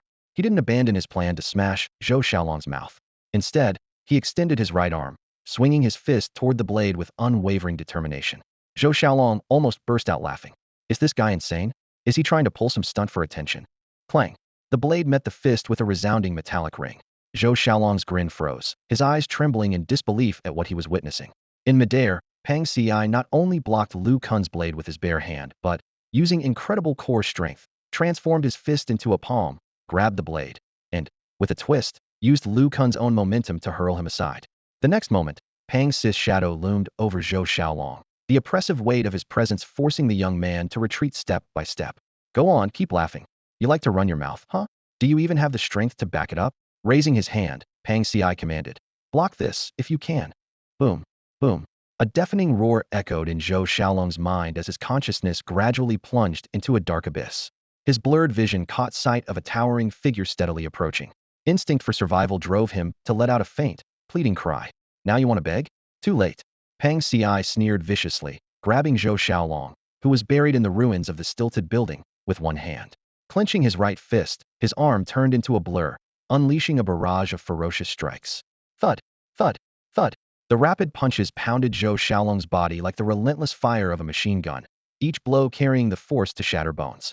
Under the relentless onslaught, Zhou Xiaolong was in excruciating pain. By all logic, such severe injuries should have killed him, but he clung to a fragile thread of life, unable to find release. When Pang Ci finally let go, Zhou's body crumpled to the ground like a rag doll, his eyes closing as he fell silent. Xiaolong. Zhou Xiong's face contorted into an expression of shock and grief, though inwardly, he was elated. A mere 7th-tier fighter like Pang Ci had managed to kill Zhou Xiaolong despite Lu Kuan's interference. The audacity of Yuan Zong's faction far exceeded expectations. They dared to commit such an act of brutality, even with representatives from the 9 ancient villages present. It was exactly what Zhou Xiong had hoped for. Pang Ci's actions would surely drive the 9 villages into opposition. As expected, the host, Lei Jingquan, immediately stepped forward, his expression dark enough to drip water. Inspector Yuan, out of respect for the L group, I intended to avoid making things difficult for you, but you've gone too far. Committing violence in my village, in front of everyone. Even if I execute you on the spot today, no one above would hold me accountable. His words were met with an uproar of agreement from the crowd. This is outrageous. They're not law enforcers, theory violent thugs. When has our 9 villages ever suffered such humiliation? If we let them leave unharmed today, what face do we have left? Seize the murderer and avenge Zhou Xiaolong. Those secretly aligned with Zhou Xiong fanned the flames, stirring the crowd into a frenzy. With the atmosphere now charged, Lei Meng, the Suntob leader of Jogo village, raised his hand and shouted, "Uncles and elders, they've gone too far. No need to hold back, let's take them all down." Zhou Xiong almost burst out laughing. In the background, Lei Meng had not disappointed him. In an instant, several figures emanating invisible inner energy appeared, landing heavily around Yuan Zong's group with a resounding thud, sealing off all escape routes. Humph, think you can run? Not a chance. Lu Kuan's gaze locked onto Pang Ci, his eyes brimming with seething hatred. Kid, stop looking around. Worry about yourself first. You killed my little sister, I won't let you die easily. Hearing this, Pang Ci smirked instead. Old geezer, don't tell me you're some twisted freak with an unhealthy obsession. Lu Kuan, what the hell are you talking about? A furious shout shattered the tense atmosphere. Yuan Zong's lips curled into a faint smirk, his hands casually tucked into his pockets, his gaze carrying a hint of mockery. Don't rush, you're already booking your own ticket. This remark left Lu Kuan utterly baffled, but the expressions on Pang Ci and Yin Zhen's faces immediately changed. Having once been under Yuan Zong's dominion, they knew all too well the meaning behind those words. Faced with the encirclement before them, they didn't panic but instead revealed a mocking grin. Attacking national security members, how bold of you all. Yuan Zong raised an eyebrow, his face calm and composed, his tone dripping with disdain. Lei Jingquan squinted as he scrutinized Yuan Zong's composure, a flicker of doubt crossing his mind. Could the other side have something up their sleeve? But the thought quickly seemed laughable given the overwhelming strength of their own group. What could the opposition possibly do? Damn it, arrogant beyond measure. Can't you see how powerful we are here? A young man couldn't help but shout. You're just a dam. Before he could finish, his voice abruptly stopped. He blinked in confusion. Looking down at his chest, there was nothing there. Your voice was too loud. Yuan Zong's voice sounded from behind him, holding a still beating, blood-red heart in his hand, which he casually tossed to the ground. No one had seen how he had moved to the young man's back. Suddenly, a cyclone emerged at Yuan Zong's feet, and blades of grass and pieces of stone began to levitate and orbit around him. This scene caused the faces of the 15 eighth limit-breaking martial masters present to instantly turn pale, a chill running up their spines. True martial master. Zhou Xiong and the others trembled in shock. This was a phenomenon that only appeared after surpassing the limits of human potential, and Yuan Zong had achieved this at just 29 years old. Lei Jingquan swallowed hard, his throat dry. The profound truth he had pursued for decades had been effortlessly grasped by this young man. Inspector Yuan, this is amiss. Bang. Before Lei Jingquan could finish his sentence, his chest was punched through with a single blow, his very soul seeming to tremble. What followed was a scene of utter terror.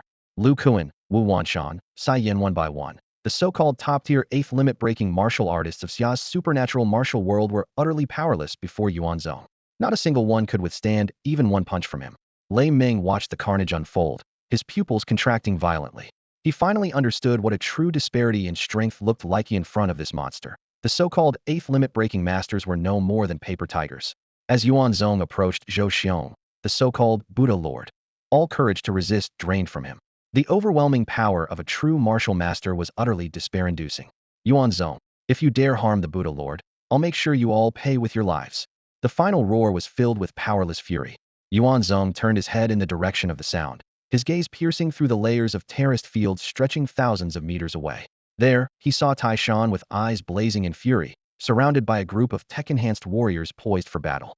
Among them, one stood out. His chest cavity was fully exposed, stripped of flesh and blood, replaced by a maze of modified veins and output tubes. From within, a missile was slowly emerging, locked firmly onto Yuan Zong's position. A doomsday missile warrior? Yuan Zong's pupils contracted. This self-destructive technology-based combat technique was as infamous as the legendary Heaven and Earth Unity, known for its devastating power. Release the master, or die. Tai Shan growled through gritted teeth, clearly unprepared for the situation to escalate to this point. After a moment of hesitation, he made up his mind. Forget it. As long as there's life, there's hope. We'll retreat with the master for now. Who do you think you're threatening, kid? Before his words finished echoing, Tai Shan suddenly felt a heavy weight beneath his feet. Looking down, He realized that ice had silently crept along the irrigation water in the fields, freezing the ground beneath him. In that brief split second of distraction, a faint glint of a blade shot out from his left and pierced straight through his temple. My name is Injun. A word of advice: never let your guard down in front of me. Haha. As death claimed him, Taishan's collapsing body caught one last glimpse of the missile warrior. As a sworn death soldier, the warrior didn't hesitate. Even in his frozen state, he unleashed the only technique he had mastered, one that could only be used once life bloomed. Boom. His body exploded violently, shattering the ice into fragments. In the blink of an eye, the missile vanished, and the powerful shockwave forced Injun and Lu Han several steps back. What the hell? A detonation-level missile. Boss Yuan, get out of there. Everyone in the village froze, their eyes locked onto the missile, terror spreading through them like a tidal wave. Just as the missile was about to strike, a figure appeared in its path. Bathed in golden sunlight, the figure stood tall and unwavering against the wind. A fist raised. A direct strike. Boom. A mushroom cloud rose above Jiogo village, as the aftermath of the explosion swept across the entire settlement like an invisible giant hand. The weaker cultivators were thrown off balance amidst the torrent of wooden debris, tumbling through the air like kites with broken strings. In contrast, those with higher cultivation stood firm like immovable mountains, their legs seemingly rooted into the ground. Their gazes were fixed on the center of the explosion, where a figure streaked through the sky like a meteor before crashing heavily into the chaotic ruins below.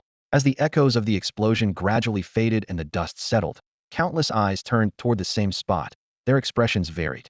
The glimmer of hope that had just appeared in Fo Ye's eyes quickly dimmed. Yuan Zong had already risen from the wreckage. His clothes were nearly destroyed, with only a few scraps barely covering the essentials.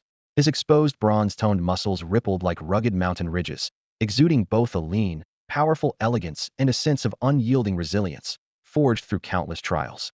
This contradictory aura was akin to a suited warrior, graceful, yet brimming with deadly violence. The battle was far from over. Fo Ye's technologically enhanced warriors continued to resist desperately, fighting to their last breath. Yet, before Yuan Zong's overwhelming strength, even sacrificing their lives and souls could not bridge the chasm of power. Before Yuan Zong could intervene, several figures had already intercepted these warriors with lightning speed. Yuan Zong began to walk slowly toward Fo Ye. The latter looked up at his approaching adversary, a glint of resolve flashing in his eyes. In the next moment, Yuan Zong's palm struck his jaw with precision. The sound of bones shattering was accompanied by the sight of teeth flying out. Among them, Yuan Zong identified and flicked away a specially crafted white tooth containing an unknown substance. People like you always have a ledger, don't you? Yuan Zong said calmly. Individuals like Zhou Xiong, who operate as white gloves, always keep something in reserve to guard against betrayal. True security comes only when both sides hold leverage. Zhou Xiong, his mouth full of blood, let out a bitter laugh. Forget it. I'm not like those nobodies. Even if you quarter me, I won't say a word. Yuan Zong leaned in and whispered softly into Zhou Xiong's ear. You're mistaken. Killing isn't the goal. True fear is the ultimate deterrent. Without a sense of reverence, as soon as you fall, another Zhou Xiong will take your place. From now on, Nanyun will only have 8 ancient villages. Zhou Xiong immediately understood, his smile freezing into an expression of intense fury. You're going to destroy Longshui village. That's right. I trafficked magical drugs. The villagers know nothing about it. Blame me if you must, but leave the others out of this. Aren't you supposed to uphold justice? How can you be so ruthless? Zhou Xiong roared. Yuan Zong's gaze remained calm as he retorted. The villagers don't know? Over the years, Longshui village has produced an extraordinary number of talents, with every household's children receiving resources far beyond their peers. And you claim they're unaware. That was my way of giving back to the village. Yuan Zong stood upright, towering over the kneeling old man, Zhou Xiong.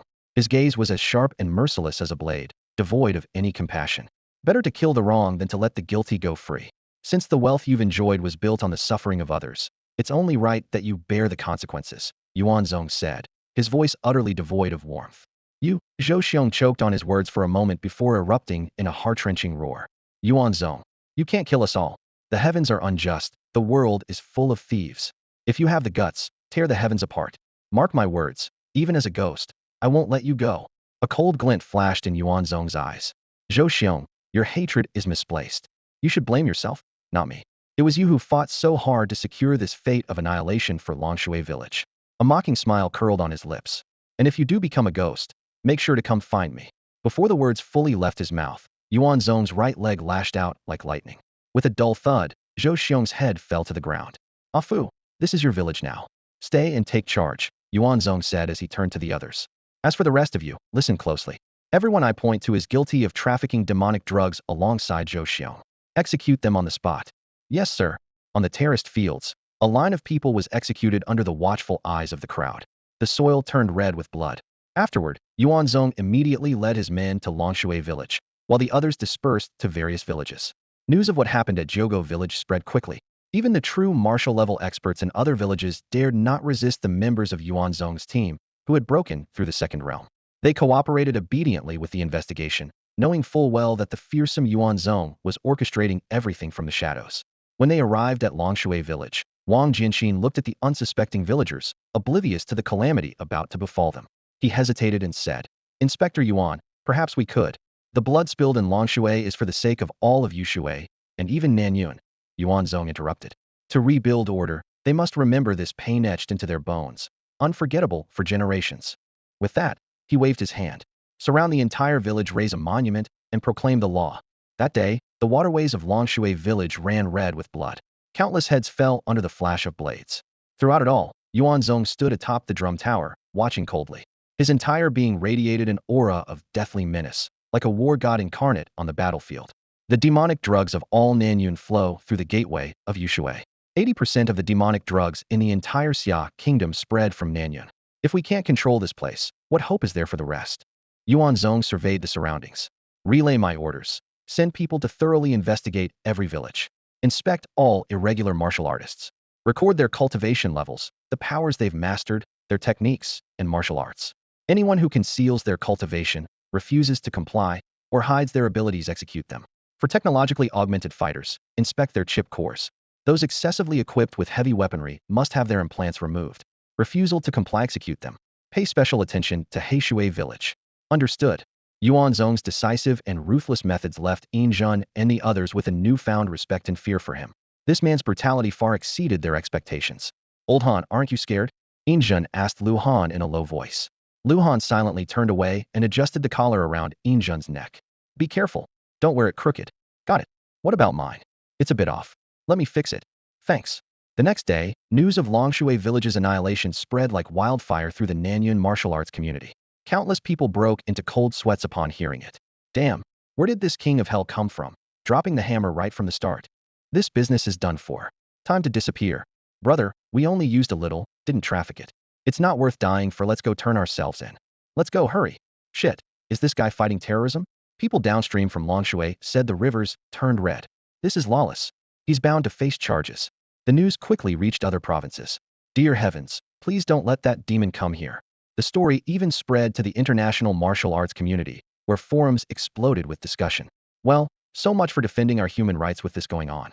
The ancestors of the king of Nanyun must been from our country. Only we could be this domineering. Wow, so fierce. Please bring the king of Nanyun to our country. The demonic drug traffickers here need a reality check too. Is Scylla acting up again? Shut up. Did you drink your daily dose of cow urine before speaking? I don't talk to fools who haven't had theirs. Samurai from the island nation. I challenge the king of Nanyun to a duel. Huh. Inside the headquarters of Group L in northern Jing, 6 department heads gathered in the conference room. Zhou Sun sat at the head of the table, with Li Jinfeng and others seated on either side. A heavy tension filled the air. The incident at Longshui village yesterday had caused an uproar in the world of martial practitioners. In just one day, dozens of martial practitioners had vanished without a trace, and the news quickly spread throughout the domestic and international martial community. Relevant departments in the Nanyun province were overwhelmed, working tirelessly to contain the spread of information. After all, the missing martial practitioners were intricately connected to ordinary people, and the situation was starting to affect the everyday world. Li Jinfeng held a report submitted by Yuan Zong, his brows furrowed in frustration. The report, less than half a page long, was infuriatingly brief. It merely outlined basic evidence implicating Zhou Xiong as a key figure in the illicit potion trade, and described the self-defense actions taken during law enforcement at Jogo village, which resulted in the deaths of several martial practitioners, including 15 high-level ones. As for Longshui village, it was glossed over with a few words: Potion village, full participation, cleared. Concise. Zhou Sun finally broke the silence. Li Jinfeng scoffed. Zhou Sun, Yuan Zong's actions have already sparked public outrage. Many martial families are protesting his brutal methods, comparing him to a ruthless demon. How can someone like that be fit to serve as an inspector? Seeing Zhou Sun remain silent, Li Jinfeng directly proposed. I suggest we immediately suspend Yuan Zong's duties as an inspector under the pretense of an investigation and order him to return to headquarters to cooperate. Zhou Sun raised an eyebrow. I disagree. He was directly appointed as an inspector by Nanlong Bei, which makes him exceptional.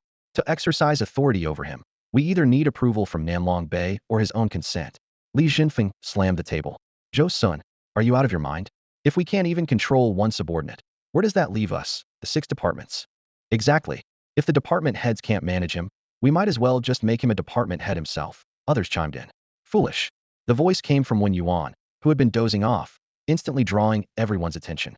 That's not the right way to put it, Wen Yuan said lazily, stretching as he spoke, his eyes still half closed. Right and wrong aren't always black and white. At the very least, Yuan Zong has kept the situation from spilling into the ordinary world. On the contrary, in recent years, potions have begun infiltrating the general population, causing users to become violent and unstable, posing a significant threat. Yuan Zong's methods may be harsh, but they're undeniably effective, aren't they? Does merit excuse wrongdoing? Li Jinfeng countered. When Yuan replied in an unhurried tone, why shouldn't it? Even inventors and innovators can have their sentences reduced for their contributions. Besides, I don't think Yuan Zong has committed any grave errors. The lucrative potion trade in Nanyan Yushui is a tough nut to crack. Anyone trying to get things done there is bound to make some mistakes. Since we've tasked him with such dirty work, why nitpick over every little bone in the egg? The subtle undertones in Wen Yuan's words made Li Jinfeng's eyelid twitch. What do you mean by that? Li Jinfeng asked gravely. Nothing special, Wen Yuan replied nonchalantly. I just feel, Minister Li, that you're being overly critical of Yuan Zong. That's nonsense. I always focus on the matter, not the person. Li Jinfeng's voice rose sharply. Wen Yuan chuckled lightly. Sure, let's just keep this between us. But honestly, Yuan Xuanshi and his people seem to focus on the person, not the matter. I'm genuinely concerned about your safety, Minister Li. Li Jinfeng's face darkened to the extreme. He dares to make a move against me? Does he think reaching the Jinwu level makes him invincible? Let him master a true spirit first. But, Wen Yuan gave him a meaningful look. You haven't actually faced a Zinwu level expert, have you? I may not have reached that level, so what? Li Jinfeng retorted, his voice growing louder with determination. Don't get worked up. I'm not. I am worried for you. Li Jinfeng took a deep breath, suppressing the irritation that was getting harder to control. Wen Yuan, I heard you've recently brought Yuan Zong into the Ministry of Internal Affairs under the pretext of a special recruitment. Isn't that a bit biased? Wen Yuan shrugged. Not at all. I'm just being practical. He yawned lazily. I'm a bit tired. You all continue, I'm heading out. Zhou Sun stood up at this moment as well. Li Jinfeng, let me remind you again. Yuan Zong is a patrol envoy appointed by Nanlong Bei. I'll consult Nanlong Bei about this. Sure, submit your report to me. I'll review it when I have time. Li Jinfeng's face visibly flushed with anger. If there's nothing else, I'll take my leave. Scene transition, Yushui branch. Brother Zong, our contribution points just went up again 3 billion. Guanyin exclaimed excitedly. Upon hearing this, Pang Ci immediately looked up, resembling a prairie dog catching gossip. Does this mean we can finally splurge at the National Treasury? I thought we'd have to go back for an investigation first, Su Shaoan said. Looks like Minister Zhou really came through for us. Wei Zichang nodded. Agreed. Investigation? Nonsense. After all the hard work we've put in, what's there to investigate? If they dare, we'll flip the table, right, Brother Zong? Before the words even finished, an invisible pressure suddenly enveloped the surroundings. The 4 of them, seemingly accustomed to this, swiftly retreated 10 meters away. Around Yuan Zong, a dazzling array of multicolored lights appeared. These true spirits are like clingy admirers, Pang Ci muttered, rolling his eyes. Brother Zong has driven them away countless times, but they just keep coming back. Su Shaoan sighed softly, his eyes filled with envy. How many true spirits exist in this world? And how many of them are vying to follow Brother Zong? If Li Jinfeng were present, witnessing this scene might have given him a heart attack. True spirits exist in the world, forming from the essence of 3,000 energies. Those who surpass the 8 major limits and reach the Jinwu level must integrate a true spirit with their inner energy. The true power of an exceptional martial artist lies not in their combat strength, but in their innate connection with true spirits. Geniuses might attract the favor of 1 or 2 true spirits, but someone like Yuan Zong, pursued by countless true spirits like a king of the seas, was unheard of. Even more astonishing was his disdain for it all, as he casually dispersed the multicolored lights around him. There might be something I want in the National Treasury, Yuan Zong said indifferently. 3 billion contribution points should be enough for a decent spree. Thud. Wang Jinxin, who had just entered, nearly stumbled. Big brother, 3 billion contribution points? I've been working for years and haven't even saved up 10,000. Oh, Jinxin, is something the matter? Wang Jinxin took a deep breath. Patrol Envoy Yuan. The new leaders for the 8 no. 9 major ancient villages have been decided. Here are their profiles. They wanted to hear your opinion. In Nanyun, the leaders of the ancient villages were equivalent to the representatives of public opinion in the martial arts world. What do the leaders of other places have to do with me? Why ask for my opinion? Don't they have autonomy? They just want to hear your thoughts. Wang Jinxin muttered inwardly. Why ask you? Isn't it obvious? Yuan Zong quickly understood and casually gave his verdict. It doesn't matter who becomes the leader. Let them decide for themselves. Just make sure they don't cause trouble. Understood. Wang Jinxin nodded in acknowledgement. Yuan Zong, you've accumulated plenty of contribution points already. Are you saving them for matchmaking during the new year?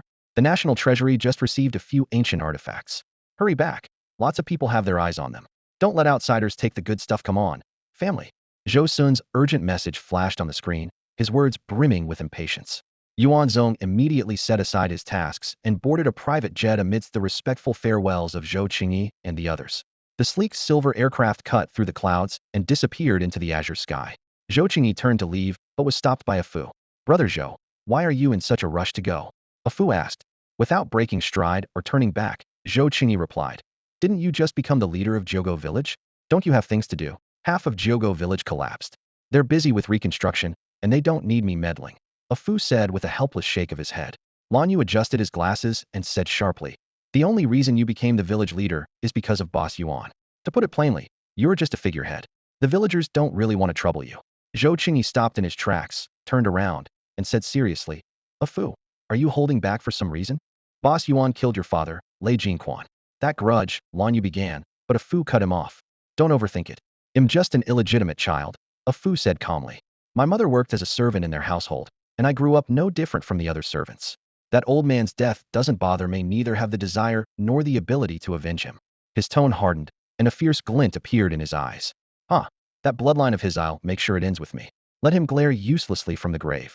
Zhou Qingyi said no more about it, and instead asked, is it the villagers that are bothering you? Definitely, A Fu admitted. The way they look at might's not fear of me, but dread of Boss Yuan. Making me the leader is just a show to please him. Foolish. Zhou Qingyi clapped A Fu on the shoulder. Fear or respect, it doesn't matter. You are the legitimate village leader now. That's a prime position for controlling resources. If anyone doesn't cooperate, just invoke Boss Yuan's name to pressure them. Call it using someone else's power or riding on coattails. This is the kind of opportunity others wouldn't even dare dream of. Lan Yu appeared thoughtful.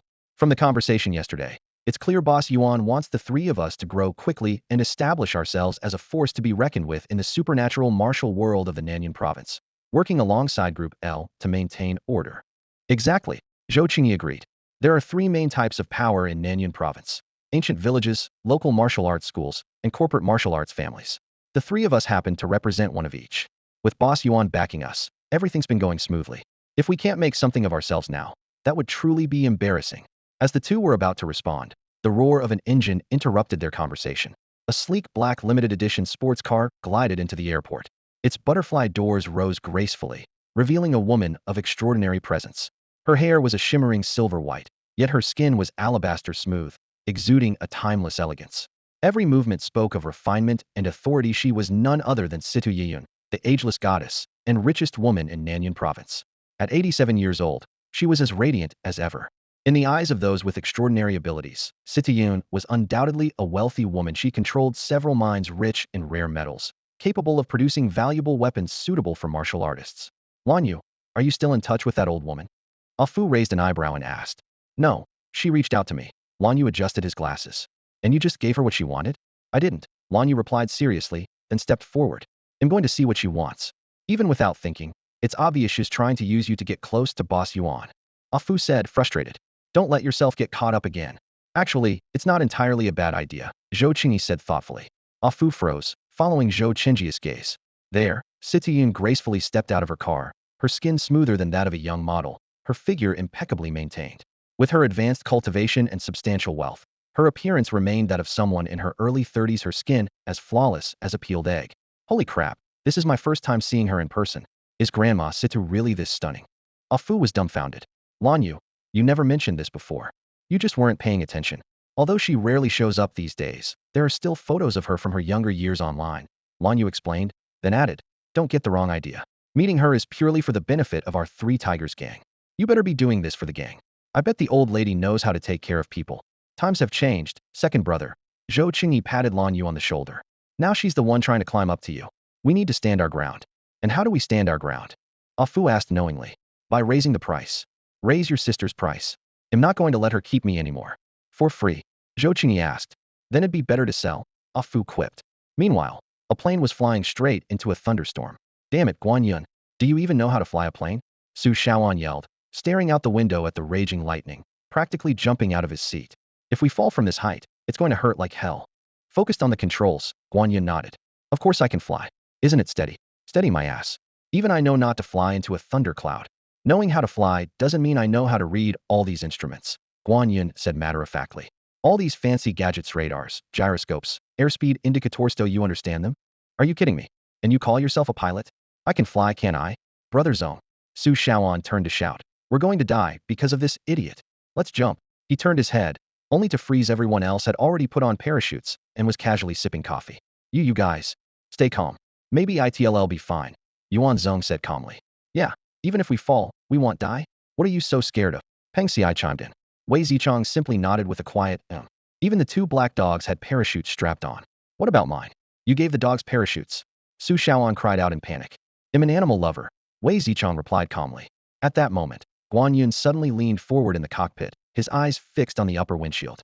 Brother Zong. Guys, look up there. What is it? Everyone crowded around the windows, looking toward the stormy sky. In an instant, even Yuan Zong's pupils trembled slightly.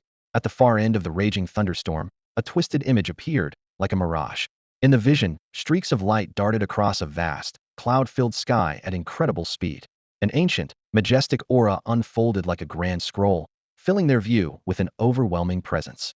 Sword-riding figures. Terrifying waves of pressure seeped through the vision. Though distant, it made their hearts race.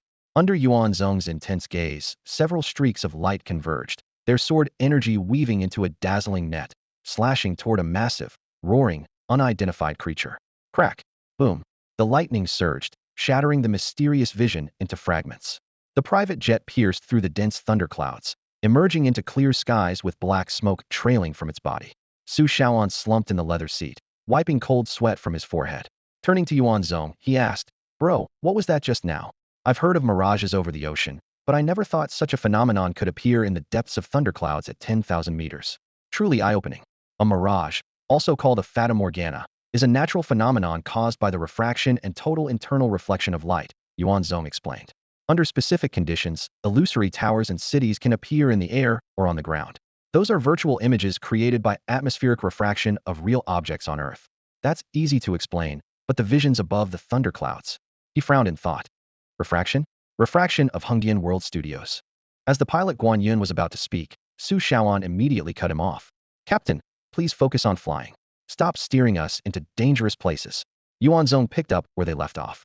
I know what you're about to say. Legend has it that in ancient times, cultivators could achieve the level of traversing the void with their physical bodies. The flying swords often mentioned in Xia Kingdom's literature might not be entirely fictional. Wow. Peng Xi sat up excitedly. What level of cultivation does it take to reach that? Su Shaoan also looked at Yuan Zong with eager anticipation. Supporting his head with one hand, Yuan Zong tilted his head thoughtfully. Probably at least the Jinwu level. Jinwu level? Su Shaoan brought up a familiar topic again. Zonga, you've long reached that level, haven't you? With so many true spirits presenting themselves to you, hasn't a single one matched your liking? This time, perhaps because their cultivation levels were close to a breakthrough, Yuan Zong didn't remain silent. I won't let any true spirit enter my body. Why not? The group asked in surprise. No specific reason, Yuan Zong replied calmly. Because of that incident, I believe all the true spirits in this world are traps. The group immediately realized he was referring to the scar that had yet to heal, and they tacitly refrained from pressing further. Sensing the silence, Yuan Zong smiled warmly. Don't be like that. There's no need for you to worry. The cultivation techniques recorded on the Nine Cauldron disc don't require true spirits. However, comprehending the Nine Cauldron disc consumes a lot of vital blood. To speed up the process, you'll need the legendary blood essence treasures to ensure safety. Otherwise, I might be at risk. You wouldn't want to lose your big brother, would you? Let's hope we find something worthwhile in the treasury this time. The scene shifts to the headquarters of Group L in Jingbei. Prince of Nanyun, you've finally returned. Zhou Sun had been waiting at the entrance for a long time. His secretary, standing beside him, couldn't help but twitch at his fawning demeanor. Good that you came to greet me. Sensible. Give you an inch, and you'll take a mile, huh? Absolutely. Zhou Sun reverted to his usual self, waving his hand. Enough chit-chat. You're late anyway, so dinner will have to wait for another day. Get in the car. They'll take you to the treasury. The group, bold and confident in their skills, didn't worry about any scams or organ harvesting schemes. Without hesitation, they climbed into a 7-seater van that had been waiting for them. As soon as Pang Ci settled in, he couldn't wait to ask, Minister Zhou, where's the treasury? Clearing his throat, Zhou Sun began to unveil the mystery. The treasury, the Yiwu treasury, is quite extraordinary. It's divided into 3 levels. The national treasury is divided into 3 levels. The first level, the human treasury, stores martial arts manuals collected from the populace, rare metals, and wild spiritual items aged between 100 and 500 years. The second level, the earth treasury, primarily contains manuals that can only be comprehended by those at the true martial level or higher. Though many of them are incomplete, their value is immeasurable. Additionally, it houses some ancient relics of great significance. The third level, the heaven treasury, is the most mysterious, holding only a handful of treasures, including rare spiritual items, undetectable ancient relics, and objects suspected to be linked to mythical legends. Mythical objects? Do gods really exist in this world? Wei Zichang's eyes sparkled with curiosity, nodding fervently to show his interest. Zhou Sun pondered for a moment. Maybe they do, maybe they don't. Pang Ci rolled her eyes. What a vague answer. However, Yuan Zong and Guan Yun quickly grasped the deeper meaning behind Zhou Sun's words. If you asked an ordinary person whether gods exist, most would firmly deny it. Yet, for someone in Zhou Sun's position to even entertain the possibility carried significant implications. It's been a long time since I've felt this kind of anticipation, Yuan Zong said with a cheerful smile. Before long, the convoy entered a restricted military zone. A massive black stone mountain loomed ahead, barren and oppressive. A heavy steel gate slowly opened, and the vehicles continued for about a kilometer before coming to a stop. This is as far as I can take you, Zhou Sun explained. The Heaven Treasury was originally a resource vault prepared for the squads under the 12 Dragon Kings. Thanks to your achievements in Nanyun and some maneuvering on my part, we received special permission to access it early. Yuan Zong knew Zhou Sun was embellishing his contributions again, but still responded politely. Thank you, Minister Zhou. Please don't hesitate to call on me if you need anything in the future. Good, good. You're a quick learner, Zhou Sun said with a grin. But whether I ask for your help will depend on my mood. Get lost. As the 5 of them disembarked, they immediately understood why Zhou Sun had stopped here. Formless pressure permeated the wide corridor, which was large enough to accommodate 3 heavy trucks side by side. Undeterred, they strode toward the light's source at the far end. Are there really squads under the 12 Dragon Kings? Someone asked. Yuan Zong nodded. It said that the 12 Dragon Kings were the strongest individuals during the early days of the L Group.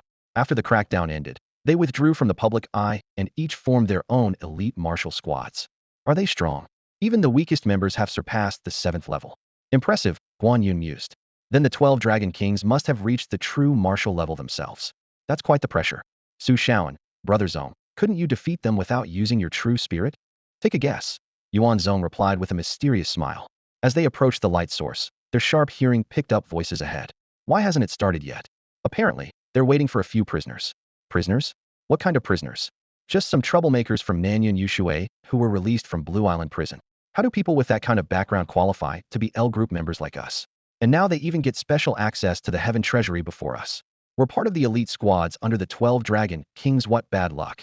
Hey, talking behind someone's back isn't very polite. A sudden voice interrupted, startling the speaker. The man in the crimson military uniform turned, glaring in anger. Who the hell are you? What business is it of yours? Well, I'm one of those prisoners you mentioned. Before the words fully left his mouth, Yuan Zong had already made his move. His right hand appeared like a phantom beside the man's head. Sensing danger, the man swiftly dodged. His body instantly enveloped in a green true kithis was no longer mere internal energy, but the power of a true martial-level warrior, fused with true spirit. His figure blurred slightly, shifting 3 inches to the side in a flash, and even leaving an afterimage behind. But it was all in vain. Boom. The man's head slammed heavily into the wall with a thunderous crash. While he could move, Yuan Zong's hand followed his every motion, impossibly fast, and locking him in place. Blood splattered, staining the black stone wall. Yuan Zong released his grip, and the true martial-level fighter collapsed to the ground, eyes rolling back. True martial level indeed. Your skull is tough enough.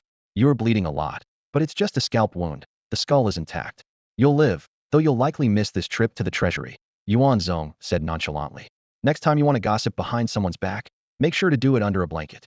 Not everyone is as gentle as me. With that, he led the group to the front of the line, radiating an imposing aura. Pang Ci glanced back at the unconscious opponent, finally understanding Yuan Zong had subdued a true martial-level expert with just one hand. Unexpectedly, the national treasury turned out to be an alternate dimension. Guan Yun followed closely behind Yuan Zong, stepping through the faintly distorted, blurry spatial surface and instantly landing on a floating black stone platform. These black stones formed a small island, their surfaces smooth as mirrors and seamlessly connected without a single crack. Footsteps echoed from behind as more people entered one after another. It was clear that this wasn't their first visit here, as none of them showed any surprise. However, a trace of disdain lingered in their gazes toward Yuan Zong. As subordinates of the 12 Dragon Kings with unblemished political backgrounds, their innate arrogance seemed even harder than their flesh and bones. Even after witnessing Yuan Zong's strength firsthand, they still believed he was unworthy of stepping into this place. Is he stronger than my brother? Can he rival our Dragon King? Such thoughts circled in their minds. Brother Zong, something feels off here. Why does it feel so heavy?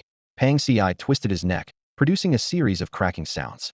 The gravity here was clearly several times stronger than that of Xia Kingdom. Yuan Zong didn't reply. Instead, he stomped hard on the ground, injecting a burst of internal energy into the black stone. The surface remained completely unmoved. Impressive. A flicker of astonishment appeared in Yuan Zong's eyes. The density here is far greater than the outside world. The hardness of these black stones rivals that of superalloys, and they generate their own gravitational field. No wonder even true martial-level experts outside couldn't break through the black stone walls. Guan Yun's sharp eyes darted around, observing his surroundings. What are you thinking about, old six? Su Shaoan asked. I was wondering if these stones could be exchanged for contribution points. With some processing, they'd definitely be valuable. Guan Yun replied with a grin, rubbing his hands together. Su Shaoan's eyes lit up. That's right. Is there someone in charge here? Let's ask. Laughter came from nearby. Not everyone is so materialistic, a voice said. I am Wei Jing, under the command of Tang Lian, the mountain-slaying king. Yuan Zong nodded in greeting. Yuan Zong, pleased to meet you. Pang Ci, what were you laughing about just now? Wei Jing asked with a smile. This brother's idea is quite unique, he added, explaining further. These black stones are what we call black gravity stones. They are classified as true spirit materials. Noticing Guan Yun's puzzled expression, Wei Jing continued. True spirit materials are resources of the true martial level, imbued with the essence of heaven and earth, formed over countless ages. In today's martial arts world, they are among the most precious materials.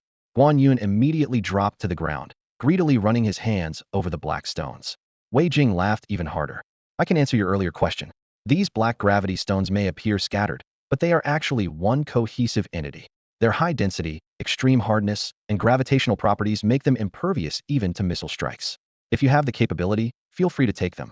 TCH, easy for you to say. They're not yours, Pang Ci muttered disdainfully. He's right. If you have the ability, take as much as you like, an elderly voice called out from the distance. Instantly, all members of the 12 Dragon Kings team straightened up, their smiles vanishing as they respectfully greeted. Elder Meng. Yuan Zong turned to the white-haired elder approaching at a steady pace, a flicker of something unreadable in his eyes, before giving a slight nod of acknowledgement. As he observed Elder Meng, the elderly man in the gray robe was also carefully scrutinizing this younger generation he was meeting for the first time. A barely noticeable flicker of surprise flashed in Elder Meng's eyes, but quickly disappeared. He nodded slightly. My name is Meng Hua, a guardian of the Heavenly Treasury. I'm responsible for verifying the items you exchange with your contribution points, Elder Meng said in a steady tone. You have 1 hour to make your exchanges, so make the most of it. The members of the 12 Dragon Kings team were well-versed in this process and stepped forward without hesitation. However, their pace was unusually slow. In contrast, Yuan Zong's group of 5 moved briskly, quickly overtaking the others. How can they walk so fast here? Someone exclaimed in astonishment. Wei Jing couldn't help but remark. Their kidneys must be incredibly strong. This phenomenon was due to the unique properties of the black gravity stone. The gravity inside the heavenly treasury was several times stronger than the outside world, and as one ventured deeper, the black gravity stone became purer, further amplifying the gravitational pull. The upper echelon had chosen to store rare treasures here precisely because of the abundant vital energy present in this place. Items of the true martial level stored here often absorbed this energy, restoring their former power. The value of the items was directly proportional to their location. The deeper one ventured, the rarer the treasures became. This rule applied to categorized items, though there were occasional surprises when someone stumbled upon an overlooked gem. However, the odds of such discoveries were slim. With all these factors combined, if everyone had similar contribution points, it truly became a matter of first come, first served. Hesitation was not an option. They must be clueless about the rules, rushing like that right from the start, someone sneered. They'll regret it soon enough. The situation was akin to a marathon starting too fast would inevitably lead to exhaustion later. Everyone assumed that Yuan Zong's group lacked experience and didn't know how to pace themselves. They were certain the group would soon collapse from exhaustion, leaving Elder Meng to step in and rescue them. By the way, do they even know about the new batch of treasures? Someone whispered. At this moment, Guan Yun unfolded a list specially prepared by Zhou Sun. Damaged White Lantern unknown origin 20 million contribution points. Damaged Black Bow 40 million contribution points. Severed Buddha arm 50 million contribution points. 3 seedlings with no vital energy 30 million contribution points. True armor blueprint 50 million contribution points. Unknown artifact blueprint 50 million contribution points. This pricing is insane. Guan Yun couldn't help but complain. Even A4 can't handle this much. Leave professional matters to the professionals, Yuan Zong said confidently. He won't steer me wrong. Take them all. If we take everything, we'll only have 60 million left, someone reminded him. Boss Yuan, weren't you also looking for a vital blood treasure? We haven't seen any along the way. Yuan Zong stopped in his tracks and turned to ask, Elder Ming, where can I find the vital blood treasure? Meng Hua walked over unhurriedly from behind. It's here, deeper inside, atop a small peak. Yuan Zong nodded and continued forward. The other 5 carefully carried the junk they had just bought at exorbitant prices, as if afraid of damaging it. Not long after they left, an enraged shout erupted from behind them. Damn it, where's my lantern? The black bow the Dragon King specifically wanted is gone. The true armor blueprint is gone too. Everything's gone. It must have been Yuan Zong's group who bought everything. Do they have an appraiser in their team? All the good stuff is gone. Called. They have left us just one item? How are we supposed to split anything now? They took it all. The air was filled with cries of despair. The cultivators, no longer able to endure, unleashed their inner spiritual energy, the sound of their chi roaring as they activated their powers. They scrambled toward the deepest part of the area, each vying for the lead. When exhaustion set in, they hastily consumed pills, fearing the last treasure would fall into Yuan Zong's hands. No, it can't be. It just can't, someone muttered to themselves. They've already taken so much. There's no way they have enough contribution points left to exchange for more. In front of a small hill about 30 or 40 meters high, Yuan Zong and his group of 5 came to a halt. Aside from Yuan Zong, the other 4 were panting heavily, their clothes soaked with sweat.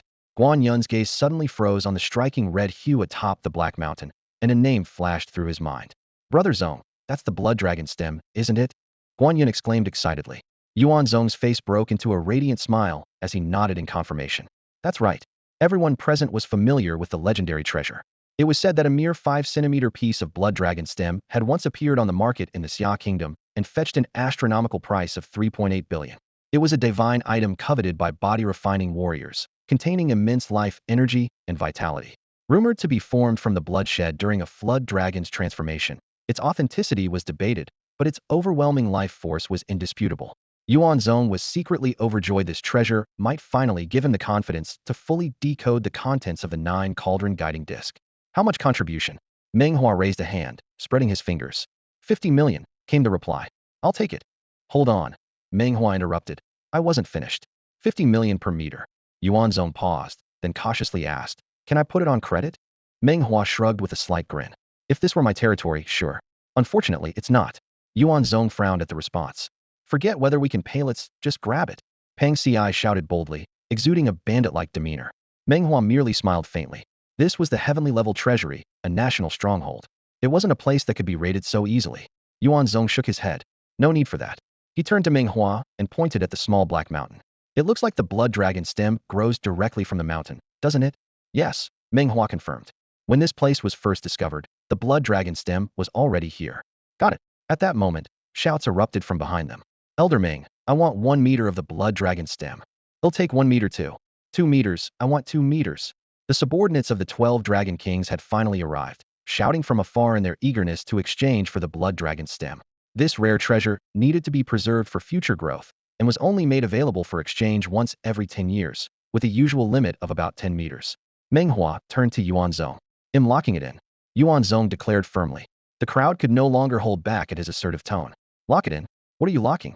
With so much blood dragon stem, ITLL cost at least 1 billion contribution points. How can you afford to lock it? Furious voices rose in protest. Trying to claim a spot without contributing? Keep dreaming. The crowd was just about to move forward when they were stopped by Pang Ci and his 3 companions. Although both sides were drenched in sweat, the state of these 4 was truly alarming, muscles bulging like iron, veins standing out like ropes, and an aura unique to body refinement warriors growing sharper by the second, showing no signs of fatigue. While the crowd marveled at the astonishing physical prowess of these 4, their attention shifted to Yuan Zong, standing at the base of the small black mountain. He planted his feet firmly, placed a hand on the mountain's surface, and exhaled softly. Instantly, the muscles in his arms swelled, stretching his sleeves to the limit. Was he really? Don't tell me he's planning to move the entire Black Mountain with the blood dragon vine growing on it. Someone burst out laughing. That Blackstone Mountain, which not even missiles could budge. Him. Indeed. This small black mountain at the treasury's center was made of blackstone far superior to anything around it. Even the subordinates of the 12 Dragon Kings, upon seeing it, showed no urgency, convinced of Yuan Zong's helplessness. Meng Hua also shook his head inwardly without merging with a true spirit, a pseudo-true martial artist, no matter how strong their physique, couldn't possibly move this mountain.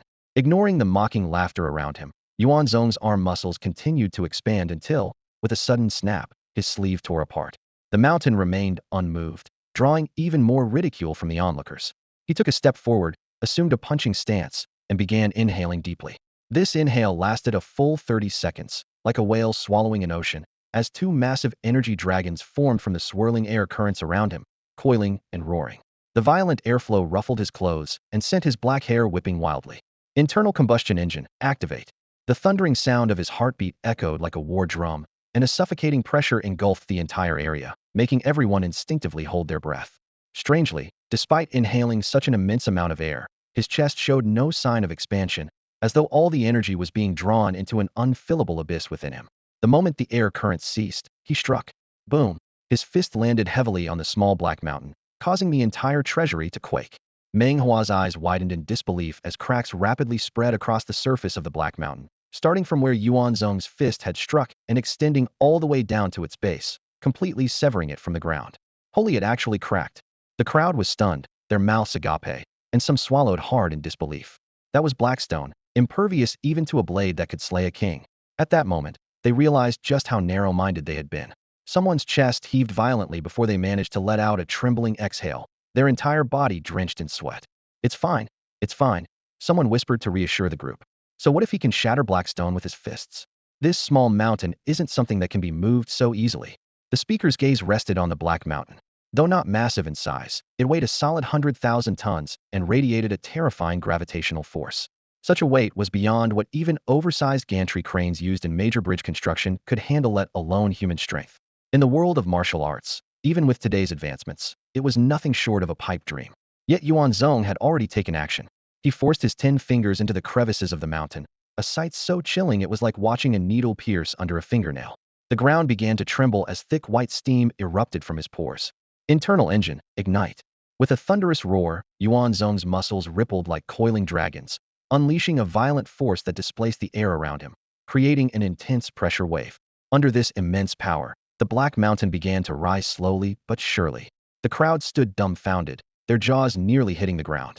When the mountain rose 10 meters high and started to descend, Yuan Zong took a deep breath. The crackling sound of his bones echoed like a storm, and his blood roared like thunder.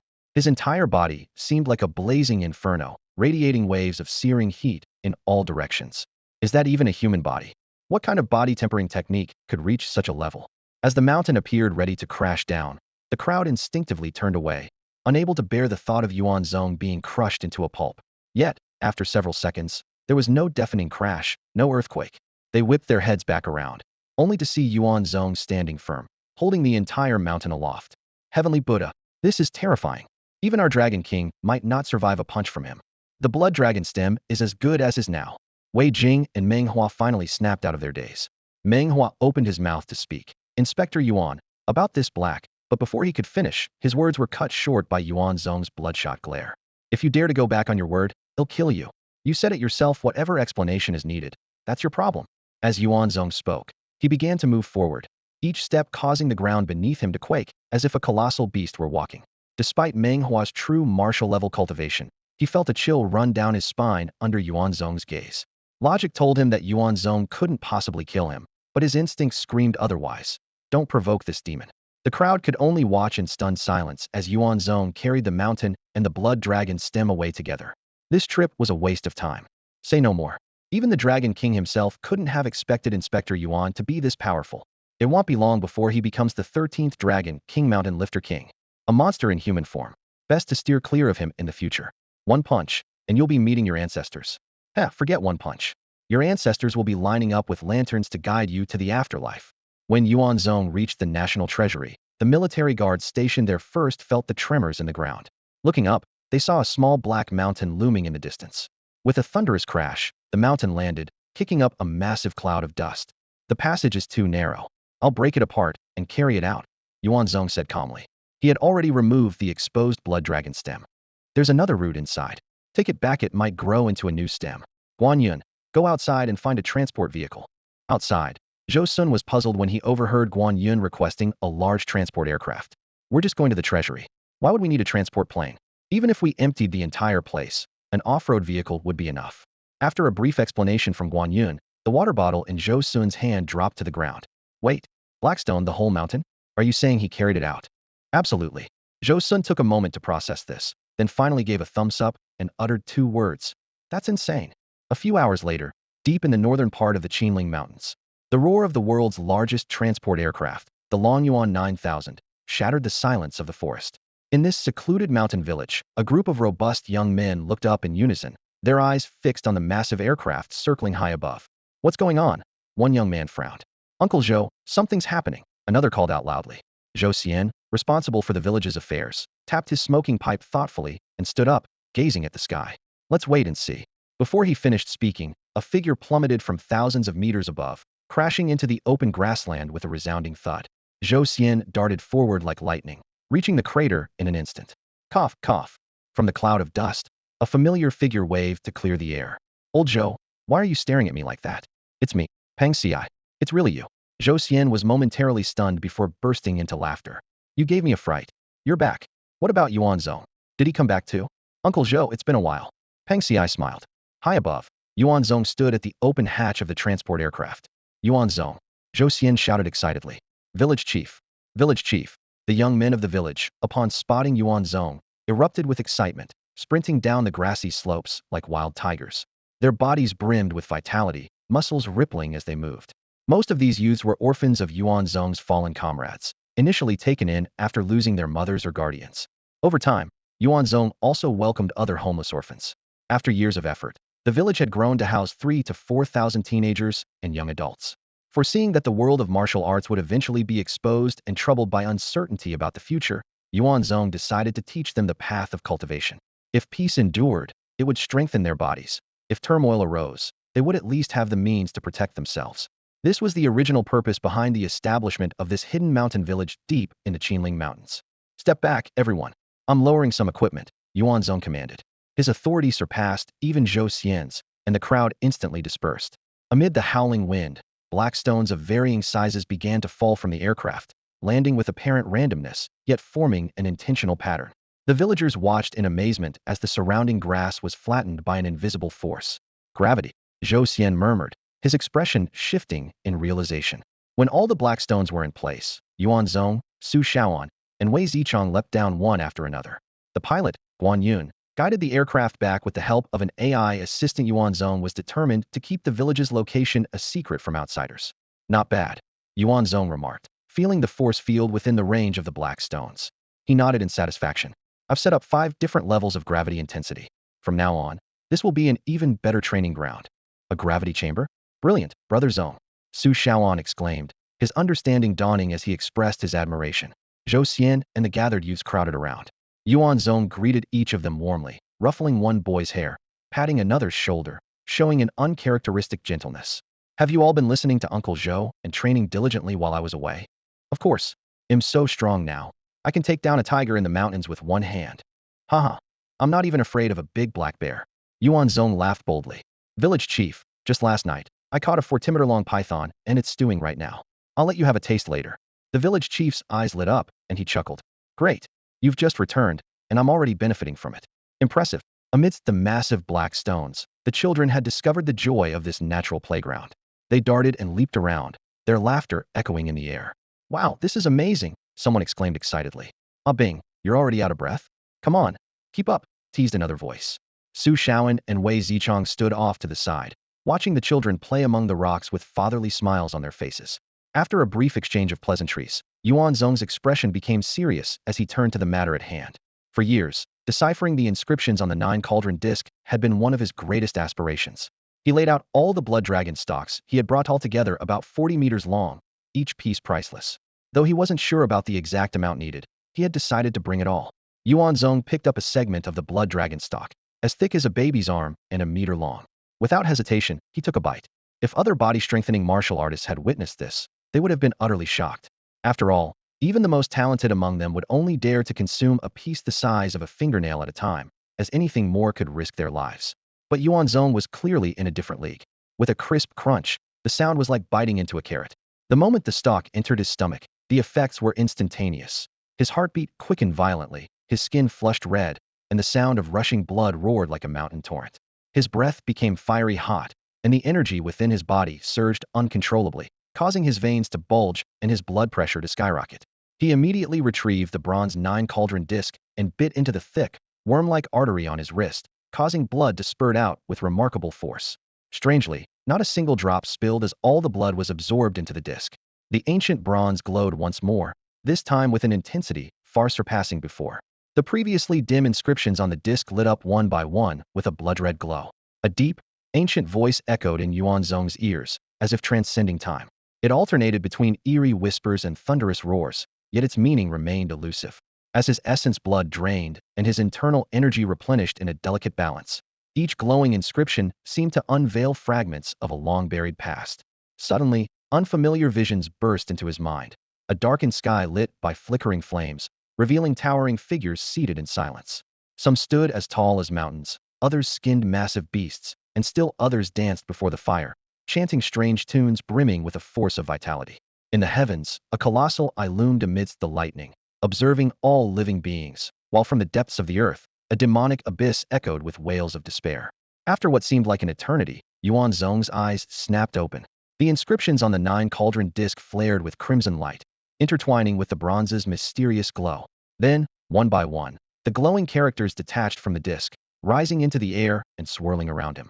The fragmented ancient voice finally spoke in full clarity, resonating deeply within his soul and elevating his very being. His eyes turned jet black, exuding a profound and enigmatic aura. This transformation rapidly extended to his physical body, triggering a mysterious metamorphosis deep within his blood.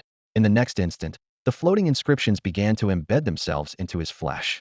Like the work of a master tattooist, the ancient symbols were seamlessly etched onto his skin. These inscriptions sprawled across his arms, abdomen, and back, emanating a solemn yet otherworldly presence. Just looking at them evoked an irresistible sense of awe and dread. Watching from nearby, Pang Si and the others stood in stunned silence. When they sensed the ominous power emanating from the scene, they quickly averted their gazes, cold sweat dripping down their faces. From different angles, the interconnected inscriptions seemed to morph into various illusions: a majestic dragon, a ferocious tiger, an eerie eye, a towering tree. It was as if these symbols could manifest all things in existence. As the last of the inscriptions merged into his body, Yuan Zong felt a profound change in his perception of the world. He gazed up at the sky, now shrouded in thunderclouds stretching for miles, their oppressive weight blanketing the land. Lightning arced across the heavens like chains binding the firmament itself. At that very moment, the world's most powerful martial artists emerged from their secluded corners, all sensing the overwhelming pressure that filled the air. Their hearts pounded with fear and wonder. My God, what is happening? Is this the legendary ascension finally coming to pass? Early morning, dense fog drifted through the depths of the Qinling Mountains. Inside a wooden cabin, Yuan Zong sat cross-legged on a tiger pelt, his upper body bare. His well-proportioned, muscular frame was adorned with intricate tattoos that seemed to flicker in the morning light, giving him a rugged, almost outlaw-like aura. The crackling of a fire filled the room as a skinned, prepared python hung above the flames, dripping oil like cured meat. Guan Yun was intently monitoring the heat, applying seasoning repeatedly in sync with the changing texture of the meat. The rich aroma of roasting snake filled the cabin, yet no one seemed to pay it any attention. All eyes were fixed on Yuan Zong. He was explaining the peculiar martial techniques he had uncovered after deciphering the 9-cauldron guide disc. This mysterious method came from an enigmatic, aged voice and was centered on two key components: the circulation of vital energy and the recitation of ancient scriptures in harmony with the body's internal nodes. When I practice, I can feel a unique energy enveloping my entire body, Yuan Zong said, his gaze deep and thoughtful. But when you all follow the method I taught, it seems none of you experience the same sensation. Pang Si and the others looked puzzled, assuming they had made errors in their practice and had come specifically to seek advice. After carefully guiding and observing their movements, Yuan Zong found no issues with their techniques. After a moment of contemplation, he spoke slowly. Cultivation is not a matter of overnight success, perhaps it requires time to accumulate. Brother Zong, since the guide disc has been deciphered, what about the whereabouts of the 9 cauldrons? Peng Xi suddenly asked. Yuan Zong furrowed his brow slightly. For the past few days, I've been having the same dream. In it, monks are kneeling in prayer, chanting scriptures, and finally drinking some sort of liquid together. Their attire is unusual, one shoulder is exposed, unlike the monks of Xia. Monks? Could it be a hint about a temple? Zhou Xian mused aloud. Uh-huh, that's exactly what I was thinking. Peng Xi jumped in hurriedly, eager to claim credit for the idea before anyone else. At that moment, Wei Zicheng suddenly stood up, visibly agitated. He stammered as he tried to speak. Ba, old Wei, forget about grammar, just get to the point. Guanyin called out, briefly looking up from basting the meat. Poo. Gone. Peng Xi, no longer able to contain himself, blurted out, By you pu gone na? What does that even mean? Zhou Xian suddenly realized that the monk described by Yuan Zong indeed matched the image of Buddhist monks from the Baiwei and Beigan regions. A glimmer of excitement flashed in Peng Xi's eyes. Does this mean the 9 cauldrons might be in the Baiwei or Beigan area? With my cultivation, I shouldn't dream. This must be a sign given by the guiding butterfly, Yuan Zong said in a deep voice. We must act quickly and head back to the Yushui border immediately. After years of fruitless searching for the 9 cauldrons, this newfound clue stirred even the usually composed Yuan Zong. As soon as the group landed in Yushui, an urgent message from Wang Jianxin arrived. Yuan Zong glanced at it briefly and immediately changed course, leading the team straight toward the mountainous border. The mountain paths were still muddy, and the air was thick with the dampness of recent rain. In the fields at the base of the mountains, 2 groups of people stood in tense confrontation. Inspector Yuan, over here, Wang Jianxin called out, hurrying toward them. What's going on? Keep it brief. Wang Jianxin quickly summarized the situation. A few days ago, a group of 5 individuals from Beigan illegally crossed into Yushui without entry permits. Sensing something was off, he attempted to question them, but they fled before he could speak. Their suspicious behavior confirmed their guilt. After an intense pursuit, the Yushui division managed to apprehend them, though at a heavy cost. Several officers were injured, and one lost his life. Before they could escort the suspects away, a diplomatic official from the Alien Martial Affairs Division arrived, claiming one of the detainees was a member of the royal Anu lineage from Beigan. They demanded his release, warning of potential diplomatic fallout if their request was denied. Yuan Zong nodded in understanding and strode toward the restrained Beigan martial artists. As his gaze met one of theirs, the man smirked defiantly, provoking the restrained Yushui officers to seethe with anger. Inspector Yuan, you're finally here. To be honest, you're subordinates. The diplomatic official approached with a smile. SZZT. Yuan Zong moved with lightning speed, drawing a cold blade from one of his officers' scabbards and locking the official's neck in a firm grip. Before fear could fully register in the official's eyes, a crisp snap echoed. Their neck was broken. Without hesitation, Yuan Zong advanced toward the stunned foreign individuals. Swish, swish, swish. The blade flashed, piercing through 4 of them in quick succession. They collapsed, lifeless. The bloodstained blade stopped at the forehead of the so-called Anu royal member. Yuan Zong's gaze was icy. Speak. What is your purpose in Yushui? I am of the Anu royal family. Swish. His left arm dropped to the ground. Understand the question now? You dare? Swish. The right arm was severed. This is your final chance. Go to hell. Swish. The blade sliced through, and the head split like a melon. Yuan Zong casually tossed the blade back into the officer's scabbard with precision. He turned to address the group. Dispose of the bodies. Jianxin, in your report, state that the 5 Beigan martial artists killed the young diplomatic official. Guan Yun, inform Zhou Sun that as the Yushui Inspector of Internal Affairs, I will personally hold Beigan accountable. There's no need to send another diplomatic official for coordination. I'll handle everything. Yes, Inspector Yuan, the group responded in unison. One more thing, Yuan Zong added. Request triple compensation for the fallen officer's family. If there's a shortfall, I'll cover the rest myself. Hearing this, Wang Jiangxin's eyes reddened. On behalf of Chen Kong, I thank you, Inspector Yuan. The surrounding officers, deeply moved, echoed in unison. Thank you, Inspector Yuan. Yuan Xuanshi leaned back in his chair, listening intently to Wang Jianxin's investigation report. According to the findings, the 5 individuals were indeed closely associated with Zhou Xiong. Their objective was to locate a list detailing the distribution of magical potions.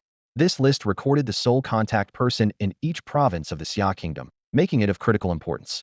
Clearly, after Zhou Xiong's demise, they were planning to reactivate the potion network. Did you find the list? Yuan Zong asked. Wang Jianxin shook his head. Zhou Xiong might have anticipated that something could happen to him and hid the list in advance. We currently have no concrete leads. All right, keep investigating, Yuan Zong said as he stood up. I'm heading to Beigan right away. What for? Wang Jianxin asked, surprised. While putting on his coat, Yuan Zong replied. The source of the potions, cross-border killings, and the increasingly problematic issues in the exotic martial arts zones in recent years, Beijing must provide an explanation. Yuan Xiunshe, this matter requires caution. If you're going to negotiate, you should have an official title, right? Special Envoy for Exotic Martial Arts Affairs of the Xia Kingdom, promoting friendship and development between the two nations' martial arts communities, Yuan Zong said calmly. What? Since when do we have such a position? Guan Yun drafted it. It's already been submitted. Just as Wang Jinxin was about to say something, he froze in shock upon opening the door. The hallway on both sides was lined with people, all dressed in military-style martial uniforms and holding sleek black dragonfinch blades. Their imposing presence was undeniable, and the restraint collars around their necks signified their extraordinary abilities. Due to a shortage of personnel at the Yushui branch, we brought in a few dozen individuals from the prison, Yuan Zong explained. Injun, prepare. Yes, Chief Yuan, came the uniform response. Injun and Lu Han stepped to Yuan Zong's sides. Injun draped a black military coat over Yuan Zong's shoulders, while Lu Han respectfully handed him the dragonfinch blade. This was Zhou Sun's idea, Yuan Zong said. The Xia Kingdom is a major power. When we travel, we value formality, uniformity, blades, credentials. Wang Jinxin blinked, suddenly questioning Yuan Zong's true intentions for this trip. Yuan Xiunshe, are you really going to Beijing just to promote martial arts diplomacy? Yuan Zong turned and gave a meaningful smile. Of course. Zonga. Pang Si's anxious voice echoed from the end of the hallway as he and a few others rushed over. We heard you're heading to Beijing. Why aren't you taking us? What if something happens? This comment irked the veteran warriors present. Who do you think you're underestimating? With Chief Yuan around, what could possibly go wrong? Yuan Zong raised a hand to stop the argument. Your current task is to consume the remaining blood dragon stems and focus on breaking through. But, enough, Yuan Zong interrupted bluntly. Aren't you aware of your own capabilities? Pang Si was left speechless. If anyone else had spoken to him like that, he would have challenged them on the spot. But coming from Yuan Zong, he had no retort. That's it. Don't let me come back to find you all still stuck at the same level. Got it, Zonga, Su Shaoan replied. No, Wei Zichang suddenly interjected. No. Yuan Zong prompted him to continue. No breakthroughs. No, no leaving seclusion. Yuan Zong nodded. All right, we're off. At this moment, Guan Yun hurried forward. Zonga, the exotic martial arts community in Beijing has made notable advancements in tech-integrated martial arts over the past years, all thanks to a maniac. Be careful, and about the visions in your dreams. Understood. I've sent you the information. We'll talk when you're back. At the airport, the group boarded the plane one after another. Sitting in the cabin, Yuan Zong glanced at Yin Zhun and the others, smiling as he said, finally, a chance to stretch our legs. Excited, aren't you? It's mainly because I get to stick with Boss Yuan. Lu Han blinked, his tone light. I've gotten used to staying on Blue Island. Without Boss Yuan, I wouldn't even want to leave. Yuan Zong was about to explain the precautions for the trip to Beijing when his words abruptly stopped at, the mental confinement device will temporarily cease operation. The room erupted instantly, with everyone springing from their seats, their faces tense. Why stop it from running? It must stay on. When it zaps me, my mind actually feels sharper. Seeing the group's agitated reactions, Yuan Zong was momentarily speechless, a thin layer of sweat forming on his forehead. I was worried you might be judged by others for wearing this. Judged? It'll gouge out the eyes of anyone who dares. This is a life-saving device. What do they even know? If it's not running, I'm not going. It's too dangerous. Realizing the situation was spiraling out of control, Yuan Zong reluctantly gave in. All right, ITLL stay on. I can't deal with you all. Only then did everyone breathe a sigh of relief, and the room returned to calm. A moment later, Yin Zhun raised a critical question. Boss Yuan, you said not to merge with the true spirit of heaven and earth. Then how are we supposed to break through to the true martial level? The question struck a nerve with everyone. They were all on the verge of breaking through, but had been strictly following Yuan Zong's guidance. Intent, Yuan Zong answered succinctly. Seeing their puzzled expressions, he elaborated. The road ahead is long. Look back at the path you've walked. Reflect on your footprints. Understand your martial arts essence, and solidify your intent to refine your martial journey. Yin Zhun and Lu Han exchanged glances, seemingly deep in thought. They understood that this was entirely different from the traditional, achieving enlightenment through martial arts. Yuan Zong was proposing an unprecedented path replacing the true spirit of heaven and earth with one's own willpower. Boss Yuan, I trust you. Yin Zhun declared first. So do I. Let's do this. Well, follow Boss Yuan no matter what. Meanwhile, preparations were in full swing at the headquarters of the Beijing Martial Division. Commander, the Xia Nation's 099 class Pulse Carrier Battle Group and the Hongming AI Unmanned Carrier Battle Group are heading toward the Andirati Sea. Commander Nanjinhua frowned deeply. A congratulatory gesture? More like a show of support for that special envoy of martial diplomacy. If anything happens to him here, Beijing will regress by decades. So does that mean we have no choice but to cooperate? The Xia nation is no longer what it used to be. They could easily resort to threats, but they've shown us respect. Nen Jinhua's expression was stern. Find out where Yuan Zong is. We must welcome him with the highest level of protocol. Before the plane landed at the capital airport of Beijing, Yuan Zong had a long conversation with Zhou Sun. The moment the cabin door opened, a gentle breeze swept past Yuan Zong's impeccably tailored military uniform, accentuating his commanding and upright figure. During their brief discussion, a crucial plan aimed at stabilizing the surrounding regions of the alternate martial world had been finalized. This plan was designed to effectively curb or even eliminate the threats posed by alternate martial forces from various nations along the southwestern borders of Xia, particularly the hidden dangers of magical potions. The airport had already been cleared, and the welcoming music echoed through the empty terminal. Standing at the cabin door, Yuan Zong gazed down at the orderly formation of Beijing's alternate martial officers awaiting his arrival. His seemingly casual glance was captured by a reporter accompanying the team, later sparking a heated debate on alternate martial forums under the headline, "The Imperial Martial Lord's Contempt." Welcome, a very warm welcome. Nan Jinhua, the chief commander of Beijing's alternate martial division, approached briskly. I am Nan Jinhua. It is an honor to welcome Envoy Yuan to our country to foster mutual growth and exchange in the alternate martial arts. Yuan Zong shook his hand and responded simply, thank you. This way, please. A convoy of imposing cars departed the airport, and the streets quickly returned to their usual hustle and bustle. Along the way, Yuan Zong observed the scenery through the car window, his gaze occasionally lingering on the various Buddhist temples. The monks passing by bore an uncanny resemblance to those he had seen in his dreams, clearly holding a revered status in this land. After 20 minutes, the convoy arrived at a complex of pristine white buildings, the headquarters of Beijing's alternate martial division. As he stepped out of the car, Yuan Zong noticed a line of alternate martial practitioners standing in formation. Each exuded an impressive aura, all having surpassed the 8th threshold of mastery. With his sharp perception, he identified 9 individuals wielding alternate powers, 3 of whom were true martial-level masters, and 2 of these also possessed alternate abilities. Nan Jinhua led Yuan Zong through introductions. First was Ong Mu, the abbot of Beijing's foremost temple, Kailan Monastery. At 193 years old, Ong Mu was an elderly monk, yet his vitality and radiant skin reflected the unique aura of a dedicated practitioner. He was widely revered in Beijing's monastic circles with the honorary title Rolanchadoja. Envoy Yuan, your reputation precedes you. It's a pleasure to meet you. The pleasure is mine. Next was Samaner, the Grand Martial Lord of Rock Mountain Cavern. The title of Martial Lord was common in Nanyu, the island nation, and Hongua. Known for its ascetic practices, Rock Mountain Cavern was Beijing's largest martial arts sect. Its disciples shunned modern civilization, seeking the essence of martial arts in the wilderness. Lastly, there was Xiaomingzhen, a practitioner of technological martial arts. His eyes occasionally flickered with an eerie data-like glow. Unlike Xia, which strictly regulated technological martial arts, Beijing and many other nations openly embraced and promoted this discipline. During their handshake, there was a subtle contest of strength. Come on, put in some effort. I'm doing just fine. With a shy smile, Zhao Yimingchen blushed and let go of his hand.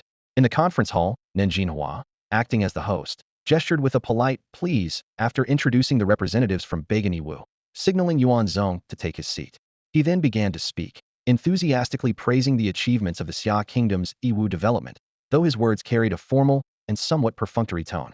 Yuan Zong wasted no time with pleasantries and went straight to the point. Recently, magical potions have been smuggled into our country, and just days ago, 5 individuals crossed the border illegally. Speaking of which, why hasn't Anu's royal family sent a representative? Anu Wangwu is considered a leading figure in Beijing's Yiwu community, interjected Zhao Yimingchen, the leader of technological martial arts, with a hint of arrogance in his tone. If Inspector Yuan wishes to meet him, perhaps you should pay him a personal visit. A visit? Yuan Zong narrowed his eyes, fixing his gaze on Zhao Yimingchen. The blatant provocation instantly heightened the tension in the room. Nan Jinhua quickly attempted to defuse the situation. Actually, Anu Wangwu did plan to send a representative, but the ceremony for the new martial king's inauguration coincided, and they unfortunately had to miss this meeting. They'll certainly send someone to visit in the future. As he spoke, he cast a warning glance at Zhao Yimingchen, subtle, but not unnoticed by Yuan Zong. Yuan Zong nodded and pressed on. I'm here on an important mission. To enhance cooperation between the Yiwu communities of our 2 nations, the Xia Kingdom has decided to establish the Beijing Martial Governorate here. The moment those words were uttered, the room fell into a heavy silence. The term martial governorate called to mind the ancient imperial oversight institutions, symbolizing control exerted by a superior authority over a subordinate. Even Nan Jinhua, who had been advocating cooperation, found himself at a loss for words. Chief Nan, as the head of Bagan's Iwu community, does such a minor matter really require hesitation? Yuan Zong's sharp gaze locked onto Nan Jinhua. Zai Yumingshan interjected again. This is something that should be discussed in the presence of Anu Wangwu. From what I know of him, he would never agree to this. Yuan Zong completely ignored Zai Yumingshan's words and continued staring at Nan Jinhua.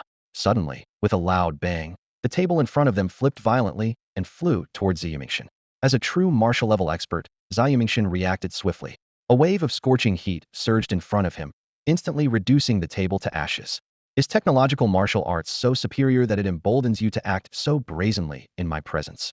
Yuan Zong's voice came from directly in front of Zai Yumingshan.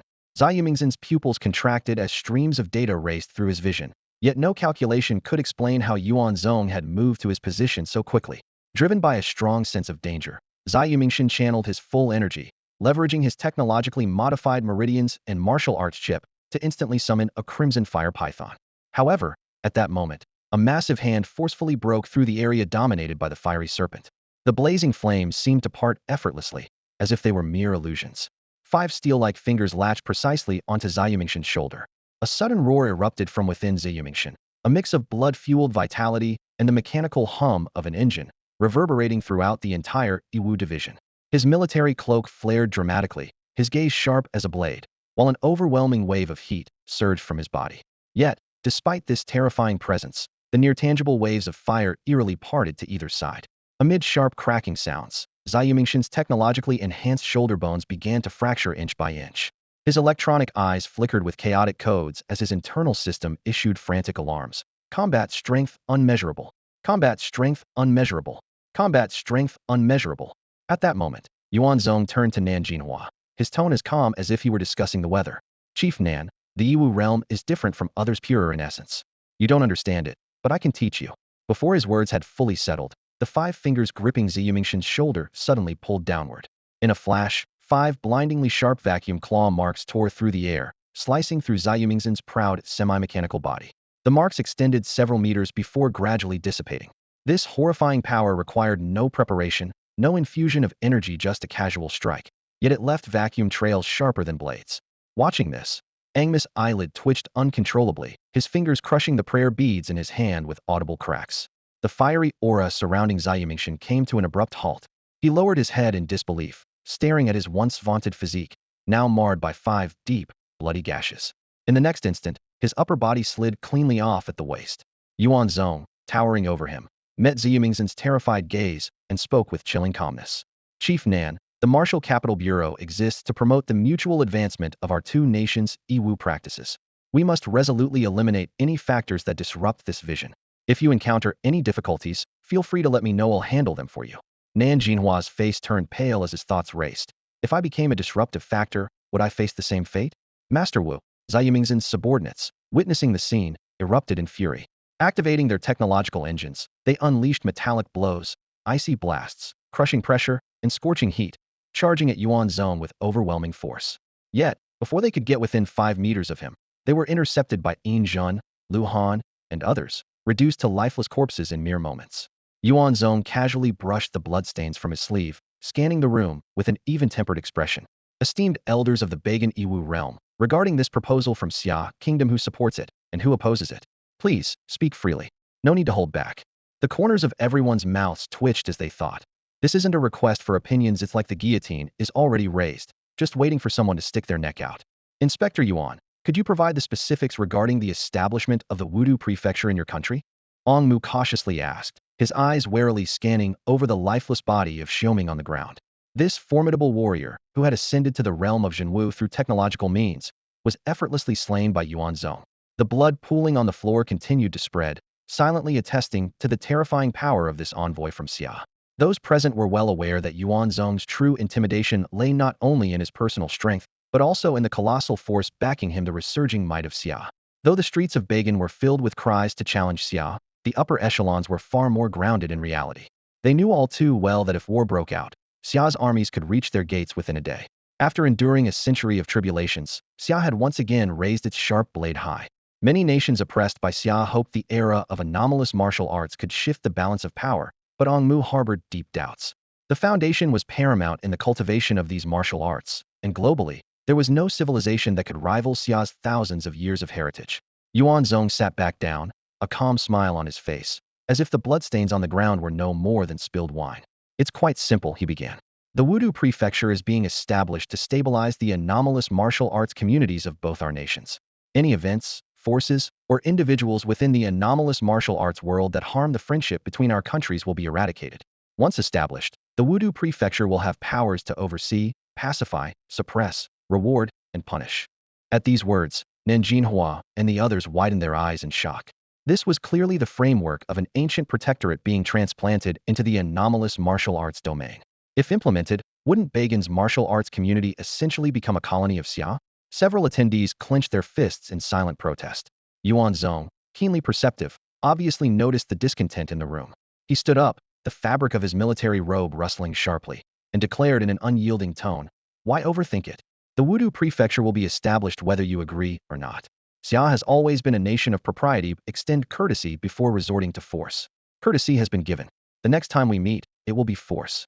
As he reached the door, he paused, turning back to add, "Of course, you're welcome to try killing me. There are only so many of us here. Bebrevate might not be as hard as you think." With that, he strode out, leaving behind a room heavy with oppressive tension. His subordinates followed closely, their eyes gleaming with sharp pride. Working under Boss Yuan is always exhilarating. Top-notch stuff. It wasn't until over 20 minutes after Yuan Zong had left that Nan Jinhua finally erupted, slamming his fist into the table and shattering it. "Damn it." He throws down a decree and walks away, ignoring all our opinions, blatantly treating us as if we're beneath him. Someone immediately chimed in. "General Nan, even if it costs us everything, we can't let him get away with this. The Xia Kingdom has always prided itself as a peaceful nation. In the past, they ignored our provocations entirely. Why have they suddenly changed their approach and sent such an insolent inspector this time?" The conference room fell into silence. Someone hesitated before speaking.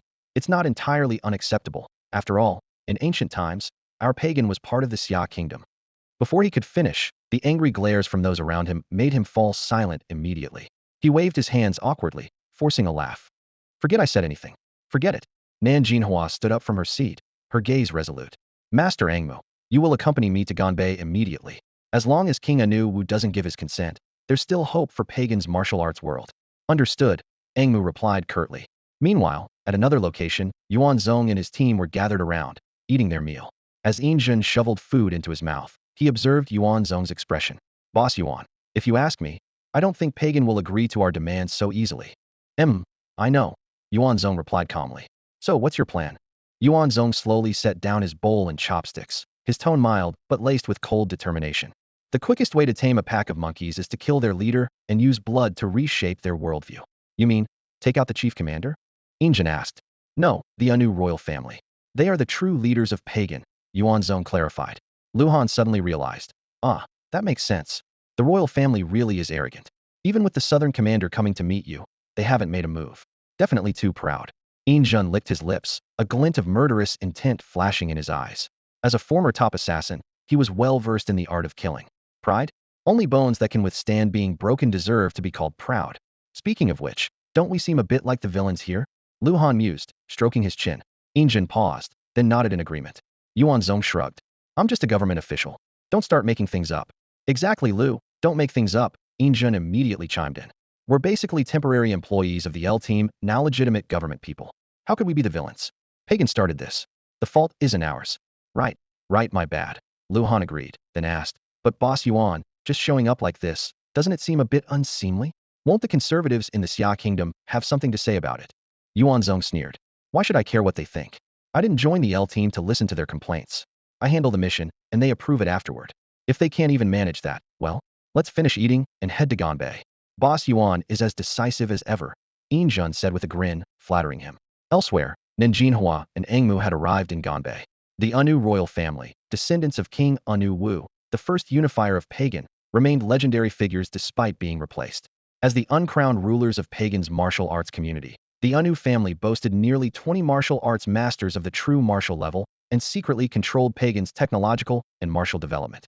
This was common knowledge among insiders. Nan Jinhua's position as chief commander was only possible with the Anu family's approval. As the blood-red sunset bathed the land, Nan Jinhua and Angmu finally met the current Anu king, Anu Yaha. "King Anu," Nan Jinhua began directly.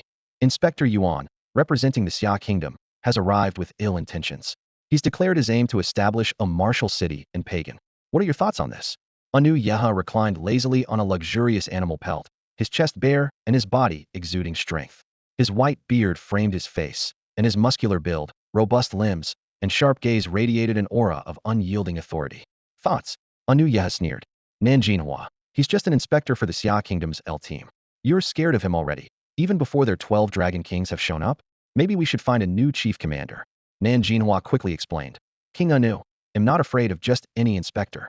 It's the Xia Kingdom he represents that demands our attention. The Xia Kingdom? Anu Yeha scoffed dismissively. The world isn't limited to their L team. The Xia Kingdom may be vast and resource-rich, but plenty of others are eyeing them greedily. Do you really think they'd dare wage war against us? If they launch a full-scale attack, the 18 allied forces will descend upon them and tear them apart. Even with 10 times the courage, they wouldn't dare make a move. Stay calm. Before his words could settle, a thunderous noise erupted. The ancient royal hall trembled slightly as dust rained down from above. A voice echoed through the encroaching twilight. A new royal family, Yuan Zong, inspector of the Xia Kingdom, has come to send you on your way. What is that sound? Nanjinhua spun around in shock, his brows furrowed deeply. The intruder had arrived far too quickly, had barely set foot in Bagan, and hadn't even had a moment to rest before hearing this alarming noise. This pace is insane. Nanjinhua exchanged a glance with Ongmu, and together, they turned their eyes to Anu Luha. Life moves fast in Xia, but this is just absurd. Anu Luha's expression turned grim. The bold words he had just spoken still echoed in his ears, now feeling like a stinging slap across his face. What a gutsy move from the Xia Kingdom's inspector, daring to come to Bagan looking for trouble. The elder, his tiger-like eyes sharp as lightning, slowly rose to his feet. A surge of Zenwa-level pressure erupted from him, instantly sending the surrounding tables and chairs tumbling. With a single bound, he leapt to the front of the grand hall, his piercing gaze fixed on the 100 or so figures lined up in the sunset. Huh! Anu Luha burst into laughter, his voice booming. Inspector Yuan of the Xia Kingdom, you dare to act so brazenly here with just this small force? Do you think the words great nation's might are enough to intimidate everyone? Before his voice had even faded, the entire area surrounding the royal hall, spanning 1,000 acres, was suddenly engulfed in shadow. Thousands of warriors with extraordinary abilities descended like raindrops onto the walls and rooftops, their presence overwhelming. Among them were technologically equipped fighters gleaming with cold steel. 18 Zenwa-level masters, nearly 50 pseudo-Jinwu fighters, and thousands of warriors of various levels. This display of power drew sharp gasps from even the likes of In Jun and his group. Old man, don't tell me you're scared, Yuan Zong teased with a smirk. Scared? Hell no. I'm fired up. Yuan Zong chuckled lightly. Then let me show you how it's done. With that, he stomped his foot, and the surrounding wall shattered into pieces. His figure blurred as he flashed through the air several times before landing heavily in front of Anu Yeha, sending a cloud of dust billowing into the air. The two locked eyes, and Anu Yeha's face contorted with rage. Arrogant fool. He stomped his right foot onto the ground, his body emitting a thunderous crackling sound as his muscles and bones surged with power. Behind him, a massive tiger formed from condensed energy roared ferociously. Tiger King True Force. The members of the royal Anu clan trembled with excitement. This is one of the top-tier techniques in the world of extraordinary combat. Boom. The spirit tiger roared and charged forward, its force carving a trench dozens of meters deep, toppling walls and collapsing buildings. Yet, the devastating destruction only served to highlight the calm composure of the young figure standing amidst the chaos, as if everything was unfolding exactly as he had anticipated. The smiles froze, trembling gazes widened, and slackened faces filled the crowd, all silently narrating the scene unfolding before their eyes, a reality beyond imagination. The fist of King Anu landed heavily on Yuan Zong, shattering most of the imposing and elegant military robe he wore. The tattered fabric fluttered in the wind, revealing an unscathed body beneath. Even more astonishing was that Yuan Zong appeared utterly unaffected, standing firm like an unmovable boulder, a mocking smirk playing at the corner of his lips. Anu Yeha's eyes widened in disbelief, his mind blank. In this life-and-death duel, he was so stunned that he lost the vigilance he should have maintained. Are you some kind of special effects expert? Yuan Zong's lips curled into a faint smile. What seemed like a natural expression exuded an unsettling aura to Pugin and the others, as if he were an ultimate boss, oppressively dominating the battlefield.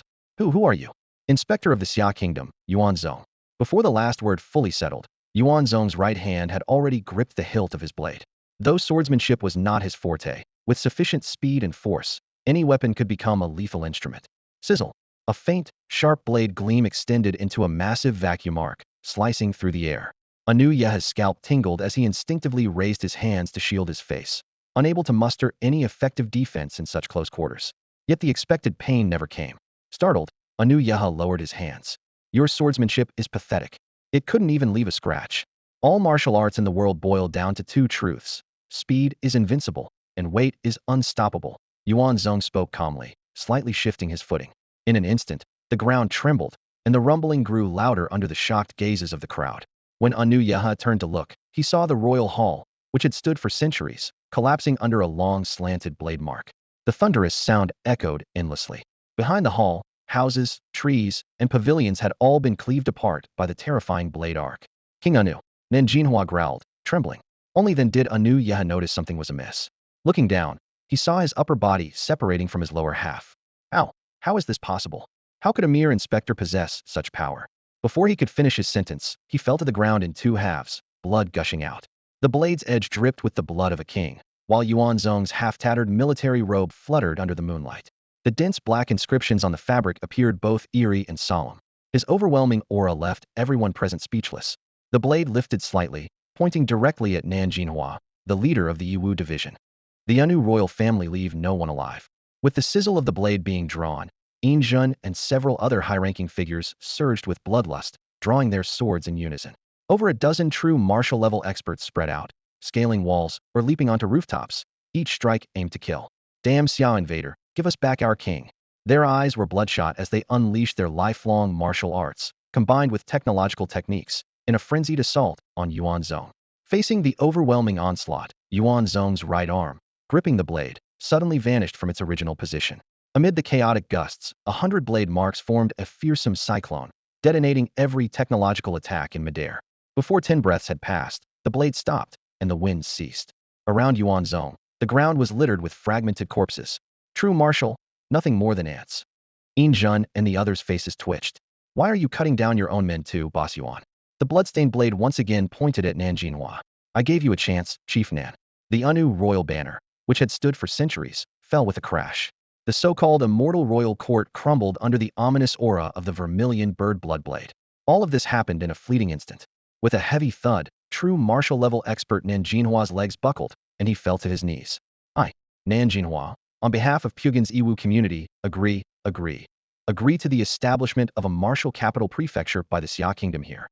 As dawn broke and the first rays of sunlight illuminated the royal palace and estate of the Anu dynasty, Yin Jun and his companions collapsed into a pool of blood, surrounded by countless bodies strewn haphazardly around them. From the Nantian Gate to Penglai East Road, they had fought their way through, utterly exhausted, as if every ounce of strength had been drained from their bodies. All they wanted was to close their eyes and drift off to sleep. A true master is indeed a master taking down equally matched foes with ease, Yuan Zong quipped. Yin Jun and Lu Han were too drained to respond, merely touching the collars around their necks instinctively. A faint smile appeared on their lips before they succumbed to sleep. Commander Nan, Yuan Zong called out. Yes, Nanjinhua replied cautiously, following closely behind Yuan Zong. After a night of brutal combat, he was thoroughly intimidated. Yuan Zong's team consisted of peerless warriors, each unmatched in their respective realms. Some of them joined forces in threes to take down true martial experts, while others worked in pairs to slay pseudo-martial opponents. Their tactics and coordination were flawless. Even when facing enemies vastly outnumbering them, they systematically wore down their foes with their seasoned combat experience and precise strategies. Most of these people have been through the crackdown on martial anomalies. Many have faced being hunted by dozens, even hundreds, of adversaries, Yuan Zong explained calmly. Now, where's the Anu royal family's resource vault? Nanjinhua sighed inwardly. As expected, this Inspector Yuan left no stone unturned, not even sparing the royal family's treasures. Within half an hour, Yuan Zong's men discovered a hidden passage deep within the palace. Inside, they found a trove of cultivation resources worth billions, ranging from basic energy-enhancing powders to rare century-old medicinal herbs. Yuan Zong immediately ordered preparations for a medicinal bath. The formula for these herbs bore a striking resemblance to the vitality liquid used in the ancient villages of the Nanyuan province in Xia Kingdom, likely sharing the same origin. Nanjinhua washed with a heavy heart as the precious century-old herbs were thrown into the medicinal pool. These were the hard-earned accumulations of the Bagan martial anomaly community over several years. By midday, the rich aroma of the medicinal concoction filled the entire palace, even rousing Yin Jun and the others from their deep sleep. Yuan Zong urged them. This is some good stuff. Don't just stand there, each of you. Take a spot. After a night of fierce fighting, your inner energy is depleted. This is the perfect chance to recover, and who knows, you might even break through to a higher level. Jun was the first to remove his clothing and slowly lowered himself into the steaming medicinal bath. He cast a deep glance at Yuan Zong and spoke sincerely. Thank you, brother Yuan. Yuan Zong, with a tone of earnestness, advised. Remember, hold firm to your spirit. Keep your mind clear, reflect on the past, and comprehend the essence of tempering your body and will. Understood. Lu Han eagerly entered the medicinal bath as well, his eyes filled with gratitude. He knew Yuan Zong was doing everything in his power to help them break through. Soon, the others followed suit, entering the bath one after another. Sitting cross-legged, they began channeling their internal energy, and wisps of white vapor rose from the tops of their heads. Yuan Zong leaned against a central stone, his gaze falling upon Nan Jinhua and Angmu. Chief Nan, I have one more question for you, Yuan Zong suddenly asked. In Beijing, are there monks in any of the temples who bow before a large cauldron and drink the water from it? Nan Jinhua froze at the question and instinctively turned to Angmu. Master Angmu, is there such a temple in Beijing? Angmu pressed his palms together and shook his head. Beijing reveres Buddha, with temples scattered everywhere, many of which I myself have not even visited. Yuan Zong fixed his gaze on Angmu. As you said, Beijing is a land of Buddhist devotion, where monks hold high status. This reverence extends even to the realm of martial arts. The official martial arts division, the Anu royal family, and martial arts temples, these are the three major powers of Beijing's martial world. His tone grew heavier. Master Angmu, you'd better think carefully before you answer. A moment of negligence could bring disaster upon Beijing's martial arts community. Angmu remained composed, once again bowing with palms together. Inspector Yuan, as a monk, I do not lie. I truly do not know. Very well. Then I'll have to investigate myself, Yuan Zong replied, turning to Nanjinhua. Under the authority of the Wudu Prefecture's Inspection Division, I order you to immediately mobilize all members of the Martial Arts Division to thoroughly investigate every temple in Beijing without exception. Nanjinhua's face turned pale as he realized the upheaval this could cause. A slight misstep could provoke public protests. Inspector Yuan, this will not be easy. Easy or not, it must be done, Yuan Zong interrupted coldly. If you can't handle it, I won't hesitate to find someone who can. As he spoke, a chilling aura suddenly filled the air. Everyone turned to look and saw black internal energy surging around Jun, cold and sinister like venomous snakes. True martial level.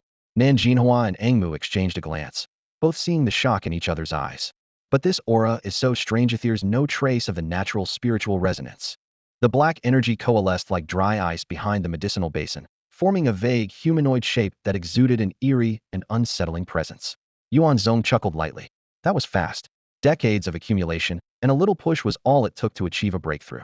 Before his words could settle, another burst of extreme cold emanated from Lu Han. Within a 10-meter radius, large snowflakes began to fall, freezing into solid ice upon contact with the ground. Yet another true martial-level aura, equally bizarre. One by one, the others also achieved breakthroughs. Only Yuan Zong could discern the blossoming martial intent radiating from each of them. He recalled the opening lines of the 9 cauldrons and the butterfly, reflect on the past, gaze into the future. A body imbued with martial intent, untouched by heaven and earth. I'm there. Jun's eyes snapped open, and the shadow behind him split into 6 forms, each poised to strike 6 tribulation shadow kill. This path is indeed viable. One shadow darted toward Nanjinhua, its killing intent palpable.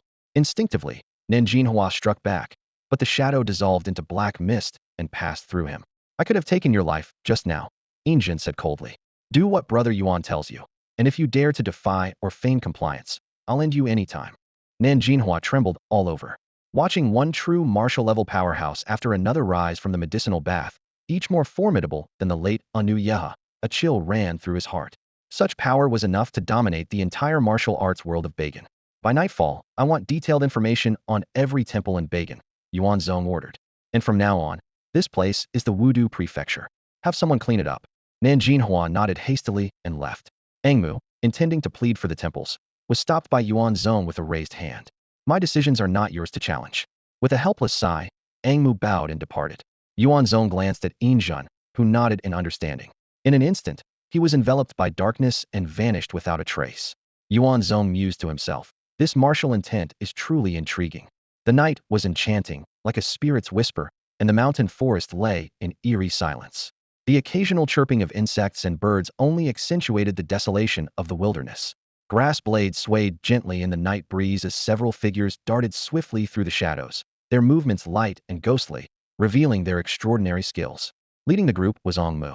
He guided a handful of disciples away from the main roads, choosing desolate mountain trails for their rapid journey. Every so often, Ong Mu would set up a maze formation and meticulously erase their tracks to ensure they left no trace. Master, aren't you being overly cautious? With your cultivation in the Mingxin technique, even if that inspector from Xia Kingdom tracked us personally, surely you would have sensed him long ago? Charlie couldn't help but voice his doubt. Ong Mu abruptly raised his hand, signaling them to halt.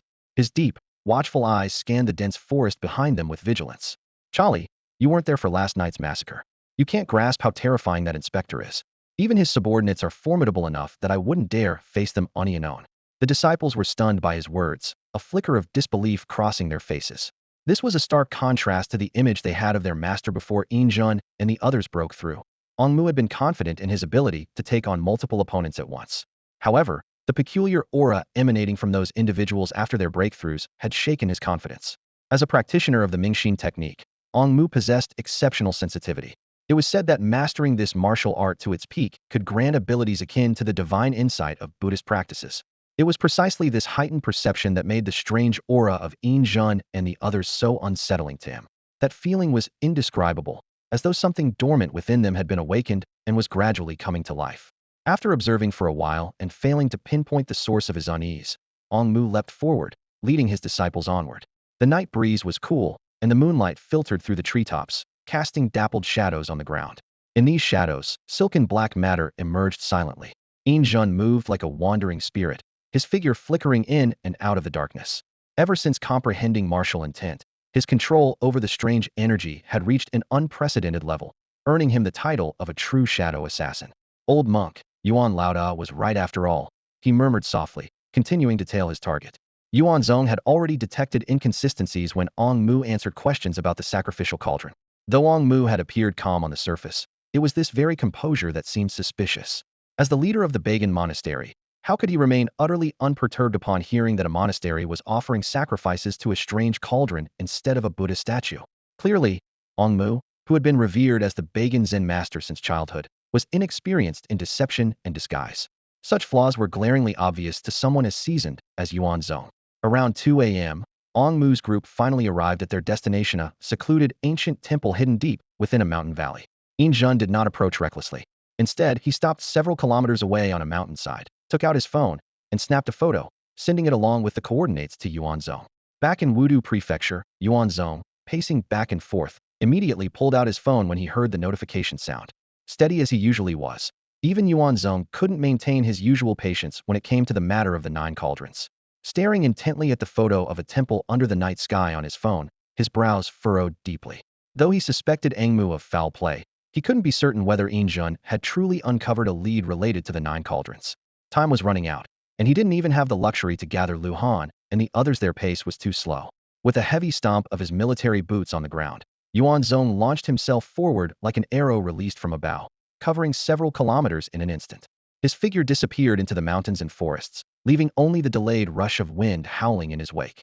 Inside the temple nestled in the deep valley, Ong Mu strode into the grand hall. Where a Buddha statue once stood, a massive 4-legged bronze cauldron now loomed, exuding an ancient and oppressive aura with its intricate carvings and weathered patina. Despite having seen it countless times, the cauldron still filled Ong Mu with a profound sense of reverence, as if standing before a deity. This was no exaggeration. The cauldron indeed possessed divine power. Ordinary water poured into it could transform into an elixir rivaling century-old medicinal herbs after 14 days. With this miraculous ability, the temple had, in just a decade, nurtured over 100 true martial disciples. Ong Mu, why are you here? Asked Galai, the temple's abbot, frowning. He was Ong Mu's senior brother, and it was he who had acquired this mysterious cauldron 10 years ago after surviving a shipwreck. Senior brother, we must move the Buddha cauldron at once, Ong Mu urged, his tone urgent. After Ong Mu recounted the events involving the Anu royal family, Galai's face darkened with anger. The Xia Kingdom's inspector? What gives him the right to seize the treasures of Bagan? Senior brother, even if he's nothing more than a bandit, the priority now is safeguarding the Buddha cauldron. If we lose it, the hope of our Bagan Buddhist lineage's rise will be extinguished. Galai ran his hand over the cauldron's carvings and declared with pride, don't panic. After years of nourishment from the Buddha cauldron, our temple's strength surpasses that of the Anu royal family. He may have defeated them, but he won't find it so easy to challenge us at Jie Ding Temple. Senior brother, You haven't witnessed his strength. Angmu cautioned. Listen to Mimove the Buddha cauldron immediately. Even if you could handle him, what if this matter draws the attention of the Xia kingdom and the 12 dragon kings? The Buddha cauldron is ours. Galai shouted vehemently. Not even the Xia kingdom can change that fact. Angmu fell silent for a moment before replying. Senior brother, do you truly believe the cauldron belongs to Bagan and not the Xia kingdom? The inscriptions may be difficult to decipher, but their similarity to Xia script is undeniable. You wouldn't want to lose the Buddha cauldron, would you? This struck a nerve. After all, the Xia kingdom might not fear an inspector, but the dragon kings were a different matter entirely. Galai wrestled with his thoughts before finally nodding. Very well. Now is not the time for us to reveal ourselves. But once the Buddha cauldron has nurtured 1,000 more true martial monks, I will ensure the Buddhist world of the Xia kingdom recognizes who the rightful heirs of the Dharma truly are. Before his words had fully settled, the entire temple suddenly lit up as if it were daylight. Under the stunned gaze of Angmu's disciples, a group of muscular monks strode into the grand hall. These were the true martial monks, forged by the blessings of the Buddha cauldron. Inside the temple's grand hall, 10 towering monks stood around the sacred Buddha cauldron. Each of them was nearly 2 meters tall, their muscular physiques exuding a primal and intimidating aura, sharp contrast to the serene and ascetic image traditionally associated with Buddhist monks. Hurry and lift the cauldron. Take it to the Mengshan caves. Master Angmu commanded urgently, his expression filled with anxiety. Master, why must we move the Buddha cauldron? One of the true martial monks asked, puzzled. An intruder has come, intending to seize the cauldron. Angmu explained. At these words, the robust monks were immediately enraged. Anyone who desecrates the Buddha cauldron shall be punished. The intruder is an inspector from the Xia kingdom, a force too powerful to confront directly. To protect the cauldron, we must avoid a direct clash. Angmu elaborated with urgency. At the mention of the Xia kingdom, the monks fell silent. The strength and power of the Xia kingdom were well known across the land. Lift the cauldron. At the order, the 10 true martial monks exerted their combined strength. The immense weight of the cauldron gradually lifted, and it felt as though the entire hall had grown lighter. As they carried the cauldron out of the temple, the monks muttered indignantly. The Xia kingdom is nothing but a band of thieves, stealing treasures from others and claiming they were theirs all along. They twist history to suit their agenda, using their ancient heritage as an excuse. Suddenly, a chilling wind swept through, extinguishing the torches. A cold, menacing voice emerged from the darkness. Your Buddha cauldron? Since when does the Buddhist order possess cauldrons? Can you even read the inscriptions on it? Claiming stolen artifacts as your own, how audacious. Touching the sacred relic of my clan means death. Before the voice had fully dissipated, the stillness of the night was shattered by the deafening sound of air splitting. Countless fiery streaks lit up the darkness, streaking toward the monks like meteors. The firelight reflected in Angmu and the others' eyes resembled the catastrophic fall of celestial bodies. He's here. He's coming. Be careful, Angmu shouted in alarm. The true martial monks finally saw clearly that the fiery streaks were caused by stones moving at terrifying speeds, heating the air as they passed. Just stones? One monk scoffed, unleashing golden energy that, combined with their Tigeranlian-like physiques, formed layers of golden shields shaped like fist imprints. A deafening explosion followed, the golden energy clashing with the sonic booms, creating a powerful shockwave that swept through the area. Though the first wave of attacks was repelled, the monks were already exhausted when an even denser barrage of fiery streaks filled the night sky. To quote Ponzi, your strongest strike is nothing more than my brother's casual attack. The scorching stone projectiles pierced through the defenses at blinding speeds, striking the monks with devastating force. While one or two could be endured, the overwhelming quantity proved unbearable even for bodies as resilient as superalloys. Those unable to channel their energy in time were instantly reduced to blood mist, with dismembered limbs scattering across the ground. Help me. Seeing the relentless onslaught of meteor-like stones, Galai finally understood the panic that had gripped Angmu earlier. His strength is beyond what mere warnings could convey. Only by confronting him personally can one grasp the true extent of his terror. With a stern shout, Galai summoned dozens of true martial monks to his side. In an instant, they formed a chain of interconnected palms, channeling their energy into a cohesive force. A massive ancient bell resonated deeply, and a golden Buddha, towering 3 stories high, began to materialize. The Buddha raised its palm, radiating a dazzling golden lotus of spiritual energy. Stones, launched like cannonballs, bombarded the lotus but shattered upon contact, unable to advance even an inch. Galai's eyes were solemn as he directed his voice toward the origin of the attack. Envoy Xia, the Buddha cauldron is the sacred artifact of our temple.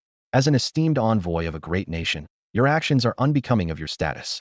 If you claim this artifact as yours, present your proof. The moonlight dimmed suddenly.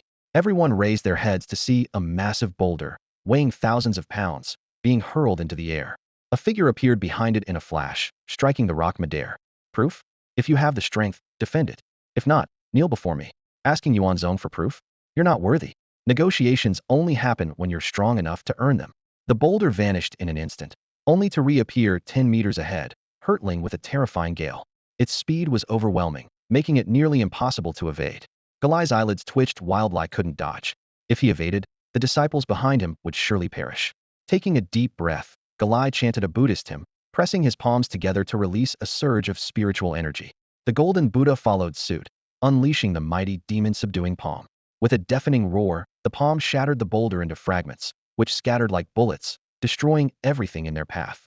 Envoy Yuan, I am willing to discuss this matter with you calmly. Please, do not force my hand. I told you, you're not worthy. Galai's pupils contracted violently. In the blink of an eye, the figure in the military robe appeared right before him, moving so fast it defied comprehension. Galai couldn't even register when Yuan Zong had closed the distance. Wah! The sound barrier shattered with a series of deafening booms. The overwhelming force obliterated the golden Buddha manifestation in an instant. For a moment, Galai's mind went blank, and the world before his eyes lost all color. In this monochrome realm, only Yuan Zong's devastating punch stood out, shattering the vibrant world into a single black and white ink painting. With an earth-shaking impact, the punch carved out a vacuum path. Everyone in its trajectory, including Galai and the chain of true martial monks, was annihilated by the sheer, unstoppable power, leaving no trace behind. A deathly silence fell over the scene. The flickering torchlight illuminated the horrified faces of the surviving monks. Among them, Angmu collapsed to the ground, trembling. He had thought Yuan Zong's strength was already beyond his reach, but even that was an underestimate. The pride of being a prodigious monk, revered as a Zen child since youth and achieving the true martial level by the age of 60, now felt utterly laughable in Yuan Zong's presence. Envoy Yuan, take the cauldron if you wish, but please, spare the others. Yuan Zong appeared before Angmu in a flash.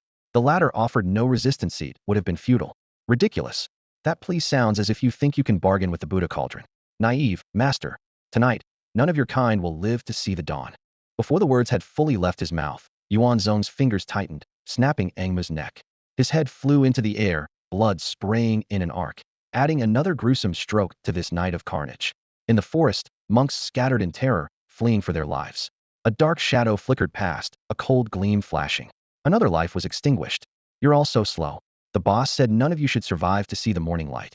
Suddenly, icy spikes erupted from the ground, impaling 2 fleeing monks. As frost spread through the air, Lu Han emerged, holding a vermilion bird blade encased in ice. Brothers, did you hear that? Hee. The leaves rustled softly in the forest as several figures leapt out with agility, landing steadily around Yuan Zong. Standing a few steps away, Yin Zhen's expression was solemn. Boss, it's all taken care of. Not a single one left alive. Yuan Zong's gaze was fixed intently on the massive cauldron before him, the corners of his mouth curling into a smile. Good, very good. It's real. Unable to contain himself, he let out a hearty laugh. Yin Zhen and Lu Han exchanged a knowing glance, silently observing Yuan Zong as he ran his hands over the ancient cauldron. The artifact exuded an indescribable aura, aged and weighty, bearing the marks of countless years. Yin Zhen, Lu Han. Yuan Zong turned to them, his eyes gleaming with excitement. I'm leaving Pagan now. The 2 of you will stay here and guard the Wudu mansion. Through the resonance of the 9 cauldrons with the guiding disc, he had confirmed that this was indeed one of the 9 cauldrons he had been tirelessly searching for. The joy of the moment filled him with elation. Those fools in Galai had no idea how to harness the power of this cauldron. In truth, only he, armed with the guiding disc, could truly command its strength. Stay here. The other senior members exchanged uncertain looks, their faces clouded with hesitation. Boss Yuan would rather return to Blue Island. That way, we can respond quickly if you need us. Yeah, staying in Pagan is unsettling. Boss Yuan, why not assign others to guard this place? Yuan Zong chuckled and shook his head, stepping closer to them. You really don't know how to appreciate what you've got, do you? His tone grew serious. You've all broken through to the true martial level, following the path of martial will. While I haven't fully grasped what lies beyond this path, I'm certain it's closely tied to both the soul and vital energy. Training either of these requires an immense amount of resources. How much can Blue Island provide you? But here, you can take whatever resources Pagan has to offer. The oldest among you is already 152 years old. If you don't seize this moment to push forward, when will you? Hearing this, Yin Zhen's eyes lit up. The boss is right. We old folks have been idle for too long. Our ambition has almost faded away. I'm staying. He'll stay too. The others quickly chimed in. Good. Then stay you shall. Yuan Zong's smile widened. Besides pagan, there's still Nam Viet, Siam. A glint of determination flashed in their eyes. Understood. Meeting you, Boss Yuan, has been our greatest fortune. Rest assured, we'll make this voodoo mansion expand across all the surrounding nations. Don't speak nonsense. Yuan Zong quickly waved them off. It's not my voodoo mansion, it's the voodoo mansion of Xia Kingdom. Yes, yes, Xia Kingdom's voodoo mansion. All right, I'm leaving now. Yuan Zong hoisted the massive cauldron onto his shoulder. If anything comes up that you can't handle, just mention my name. With that, he disappeared swiftly from their sight. Jin stood in place, instinctively touching the restraint device around his neck as he watched Yuan Zong's retreating figure fade into the distance. Not long after, a Yuan 9000 aircraft silently arrived at the designated location, its advanced stealth technology far surpassing that of Pagan's military, allowing it to navigate the airspace with ease. This time, the pilot wasn't Guan Yun. The AI system had taken over, as the 4 key members were still in seclusion. In a remote mountain village within the Qinling Mountains, Yuan Zong carefully placed the massive cauldron in the valley. Zhou Xian, holding a smoking pipe, circled around the cauldron a few times, occasionally tapping its surface with the pipe. Yuan Zong, is this the thing you've been searching for all these years? That's right, Yuan Zong nodded. It's just one of the 9 cauldrons. The whereabouts of the other 8 are still unknown. So what exactly does this cauldron do? Zhou Xian asked. Yuan Zong raised his hand once more, gently tracing the intricate patterns interwoven on the surface of the ancient cauldron. I found this cauldron in a temple in Bagan. With it, that temple houses 100 true martial-level warriors. You mean this cauldron can elevate someone to the true martial realm quickly? Zhou Xian asked in astonishment. Yuan Zong shook his head, a profound glint flashing in his eyes. Enhancing one's physical strength and cultivation is merely its basic ability. Do you think those old monks in Bagan could ever comprehend the true mysteries of the 9 cauldrons? With that, Yuan Zong stepped back several paces, prompting Zhou Xian to instinctively draw back as well. Yuan Zong closed his eyes and focused. In an instant, a strange black aura began to swirl around his body. It was pure soul energy. In his mind, a metallic ancient disc slowly unfurled, emitting a cyan-gray glow with radiant characters shimmering like pearls on its surface. When Yuan Zong opened his eyes again, his pupils had transformed into an abyssal black, bottomless, and unfathomable. His arms suddenly trembled as he formed seals with astonishing speed, far surpassing anything seen in battle. 5 Yang, 4 Yin, divide earth and sky, beneath 9-5, suppress the 8 directions, seal the 9 lands. Cauldron awaken. The hand seals froze in place as the soul energy gathered in his palms coalesced into a mysterious sigil. In that instant, the giant cauldron trembled and roared, shedding its mottled rust in a cascade. The massive body of the cauldron levitated off the ground, spinning as it unleashed a terrifying pressure. Even Zhou Xian, already at the true martial level, found himself forced to retreat under the immense force. A cyan glow emanated from the cauldron, mingled with a bronze-like radiance. Countless beams of mystical light cascaded down like threads of rain. As the radiant strands touched the ground, the entire mountain range quaked, the shockwaves rippling outward to the surrounding peaks. Thunder rumbled across the sky, and dark clouds gathered at an unimaginable speed, blanketing the entire horizon as if enveloping the entirety of the Xia Kingdom. Drawn by an unseen force, Yuan Zong rose into the air and sat cross-legged atop the cauldron, then slowly descended into its depths. The phenomenon extended far beyond the Xia Kingdom viewed from space. The entire planet was cloaked in a layer of thunderclouds. All over the world, powerful figures were stirred. In the shadowy marshes deep within the general's residence of Fusong Island, an ancient power began to awaken amidst the toxic waters. In the Western Holy Church, a blonde woman wearing a crown studded with multicolored gemstones gazed ecstatically at her angelic scepter before kneeling in reverence. Father above, she whispered in prayer. On the sacred mountains of northern Europe, a robust, golden-haired middle-aged man stepped out of the divine hall, holding a thunder spear. The prophecy of the Thunder Veil has come to pass. Gods above, grant me invincibility. Within the Xia Kingdom, ancient monsters who had been in seclusion for centuries felt the dense aura of true essence. Some laughed wildly, while others sighed softly. The great era has arrived. Enough of these petty games, it's time for us to emerge. Inside the cauldron, endless streams of mystical light surged like mountains, washing over Yuan Zong's bare body. Mysterious runes flowed across his well-defined physique. The sound of rushing blood echoed like a roaring sea, as though an ocean of blood churned within him. Blood, the foundation of the human body, coursed through his veins, sustaining his form. With the powerful rhythm of his heartbeat, his body was being completely reforged, an overwhelming sense of weight and solidity silently emanating from him. Hello everyone. I'm Chun Nan, a reporter from CCTV. Standing amidst the torrential rain, The female reporter tightly gripped her microphone, rainwater dripping off her raincoat. The continuous downpour has caused severe flooding in the central regions, and the relevant authorities have already activated emergency flood response plans. In the stormy sky, lightning flashed like veins across the dark clouds, with thunderbolts weaving through them like serpents. The relentless rain, now in its fourth day, showed no signs of stopping, and disaster warnings poured in from all sides. Landslides ravaged the landscape, rivers overflowed into low-lying plains, and the water level of the Yellow River surged dangerously close to the 17.8-meter warning mark. Experts issued an urgent alert. In just 6 hours, the water level could exceed the critical threshold. What was even more unsettling was that this rain seemed to defy natural laws. Meteorologists worldwide worked through the nights, yet no one could explain the source of this unprecedented deluge. There were no atmospheric patterns to justify such an extraordinary amount of rainfall. Speculation ran wild online. Some believed it was nature's retribution for environmental destruction, a sign of Earth attempting to heal itself.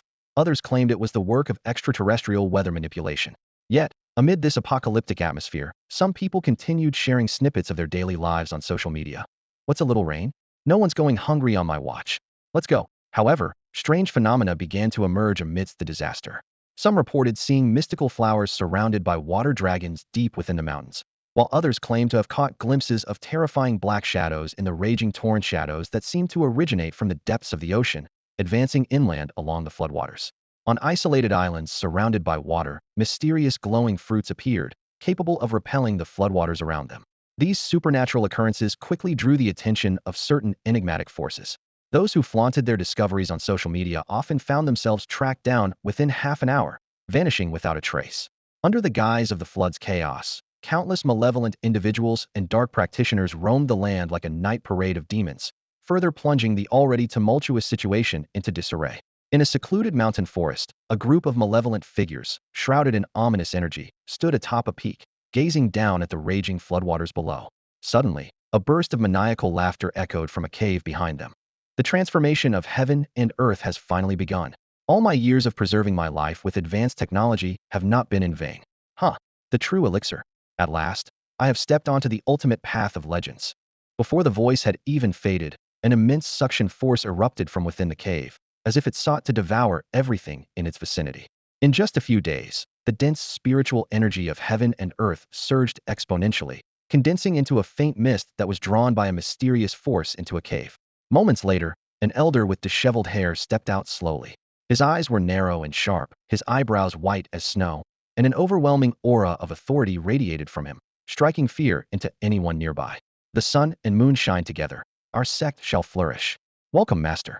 The gathered crowd outside the cave knelt in unison, shouting their reverence. The elder let out bursts of laughter, though his smile did not reach his eyes. He scanned the surroundings, his brows suddenly furrowing. Lu Hong, Yuan Gong, Lady He, and Protectorine Fei. Why have they not come to pay their respects? Had Yuan Zong been present, he would have immediately recognized the elder's identity from the familiar names master of the Yuanlian sect, the infamous Tianyuan elder. Master, they were all killed by a newly appointed investigator from the National Security Division L. Protector Blood Eagle reported while kneeling.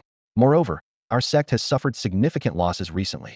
Many of our territories have been encroached upon by other forces, resulting in heavy casualties. Tianyuan elder snorted coldly. With the help of his attendants, he dressed neatly. His gaze pierced through the stormy skies as he spoke icily. The first thing I will do upon my return is to restore the morale of our sect. As for this so-called investigator, I will ensure he meets a fate worse than death. Long live the master, the crowd roared in unison. Meanwhile, across the Xia kingdom, strange phenomena began to unfold. Ancient martial clans and reclusive sects emerged from obscurity, and one by one, long-trapped elders broke through their limitations during the torrential rain, stepping into the legendary True Core realm. Atop Sword Mountain, piercing sword energy sliced through the rain. Sword Mountain reopens. In the Qin family estate, a man clad in ancient armor stood with an imposing presence. The ancestral temple of the Qin family reopens. Prestigious families and reclusive masters surfaced one after another, while demonic practitioners seized the opportunity to stir chaos. The entire cultivation world was rife with undercurrents of turmoil. In a remote village deep within the Great Qin Ridge, an eerie sight unfolded. Several surrounding mountain peaks shifted by several meters, to the astonishment of onlookers, forming a natural barrier that shielded the village from the raging floodwaters. On the fifth day, after breaking through to the true martial level, Pang Xi and 3 others immediately sought out Yuan Zong. Around the suspended cauldron, Ancient runes danced in the air, and a hauntingly ancient chant reverberated, forcing the group to retreat repeatedly. On the morning of the ninth day, the torrential rain abruptly ceased. In just 1 hour, the floodwaters receded without a trace. As the first rays of sunlight pierced through the clouds, the suspended cauldron crashed to the ground with a thunderous roar. The pressure it emitted forced even true martial realm experts to retreat dozens of meters. Brother Zong, Pang Ci called out anxiously. A heavy footstep landed, shaking the earth. Yuan Zong's figure gradually emerged, his surging vitality roaring like the floodwaters before. The beasts in the vicinity trembled, instinctively bowing their heads in his direction. At this moment, Yuan Zong exuded an entirely different aura, perfect fusion of two opposing qualities. He was as towering as a mountain, yet as enigmatic as the depths of the netherworld. Behind him, black soul energy churned like ink, forming the shadow of a massive mountain. This cauldron is called Mountain Resound, one of the 9 cauldrons, specifically the Wuyang cauldron. With it, all of you can quickly strengthen your bodies and cultivate bones as strong as mountains. Yuan Zong rolled his neck and casually flicked his finger, releasing a pressure blast as powerful as a bullet, effortlessly piercing through a boulder over 10 meters away. That finger strike feels like a brain flick on steroids. Amazing. Thus ends the first volume. Boom, boom, boom. Deep within the Qinling Mountains, a figure hurtled uncontrollably like a runaway bowling ball, crashing through several trees as thick as bowls. When the force of impact finally dissipated, Pang Ci's body slammed heavily into a massive boulder protruding from the ground. Dazed and seeing stars, he struggled to regain his senses. Just as he tried to get up, another shadow shot toward him like lightning, slamming into him with full force. With a thunderous crash, the boulder shattered completely, and the two figures tumbled through the debris, rolling dozens of meters away. Su Shaoan, are you out of your mind? Shut up. Who wants to be near you anyway? After scrambling to their feet, the two traded insults before instinctively looking up. Their eyes followed the path of destruction they had created, landing on the figure standing leisurely in the distance, hands in his pockets. Yuan Zong. Damn it. That smug pose makes me want to punch him. How did I not notice how irritating he is before? Pang Ci ground his teeth in frustration. His gaze shifted, and what he saw next only fueled his anger. Guan Yun was pacing back and forth around Yuan Zong, striking various stances while muttering confidently, "Don't rush me. I need to find the perfect chance for a one-hit kill." "Come on, coward. You've been repeating the 7-star steps over and over," someone jeered. Unfazed, Guan Yun replied, "Are you kidding me? I didn't volunteer for this sparring match, you all dragged me into it. If you want to get beaten up, don't drag me down with you." At that moment, Wei Zicheng launched a sudden attack. He shot forward like a bullet skimming the ground, delivering a flying kick wrapped in a fierce, axe-like gust of energy, powerful enough to split the earth. But Yuan Zong merely raised an arm casually, blocking the devastating blow with precision. The overwhelming force dissipated instantly, leaving no trace. Wei Zicheng's pupils contracted in shock. As he attempted to retreat, Yuan Zong's foot struck his arm like a lightning bolt. Thrown off balance, Wei Zicheng spun through the air, only to receive another heavy blow to his abdomen. "Oh, come on, not again." Su Shaoan and Pang Ci darted aside to avoid him as Wei Zicheng crashed into the pile of shattered rocks with a resounding thud. "Old man, let me have a go. We're all in this." Zhou Xian took the lead, rallying over 100 strong villagers with a unified roar. As the crowd surged forward like a tidal wave, Yuan Zong's smile remained unshaken. He calmly drew a circle on the ground. "All right, come at me. If you can force me out of this circle, you win." "Zonga, don't get cocky. There's no way you won't move with so many people attacking at once." Pang Ci shouted. The ground trembled under the thunderous charge of the energetic young men, their battle cries echoing like they could topple a fortress. In the blink of an eye, Pang Ci, Su Shaoan, Wei Zicheng, and Zhou Xian closed in, stopping just a meter away from Yuan Zong. Pang Ci, positioned at the center, stomped the ground like an elephant, setting up a powerful punching stance. This was his first time unleashing his full combat skills since his release. His muscles coiled like dragons, and with a mighty punch, he unleashed a force that roared like a shooting star piercing the heavens, breaking through the sound barrier and creating waves of turbulent air. At the same time, Su Shaoan's hands transformed into a blade, slashing with a sharp, piercing momentum. Wei Zicheng and Zhou Xian flanked from both sides, their punches exuding raw power as they pushed their bodies to their limits. Thud, thud, thud, thud. Amid the heavy collisions, a glimmer of excitement flashed in all 4 pairs of eyes. They had landed a hit. Yuan Zong's performance sent chills down everyone's spine. Their attacks all landed, but failed to breach his defense. This man was like an immovable mountain, instilling a sense of despair. Silently, Guan Yun dived low, aiming a dragon claw strike at Yuan Zong's groin, hoping to find a weakness. However, what greeted him was Yuan Zong's cold, deathly glare. "This is what you call a guaranteed strike." Yuan Zong raised an eyebrow. Guan Yun swallowed hard and forced a nervous laugh. Brother Zong, I just thought this might be your weak spot and wanted to point it out. But it seems even here, you're invincible. Truly impressive. Before he could finish, Yuan Zong's lightning-fast kick sent Guan Yun flying. Before Guan Yun hit the ground, Yuan Zong appeared like a phantom beside him. You little punk, trying to grab my crotch, huh? A heavy punch slammed into Guan Yun's face, sending him flying again. 10 minutes later, the training ground was littered with groaning men sprawled out in various positions. Bruised and battered, Pang Ci struggled to shout, Brother Zong, you're out of bounds. We won. We won. Guan Yun, his face swollen beyond recognition, mumbled incoherently. Even the most advanced facial recognition system wouldn't have identified him at this point. Yuan Zong shrugged nonchalantly. Yeah, you won. This casual response made Guan Yun's face darken as if he'd swallowed something bitter. He cast a resentful glance at Pang Ci and the others. A victory this hollow felt no different from a loss. Just then, a young boy ran over with a message. Village Chief, you have a call. On the other end of the line, Zhou Sun's voice sounded urgent. After a brief, light-hearted exchange, Yuan Zong learned that a true core realm expert was causing trouble at the headquarters. He quickly gave instructions regarding village matters and set off for the L Group headquarters in northern Beijing, bringing along his 4 little rookies. At headquarters, Zhou Sun had just put down the phone when his secretary, Chen Han, anxiously inquired about the situation. As they spoke, Li Jinfeng barged in uninvited, aggressively questioning why Zhou Sun hadn't yet signed off on bringing in a worshipped practitioner. Remaining calm, Zhou Sun replied, What am I waiting for? I'm waiting for my golden ace. 9 days of torrential rain caused flooding across various regions. Although the water had receded, the devastation it left behind was evident. Sitting on the plain, Yuan Zong gazed out of the window, lost in thought. He could feel it more acutely than anyone. The concentration of the world's spiritual energy was increasing at an unprecedented rate. In recent years, the rapid growth of the martial arts community was fundamentally tied to this spiritual energy. Now, this transformation would undoubtedly accelerate the expansion of the martial arts circle even further. The era of universal cultivation, once thought to be years away, seemed to be fast approaching.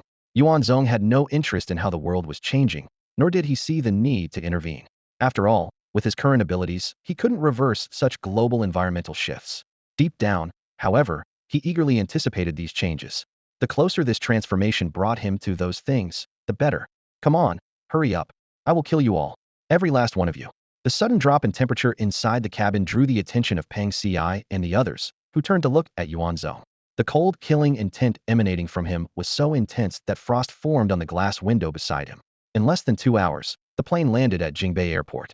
Just days after the disaster, the city was already bustling with activity, with people coming and going, showcasing the prosperity of the metropolis. As the group walked through the airport terminal, their tall, commanding figures and the fierce, beast-like aura they exuded drew the curious gazes of passers-by. In broad daylight and within Jingbei City, they refrained from displaying their superhuman abilities to leap over mountains or rivers. Instead, they quietly boarded a 7-seater business vehicle and headed toward the L Group headquarters. Meanwhile, Zhou Sun was in a state of utter anxiety, feeling as if he were being grilled over an open flame. A mere novice, he found himself extremely uncomfortable in the presence of the 12 Dragon Kings and several even more intimidating elders during the meeting. Where's Yuan Zong? Has he arrived yet? He asked urgently for the 9th time. Chen Han replied again. He's here. He's on his way from the airport. Did you give him the materials? Chen Han nodded. Yes, I did. In the car, Yuan Zong put down the documents and finally understood the full context of the situation. The L Group was introducing a new position enshrinement. This role, nominally equal in status to the 12 Dragon Kings, would actually enjoy superior access to resources. If that were all, the matter would be simple enough. However, the creation of the enshrinement role was a response to the sudden emergence of powerful individuals and factions in Xi'an Nation following the 9 days of rain. Even the Southern Dragon Bay had noticed these changes. After careful consideration, they agreed to accept these strong allies, leaving Zhou Sun powerless to object. For Zhou Sun, while he might have political connections, his influence in the martial arts world was negligible. The candidates for the enshrinement position were all recommended by the 4 ministers Li Jinfeng, Yao Xiu, Gu Yantan, and Zhao Weiman. Clearly, these enshrines were aligned with them. Zhou Sun understood all too well that the addition of these enshrines was essentially a move to further marginalize his faction and consolidate control of the L Group in the hands of the martial arts community. Even the once unified Southern Dragon Bay was now divided due to certain incentives provided by these elders. Ladies and gentlemen, regarding the proposal to welcome Senior Huo Feng, Senior Wang Xinian, Senior Hu Xiu, and Senior Wu Yazi to join our L Group as enshrines, are there any objections? Li Jinfeng asked loudly, his eyes gleaming with satisfaction. Occasionally glancing at Zhou Sun, his expression carried the air of a victor. In this power struggle, it seemed that he had finally come out on top. Among the 6 ministers, Zhou Sun and Wen Yuan were the only two who didn't raise their hands. Wen Yuan was still dozing off, while Zhou Sun's gaze was unusually sharp and alert. The situation was clear: if he didn't speak up now, he would be completely ousted from Group L. To be honest, Zhou Sun didn't care much about staying in Group L. But as an outsider, he understood better than anyone else that Group L, as an official institution of Xia, could not be dominated by people from the martial world. Those people would always prioritize their own interests over the public when it came to resource allocation. It was precisely to prevent such a situation that he had forced his way into this power center. "I have an objection," Zhou Sun said, though his voice was rather faint. "What?" Li Jinfeng stared down at Zhou Sun, his voice booming like thunder. "Speak louder. Don't mumble like a mosquito." Just as Zhou Sun was about to respond, the conference room doors suddenly swung open. Yuan Zong walked in with his hands in his pockets, followed by Guan Yun and 3 others. The sunlight streaming in from behind them cast a golden halo around their figures. Their gazes swept across the room, taking in the faces of those who represented the highest authority within Group L. The sight of them filled Zhou Sun with a surge of excitement, but Li Jinfeng narrowed his eyes and said coldly, "Yuan Inspector? This is not where you belong. Know your place and get out." "Who do you think you are, barking orders like that?" Peng Xi's voice roared even louder. "Think you're tough just because you shout." Zhou Sun suddenly leaned toward Li Jinfeng, his voice rising sharply. "Yuan Zong is my personal advisor. I called him here. Got a problem with that?" His sudden outburst startled everyone in the room. Zhou Sun grinned and added, "Damn it, you've been yelling at me for days now. Think my voice is weak. I used to be a drill instructor, you know?" Li Jinfeng's eyelid twitched. "Opposition? This proposal has already been approved by the higher-ups. Zhou Sun, what grounds do you have to oppose it?" "Well, I think." Zhou Sun started, but Yuan Zong cut him off. "Minister Zhou does not oppose the proposal." "Brother?" Zhou Sun's eyes widened. "You're stabbing me in the back too? Really? I can't believe this.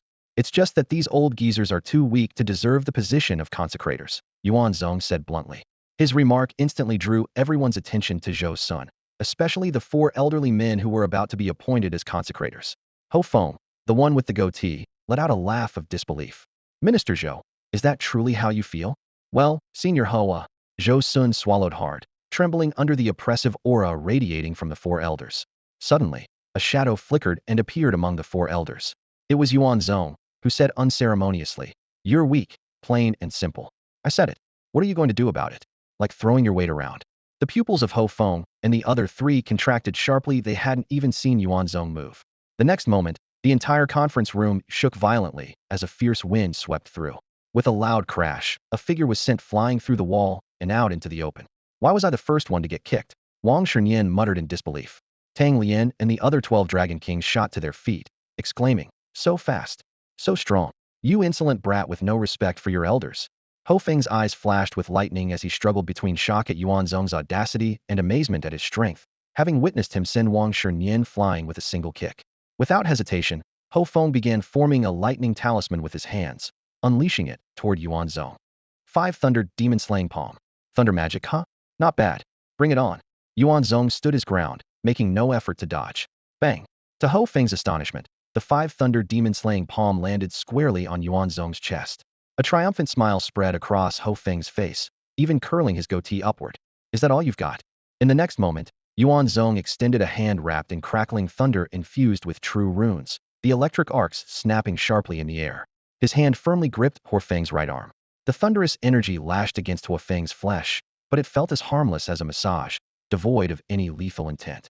Crack! A crisp sound of bone breaking echoed. "Ah!" Ho Feng's agonized scream pierced the air.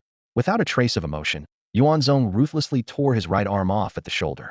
Blood spurted out, but the moment it came into contact with the lightning, it evaporated into steam. Before Ho Feng could even process the searing pain, Yuan Zong's hand was already hovering in front of his forehead.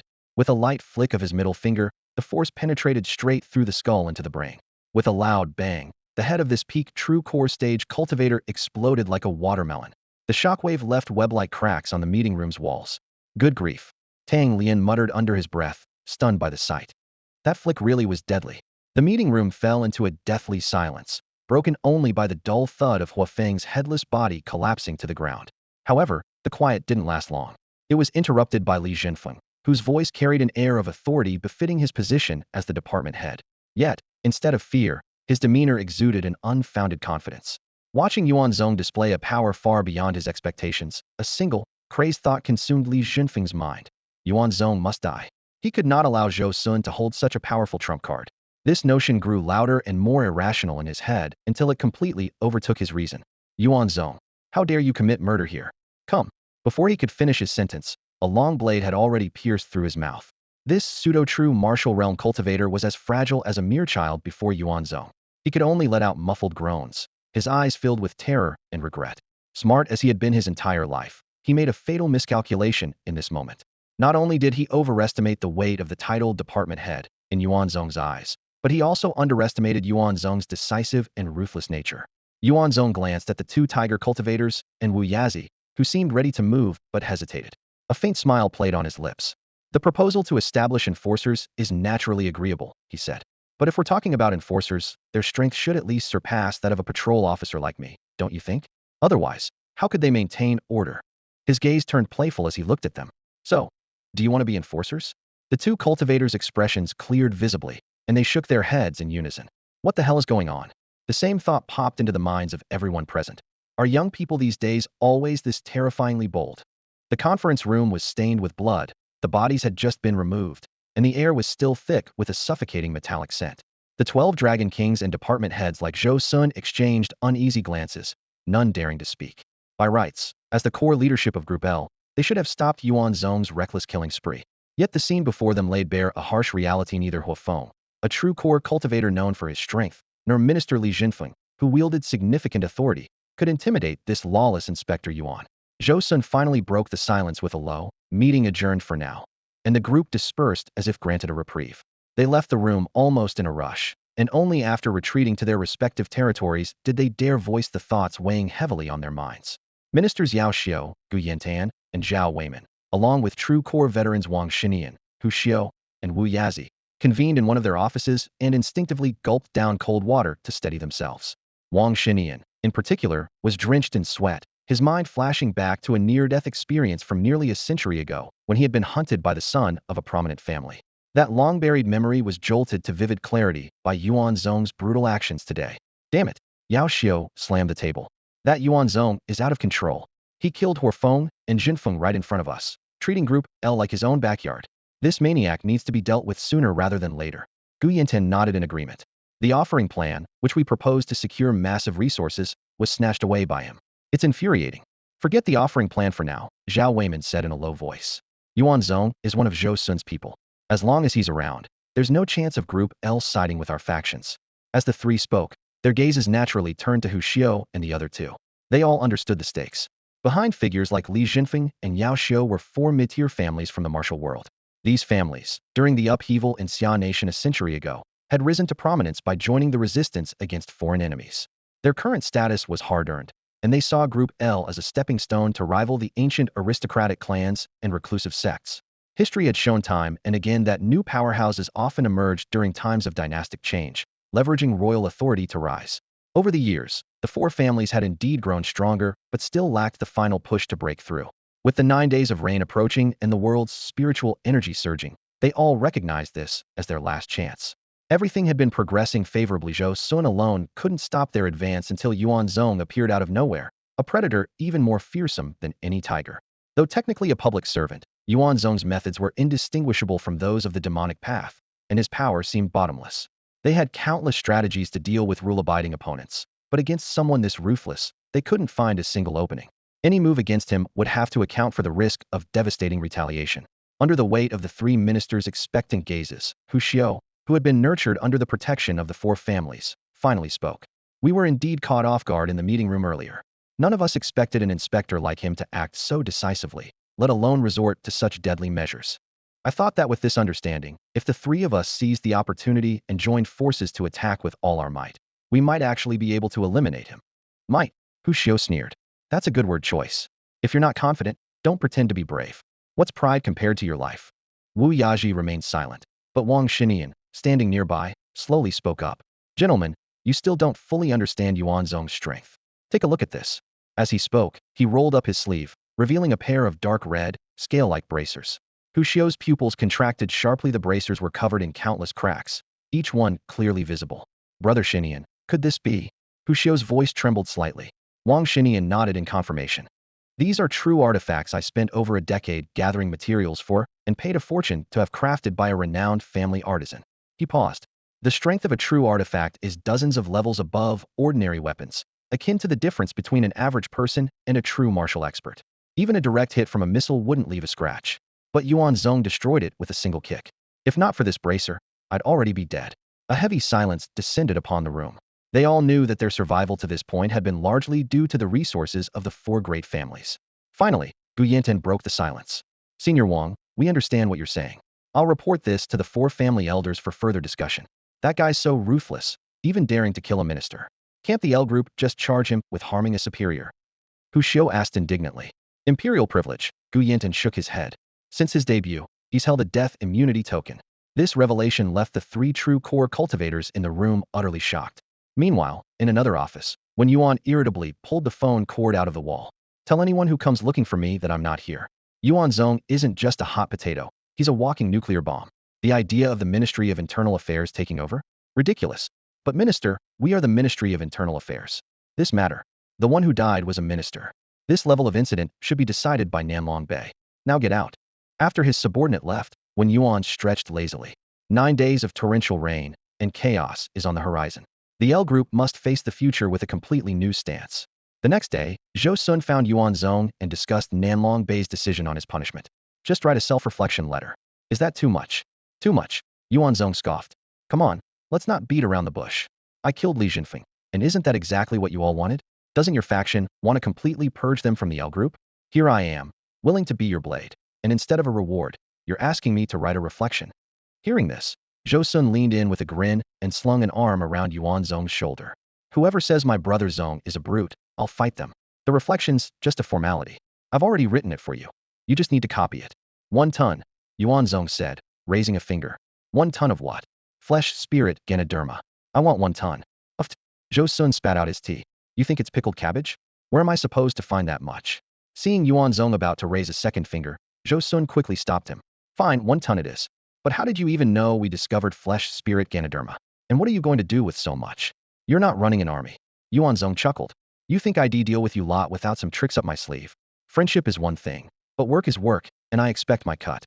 Make sure that message gets passed up. In the end, as Zhou Sun handed Yuan Zong the reflection letter to copy, Chen Han suddenly walked in to report. Minister, Li Jinfeng isn't dead yet. Yuan Zong put down the pen and stood up. I wrote the reflection, and he's not even dead? You think I'm taking this loss? With that, he strode out without looking back. In a private hospital room designated for the Northern L Group in Beijing, Li Jinfeng lay on the hospital bed, his face as pale as a sheet. His injuries were horrifying. Yuan Zong's long blade had pierced straight through his mouth, exiting from the back of his neck, causing severe damage to his throat, vocal cords, and spine. If not for his profound cultivation, such a devastating wound would have been fatal for an ordinary person or even a less skilled fighter. Standing by his bedside were 3 individuals, including Hu Xiao, who had come to visit. Due to his spinal injury, Li Jinfeng could only gaze in one direction. Struggling with his wounded tongue, he made several attempts before finally managing to speak clearly. Yuan Zong. What happened to him? The 3 exchanged uneasy glances, a hint of hesitation in their eyes. They all knew Yuan Zong had escaped the punishment he deserved. Brother Jinfeng, focus on your recovery for now. We'll talk about it later. Bang! Li Jinfeng clenched his fist and slammed it into the bed. The metal frame dented instantly, and the veins on his arm bulged prominently. As a man accustomed to authority, he immediately read the truth from their expressions and evasive replies. The near-death experience had now transformed his fear into seething rage. Yuan Zong was no longer just a stumbling block, had become a sworn enemy. You can leave now. I'll handle this once I've recovered. Li Jinfeng took a deep breath and closed his eyes. Being a master of strategy and manipulation, he understood the principle of the highest form of warfare is to outwit the enemy, and began mentally revisiting the teachings of the art of war. After the 3 left quietly, Li Jinfeng opened his eyes, now burning with hatred. Just as he was about to curse under his breath, a familiar voice interrupted him. Oh, calling for me, are you? To his horror, he saw Yuan Zong leaning casually against the window. What? What are you doing here? Li Jinfeng desperately tried to move his body. Yuan Zong approached slowly, a faint smile on his face. Unfinished business is unacceptable. Once the killing starts, there's no reason to leave loose ends. And don't think I don't know who's behind Zhou Xiao. If you kill me, my family won't let you go. Li Jinfeng struggled violently on the bed. Perfect. Make sure to send them a message in your dreams to come find me soon. Moments later, a gentle breeze drifted in through the window. On the hospital bed, Li Jinfeng's head tilted to the side, his wide-open eyes devoid of life. The monitor beside him displayed nothing but a flat line. Quiet down, everyone. The meeting is starting. In a spacious conference room, Zhou Sun and 3 other ministers sat on the high platform, accompanied by 12 Dragon Kings. Below them, hundreds of inspectors were seated in orderly rows, with many casting frequent glances at Yuan Zong, whose reputation had recently skyrocketed. Ladies and gentlemen, you are the inspectors of our L group, the backbone of our operations. You're all aware of the changes following the 9 days of torrential rain. The sudden surge in spiritual energy across the land is both a blessing and a warning. Fugitives and new criminal threats are emerging everywhere. This meeting has been convened to address these challenges. In the conference room, Zhou Sun signaled the staff to turn on the big screen. On the display, gruesome crime scene photos flashed by rapidly, each one chilling to the bone. Pregnant women brutally disemboweled, stolen placentas, a string of missing schoolgirls across the country. The numbers were climbing relentlessly. The black market for illicit potions, previously crushed by Inspector Yuan, had re-emerged, shifting its trade routes from the pagan Southeast Asia triangle to Northern Europe. Meanwhile, various heretical organizations were taking advantage of the chaos, using forbidden weapons as bait to expand their influence at an alarming rate. The situation is dire, everyone. It's time to act. Zhou Sun's voice was steady and commanding. The screen froze on a high-priority, A-class wanted list. The top names were infamous criminals well known to the inspectors present. Tianyuan Shangren of the Yuanlian cult, notorious for consuming young children. The sinister demon child elder, who used children to refine dark magic. And the infamous prairie wolf demon, among others. These heinous figures had all shown signs of activity recently. Following the torrential rains, the concentration of natural spiritual energy had surged, undoubtedly enhancing the powers of these long-dormant villains and significantly escalating the threat they posed. In addition to strengthening local defenses, we need tailored plans to apprehend these high-profile fugitives, Zhou Sun said, scanning the room. Outstanding inspectors may claim their targets. During this special period, successful captures or eliminations will earn double contribution points and rewards. The announcement sparked a wave of excitement throughout the room. Even Yuan Zong straightened up in his seat. Who wants to pick their target first? Zhou Sun asked. His words barely landed before the room erupted into murmurs. Most inspectors stared at the densely packed faces on the wanted list, their brows furrowed, hesitant to speak up. Finally, someone mustered the courage to voice their concern. Minister Zhou, these are all renowned and formidable villains. After the rains, they've likely advanced to the true core realm. Honestly, we might be outmatched. Exactly. Why not call on the aristocratic clans and hidden sects for assistance, like during the last crackdown? Or, have the 12 Dragon Kings step in? Zhou Sun nodded. If you encounter particularly tough adversaries, you can request support from the 12 banner commanders. However, he avoided mentioning the aristocratic factions. The last crackdown had involved their aid, but it had also allowed them to reap immense benefits, significantly bolstering their power. Repeating that would be risky. In truth, the Dragon Kings existed precisely to counterbalance these forces. I'll do it. Yuan Zong stepped forward, meeting Zhou Sun's gaze with unwavering resolve. Very well. Inspector Yuan, which target do you have in mind? Zhou Sun asked. Yuan Zong's eyes burned with determination. The entire A-class wanted list. The room erupted in shock. Are you serious? You're strong, but that's just reckless. The demon child elder alone could take you years to catch. That's a demonic powerhouse even 2 of the Dragon Kings couldn't bring down. Yuan Zong rose slowly, his presence razor-sharp. I can't do it. Then you do it. If you don't have the guts but still want to gripe, how laughable. They'll take on the high-stakes battles you won't. They'll catch the criminals you can't. If you think you can, step up. If you can't, shut up. With that, he turned and strode out of the room. As he passed the platform, an elderly Dragon King, his face lined with wisdom, offered a kind reminder. Inspector Yuan, youthful ambition is not a flaw, but being overly rigid can lead to breaking. You are the most promising newcomer in the L group. Stay grounded, and your future will be limitless. Yuan Zong turned, a confident smile playing on his lips. Thank you for the advice. As for breaking from rigidity, that's just a sign of not being strong enough. Sharp edges? I'm only worried people won't see how sharp I am. Better yet, let them come to me for a fight. His overwhelming confidence stemmed from absolute strength. Against him, it was the opponent who needed to strategize, not the other way around. In this era of abundant resources, striking first was imperative. Waiting would leave nothing but scraps. Hesitation would mean missing out on the feast of opportunities entirely. Double rewards? Who else but me? The Wuming Mountains stretch endlessly, and the moonlight cascades over Xiangshan Falls. Inside the 7-seater van, the driver, Guan Yun, was belting out a song in sync with the DJ's rhythm, his body swaying to the beat.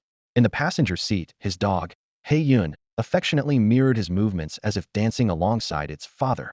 In the back seats, Yuan Zong rested with his eyes closed, his expression calm and indifferent, while the other three passengers watched the duo's performance with visible annoyance. He Yun, though just a village mutt, enjoyed extraordinary care from Guan Yun. Its mother had been left behind in a village in the Qinling Mountains, while He Yun feasted daily on precious medicinal herbs prepared according to ancient recipes. Even the coveted blood dragon root, a treasure martial artists dreamed of obtaining, was shared with it.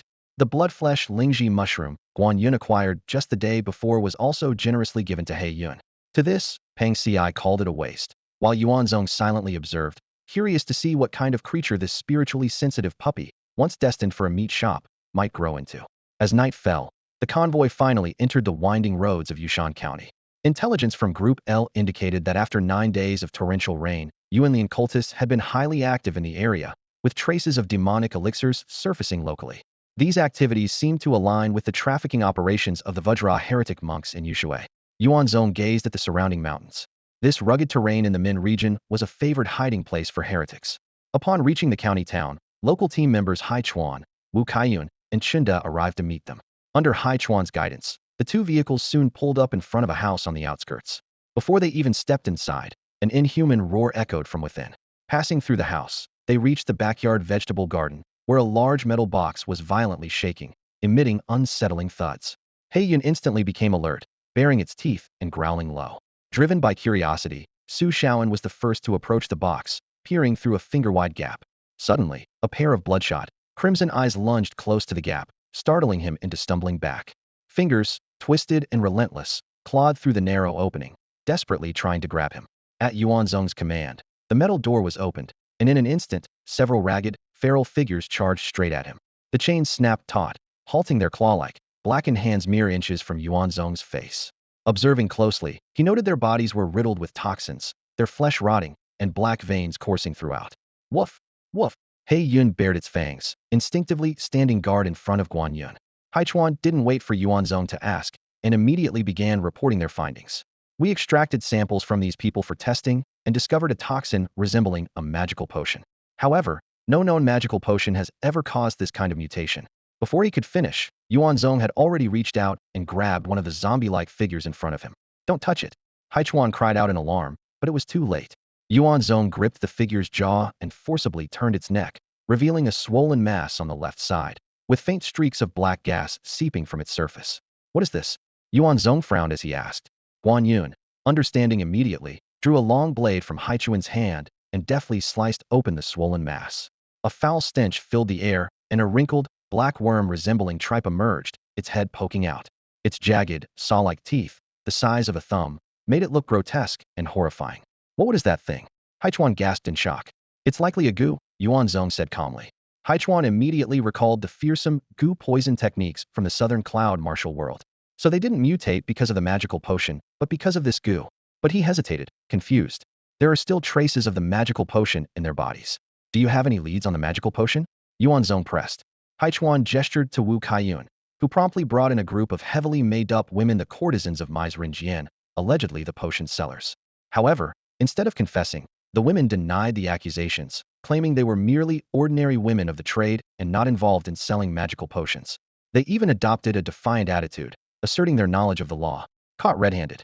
Wu Kaiyun bellowed in anger. The leading woman smirked smugly. Sister, they're the ones who sold it to us. The other women chimed in, using legal loopholes to argue there was no surveillance or sufficient evidence against them. Pang Ci finally lost her patience. She grabbed the leader by the hair and threatened her fiercely. But the woman, undeterred, arrogantly declared that she was a former lawyer and knew the law inside and out. Throw her in, Yuan Zong suddenly commanded, his gaze fixed on the zombie-like figure. Throw me in? Into where? The woman was startled at first, but then became even more brazen. What? Are you trying to get yourself sued, handsome? Not afraid of a lawsuit, Yuan Zong replied flatly. Who are you trying to scare? I know all these tricks like the back of my hand. She scoffed. Fine, throw me in. If you don't, they'll lose all respect for you. Before her words had fully landed, her body was already lifted into the air. In midair, the woman's face turned pale, her wide eyes filled with terror. How could these authorities dare throw her in without a complete chain of evidence? Using her as bait. As her body plummeted, she saw the bloodthirsty, gaping maws of the undead creatures closing in on her. I'll talk. I'll tell you everything, she screamed hysterically, her mind completely blank. incapable of doing anything but shrieking. Bang! Her body hit the metal container with a heavy thud, the back of her head striking the wall, causing blood to flow instantly. Ignoring the pain, she scrambled to her feet, trying to escape. The power from the potion surged within her, pushing her speed to an extraordinary level, almost rivaling that of a world-class sprinter. But the monsters inside the container were even stronger. Several skeletal hands darted out like lightning, gripping her limbs. "Help me! Save me! I'll tell you everything," she pleaded desperately, struggling with all her might and screaming at the top of her lungs. "Yuan Zong, it's too late." In the next moment, multiple grotesque mouths sank their teeth into her at once. Blood splattered everywhere, and the sound of bones cracking echoed as fingers were crushed between sharp teeth. Her agonizing screams reverberated through the air. Wu Kaiyan couldn't help but turn her head away. The other three young women, dressed in short skirts, collapsed to the ground, their stockings soaked with liquid seeping from beneath their skirts. When the screams finally dissipated, Yuan Zong turned to face the three trembling women. "Remember anything now?" "Yes, we remember everything," they stammered, their voices shaking as they confessed. Upon hearing their account, Haichuan's face turned pale. There were still 700 or 800 boxes of monsters hidden in the mountain villages north of Yushan County. Such a massive incident, and yet no prior intelligence had been received. This was a responsibility he couldn't bear. Any remaining shred of sympathy he had for the woman vanished completely. "Damned Yuan Lian cult. What exactly are they trying to do?" he cursed, issuing an order. "Mobilize the troops immediately and surround the village. Not a single one of those creatures can be allowed to escape." Yuan Zong exchanged a glance with Pang Ci, who promptly stepped into the container. After a series of loud crashes, the box was deformed. When Pang Ci emerged, the monsters inside had been smashed to pieces, and the parasitic insects were crushed underfoot. Conveniently, a small military base was nearby. With coordination between the Yushan County Police Headquarters and the National Security Group L, nearly 100 military vehicles were mobilized within 10 minutes, heading in a grand convoy toward the target village. After 9 days of torrential rain, the hidden world of supernatural powers could no longer stay concealed. Faced with such a large-scale containment mission, Haichuan's regular team members were clearly insufficient. Yuan Zong, fully aware of the gravity of the situation, decisively approved military support and heavy firepower to ensure nothing was left to chance. What are these things? They eat people alive and can spread infection. Aren't they basically biological weapons? "Shut up. Stay quiet and follow orders," the squad leader barked sternly. In less than 30 minutes, the military had completed their deployment 2 kilometers from Shuhe village. The commanding officer issued orders in a low, commanding tone. "Everyone, maintain absolute silence. Squads 1 to 4, take up positions on the elevated ground to the left of the river. Squads 5 to 7, form machine gun teams of 5 around the village perimeter. The rest of you, spread out and remain hidden, keeping a close watch for any unusual activity." Yuan Zong and his men had already leaped across the small river, now standing on the cement road leading to the village. The settlement ahead was shrouded in darkness, eerily silent, with not a single streetlight illuminated. It was only a little past 7 in the evening. "Help, someone help." A piercing cry for help suddenly echoed from within the village. Yuan Zong's expression remained unchanged, his sharp gaze fixed ahead. In the moonlight, 20 to 30 villagers emerged slowly. They appeared ordinary, with neither crimson eyes nor decayed flesh. "Fire!" Yuan Zong's cold command momentarily stunned the dozen armed soldiers behind him. These were unarmed elderly villagers, women, and children. While the soldiers hesitated, the villagers had already closed in to within 20 meters. Yuan Zong's eyes flashed coldly. He swiftly snatched a firearm from the soldier beside him and fired a burst of bullets at the elderly man in front. To everyone's shock, the man staggered back a few steps after being hit, but then continued walking forward. This can't be."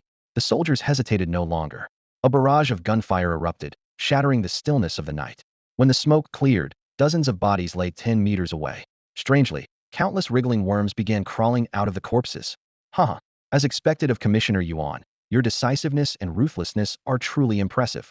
A voice echoed through the air, and several figures leaped onto the rooftops from within the village. It was the wanted criminals of the Yuan Lian sect, including Shui Ying and Gu Han. "You must be Tian Yuan, the leader of the Yuan Lian sect. Stop hiding and show yourself." Yuan Zong's stern voice resounded. Before his words faded, an elderly man stepped out onto the balcony of the tallest building in the village, letting out a sinister cackle. "Commissioner Yuan, I was just thinking of causing you trouble, and here you are, delivering yourself to me. You killed my home master and cut off my profits. Tonight, this will be your grave." Swoosh, swoosh, swoosh.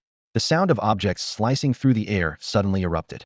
Without wasting words on his enemies, Yuan Zong made his move, instantly closing the distance to within 10 meters of Tian Yuan. "They say you're a reckless brute without strategy. Tonight, You've proven them right. Venturing here alone, courting death. Tian Yuan's laughter was maniacal. Roar! A monstrous growl rumbled from below. With a thunderous crash, the rooftop exploded, and several hideous creatures burst into the air, lunging straight at Yuan Zong mid-flight. These are my prize creations, the true Dangu beasts. Tonight, you'll witness their power firsthand. Tian Yuan laughed triumphantly. Yuan Zong's gaze remained fixed on the creatures below, grotesque beings covered in mucus, their wrinkled skin resembling insects, with gaping maws lined with razor-sharp teeth. Calmly maneuvering in the air, Yuan Zong drew back his right arm, channeling immense power as he aimed at the creatures below. My precious creations have extraordinary physiques. You'd better watch out. Tian Yuan's words were cut short as a deafening explosion rang out. Yuan Zong's devastating punch, accompanied by layers of sonic booms, obliterated the so-called invincible goo beasts into pulp. Tian Yuan's voice abruptly ceased, as if the sheer force of that punch had shattered his vocal cords. One moment he was arrogant and smug, the next he was plunged into utter despair. This can't be, he screamed internally. The intel was wrong. How could this be a mere 29-year-old martial artist? This kind of power defies all logic. If I had known, forget revenge, I should have fled at first sight. The force of the punch struck the ground, shaking the entire mountain village as if an earthquake had struck. Houses collapsed, and dust billowed into the air. In the distance, a soldier from Jinmen observed the scene through binoculars. The sight left him dumbfounded, his expression exaggerated in disbelief. Amid the swirling dust, the old monster Tian Yuan appeared in a sorry state. His hair was disheveled, his body drenched in sweat, and he cowered inside an oval-shaped shield of true energy, his eyes fixed on the young figure emerging slowly from the haze. His Adam's apple bobbed nervously, his nerves strung to the breaking point. Damn it, Tian Yuan cursed inwardly.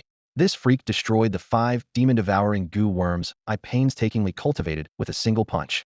With power like this, how dare you call yourself a mere inspector? Couldn't finish it in one punch? As expected of the cult master, the young man sneered. Tian Yuan forced himself to appear calm. A true core shield, is it? Try blocking another punch. Before he finished speaking, the young man's figure vanished. Tian Yuan's pupils contracted violently, barely able to glimpse a fleeting shadow cutting through the air. Guards, where are you?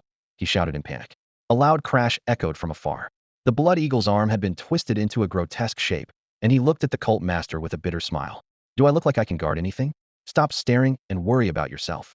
Pang Ci sneered viciously. Before reaching the true martial level, he could already suppress true martial opponents. Now that he's ascended, before he could finish, Tian Yuan was struck by another devastating punch. The true core shield, reputed to withstand missile strikes with ease, shattered under the blow, and Tian Yuan himself was blasted apart, half his body obliterated. A large amount of unknown venom splattered onto Yuan Zong, but it had no effect. He lifted the barely alive Tian Yuan with one hand, a cold smile playing on his lips. I heard you old relics have been slumbering for ages, and now you wake up acting like tigers ready to devour the world. Pathetic. Boom. With a burst of finger force, Tian Yuan's head exploded instantly. The once mighty master of Yuanlian met his end in the remote village of Shuiha. Su Shaoan, Wei Zichong, and Guan Yun led the local team, swiftly eliminating the remaining Yuanlian cultists. Kill them all. Leave no one buried. Don't hesitate, Su Shaoan reminded them. Meanwhile, the sound of gunfire erupted around the village. Something's trying to break out. Hold the line. Don't let them get through. Help. I can still be saved. From the rooftop, Yuan Zong issued a commanding shout. Seal the village. No one is allowed to leave their homes. Anyone who disobeys will be executed on the spot. The gunfire continued for several minutes. Gradually, the military tightened the encirclement, fully locking down Shuiha village. Night rain nourished fresh dew, clinging delicately to the tips of countless blades of grass. At the edge of a towering cliff amidst a sea of clouds, Yuan Zong sat cross-legged, slowly opening his eyes. After a night of meditation, his breath rose and fell like a mighty dragon, resonating through the surrounding clouds. Though his stature was only 1.9 meters, he exuded an extraordinary presence, akin to a mythical creature from the classic of mountains and seas. Since reconstructing his body within the Shanming cauldron, he had forsaken worldly dwellings, choosing instead to make his home among the vast mountains and wilderness. The Shanming cauldron had not imparted any martial techniques or cultivation methods to him, but it bestowed a unique ability, the power to sense the changes in mountains and hear the pulse of the earth. This profound connection allowed him to truly grasp the essence of a mountain is not revered for its height, but for the presence of a sage. Gazing into the distance, the rolling mountain ranges revealed certain peaks that harbored an unyielding, abundant essence within. By absorbing this mountain essence, Yuan Zong not only strengthened his bones, but also made his blood as dense and heavy as mercury, surging through his veins like torrents of a great flood. Beyond fortifying his body, the mountain essence continuously flowed into the nine-cauldron sealed disc within his consciousness. With a single thought, the disc would unfurl like a scroll, its previously blank, dull surface gradually revealing a faint, indistinct mountain shape enveloped in a subtle yellowish-brown aura. This phenomenon intrigued Yuan Zong. Had assumed the sealed disc would lose its function after completing its inheritance, yet it had merged with his being, tethered to his soul. Now, with the mountain essence triggering such transformations in the disc, he began to suspect deeper connections, potentially tied to the mysteries of the nine cauldrons. Meanwhile, in the Min Mountains of Shu, who would have thought we'd end up back here after all that running around? Guan Yun remarked, gazing at the surrounding scenery. Squatting by the banks of the Min River, Su Shaoan stared intently at the rushing waters. That demon child is slippery as ever. The moment we get a lead, he disappears. We've been through multiple cities chasing him. Don't you think he might be baiting us? Guan Yun said thoughtfully. Baiting? What do you mean? Pang Si's fierce face twisted in confusion. Think about it, Guan Yun explained. If he really wanted to hide, he could have just found a secluded spot and waited for things to blow over. But instead, he keeps showing himself every few days, almost like he wants to make sure we find him. You've got a point, Su Shaoan nodded in agreement.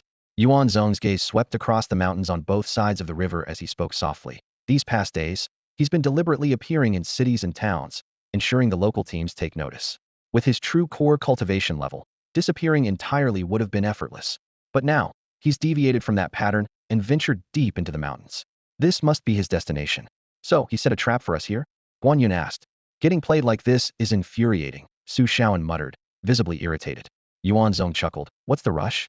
He can toy with us 100 times, but the moment he slips up, it'll be over for him. By the way, has the great bow arrived? Yes, it's already been delivered to the team base. They'll go fetch it now, Guan Yun replied. The other three showed a moment of surprise, then all burst into laughter. This scene clearly indicated that while Yuan Zong appeared composed on the surface, he was already fuming inside. The great bow requisitioned from the Heaven-tier treasury was no ordinary item. Although Zhou Sun knew Yuan Zong had once been an all-around military ace with exceptional marksmanship, he was less familiar with his archery skills. However, Su Shaoan and the others were well aware that sniping and archery shared many principles. A master sniper would naturally possess unique advantages in archery. Moreover, Yuan Zong had rigorously honed his archery skills in his early years. In truth, Yuan Zong was proficient in nearly all forms of combat, but archery and marksmanship were his true specializations, rivaling his formidable expertise in martial arts. Since his release from prison, he had yet to face an opponent worthy of these two unparalleled skills. On one hand, his adversaries were too weak. On the other, he lacked a suitable weapon. However, the great bow he had exchanged for this time from the Heaven-tier treasury, classified as a true artifact, was more than sufficient to channel his full strength. Water. Wei Zicheng's sudden exclamation interrupted their train of thought. Su Shaoan was about to make a joke when he noticed Wei Zicheng's grave expression. In the water there's something. The four of them immediately turned their gaze to the area of the river he was pointing at. On the surface of the water, a massive dark shadow, comparable in size to a small cruise ship, glided past slowly before sinking into the depths and vanishing from sight. Holy crap, is that a water monster? Guan Yun exclaimed in shock. Brother Zong, could this be the demon you mentioned? Su Shaoan quickly followed up. Yuan Zong didn't answer immediately, but the cold glint in his eyes said it all. They're finally here. Guan Yun, when you retrieve the bow, gather the local division's personnel and seal off the riverbanks. Even if this thing isn't a demon, it's close enough. Guan Yun nodded and left to carry out the orders. Yuan Zong continued, I'm going in to investigate. You focus on searching the riverbanks. Keep an eye on that creature's movements, and don't forget about the old demon, Zhong Yuanshan. Before he had even finished speaking, he leapt off the 1,000-meter-high cliff, diving straight into the water below. Once submerged, Yuan Zong propelled himself downward like an arrow, swiftly heading into the depths. It didn't take long for him to notice something unusual. The water was thick with the stench of blood, and strangely, there were no signs of fish or other aquatic life. Meanwhile, in a hidden cave within the forested slopes on the left bank of the Min River, Zhong Yuanshan, the infamous old demon of Magic Child, stepped inside. His waist was adorned with a Vajra wheel, exuding a menacing aura. Du Sheng, what kind of godforsaken place is this? Took me forever to find it. From the shadows within the cave emerged a masked figure. Old demon, how many times have I told you? Don't use real names when we meet. TCH, what are you so afraid of? Even if they want to track me down, they'd need the skills to pull it off. Zhong Yuanshan scoffed dismissively. Don't underestimate Yuan Zong. Not long ago, he took out Huafeng, a true core realm cultivator, at the L Group headquarters in Jingbei. Huafeng, that useless fool? I could have taken him out easily too. Not all true core realm cultivators are created equal.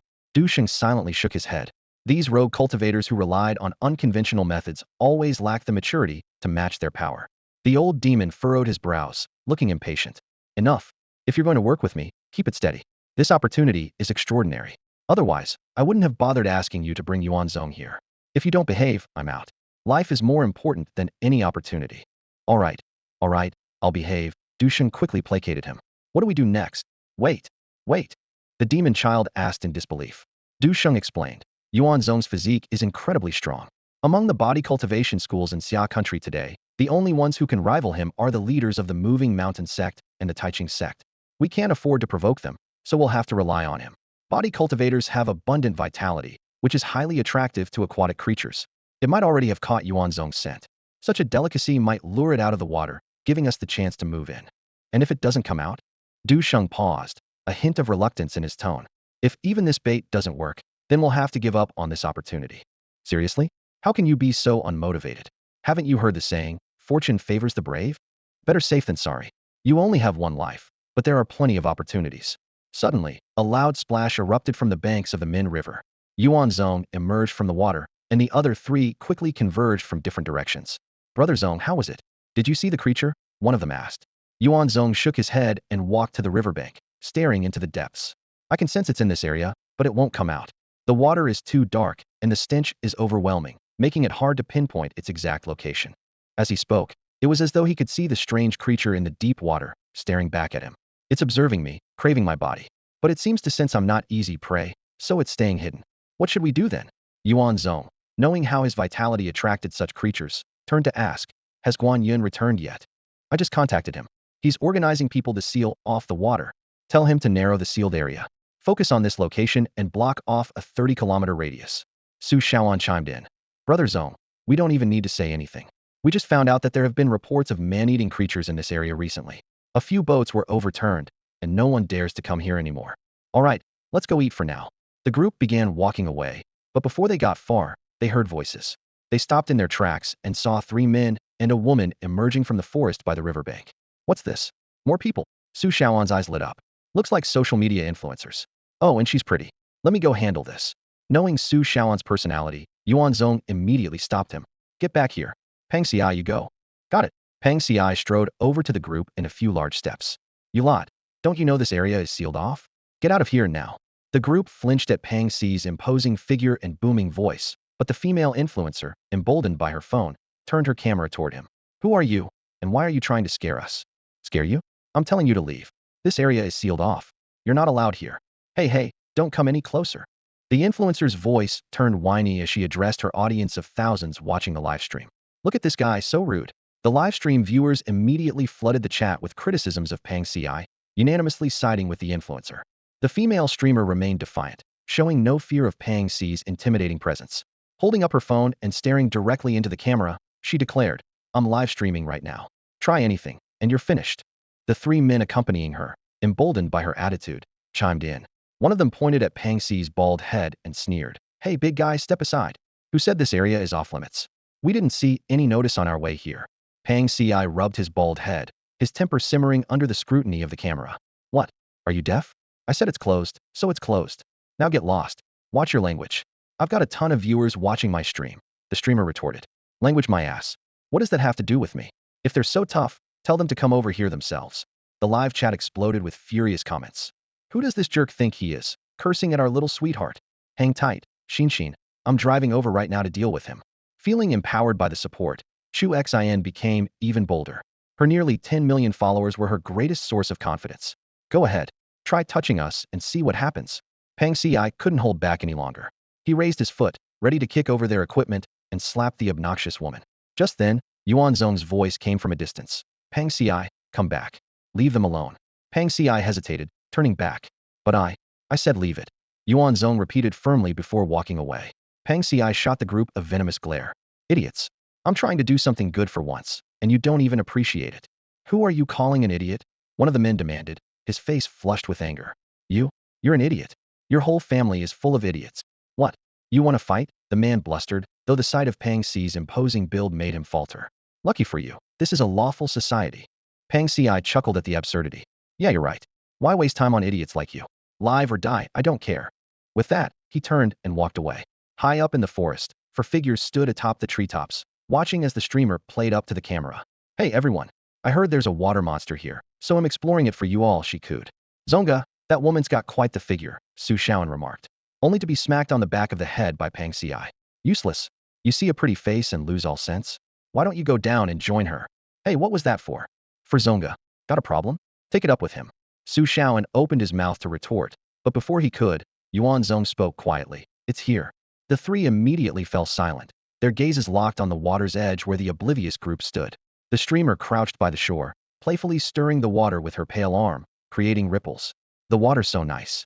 There's no such thing as a water monster. If there is, it'd be great to show everyone, right?" Splash. Suddenly, the water surged violently, and a massive, tooth-filled abyssal maw filled the entire background of the live stream.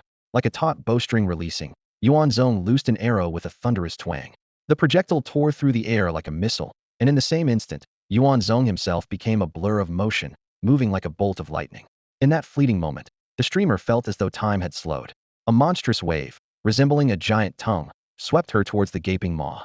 A spiraling arrow roared past her, narrowly missing her, while a man exuding an overwhelming presence sprinted toward her with speed that rivaled the arrow. Instinctively, she reached out to him, her voice trembling. "Save me. I'm a streamer. Save me." The ground quaked as Yuan Zong pushed himself even harder, accelerating further. Boom. The water erupted as the creature dragged the streamer beneath the surface. Though the arrow had struck it, the monster disappeared into the depths, leaving only a trail of blood. Chu Xin's delicate face emerged briefly, her tear-filled eyes pleading for help. "Save?" She managed to gasp before being swallowed by the swirling currents. Unless the surrounding currents were immediately dispersed, any attempt to rescue her would likely result in her being torn apart by the force. In short, there was a choice to make. Save her but lose the monster, or pursue the creature and let her fate be sealed. For Yuan Zong, the choice was straightforward, though his answer had shifted over time. In the blink of an eye, he sped past her, diving deeper into the water. "Beast, you're not getting away." The massive aquatic creature could never have imagined that a human from the land could swim even faster than itself in the water. Its speed had noticeably slowed down, as the power of Yuan Zong's arrow was undeniable. The arrow had pierced through its thick scales, causing excruciating pain at the joint of its rear left limb. As the distance between them closed, Yuan Zong finally got a clear view of the monstrous creature. Its entire body was covered in pitch-black scales, resembling a lizard but with limbs connected to membranous wings, a bizarre and terrifying sight. Realizing it couldn't escape the pursuit, the giant beast suddenly launched a counterattack. It whipped around, its thick, scaly tail creating a massive surge of water pressure that came crashing down toward Yuan Zong. Bang! Bang! Explosions echoed underwater. Yuan Zong pushed off with both feet, forcibly forming a water platform beneath him as a pivot point. Using the momentum, he unleashed a barrage of rapid kicks, sending dozens of blade-like undercurrents slicing through the water with a sharp whistle. The two forces collided underwater, stirring up a chaotic whirlpool. 7 or 8 of the razor-sharp undercurrents broke through the obstruction, heading straight for the massive creature. Its emerald green eyes, glowing like luminous pearls in the dark, were filled with frustration. Damn it. Who was supposed to be the ruler of the waters here? Boom. Boom. The aquatic blade struck the creature repeatedly, blasting it backward by 100 meters. However, being a natural-born water dweller, it was adept at dispersing water-based attacks. To truly harm it, a more direct physical blow was needed. Yuan Zong's water platform reformed beneath his feet as he zigzagged like lightning in a zape trajectory, appearing right in front of the giant beast in an instant. The stark contrast between the small human figure and the colossal creature was striking. Yuan Zong raised a single leg like a battle axe, slicing through the water to create a vacuum zone at a depth of 100 meters, and slammed it heavily onto the beast's forehead. Roar! The creature's forehead caved in, blood gushing out as it howled in agony, its massive body sent flying. But it wasn't about to give up. Its thick, scaly tail swept horizontally in a counterattack, only to play right into Yuan Zong's hands. As the enormous tail, larger than a human, came hurtling toward him, Yuan Zong neither dodged nor flinched. Instead, he spread his arms wide like pincers, ready to meet the attack head-on. Boom. The tail struck Yuan Zong's chest with tremendous force, but it didn't budge him an inch. With a sudden burst of strength, he locked onto the tail, crushing the flesh to expose the bones beneath and gripping them tightly. Writhing in agony, the creature's eyes flared with a crazed green light as it opened its massive jaws, ready to bite Yuan Zong. But before it could get close, an overwhelming force surged from its tail.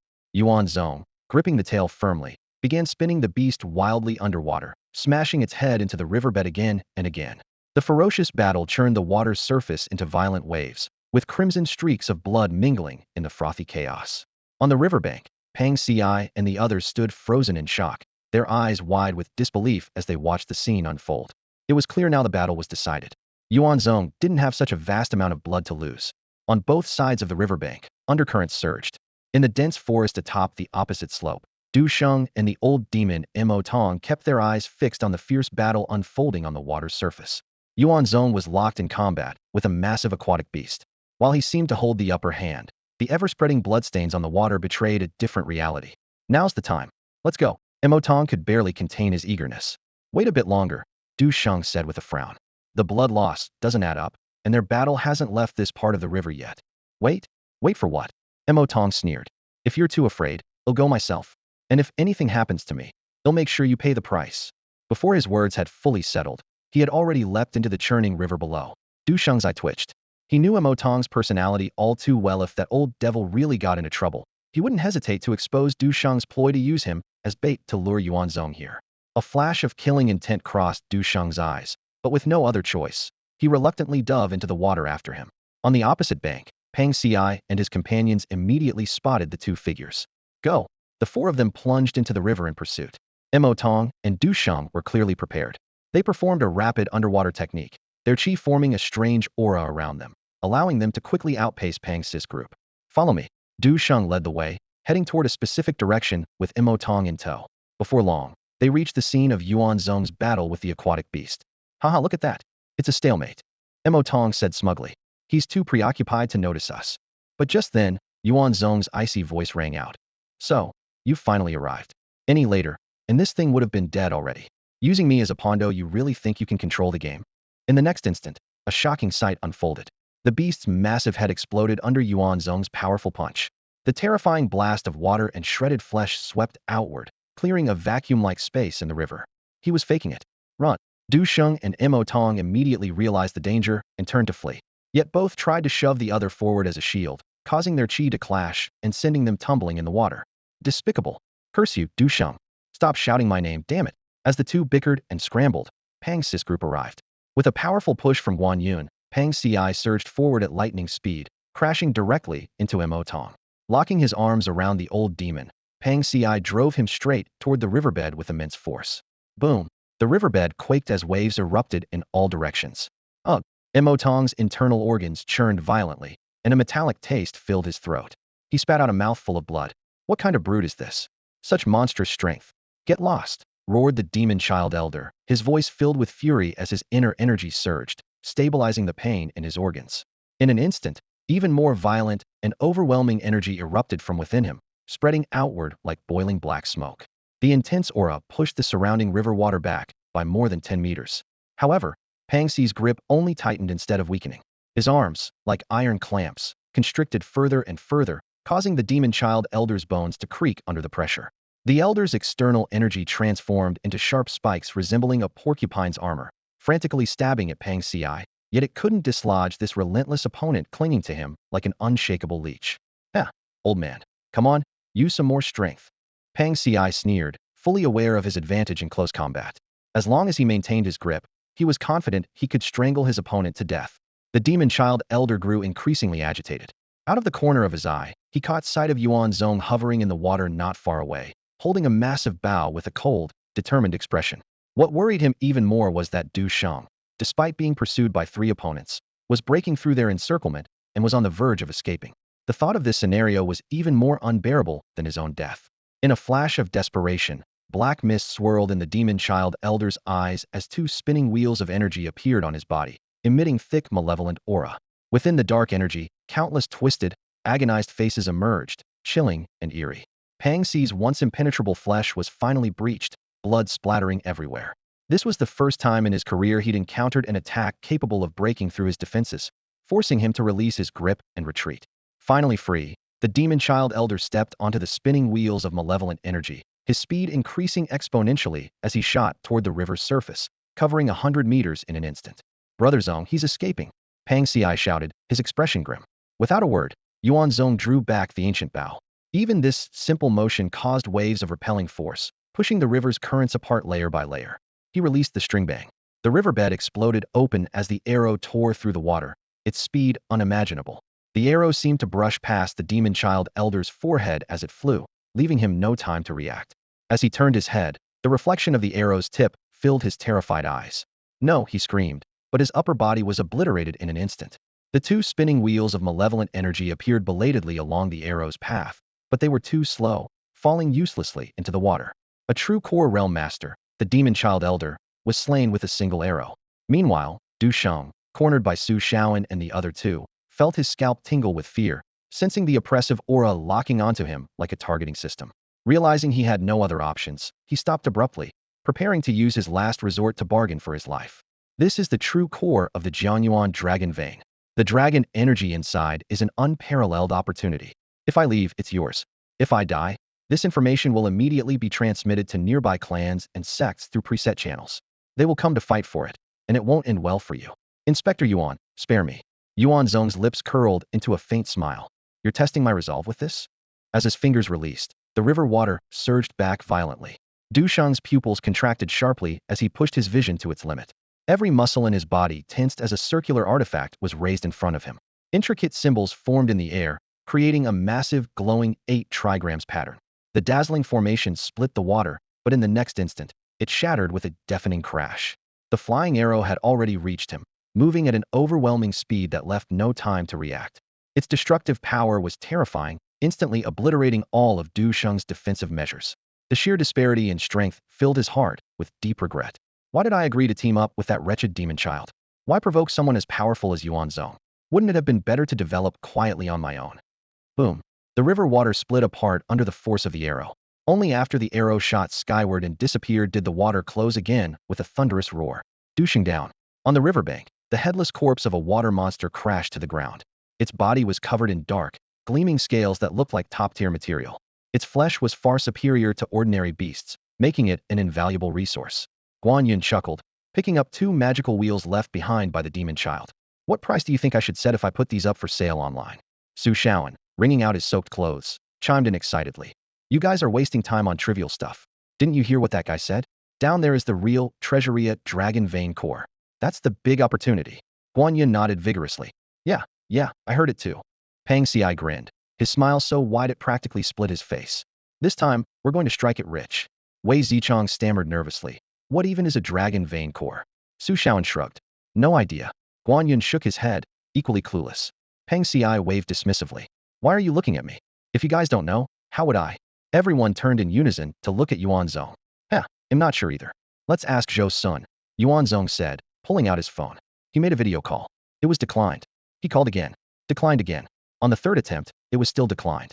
Yuan Zong chuckled lightly and sent a message. Instructor Zhou, remember that time you got drunk and streaked? I still have the video. Thinking about sharing it. The next second, the video call came through immediately. On the screen, Zhou Sun was crouched under a conference table, his face flushed red. He spoke in a low, urgent voice. I'm in the middle of an international conference. If it weren't for my current position, I'd be cursing you out right now. What do you want? Make it quick. What exactly is a dragon vein core? Thud. Zhou Sun hit his head on the table. The conference room fell silent, as everyone of all ethnicities turned to look at him. Mumbling a quick explanation in another language, he hurried outside and asked anxiously. Inspector Yuan, did you find a dragon vein core? Where is it? What even is this thing? Where are you? They'll come to you to talk. Sorry, private find. Not handing it over. The video call ended again. Zhou Sun tried calling several more times, but each time it was declined. He began bargaining. 50-50 split. 60-40. 70-30. I lent you money once, remember? Just a few thousand. I forgot already. A few thousand isn't money to you. 80-20. I'm being generous here. No response. Come on, give me a break. They'll take the first cut, and you can have whatever's left. Zhou Sun exploded. Are you even human? Are you? Don't want it. I want it. Yuan Zong sent a gif. Look at you, so pathetic. Zhou Sun replied with a meme about the law of mutual betrayal. By the banks of the Min River, Yuan Zong sat cross-legged, engaged in a video conversation with Zhou Sun, listening intently to the secrets about the true location of the dragon vein. In the history of our Xia kingdom, there were countless strategists adept in astronomy, geography, feng shui, and divination. Zhou Sun began narrating. Among them, the ones who truly achieved the status of national protectors were Zhuge Wuhou and Liu Bowen. He went on to explain. Since ancient times, our Xia kingdom has spoken of the true dragon emperor. Emperors are said to carry dragon energy, a mysterious force described in the texts of the martial world. On a personal level, it can serve as a protective aura, even stronger than the true qi cultivated by practitioners at the true core realm, rendering them impervious to any malevolent entities. On a grander scale, it symbolizes the approval of heaven and earth. Those who possess dragon energy find their endeavors blessed, as if aided by divine intervention. Thus, throughout history, dynastic changes have often been attributed to the rise of new rulers favored by dragon energy. Zhou Sun's voice resonated through the screen. After Yuan Zong, the founding emperor of the Ming dynasty, established his rule, he was plagued by dreams of a new master of dragon energy rising to power. Troubled by this, he ordered Liu Bowen to sever the dragon veins across the land to prevent others from acquiring dragon energy and to ensure the Zhou family's reign. It is said that Liu Bowen severed 99 dragon veins in his lifetime, nearly depleting the dragon energy of the 9 provinces. Wait a minute, Yuan Zong interrupted. Didn't you say Liu Bowen had already severed most of the dragon veins? How is there still dragon energy left? There is, Zhou Sun nodded. Not long ago, someone discovered dragon energy in a true location of a dragon vein and successfully extracted a few strands. If I obtain dragon energy, will I be accused of plotting to overthrow the Qing and restore the Ming? Yuan Zong joked. After all, you said those who possess dragon energy can become rulers of the world. Zhou Sun lowered his voice. These are just records from ancient texts. It's hard to say what's true or false. In ancient times, someone with dragon energy would definitely have been eliminated by imperial power. But things are different now. Besides, whether dragon energy can make someone an emperor is debatable, but it does have the ability to enhance a person's potential. Enhance potential? Yuan Zong's eyes lit up. Are you saying it can permanently increase attribute points? Exactly, Zhou Sun confirmed. All right, I've heard enough. Goodbye, Yuan Zong said as he prepared to end the call. Hey, wait. Zhou Sun panicked. You promised to share some with me. Give me an address. Maybe later. Yuan Zong nonchalantly ended the video call. Freeloader. This is outrageous. Zhou Sun fumed on the other end. By the Min River, Guan Yun and 3 others exchanged knowing smiles. So the true location of the dragon vein is this powerful. We have that peculiar demon to thank. Otherwise, we'd never have stumbled upon such a fortune. Let's see if we can at least piece together his body. Forget it, Yuan Zong said as he approached the riverbank. Half his body is already gone. There's nothing to piece together. No wonder that water beast fought to the death despite knowing it couldn't win. It must have been entranced by the true location of the dragon vein. It seems the true dragon vein lies somewhere within these waters. After Guan Yun had delivered the orders, the nearby station team members swiftly took action, setting up a tight defensive perimeter. This was to prevent news of Du Sheng's death and the location of the dragon vein's true core from reaching other factions of extraordinary martial powers, thereby avoiding unwanted interference. Understood, I'll notify the administrative inspector here immediately, Guan Yun responded promptly. He thought to himself, within the current L group, who doesn't know the reputation of Nan Yun King, Yuan Zong? Even Minister Li Jinfeng was executed by his command without any repercussions afterward. Who among the ordinary inspectors would dare defy such a figure's orders? Underwater, 5 individuals carefully searched for signs of the true core. After some time of probing, Su Shaoan complained. Brother Zong, do you think we've been deceived? There's nothing here but mud, no sign of any so-called core. Yuan Zong stood at a specific spot on the riverbed, his brows furrowed in thought. Suddenly, his black and white pupils turned completely inky black. With his soul power activated, it was as if he had grown countless eyes, allowing him to perceive every detail of the areas he probed. His perspective shifted rapidly across different locations until, finally, a faint golden glimmer appeared in a corner. Retracting his soul power, Yuan Zong saw the area return to its ordinary state, but he already had a plan in mind. Just as he was about to investigate further, a tremor from the land above rippled through the water. Something's happening. Let's surface and check it out. The 5 of them quickly swam to the surface. Upon reaching the shore, they were met with the sight of a large group of extraordinary martial practitioners gathered ahead. Administrative Inspector Su Zhongyuan was leading his people in a standoff against them. Luo Bingfeng, watch your tone. Su Zhongyuan barked sternly. I'll say it again, this area is sealed off. Please leave. The refined-looking Luo Bingfeng remained unfazed, stepping forward instead. Su Zhongyuan, stop flaunting your authority here. During the Great Crackdown a century ago, it was agreed that opportunities in public areas could not be monopolized by the government. Are you planning to break that agreement? Su Zhongyuan's eyelids twitched uncontrollably as he struggled to contain his anger. In front of him were not just members of the Luo family, but also representatives from the Lianwu He family, the Biyuan family, the Qinshan sect, Fengji Valley, and Hanqi Cavern, 6 major factions. While these prominent families and sects might not compare to ancient noble clans, if they decided to leverage their connections, Su Zhongyuan, with his lack of backing, would be hard-pressed to handle it. Luo Bingfeng, Su Zhongyuan, may be incompetent, and you may be as insolent as you please. But today's order to seal this area didn't come from Mike, came from Inspector Yuan Zong. Do you dare to defy him? Yuan Zong? The Nanyun King. The mention of the name caused a subtle change in the expressions of those present. In this age of rapid information, who hadn't heard of the Nanyun King, also infamously nicknamed Yuan Bandit? This man was not only extraordinarily powerful, but also widely feared for his reckless and aggressive methods, often resorting to violence without hesitation. Yet, Luo Bingfeng merely sneered. Humph. Even if Inspector Yuan himself were here, we would not be intimidated. The agreement is between the Xia Kingdom's officials and us common folk. Does he, a mere patrol inspector, dare to break it? A voice, aged yet full of vigor, rang out. If he really dares, then fine. Next month, this old man happens to be heading to Jingbei anyway. I might as well drop by to see an old friend, Qiying Tongqi. This is the true dragon vein's core worth venturing into even a dragon's lair or tiger's den, let alone someone like Yuan Fei. Su Zhongyan looked up, his brows furrowing deeply. It was none other than Luo Yuxiang, the elderly patriarch who hadn't stepped out of his home in decades, now appearing in person. This made him wonder, just what kind of treasure was hidden in this place? Did you hear that? Move aside. With his father backing him up, Luo Bingfeng shouted confidently. Before the words had fully left his mouth, Luo Bingfeng suddenly attacked. With a surge of inner energy, the shadow of a tiger roared into existence. The unexpected strike caught Su Zhongyuan off guard, sending him flying over 10 meters. Even after landing, he skidded across the ground, a trace of blood seeping from the corner of his mouth. You dare to call Luo Yuxiang by name? Su Zhongyuan, don't overstep your bounds. You're just a… Boom. A dark shadow descended with a sharp, explosive sound, delivering a punch that sent Luo Bingfeng, a Zhenwu realm warrior, flying. Like a kite with a broken string, Luo Bingfeng crashed into the forest on the left, toppling trees along the way as blood mist filled the air. Before he could recover from the violent impact, a massive foot came crashing down onto his chest. Bang! A wave of force swept through the area, sending grass and leaves flying. Another mouthful of blood spurted from Luo Bingfeng's lips. The successive blows nearly knocked him unconscious. You dare strike an L unit, Inspector General? Are you trying to start a rebellion? The newcomer asked coldly. Which hand did you use just now?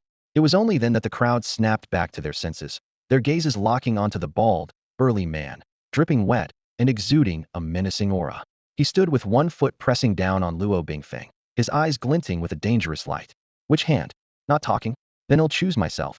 Pang Ci raised his right foot, aiming for Luo Bingfeng's right arm, ready to cripple it. You wouldn't dare. Luo Yuxiang suddenly leapt to his feet, a golden tiger roaring behind him as his true core realm power in its second stage surged forth. A metallic spiritual force gathered of its own accord, forming an oppressive wave that crashed toward Pang Ci like a tidal surge. Boom. Just as the oppressive force was about to land, Pang Ci stomped down heavily. When the dust settled, the crowd gasped at Luo Bingfeng's fate. His head had been crushed into a bloody pulp. Good heavens. Killing Luo Yuxiang's own son right in front of him, this guy truly has no regard for his life. Old man, what are you trying to scare me for? Pang Ci sneered. See what you made me do? I lost my aim because of you meant to crush his hand, ended up crushing his head. Your fault. Bingfeng, my son. Luo Yuxiang gazed at the headless corpse on the ground, his heart feeling as if it had been struck by a sledgehammer. Even with his cultivation at the true core realm, he could not bear the agony of a white-haired father burying his black-haired child. That was his only bloodline, his one and only son. Hatred and fury instantly shattered his reason. He roared, I will tear you limb from limb. This renowned martial artist, whose name had been legendary during the Great Crackdown, once again displayed the ferocity of the Luo family's tiger after more than a decade.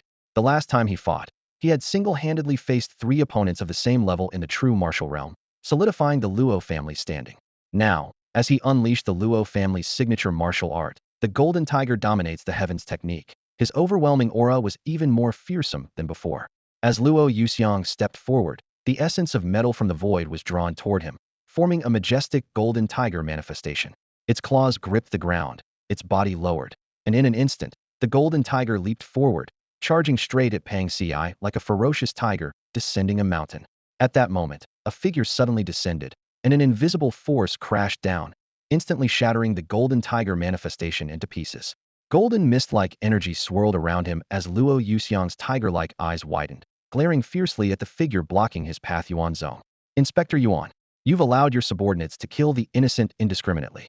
If you don't give me an explanation today, I, Luo Yuxiang, will stake the Luo family's 100-year foundation to fight you to the death.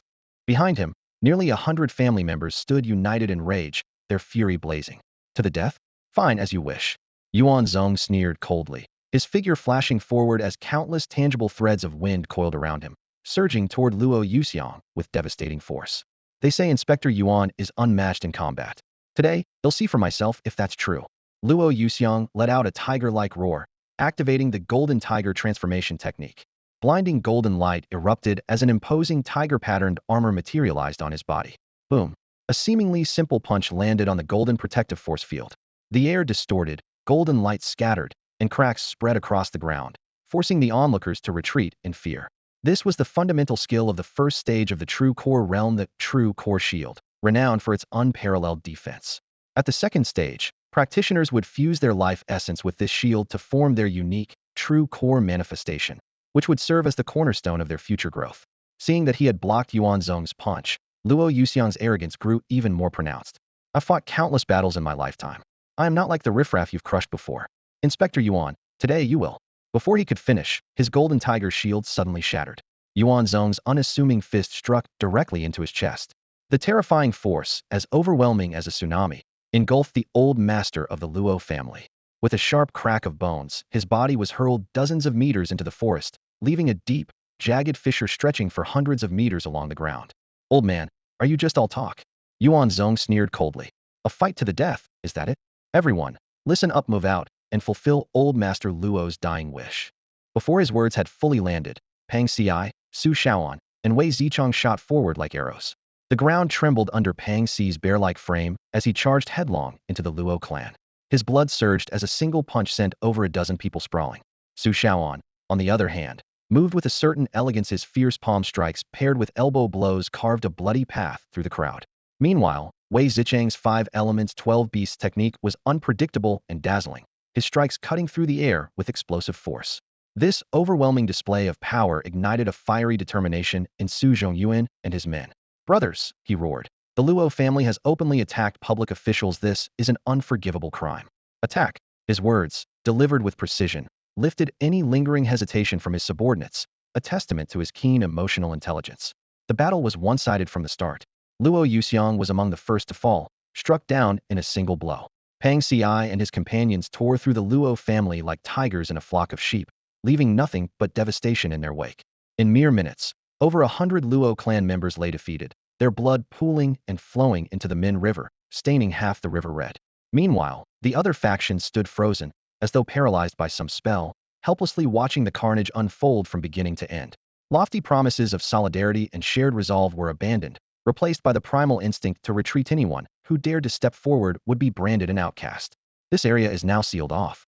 No unauthorized personnel are allowed inside, Yuan Zong declared, his face devoid of emotion as he swept his gaze across the crowd. Was that loud enough for you? Did everyone hear me clearly? Those light, yet weighty words carried an undeniable authority, prompting the various factions to retreat several steps. One man, mustering his courage, stammered, Inspector Yuan, this is a public area, and there are established agreements. You can't just. To hell with your agreements. Pang Xi roared, cutting him off. Whatever deals you made have nothing to do with us. Aren't you part of the L group? Go cry to them. An elderly man, relying on his seniority, spoke up hesitantly. Inspector Yuan, you are indeed powerful, but let me remind you, when traveling abroad, it's better to resolve enmities than to create them. Before he could finish, a sudden gust of wind erupted. When the dust settled, the old man found himself lifted off the ground by Yuan Zong's single hand. No matter how much he channeled his energy, he couldn't budge Yuan Zong an inch. Enmities, Yuan Zong sneered. Anyone who ventures out into the world without making enemies is nothing but a failure. His sharp gaze swept over the rest of the crowd. Shouldn't it be you who fears making an enemy of me? With a sickening crack, the old man's neck snapped. Yuan Zong then kicked his lifeless body away, the force shattering his heart as well. Another true core realm expert had fallen. Recognizing the insignia of the Xunshan sect on the deceased, Yuan Zong sneered disdainfully. Xunshan sect? Fine, consider this enmity established. If you want revenge, come at me all at once. But no one dared to respond. No? Then get lost. Public area? Yuan Zong, claim this first. You think you can just talk your way into taking a share? The remaining factions slinked away in disgrace, their minds racing. What trouble had that old fool stirred up?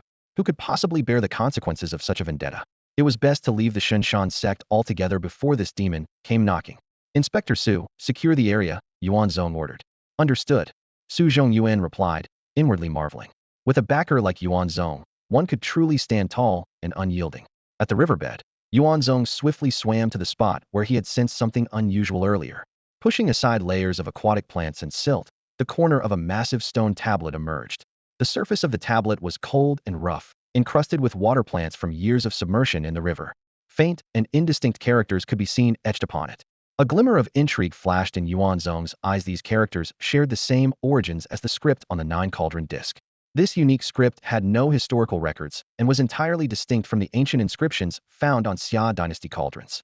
Yuan Zong had named it Nine Cauldron script himself. The dim underwater lighting, combined with the obstruction of water plants, made deciphering the full inscription a painstaking task. Yuan Zong decided to first locate the true core of the dragon vein before delving deeper into the tablet's secrets. He planted his feet firmly into the silty riverbed, unleashing a surge of internal energy that blasted away the surrounding muck. Standing steadily on the river floor, he cautiously traced the edges of the stone tablet. Then, with a sudden burst of strength, he heaved the heavy tablet upward. A deep rumbling sound echoed, accompanied by the metallic screech of something breaking. The weight of the tablet suddenly lessened, allowing Yuan Zong to lift it effortlessly.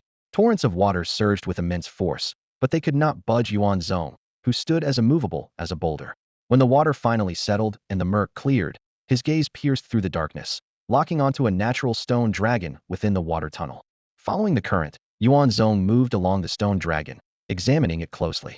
The dragon, seamlessly integrated with the riverbed's contours, stretched nearly a kilometer in length. Its natural dragon scale patterns were vividly detailed, appearing almost lifelike. If not for the fact that half of its body remained fused with the riverbed, preventing a complete transformation, one might mistake it for a real dragon that had perished there. Suddenly, Yuan Zong halted. Within the stone dragon's body, faint traces of golden light flickered and moved like parasitic worms' dragon energy.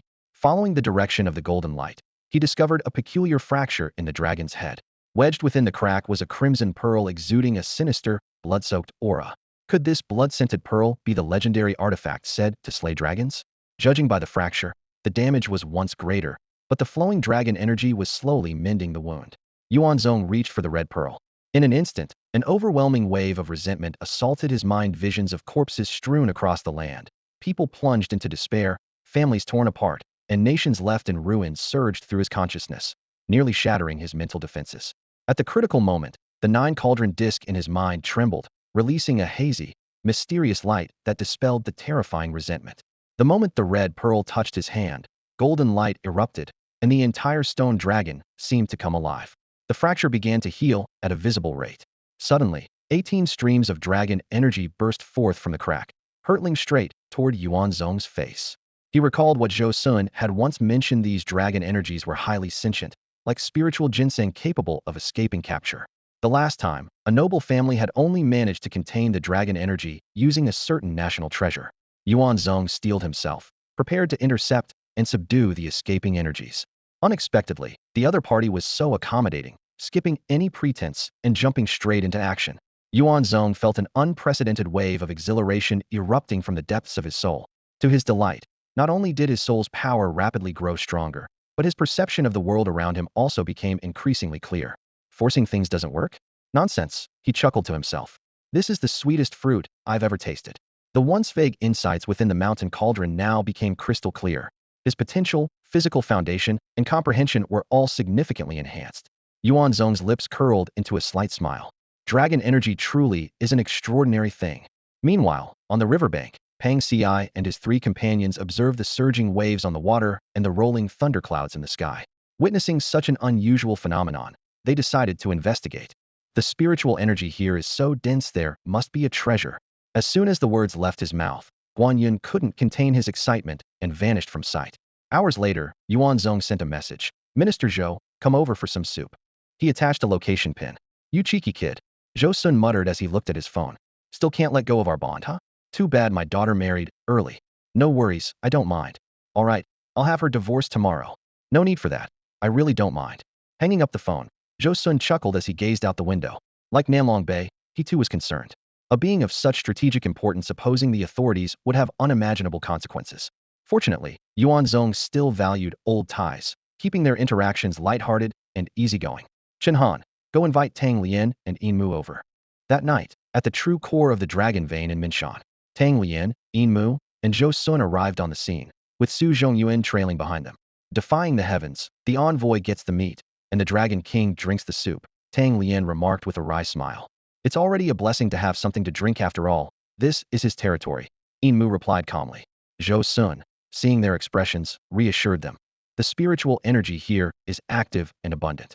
You may treat this place as a cultivation ground to enhance your strength. Minister Zhou, do you think he'd be willing to trade anything from inside? Tang Lian asked cautiously. Zhou Sun sighed and pulled out his phone, showing them the chat. Yuan Zong had sent a confused emoji, replying, Things? What things? I didn't find anything in there. Then, maybe he could approve our friend requests. You've all added him? A long time ago, but we've been ignored ever since, Yin Mu said, unperturbed. Su Zhongyuan, listening to this, was dumbfounded. Good heavens.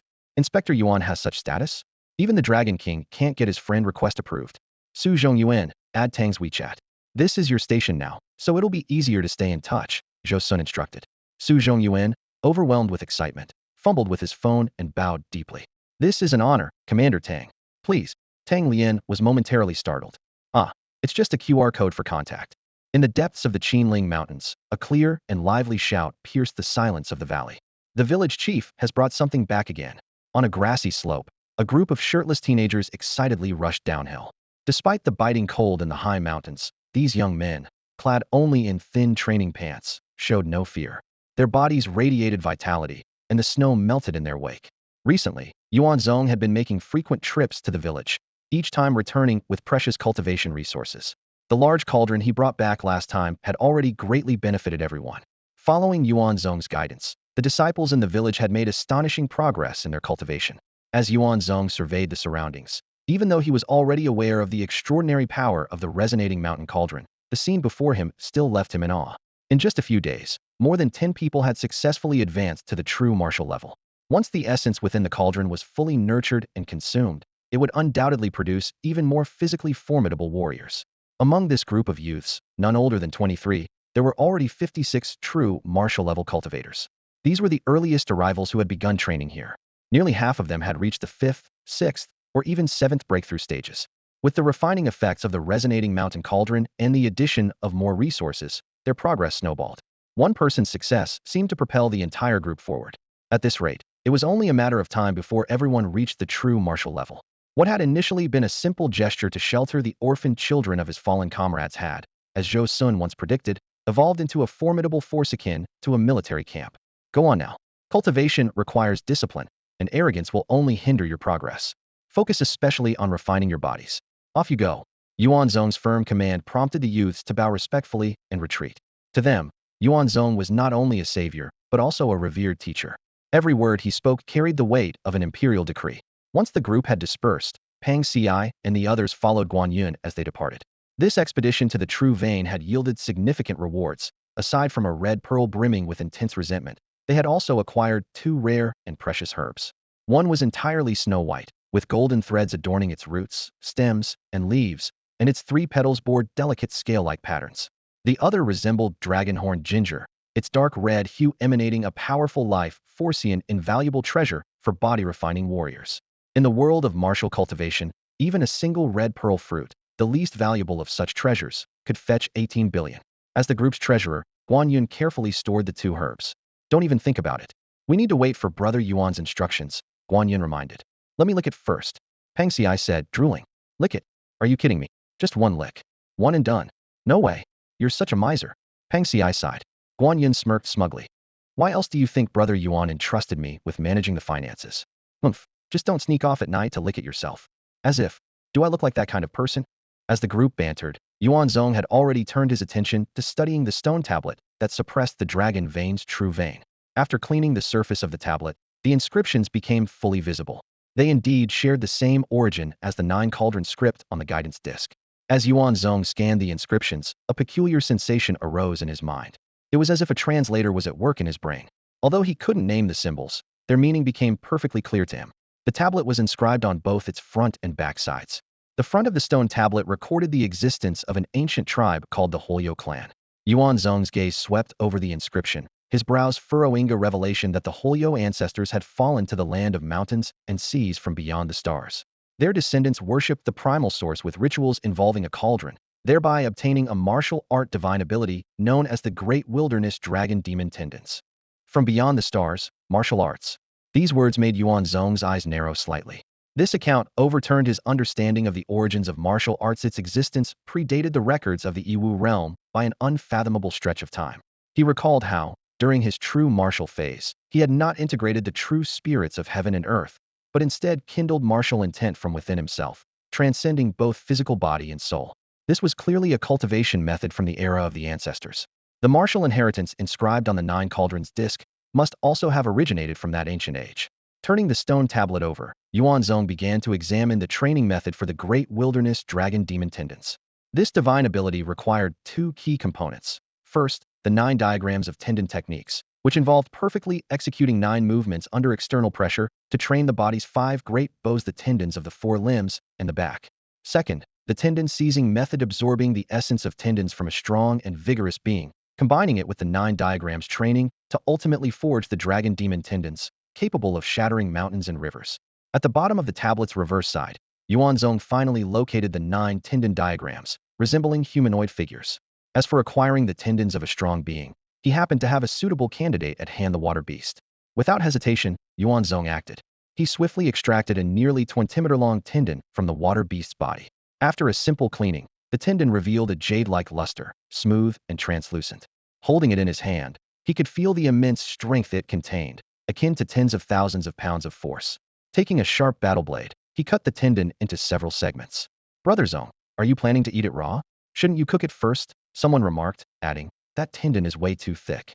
Yuan Zong ignored the comment and directly forced a segment of tendon, 2 to 3 times wider than his esophagus, down his throat.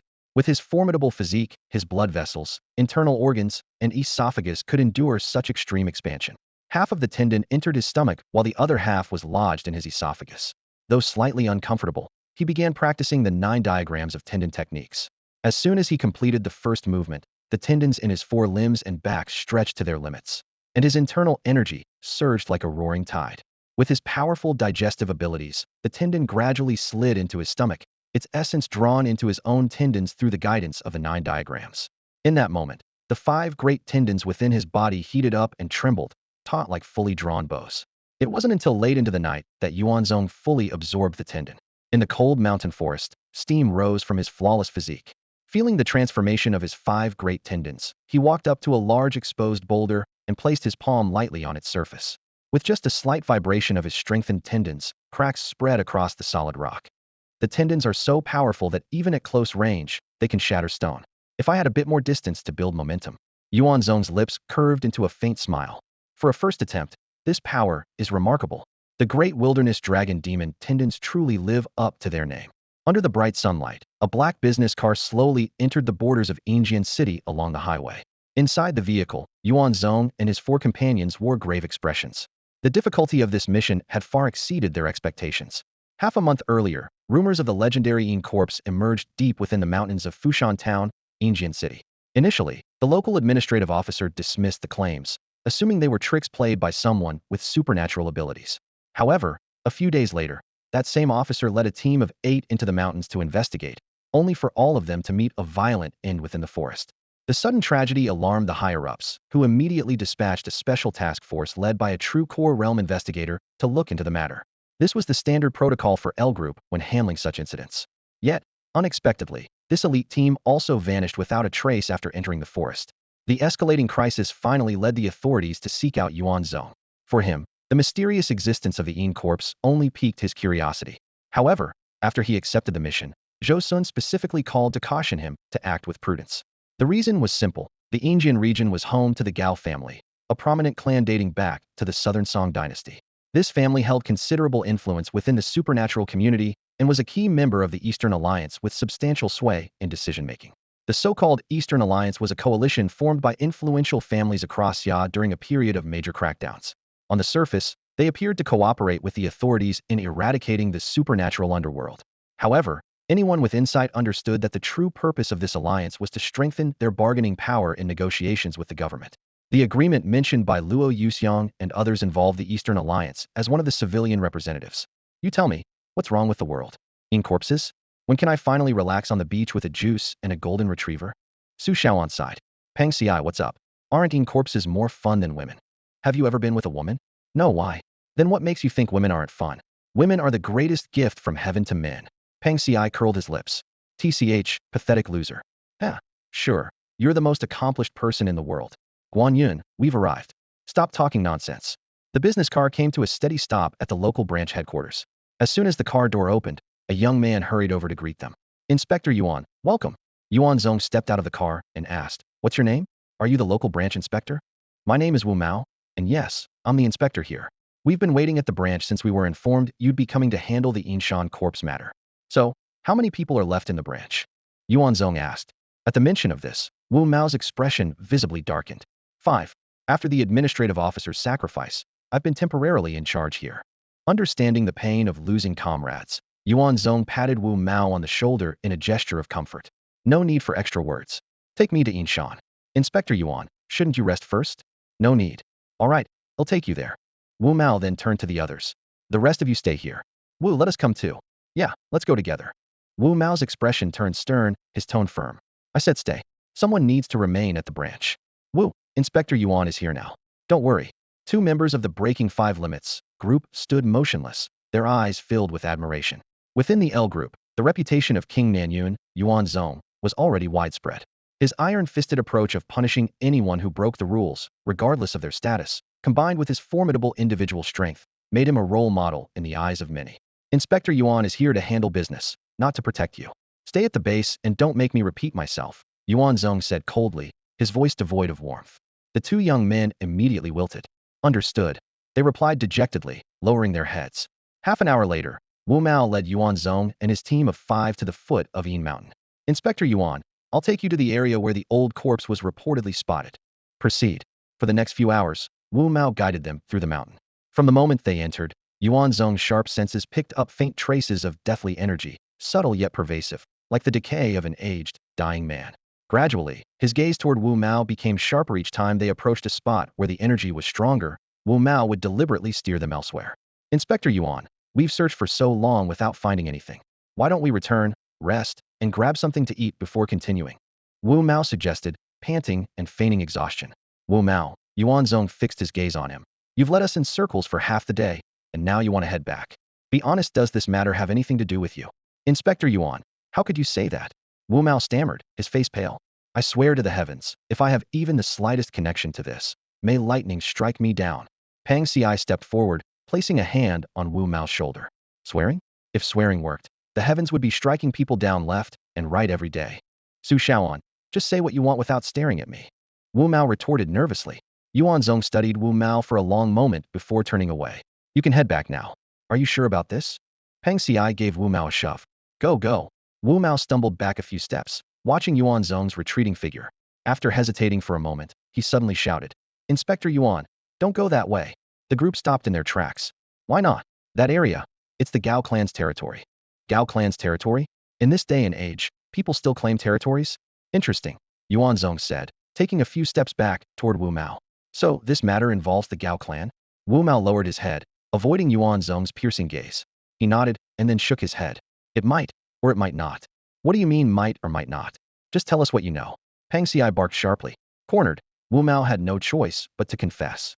I'm not entirely sure if this has anything to do with the Gao clan. But 2 days before the overseer went missing, I saw him having a conversation with Gao Zongjian. I couldn't hear what they were talking about, but judging by the overseer's expression, it wasn't a pleasant exchange. Later, I saw a report on the overseer's desk detailing how the Gao clan's ancestors were ancient corpse herders. That report disappeared the next day. Yuan Zong nodded. You can leave now. As Yuan Zong continued toward the Gao clan's territory, Wu Mao called out anxiously. Inspector Yuan, you really shouldn't go. The Gao clan is one of the 8 heroes of the Eastern Alliance, and I've heard they're on good terms with one of the Dragon Kings. If you just go back. You don't need to worry about how we handle things, Peng Xi interrupted with a wave of his hand. After a moment, Yuan Zong stopped again and turned to see Wu Mao still trailing behind them. Still here? Aren't you afraid of the Gao clan anymore? Wu Mao clenched his fists tightly.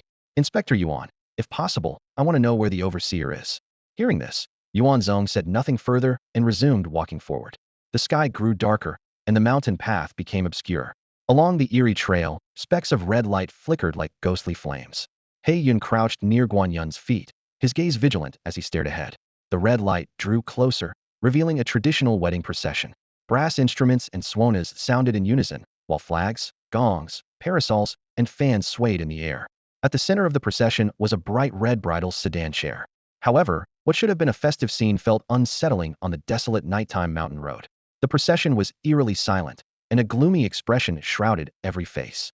More disconcertingly, figures on either side of the sedan chair carried paper effigies in their hands. This is a local custom here in Yin Mountain, Wu Mao whispered, lowering his voice. If someone dies young and unmarried, their family might arrange a ghost marriage to find them a wife. Dead and still getting married? Yuan Zong asked while keeping his eyes on the procession as it passed by. Are there any families here besides the Gao clan? None, Wu Mao replied, shaking his head. All right, let's follow them. The entire procession seemed bound by some unspoken taboo. No one uttered a word. Even upon noticing Yuan Zong and his group tailing them, the most they did was cast threatening glances, silently signaling them to leave. What are you staring at? Pang Ci retorted, rubbing his bald head and glaring fiercely. Intimidated by his imposing demeanor, the procession members quickly averted their eyes. Wu Mao, did the woman in the sedan chair agree to this? Su Shaoan suddenly asked. Wu Mao opened his mouth but couldn't form a response, clearly struggling to justify the situation himself. Doesn't the local police deal with this kind of outdated practice? Yuan Zong pressed. This sort of thing is rare now, Wu Mao replied quietly.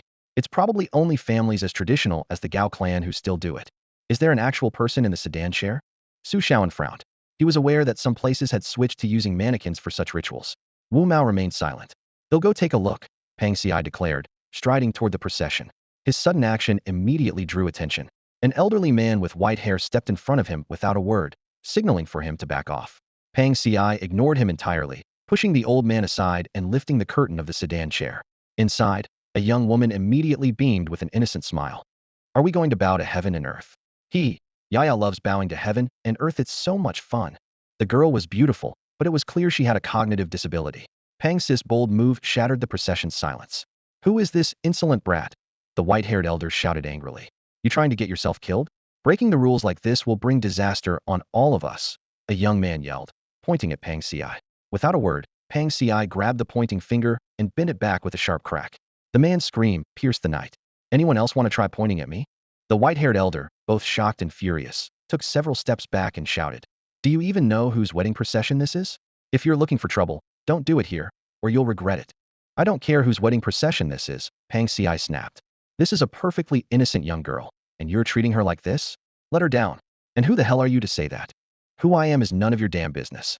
Not telling? Then you're nobody. Nobody, huh? Try me. Oomph. Even if you're the director, you have no say in this matter. The old man sneered, clearly unimpressed by the National Security Bureau's authority. He turned and pulled a nervous-looking middle-aged couple from the group. Her parents have already agreed to this. What's it got to do with you? From inside the sedan chair came a round of crisp clapping, followed by a cheerful voice. Yes, I agree. Yaya agrees. The voice was innocent and carefree, but there was an unmistakable hint of naivety, characteristic of someone with congenital cerebral palsy. See? Meddling busybodies, the old man mocked smugly. Watch your mouth, you old fool. Pang Ci erupted in fury, kicking the old man to the ground. Though the old man displayed faint signs of inner energy, he hadn't even broken through the first limit and was utterly defenseless against Pang Ci. They're causing trouble. Someone call the Gao family, a panicked voice shouted from the crowd. No need to call them. We'll go with you to meet them, Yuan Zong said calmly, stepping forward to the front of the procession. He had already discerned the girl's condition from her behavior, and a wave of pity washed over him for her tragic fate. Guan Yun and the other three followed closely behind. The white-haired old man hesitated for a moment, but eventually signaled the group to move forward. Meanwhile, the young man nursing his broken fingers grumbled resentfully. Uncle Zhong, my fingers are broken. Let it go. We have more important matters to deal with, the old man said in a low voice, trying to pacify him. If we delay the auspicious hour, even the Gao family won't spare us. Outsiders won't understand these things. It's natural. Be patient. The Gao family will compensate you for your injury. The old man's character revealed the weaknesses of human nature in stark detail. When weak, they would rage at even a fishing boat docking nearby. But when strong, they would dismiss a warship sailing past as business as usual. Quiet whispers began circulating among the procession. Who are these people? Don't they know the Gao family's reputation? How dare they go there? Just wait and see, those fools are in for it. Soon, an ancient architectural complex came into view. At the top of a flight of stone steps stood a majestic vermilion gate, its gilded plaque gleaming above, supported by intricately carved flying eaves and glazed double roofs. Every detail exuded the grandeur of a noble family from Xia's ancient past.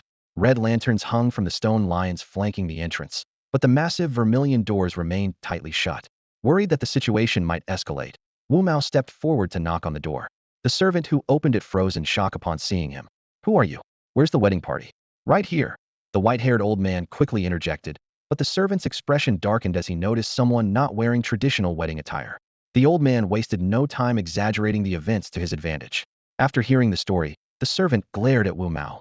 "Who do you think you are, messing with the Gao family? Tired of living, are you?" "I'm with the National Security Bureau's L Division. I need to speak with your master," Wu Mao said firmly. "L Division? Get lost. Our master isn't someone you can just demand to see, especially not tonight." Scram. The servant, though aware of the L Division, grew bolder upon realizing the unfamiliar faces before him. Just as Wu Mao was about to respond, Pang Ci shoved him aside. "You're not saying it right. Let me handle this." The servant, emboldened by the Gao family's reputation, puffed out his chest and opened his mouth to retort. But before he could utter a word, Pang Ci raised his right foot and, with the brute force of someone capable of combating Zenma-level opponents, kicked him with full power. With a loud crash, the servant who had barely broken the second limit exploded instantly, his blood and flesh splattering everywhere. "Go on, say something else. I dare you," Pang Ci roared. Then, turning his fury toward the entire courtyard, he bellowed, "Gao Zhanxiong, get out here. Who dares to act recklessly in the Gao family's estate?" The silence of the night was torn apart by the sound of figures cutting through the air. True martial realm experts descended one after another, surrounding the Gao family mansion.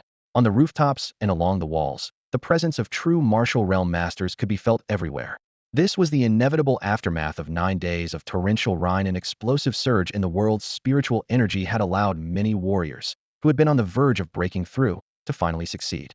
It was like lowering the college entrance exam score threshold, enabling countless borderline students to realize their dreams at once.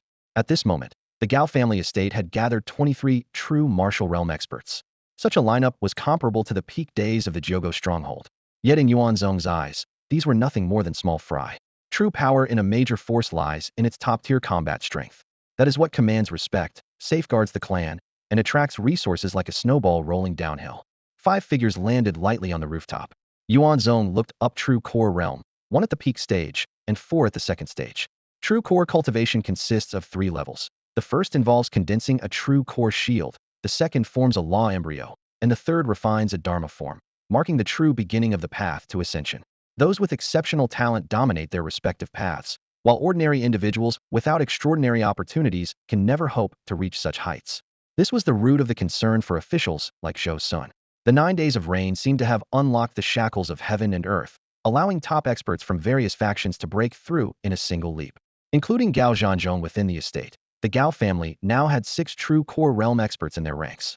In their eyes, this lineup was more than enough to crush Yuan Zong and his group of 5. Tonight was supposed to be a joyous occasion, the wedding of the Gao family's eldest son.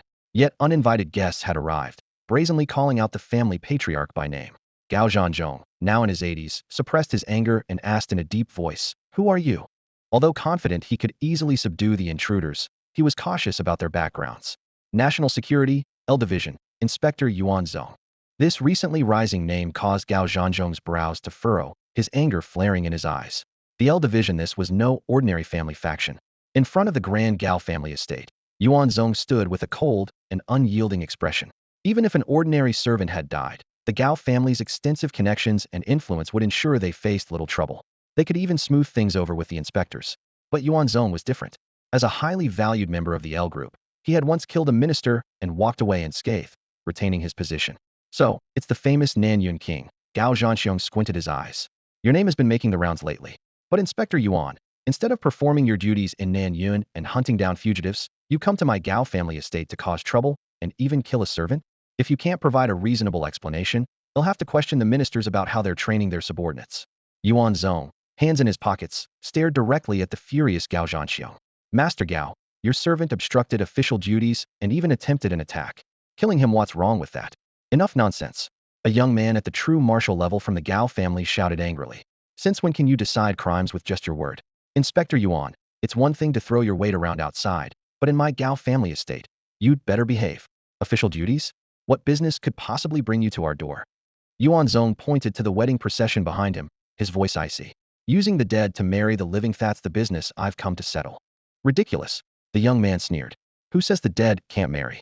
If both sides agree, she could marry a pig for all I care. What's it to you?" Your L group is overstepping its bounds. Gao Zhanxiong stopped his son from saying more and spoke in a deep voice.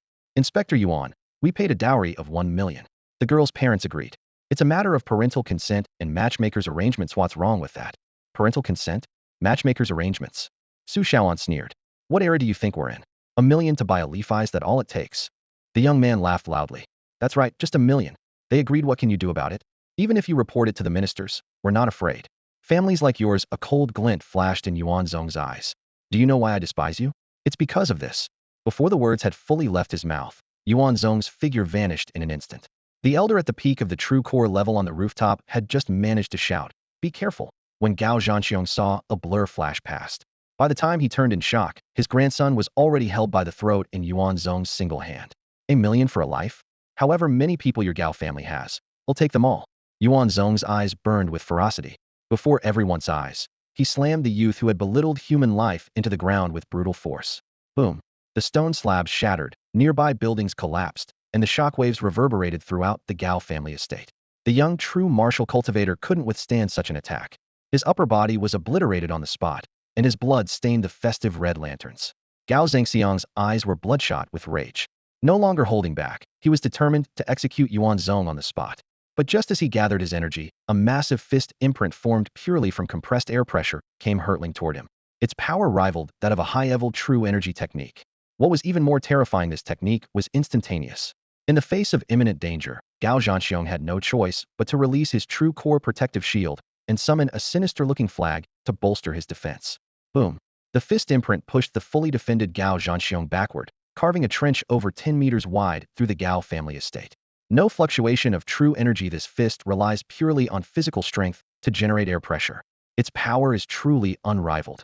Even as an opponent, the true core pinnacle elder, Gao Ming, couldn't help but marvel. But soon, his gaze turned murderous. The grudge is set. He must be eliminated, or the consequences will be dire. All true martial cultivators of the Gao family, heed my command, attack together and destroy him. Bang, bang, bang. Amid the deafening explosions, Peng Ci, Guan Yun, Su Shaoan, and Wei Zichang launched a simultaneous attack alongside Yuan Zong. They targeted the closest Xinhua-level masters, and the battle erupted instantly. Except for Guan Yun, the other three needed only 2 moves to severely injure and kill their opponents, showcasing astonishing combat prowess. Such strength immediately drew the attention of several Xinhua-level experts, who surrounded them. The night sky was shrouded in thick clouds, and the High family's mansion was suffused with a chilling, deathly aura. Yuan Zong looked up to see Gao Ming leading the High family's elite in a fierce assault against him. Countless wisps of deathly energy coalesced into sinister ghostly faces that roamed the air, and a massive shadowy hand descended from the heavens. Simultaneously, 4 true core realm cultivators and over a dozen Xinhua-level family members attacked in unison. Shadowy chains, like giant serpents, coiled from all directions, layering pressure so intense that the space around Yuan Zong distorted and warped. Imposter! You're no inspector. How dare you impersonate one? I, Gao Ming, will execute you for the L group right now. Gao Ming roared in fury. Kill me? Ha!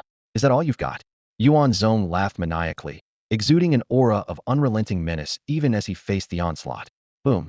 The ground crumbled, and dust billowed into the air. Yuan Zong, his entire body radiating a blood-red aura like smoke, soared into the sky. The shadowy chains binding him proved utterly ineffective, and even Gao Ming's massive ghostly hand was shattered into countless black specks by a single palm strike. The sheer intensity of Yuan Zong's vitality made Gao Ming feel as though he had been transported back to ancient times, standing before a ferocious beast of legend. Gao Ming dared not hesitate, clapping his hands together. He summoned the Yin Ghost Death Shroud. The shroud, adorned with ghastly faces, opened its mouth wide, transforming into a sinister portal of death. But in the next instant, this high-grade artifact was effortlessly torn apart by Yuan Zong. Just a toy. Here's 1 million, burn it for yourself, he sneered, delivering a sweeping punch like a pendulum aimed straight at Gao Ming. Boom. The terrifying force pierced through Gao Ming's body, sending a shockwave of energy surging skyward behind him.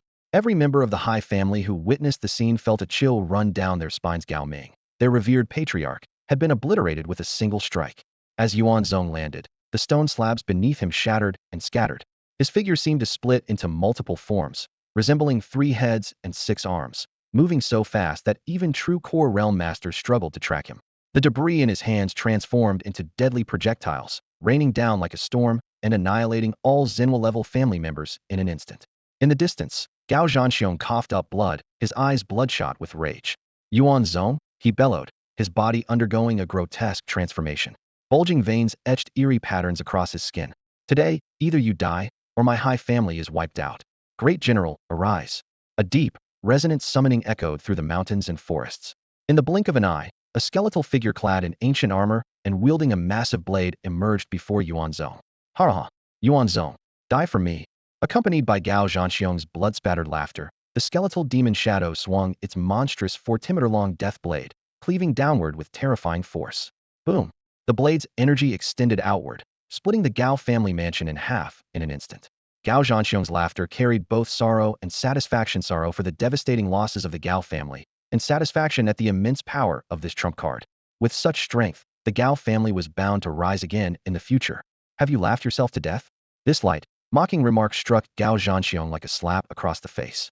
His eyes widened, nearly popping out of their sockets, as he stared in disbelief at the scene before him. Yuan Zong had effortlessly stopped the massive death blade with just 2 fingers. You, Gao Zhanxiong stammered, utterly at a loss for words. You didn't really think killing someone at the peak of true core stage would force me to go all out, did you? Yuan Zong said calmly.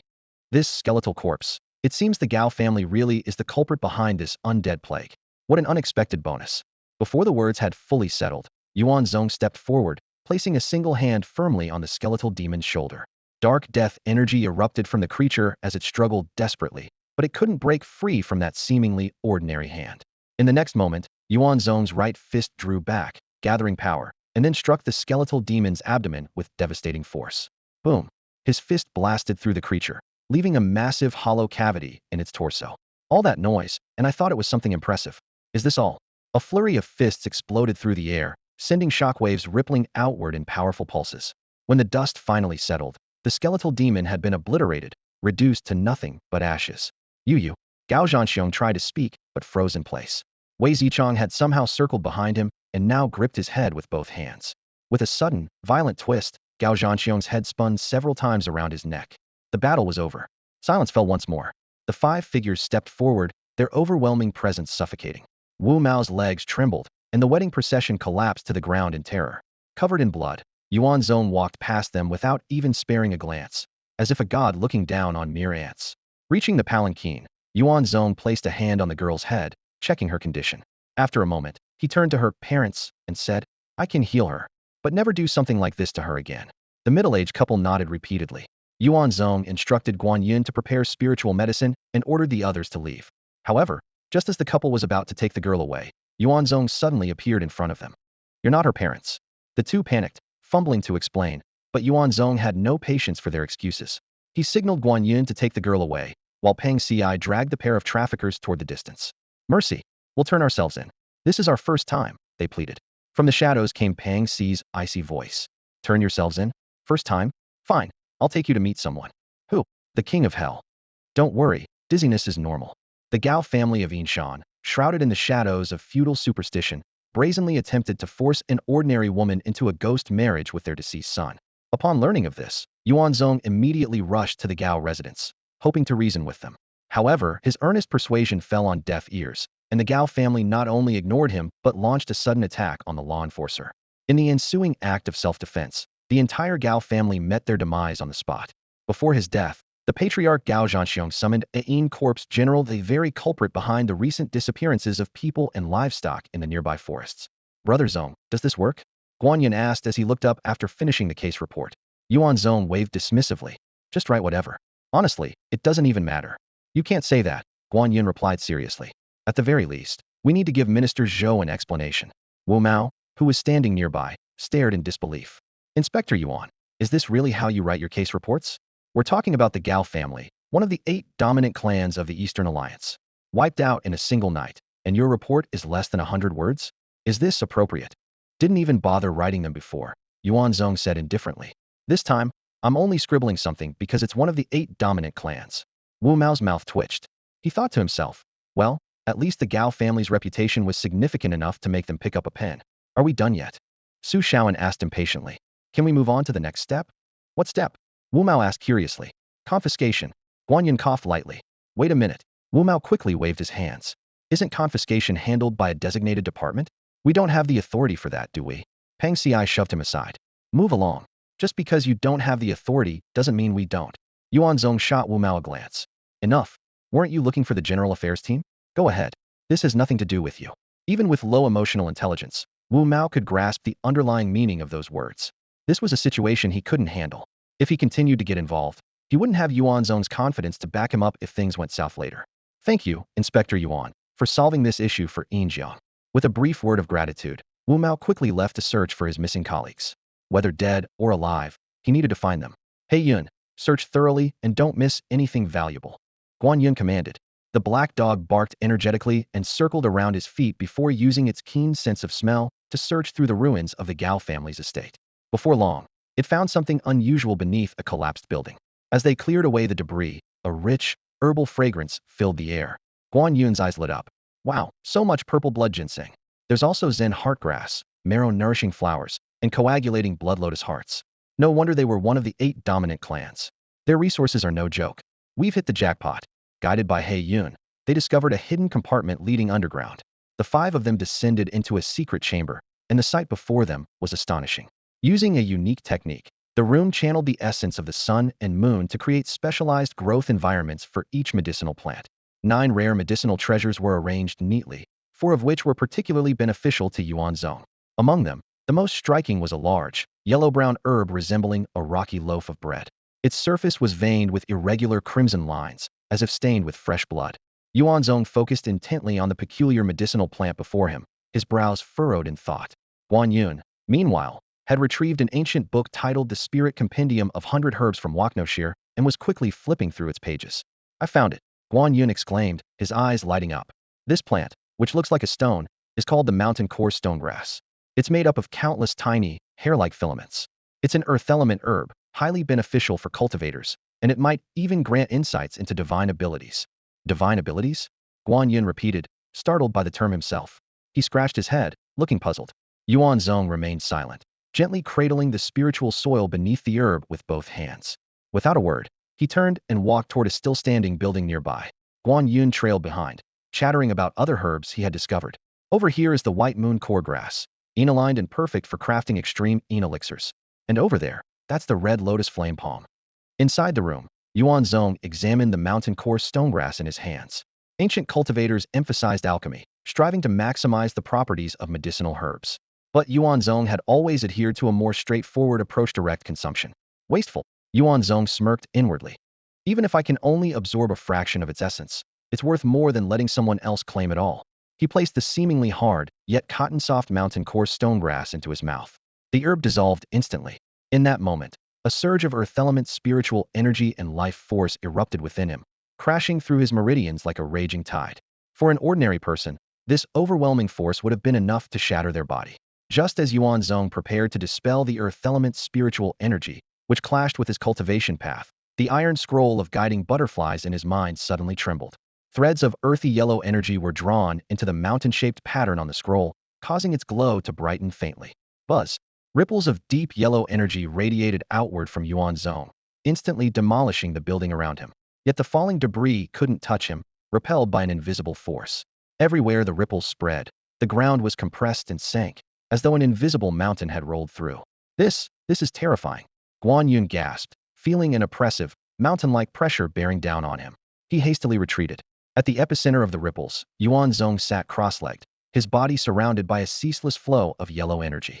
In this profound state of enlightenment, he seemed to merge with an eternal mountain, sensing the passage of time, the changing of seasons, and the rhythm of nature itself.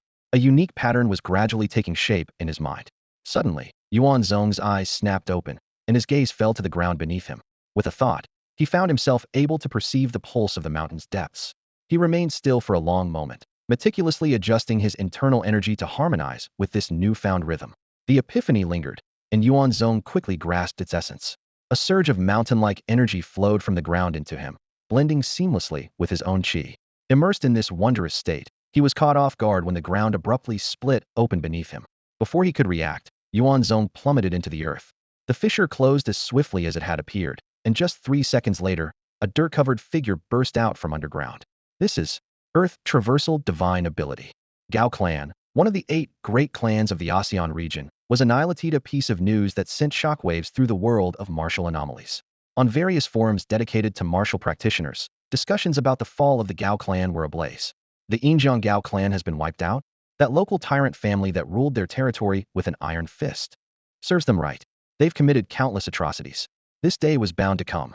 My grandfather used to say the Gao clan traces its roots back to the Southern Song dynasty. Their ancestors were corpse herders who rose to power through a fortunate opportunity. Opportunity? More like exploiting chaos and practicing shady methods. The debates grew increasingly heated, with one question dominating the conversations. Who was responsible for the destruction of the Gao clan? I heard it was an inspector from L Division. Impossible. How could a single inspector take down the entire Gao clan? Maybe they used some kind of large-scale weapon? That can't be it. If they had, the residents within miles would have noticed something. Some began to analyze the situation more deeply.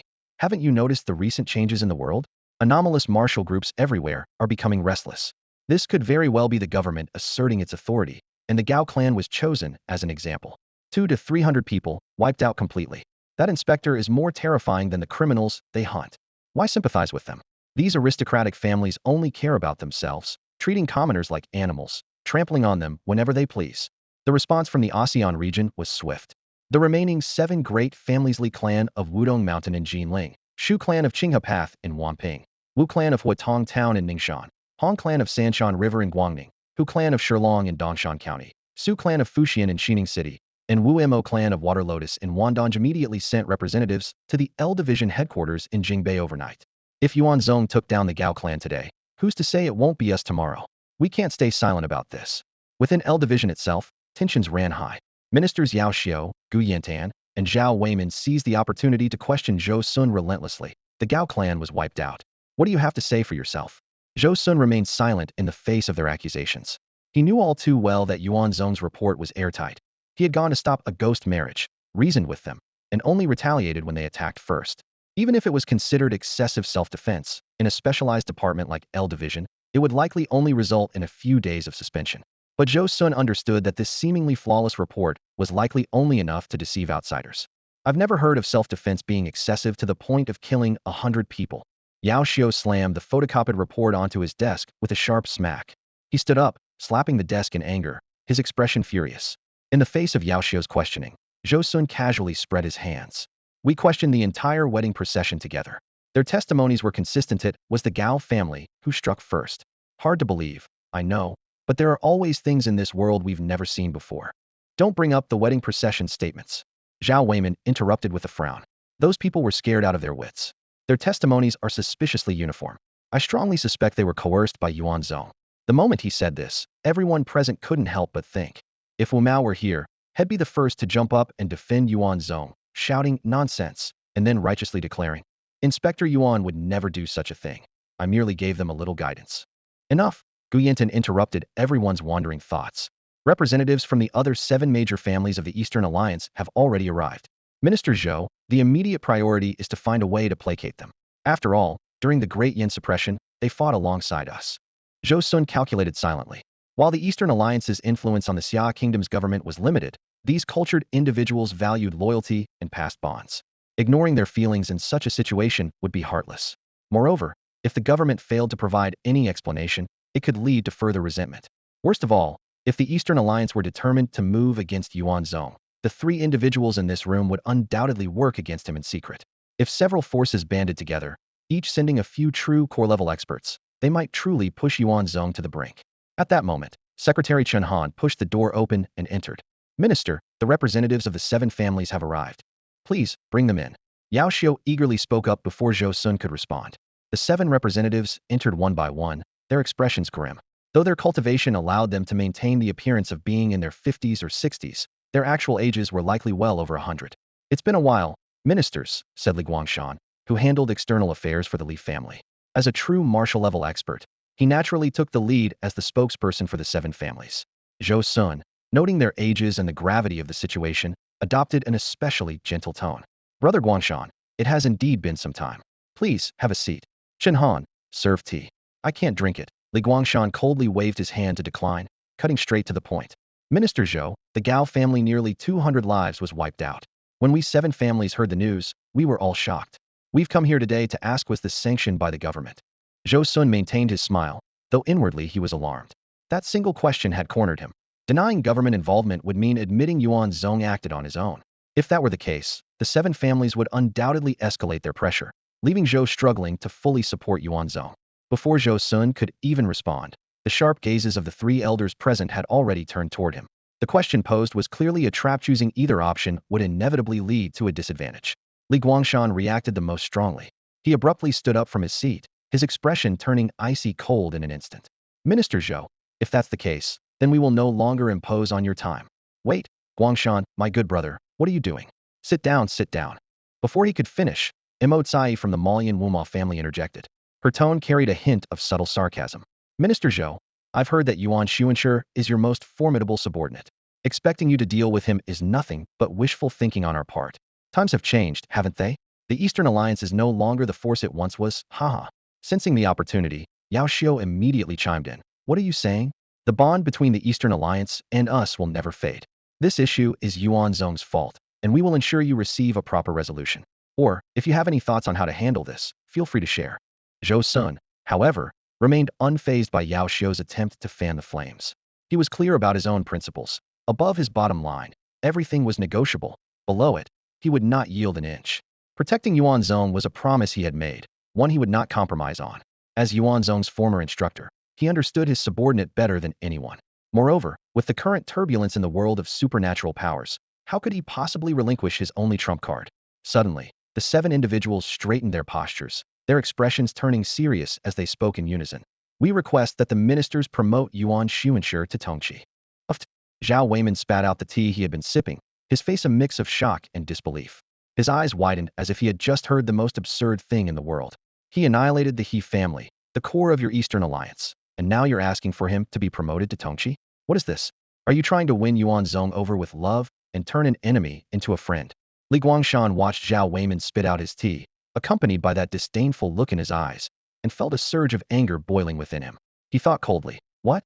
In your eyes, is the Eastern Alliance just an easy target, a pushover? He recalled the incident where Yuan Zong publicly killed Li Jinfeng, and the four clans didn't even make a sound. Despite their close ties with several Dragon Kings, they chose to play deaf and mute. Then the scene of the Eastern Alliance's seven families holding an emergency meeting after hearing the news of the Gao clan's annihilation resurfaced in his mind. 9 days of torrential rain, the world undergoing drastic changes. This unprecedented upheaval in centuries had stirred the ambitions of supernatural forces worldwide. The Eastern Alliance was well aware that in this storm, they would either ride the waves or be shattered to pieces. Yuan Zong, this man who had risen to prominence out of nowhere, swept through Nanyun to Beijing with unstoppable momentum. The seven families knew the strength of the Gao clan inside and out, how many at the Jinwu level, how many at the true core realm. They had all the details. Yet, even with such a lineup, Yuan Zong and his team of 5 had easily crushed them. This forced everyone to reassess Yuan Zong's true combat capabilities. From another perspective, a powerhouse like him would not be easily let go by any faction, especially not the officials. This became evident when Yuan Zong merely had to submit a written self-reflection after killing Li Jinfeng, and the matter was brushed aside. The four clans had swallowed their pride ultimately because of the disparity in strength. This meant that even if the Eastern Alliance applied pressure, the officials would not take lethal action against Yuan Zong. Pushing them too hard would only lead to a complete fallout, and the Eastern Alliance would suffer greater losses. If he couldn't be killed, then could they at least strip him of his official position?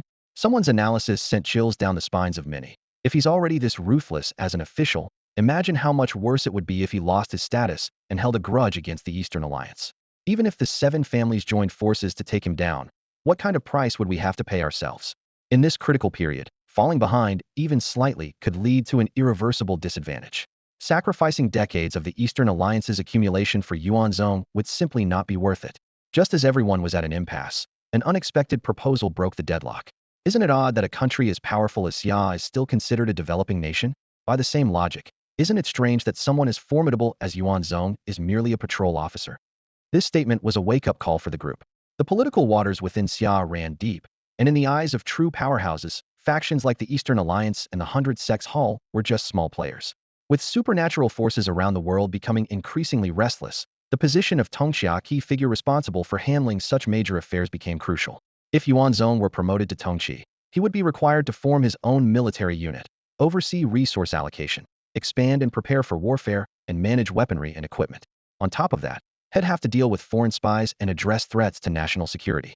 How would he have the time or energy to concern himself with a second-tier faction like the Eastern Alliance?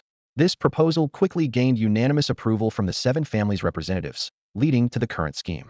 Zhou Sun quickly grasped the underlying strategy was clearly a plan to send away the troublemaker. Realizing this, he felt a surge of joy. After all, he had long suggested to Nanlong Bei that Yuan Zong should take on the role of Tongqi, though his proposals had always been rejected before. The atmosphere in the conference room was tense. Zhou Sun looked troubled as he confessed to Li Guangshan and the others. Brother Guangshan, to be honest, I've recommended Yuan Zong for the position multiple times, but each time it's been vetoed by the four major factions due to the issue of insufficient qualifications. Insufficient qualifications? Li Guangshan's eyes widened, his voice tinged with dissatisfaction. With the merits Yuan Inspector has recently achieved, who dares to say he's not qualified? The other six members nodded in agreement. Speaking of which, the fall of the Gao family was indeed well-deserved, one attendee said gravely. They rose during the Southern Song dynasty, with ancestors who were corpse handlers, and only entered the path of cultivation by chance through a corpse scripture. Over the years, the deeds they've committed in this field were despicable. Yuan Inspector eliminating them should be considered a major achievement. From the corner, Mo Kaiyun suddenly spoke in a firm tone. Minister Zhou, rest assured, the seven families have great admiration for Yuan Inspector. The Patriarch has already given the order to fully support his promotion to Commander Banner, contributing to the development of the Yiwu community in Xia Nation. Hold on. Yao Xiu, Gu Yantan, and Zhao Weiman reacted as if struck by lightning, suddenly realizing, you're here to disrupt our plans? If Yuan Zong becomes Commander Banner, it'll be a huge problem for us. Gu Yantan's expression darkened. This is an internal matter of Group L. The Eastern Alliance has no right to interfere. As the meeting concluded, Zhou Sun rose to see the attendees off, a meaningful smile on his face. Once everyone had left, the remaining three exchanged uneasy glances, all aware of the dire situation. The Eastern Alliance had extensive official connections, and if they joined forces with Zhou Sun and invested precious resources, they might actually succeed in elevating Yuan Zong to a high position. A few days later, Zhou Sun excitedly sent a message. Great news. Yuan Zong, you're getting a promotion. Commander Banner? Yuan Zong asked, puzzled. Didn't you say the Gao family incident would cause me trouble? This is the trouble you meant. Who could have guessed the seven families of the Eastern Alliance would be so bold? Zhou Sun exclaimed, his tone brimming with excitement. They contributed 8 rare medicinal plants and a true spirit mine to smooth things over. 7 days from now is the inauguration ceremony for the 13th Dragon King. Invitations have already been sent out. Officials from various nations will attend, some to toast you, others to challenge you. It'll all come down to your own abilities. Wait a minute, Yuan Zong raised an eyebrow. I was fine being an inspector. Why am I suddenly expected to become a Dragon King? Zhou Sun leaned in, coaxing him. Do you know how many resources a Dragon King can receive from the logistics department each year? Plus, you'll gain access to numerous secret research projects, which could be immensely beneficial for your own goals. Hearing this, Yuan Zong's eyes lit up. All right, he'll take the Dragon King position. After all, in this era of intense competition among great nations, everyone understood one thing. The next era would belong to the Yiwu practitioners. Those who mastered Yiwu would rule the world. In the northern region of Jing, at Longshu Mountain. This mountain, designated by the L Group as a special zone for Tongqi activities, is usually heavily guarded, prohibiting anyone other than Tongqi and its direct battalion members from entering. However, today, in honor of the inauguration ceremony for the new Tongqi leader, Yuan Zong, Longshu Mountain has uncharacteristically opened its gates to welcome representatives of supernatural forces from around the world. In this era where supernatural martial arts flourish, the international landscape has grown increasingly complex. Every nation with significant power has established an official organization akin to the L Group. Despite ongoing controversies, the latest power assessment report from the International Supernatural Authority revealed that the top-ranking organization is not the L Group of Xia country, but the Papal Court, a coalition led by the Vatican and Western European nations. This result comes as no surprise. In the era of supernatural martial arts, organizations with deep-rooted traditions in cultivation and spirituality have risen to prominence. As such, the Vatican, a sacred Christian site, has regained its former glory. Following closely is the Mountain of Gods in northern Xia, an ancient group claiming to be descendants of deities and devoted to nature worship. Below these two top-tier forces is Xia's L Group, followed by organizations such as the Mei Shield from Myligian, the General's Office from Fusong, the Blue Tile Pavilion of the Republic of Dahan, and the Borough Hall from Beixiangguo. These supernatural powers are leveraging the ongoing rivalry among major nations, competing in an undercurrent of power struggles to reshape the global order in this emerging era dominated by force. Wow, this Dragon King robe is incredible, Su Shaoan exclaimed, his eyes lighting up as he watched Yuan Zong step out of the dressing room. Yuan Zong's tall and sturdy figure was accentuated by the sleek black military uniform. 5 golden stars gleamed on his left sleeve, while a majestic golden dragon stretched across his back, its head aligned with the stars on his shoulder. The design was both minimalist and commanding, exuding an aura of authority. Guan Yun, impressed, leaned in to touch the fabric. Why don't we get something like this? I heard this Dragon King robe is made of extremely rare materials. Not only can it conceal one's presence, but it's also resistant to fire and water, and even standard sniper bullets can't penetrate it. I wonder if that's true. Brother Zong, you should wear this every day, Pang Ci joked with a laugh. It's so impressive, and it makes all of us look good too. Absolutely, Zhou Sun chimed in. Back when we were in the peacekeeping forces, this guy Yuan Zong had women lining up to be with him, but he didn't give any of them a second glance. Always kept himself clean and proper. Minister Zhou, Yuan Zong said with a smile, why is there only one of these? Shouldn't there at least be a backup for washing? Wash it. This outfit is top-notch. It's completely dust-proof, just rinse it off if needed, Zhou Sun retorted. Stingy. Do you even know how expensive this is? Zhou Sun shot back. All right, are we ready to start? You know how much I hate these kinds of ceremonies. Zhou Sun nodded. Most of the guests have arrived. We're just waiting on the star of the show. He gestured for Yuan Zong to walk alongside him toward Longshu Mountain's main square. By the way, I noticed something earlier.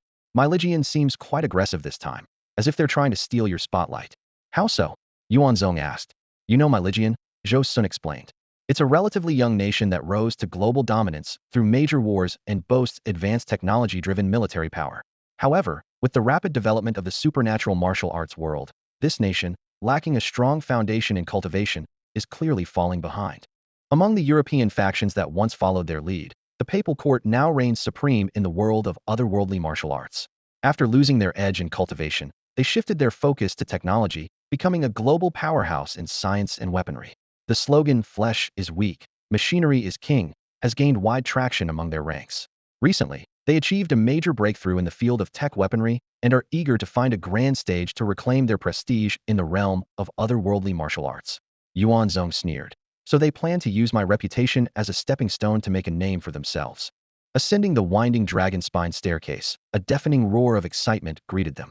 The flat summit of Longshu Mountain was teeming with people, abuzz with energy.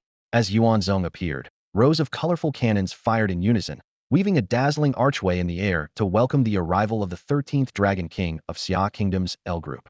Reporters from all corners of the martial arts world swarmed toward him, cameras flashing incessantly as they encircled Yuan Zong.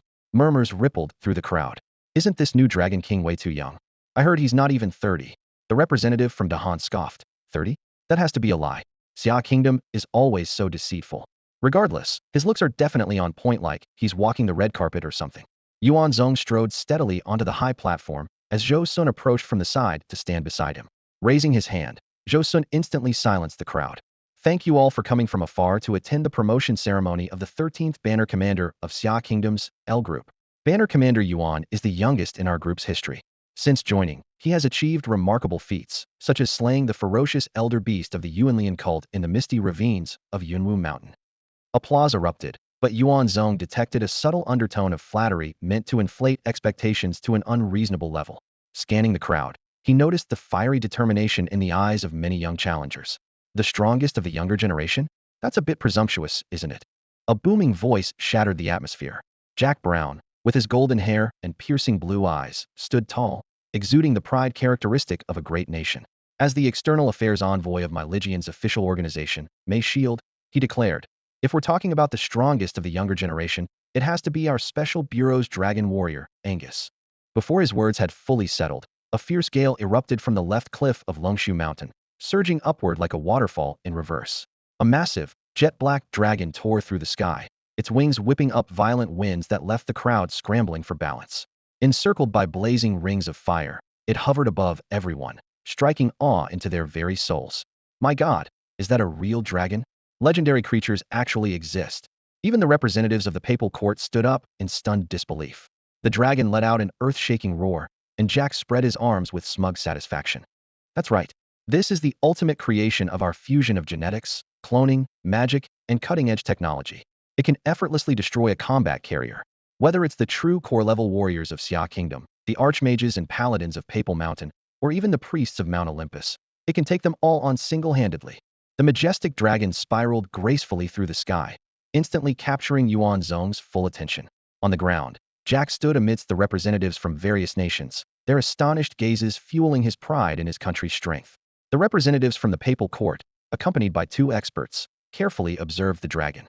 One expert, his eyes glowing with magical runes, used a true sight spell to examine it in depth.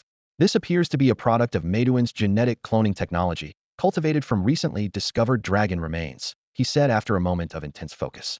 Its body exudes a heavy aura of flame magic, a hallmark of a magical reactor core. This technology likely originates from that alchemical mage, Abel, who fled to Myligian after being pursued by Paladin Galio years ago.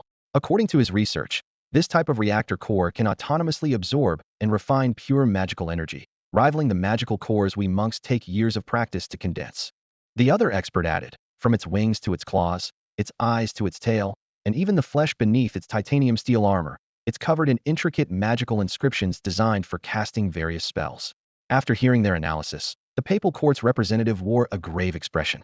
If what you say is true, then Jack's claims are not an exaggeration. This technological creation could indeed rival grand mages and paladins. After a moment of silence, one of the experts replied solemnly, that seems to be the case. Otherwise, Jack wouldn't have chosen such an important occasion to showcase it. Meidon has been overlooked in the world of exotic weaponry for too long. They desperately need to re-establish their reputation in this field. The attendees, recalling Myligian's usual bold tactics, looked increasingly uneasy. Damn it, Meidouin's power is advancing by leaps and bounds. They're bound to flaunt their strength everywhere in the future, someone murmured. We must immediately notify the higher-ups to secure the newly discovered exotic metal mines and prevent any leaks otherwise. This bully will come for them. However, not everyone shared the same concern. The representative from Dahan guffawed. Ha! Myligian truly is the most reliable ally. The representative from Fusang Island nodded repeatedly. Excellent, excellent. It seems the official rankings of the exotic weaponry world will need to be reshuffled, someone speculated. The terrifying thing about technological power is its astonishing growth rate. As Jack basked in the mixed reactions of the various representatives, a sudden, oppressive aura swept across the venue, silencing the crowd. All eyes turned toward the source of the pressure, Yuan Zong, who had somehow drawn his bow to full tension, using a heavy spear as an arrow. Waves of pulsing air radiated from the top bowstring. What overwhelming energy! Is he planning to shoot down the dragon? Gasped the onlookers. Jack's face darkened as he shouted in anger. What are you doing? This creation entered our nation without any formal clearance, Yuan Zong said coldly. I, commander of the L Division, hereby officially notify you that I am exercising my authority to execute the dragon. Of course, as a courtesy to you, our guest, I'll give your warrior 10 seconds to flee as far as they can. This deadly declaration shocked the representatives of all factions. Such a commanding stance from this newly appointed commander was a stark contrast to Xia's traditionally courteous demeanor. Hearing this, Jack suddenly burst into laughter. But before he could respond, Anger, the pilot of the technological dragon, spoke arrogantly from above. You think you can kill me in Ankara? Foolish youth, huh? Go ahead. Anger, won't take a single step back, and I'll consider it your victory if I do. Ankara, defense. The technological dragon let out an earth-shaking roar, its wings spreading wide as radiant magical runes appeared around its body, weaving into a blazing shield of fire. The atmosphere was thick with killing intent, and the entire scene fell into a tense, deathly silence. All eyes were fixed intently on the massive bow in Yuan Zong's hands. The atmosphere grew increasingly tense, the platform trembled violently, and countless particles of dust hovered in midair. The abnormal fluctuations in the force field sent a chill down Anger's spine as he hovered in the sky. He quickly commanded his mount, Ankara, to activate a reinforced titanium steel armor spell on top of the existing magical barrier for dual-layered protection. The 10-second countdown reached its end. Yuan Zong released the bowstring with ease. With a deafening boom, a dazzling streak of light ignited the air, transforming into an eastern fire dragon that roared skyward. The arrow's path left heaven and earth in awe, blazing a trail that seemed to dim the world itself. In the blink of an eye, the lethal arrow was upon Anger. The suffocating killing intent drenched the knight in cold sweat, filling him with regret for his earlier arrogance. But with the arrow already released, all he could do was grit his teeth and face it heat-en. Ankara! Anger shouted desperately. The mechanical dragon roared in response, its magical circuitry surging from 2 circuits to 9, nearly forming a complete magical fireball. Simultaneously, the runes covering its titanium steel armor flared wildly, and its massive jaws opened to unleash a torrent of searing dragon flames. This astonishing display showcased the cutting-edge technology of Mei's nation to the assembled representatives. But in the very next instant, an even more terrifying force obliterated everything in its path, with overwhelming destruction. Boom! In the aftermath of the inevitable collision, the once-proud technological dragon was left with half its body utterly destroyed. Anger, the knight, was nowhere to be seen, as though he had been completely vaporized. The arrow, undeterred, continued its ascent, piercing through the heavens as the onlookers stared in shock and horror. The dragon's mangled remains crashed to the ground with a thunderous impact, shaking the viewing platform violently. It was only then that the representatives of various nations snapped out of their daze, gasping for air as they felt the lingering threat of death, even though they weren't the arrow's target. Yuan Zong calmly lowered his bow. If you thought you could use me to show off your strength, Mei Nation, you picked the wrong target. The crowd fell into an eerie silence. Suddenly, Jack's face twisted with rage, and he roared, losing his composure. Zhou Sun, Xia Nation has gone too far. Killing one of our citizens in public, prepare for sanctions. Zhou Sun sneered coldly. Who are you trying to scare? Do you think Xia Nation is easy to bully? Sanctions? Bring it on. Let's see who gets hurt more. Yuan Zong raised his bow again, this time aiming directly at Jack. Though no arrow was nocked, Jack felt as if death itself had fixed its gaze on him, sending a chill through his entire body. Believe me, if you threaten me one more time, I, Yuan Zong, will kill you where you stand. Jack froze, his throat bobbing nervously. But soon, aware of the strange looks from those around him, he felt like a humiliated lion, his pride igniting into fury. Who are you trying to intimidate? Without an arrow, what can you possibly? Bang! The bowstring thrummed, and an invisible shockwave blasted into Jack like a cannonball, shredding him into pieces on the spot. The audience erupted into chaos, murmurs of outrage spreading like wildfire. Many criticized the treatment of a guest at such an event as utterly excessive. Amid the silent condemnation of the crowd, Yuan Zong remained unfazed. His voice rang out with commanding authority. I am Yuan Zong, the 13th standard-bearer of Xia Nation's L Division. This is how I handle matters. Remember it well. After the promotion ceremony of the Tongqi at Longshu Mountain, various global factions fled in haste, like startled birds, rushing to report the shocking turn of events to their respective authorities. In Myligian, the news of the brutal deaths of their foreign affairs envoy and the flying dragon warrior, Angi, sent officials into a furious uproar. Under their influence, major supernatural media outlets issued strong condemnations, reigniting the Xia Nation threat narrative as the center of public discourse. That evening, the online supernatural forums were in an uproar. Posts flooded in like a blizzard. The youngest dragon king of Xia is way too bold, killing Myligian's envoy and flying dragon warrior in public. Xia Nation is despicable. It's been a tradition for 1,000 years not to harm emissaries. Just wait, our allies will deliver a heavy blow. Allies? What a joke. You're just a lapdog for the East, and not even the top one. Stop flattering yourselves.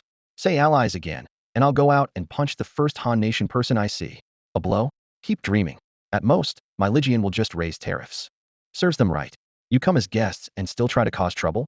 If I were Yuan Longwang, none of them would have made it back alive. The debates on the forums became increasingly heated. He's only 29 and already this powerful? Weren't they saying Xia's supernatural warriors were still struggling at the Jinwu level? How did he manage to instantly kill a Sipha-grade flying dragon? That's just Barada's temple master spewing nonsense. You actually believe that? Xia has had Zindan-level experts for a while now. This young commander is too arrogant. He must be assassinated to eliminate future threats. Sure, you and the Han people go ahead. Just remember, if you're caught, blame it on the Great Bear. This is too ruthless. Are we sure he's in Le Groupe Tongqi and not some demonic villain?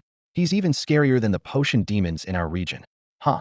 Seems like the reports were right. Xia Nation is full of savages. Rubbish. He's a public official, not some thug. Exactly. He's no different from your Myligian cops when they empty their clips. Amid the arguments, someone made a calm observation. My elder brother has always been polite to you lot, but you keep pushing your luck. Now that there's a hardliner in charge, you're really in for it. Whatever. He's just one dragon king. Let's talk again when he builds a strong army. Yeah, supernatural combat at the national level isn't a onion-owned duel. My Baihu Supernatural Corps could send a small assassination squad to take him out with ease. A sudden voice interjected. Hey, is no one going to talk about our tech flying dragons? Do you even realize what it means for hundreds of them to take to the skies? What does it mean? Yuan Zong nailed it. Just fire another volley of heavy arrows, and we'll have enough ingredients for a KFC family bucket. Meanwhile, in a high-end residential complex in northern Jing. Brother Zhou, be honest. This big house, did you embezzle to get it? Yuan Zong joked as he plopped down on the sofa with a wide grin. Embezzle my foot. Zhou Sun retorted indignantly. I'm a minister, for crying out loud. Living in a place like this is perfectly normal. Where's your wife? Haven't seen her in ages, Yuan Zong asked, crossing his legs. She's back in our hometown looking after the grandkids, Zhou Sun replied, pulling out a box of premium tea leaves from a cabinet. He walked over to the tea table and personally brewed a pot of tea for Yuan Zong. Here, try this, Zhou Sun said. holding out a cup of tea with a faint, delicate fragrance to Yuan Zong. Since the world has undergone these strange changes, many plants have transformed mysteriously. This tea is one of them. Drinking it can calm the mind, focus the spirit, and accelerate the absorption of natural energies. Yuan Zong took the cup without a word. He had chosen to forego cultivating natural energies, opting instead for a path of strengthening the soul, honing the body, and mastering martial intent. He felt no need to explain his decision. Not bad, tastes pretty good. Yuan Zong downed the tea in one gulp, the refreshing aroma lingering in his mouth. Zhou Sun shook his head at Yuan Zong's bold drinking style. What a waste of such fine tea on you, he muttered. Then his expression turned serious. Yuan, I heard you've been promoted to flag commander. The Eastern Alliance put in a lot of effort for that. From what I see, they're just trying to sideline you, afraid you'll investigate their affairs. Shouldn't you give them a little surprise? Not a good idea. Zhou Sun immediately shot down the suggestion. Think about it. What's the Dragon King's status? In the domestic martial world, it's an unspoken rule to stay above petty conflicts. It's about maintaining dignity. Plus, they went out of their way to help us. Would you really turn around and slap them in the face? I've got thick skin. What's there to feel bad about? Yuan Zong said bluntly. If they're willing to give, I'll take it. But I'll still do my job. Besides, if I'm not working, I might as well go back to prison and quietly train. Work? There's plenty of it out on the high seas, Zhou Sun said with a meaningful tone. The high seas? Yuan Zong raised an eyebrow. What's going on? Zhou Sun's expression grew serious. There are things you don't know. Let me explain. What's the biggest difference between the martial world and the ordinary world? Conflict. Life and death conflict. Yuan Zong answered without hesitation. Zhou Sun went on to outline the current state of the martial world. He explained how nations adopted a dual governance approach for the martial world, leading to increasingly fierce covert battles between countries. The high seas had become a global battleground for resource competition. Of the 12 Dragon Kings from Xia, 2 were stationed in northern Jing, while the others were scattered across key regions, 6 of them operating in the high seas. Hearing this, a flicker of surprise crossed Yuan Zong's face. No wonder so many once dominant figures had vanished from domestic missions recently. Zhou Sun poured him another cup of tea and spoke earnestly. Yuan Zong, to be honest, I don't know the full extent of your strength. But let me give you some advice as an older brother. Don't get cocky. Especially out on the high seas, you need to stay grounded and cautious. The two continued discussing deployment details. Zhou Sun suggested that the high seas were no place for solo operations and recommended Yuan Zong select a team from the Martial Academy to form his own elite force. But when the topic shifted to equipment and resources, Yuan Zong interrupted. They'll handle the people myself. As for weapons and gear, let's put it this way, convert everything into funding for me. 100 billion, plus 10 tons of blood flesh Lingji, Yuan Zong said with a sly smile. Uft. Zhou Sun nearly choked on his tea. You bandit. Robbing me now? 100 billion dough you think I'm made of money? Do you know how many smokers would have to pay taxes to cover that military budget? And 10 tons of blood flesh Lingji? Do you think that stuff grows like cabbage, just needing some manure to sprout? Calm down, listen to me. Zhou Sun picked up the blue and white porcelain teapot, tilted his head back, and took a big gulp, the sound of the tea gurgling as he drank. All right, go ahead, I'm listening. He set the teapot down, a smirk playing on his lips. 100 billion? Huh. Why don't I just package up all the smokers in Fujian and hand them over to you? Let them smoke as much as you want. Yuan Zong's smile didn't falter. Instead, he turned serious. Let me ask you first, how much funding do you allocate to each banner corps at the initial stage of their formation? Include the value of resources in your calculation. Zhou Sun furrowed his brows, thinking for a moment. How can you calculate that clearly? Every situation is different. If I have to give an average, maybe around 15 billion. And after that, how much in resources do you provide monthly or annually? Why are you asking about these accounts that can't be clearly calculated? Zhou Sun waved his hand impatiently. How about I call Lao Xie from the logistics department to sort this out with you later? No rush. Yuan Zong replied unhurriedly. Even if the numbers aren't exact, over the years, the total must have exceeded 100 billion, right? Zhou Sun chuckled lightly. Do you think all of that goes unaccounted for? The resources obtained on the high seas are all entered into the inventory. Of course, I would inventory them as well. Yuan Zong's eyes lit up. You give me 100 billion, and you won't need to provide any more resources. Everything I acquire will go into the inventory. How does that sound? Zhou Sun paused, deep in thought. That's an interesting proposition. But, he narrowed his eyes. Why does it feel like you're planning to take the money and run? Run? Where would I even go? Yuan Zong burst into laughter. The world isn't that big. There's nowhere for me to escape to. Fair enough. But 100 billion. Zhou Sun tapped the table lightly. That's a huge amount. Yuan Zong slammed the table with a sudden thud. Why are you so hesitant? Give me 100 billion, and I'll turn the high seas into territorial waters. Empty boasting. Zhou Sun frowned. Just tell me, are you in or not? Are you recruiting personnel yourself? Yes. Handling equipment on your own? though you'll need to provide a few aircraft carriers and destroyers, right? Yuan Zong quickly waved his hands. Just kidding, but we do need ships. You can't expect us to swim in the open seas, can you? After some haggling, the two finally settled the details. Yuan Zong promised a 5,050 split and even claimed he could recruit 500 elite fighters above the sixth limit from the exclusive Yiwu Military Academy. Although Zhou Sun was skeptical, he ultimately agreed to the deal. As they parted, Zhou Sun gave a pointed reminder. Brother Yuan, you better not take the money and run, or I'll be stuck reading newspapers in Talankio prison for the rest of my life. Don't worry, Yuan Zong replied with a smile. Zhou Sun nodded.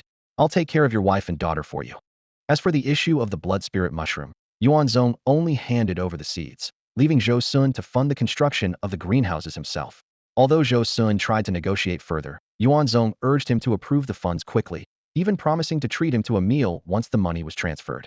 Time passed, and the scene shifted to a village nestled in the vast Qinling Mountains. Yuan Zong stood atop a massive boulder, his gaze sweeping over a group of robust young men and teenagers below. His voice carried a heavy tone. Many of your parents were my dear friends and comrades in arms. It was my failure to lead them properly that caused them to perish far from home. Bringing you here and teaching you the ways of cultivation was my way of ensuring their spirits could rest in peace, knowing their children are cared for. It's also my attempt to ease the guilt I carry in my heart. Now, things were taking an unexpected turn. Standing at the summit of the mountain, Yuan Zong gazed into the distance, his brows slightly furrowed. In the not-so-distant future, the flames of war would spread across international waters and borderlands. So, I must return to my old path and lead troops into battle once again. Yuan Zong turned to face the young men and women behind him, his gaze resolute. He was aware that some of them had privately expressed their desire to serve their country, following in the footsteps of their parents. Now, I'm giving you one last chance to decide. If you want to enlist, step forward. If not, you may stay here to continue your training or venture out on your own.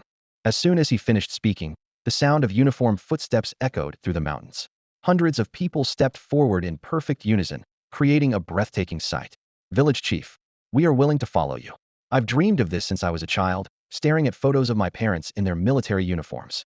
Amid the fervent shouts, Yuan Zong's eyes grew slightly misty, and for a moment, he seemed to see the faces of his old comrades who once fought by his side. Good. Your parents would be proud of you, he said softly. From now on, don't call me village chief anymore. Then what should we call you? Peng Xiai asked. Boss. Su Shaoan interjected eagerly. Boss, my foot. It's commander. Guan Yun retorted with a roll of his eyes. What? Do you think we're bandits now? Just as Zhou Sun had predicted, even though his methods had changed, Yuan Zong was still, at his core, the formidable leader people revered. Guan Yun, Yuan Zong called. Guan Yun stepped forward immediately. Here, those above 18 and who have broken through the sixth major limit, register with me. The rest will stay here until they meet the requirements.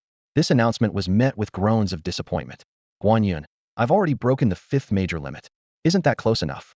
Guan Yun chuckled and shook his head. Just keep pushing. Break through one more limit, and you'll be there.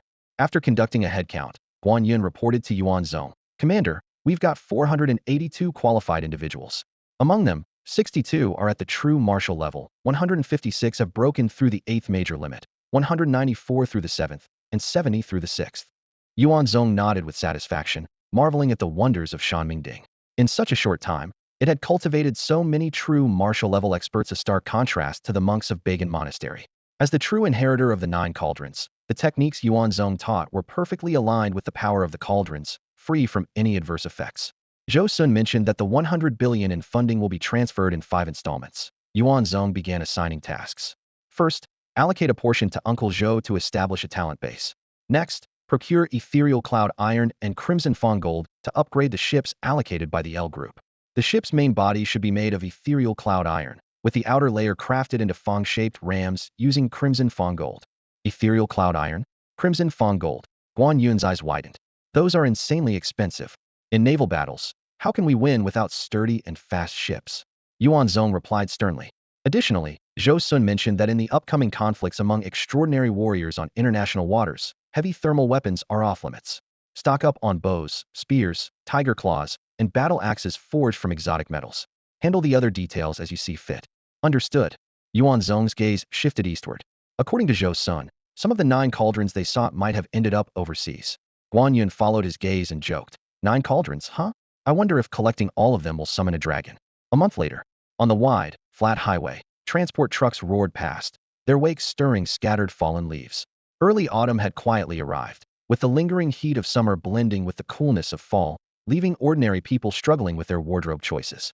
But for the iron-blooded men of the heavy tank battalion, this was no issue at all. Some habitually went shirtless, showing off their solid, muscular physiques, while others were nothing more than tight black tank tops stretched taut over their powerful frames. In the convoy, young soldiers curiously observed the fields and high-rises rushing past beneath the highway. Whenever the convoy stopped at a service area, this rugged and untamed group invariably drew the attention of every passerby. In the corners, single women could often be seen pulling out their phones, whispering excitedly, "Look at all these strong men." After a 24-hour journey, the convoy finally arrived at the Rizhao military port. The warship allocated to Yuan Zong by Zhou Sun had already been docked there for 2 days. The port's chief, Hong Tuji, came forward to greet them. Though not a cultivator himself, as an officer, he had witnessed the fierce island disputes between different martial factions on the high seas. "Greetings, Commander Yuan," Hong Tuji said. "I'm Hong Tuji. Your warship has been docked here for 2 days and is ready for the handover procedures anytime." "Thank you. Let's go take a look at our warship," Yuan Zong replied. Under Hong Tuji's guidance, the group arrived at the docking area. The sight of the massive warship immediately captured everyone's attention. This vessel, built at a cost of nearly 50 billion, was constructed using 2 special materials: ethereal cloud iron and crimson edge steel. The ethereal cloud iron covered the entire outer shell and main structure of the warship, presenting a pristine white surface, while the jet black crimson edge steel encircled the ship, extending into a formidable charging horn at the bow.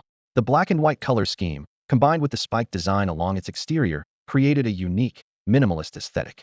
"Commander Yuan, this is a custom-made warship from the L Group, specifically designed for commanders in your rank," Hong Tuji explained. The ship is 180 meters long and 23 meters wide. Before modifications, its full load displacement was 9,200 tons. With the enhancements using ethereal cloud iron, this is expected to triple. This rare metal from the era of cosmic transformation is exceptionally lightweight, highly compatible with wind element spiritual energy, and naturally aerodynamic. The propulsion system uses our nation's latest Dongfeng L9 nuclear power unit, reaching a top speed of 60 to 68 knots. Given the properties of ethereal cloud iron, the actual speed could be even higher. You can test it yourself for precise data. To my knowledge, this speed ranks in the top 10 among all martial factions on the high seas. Top 10. Yuan Zong raised an eyebrow. Hong Tuji elaborated. In terms of ship performance alone, it ranks in the top 3. However, I've heard that some factions use techniques like true energy or magic to temporarily boost speed. I'm not too familiar with those specifics. "I see," Yuan Zong nodded. "All right, I've got the details." He then turned to Guan Yun, who immediately shouted, "Everyone, board the ship." Before long, the warship sailed out of the port and into the vast open sea. On the deck, Yuan Zong stood against the wind, letting the salty sea breeze wash over his face. His right hand gently rested on a specialized weapon mounted at the prow of the ship, the Zhuge Storm. This advanced device, a fusion of technology and inner energy, had become the standard weapon for all factions, as they adhered to the tacit rules of refraining from using heavy technological weaponry in international waters. The Zhuge Storm required true crystals for power crystals imbued with the essence of the heavens and the earth, more precious than gold. These crystals were the core resource over which factions in international waters often clashed. The ship was equipped with 100 cubic units of true crystals, the standard reserve for a flagship warship. However, with 28 Zhuge Storms on board firing continuously, this reserve would last only a day at most. Factoring in the energy consumption of the true energy shield, it wouldn't even hold out for half a day. That said, the warship's defense system wasn't limited to a single method. In addition to the true energy shield powered by true crystals, it was also equipped with the latest plasma defense shield from Xi'an Nation. Uniquely, at Yuan Zong's request, the bow and stern of the warship had been custom fitted with 4 heavy harpoons, arranged in parallel on either side, and connected by thick chains running across the ship. These were specially designed for hunting massive creatures in the deep sea. Before departure, Yuan Zong had learned from Zhou Sun that certain colossal and exotic creatures lurked in the depths of the sea. He recalled the fishy, brine-scented beast he had hunted in the Min River, which had likely swum inland during the torrential 9-day storm. Thinking of how his desolate dragon tendons still required further reinforcement from such exotic entities, a glint of anticipation flashed in his eyes. "Brother Zong, this warship feels a bit small," Pang Ci remarked, slapping the railing. "We'll upgrade to bigger ones once we've got the money. One for each of us," Yuan Zong replied with a grin. Su Shaoan, dressed in beach shorts, was basking in the sea breeze. "The ocean scenery really is something else. Just water everywhere. Who would have thought international waters could have battles like this?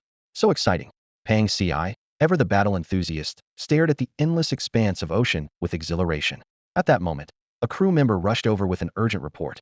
Boss, we've received a communication from another vessel. They're saying we're about to enter their controlled waters and are ordering us to stop. Controlled waters?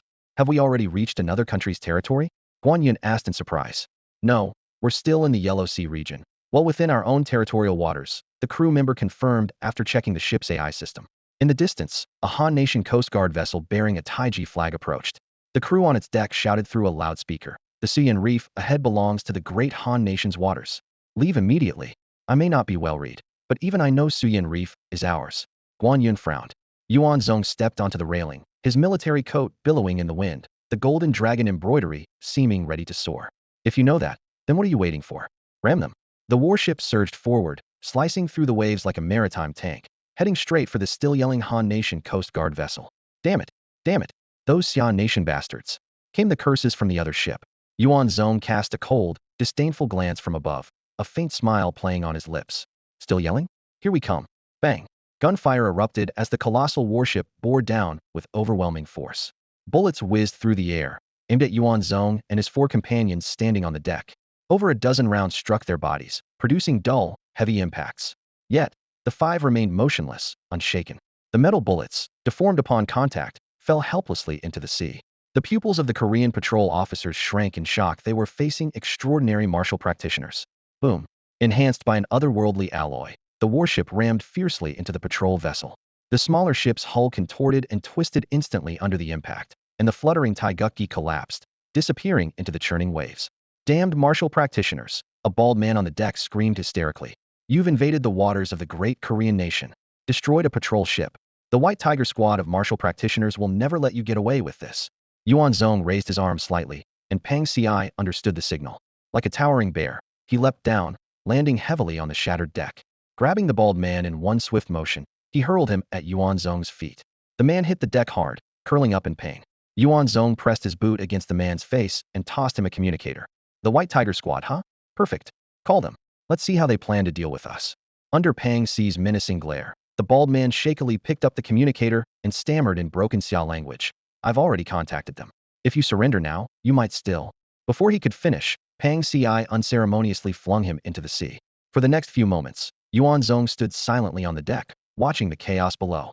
Some Korean patrol officers sank into the depths, while others clung desperately to the overturned hull of their vessel. The cold, harsh scene stirred unease among some of the younger subordinates, who struggled to mask their discomfort. Look closely, Yuan Zong commanded sharply.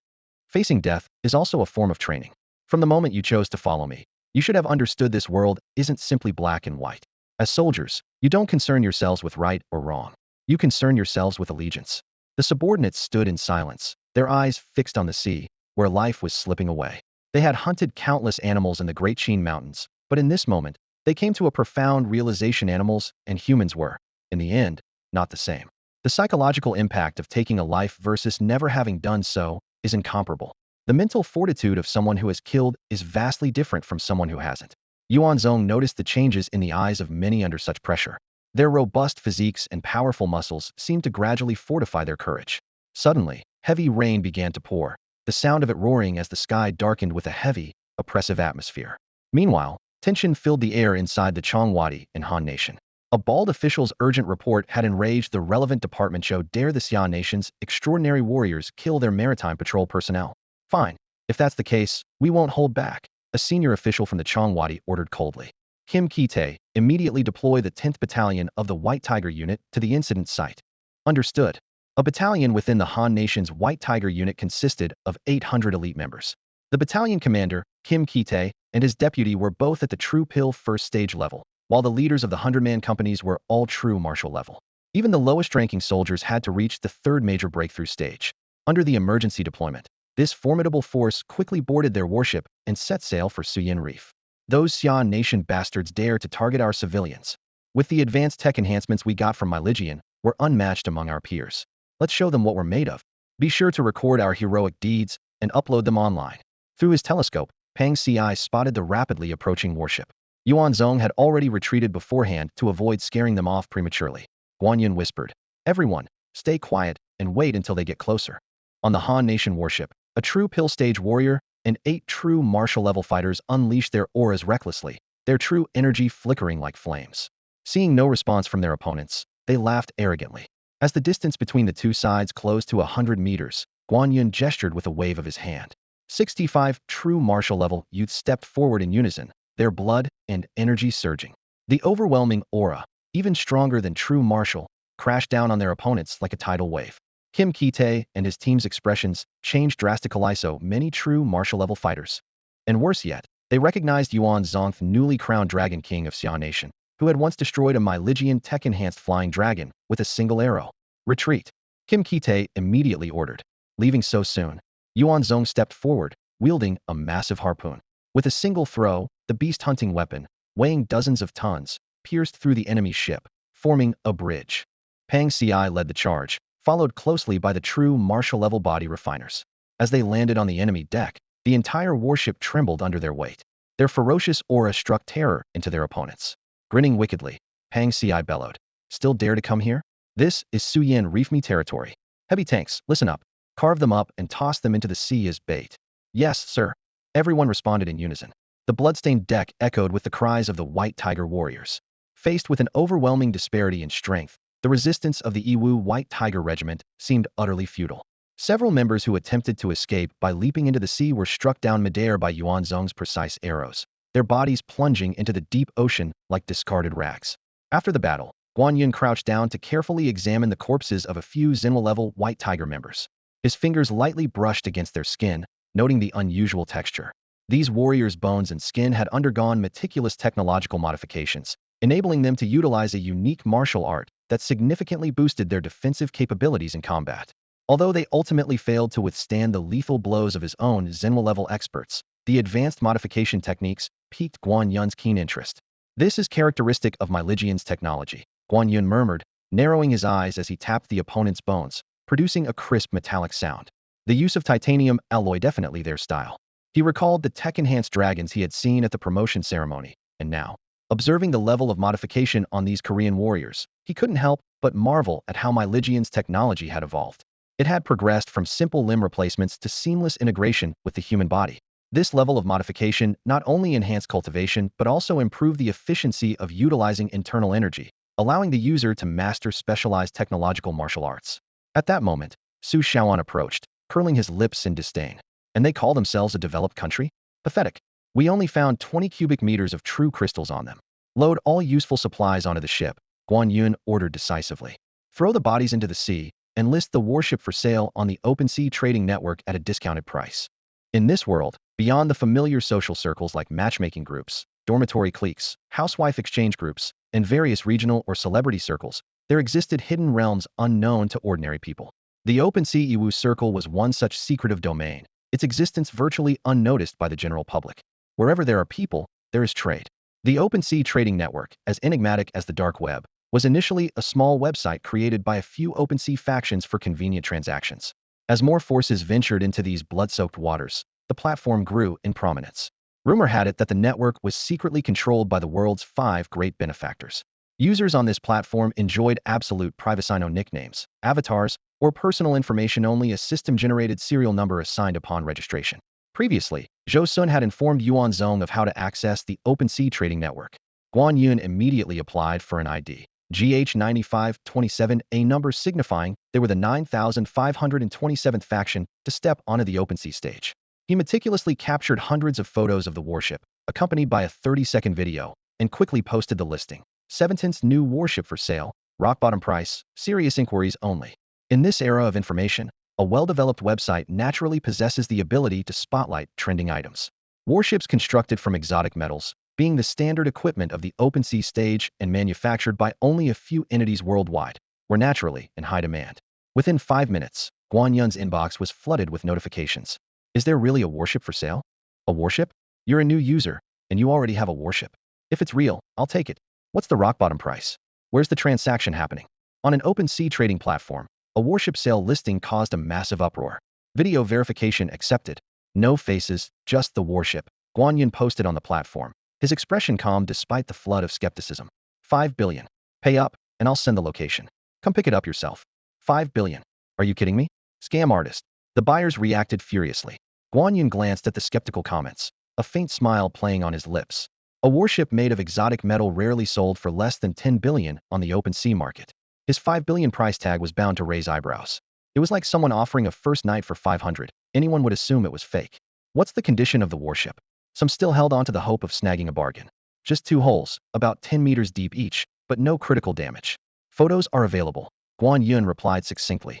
Yuan Zong, standing nearby, grew anxious. Hurry up and sell it already. With their limited crew, the warship felt empty, and being a Han-manufactured ship, it was far inferior to their own industrial shipyards' products. Selling it quickly and converting it into cash was the priority.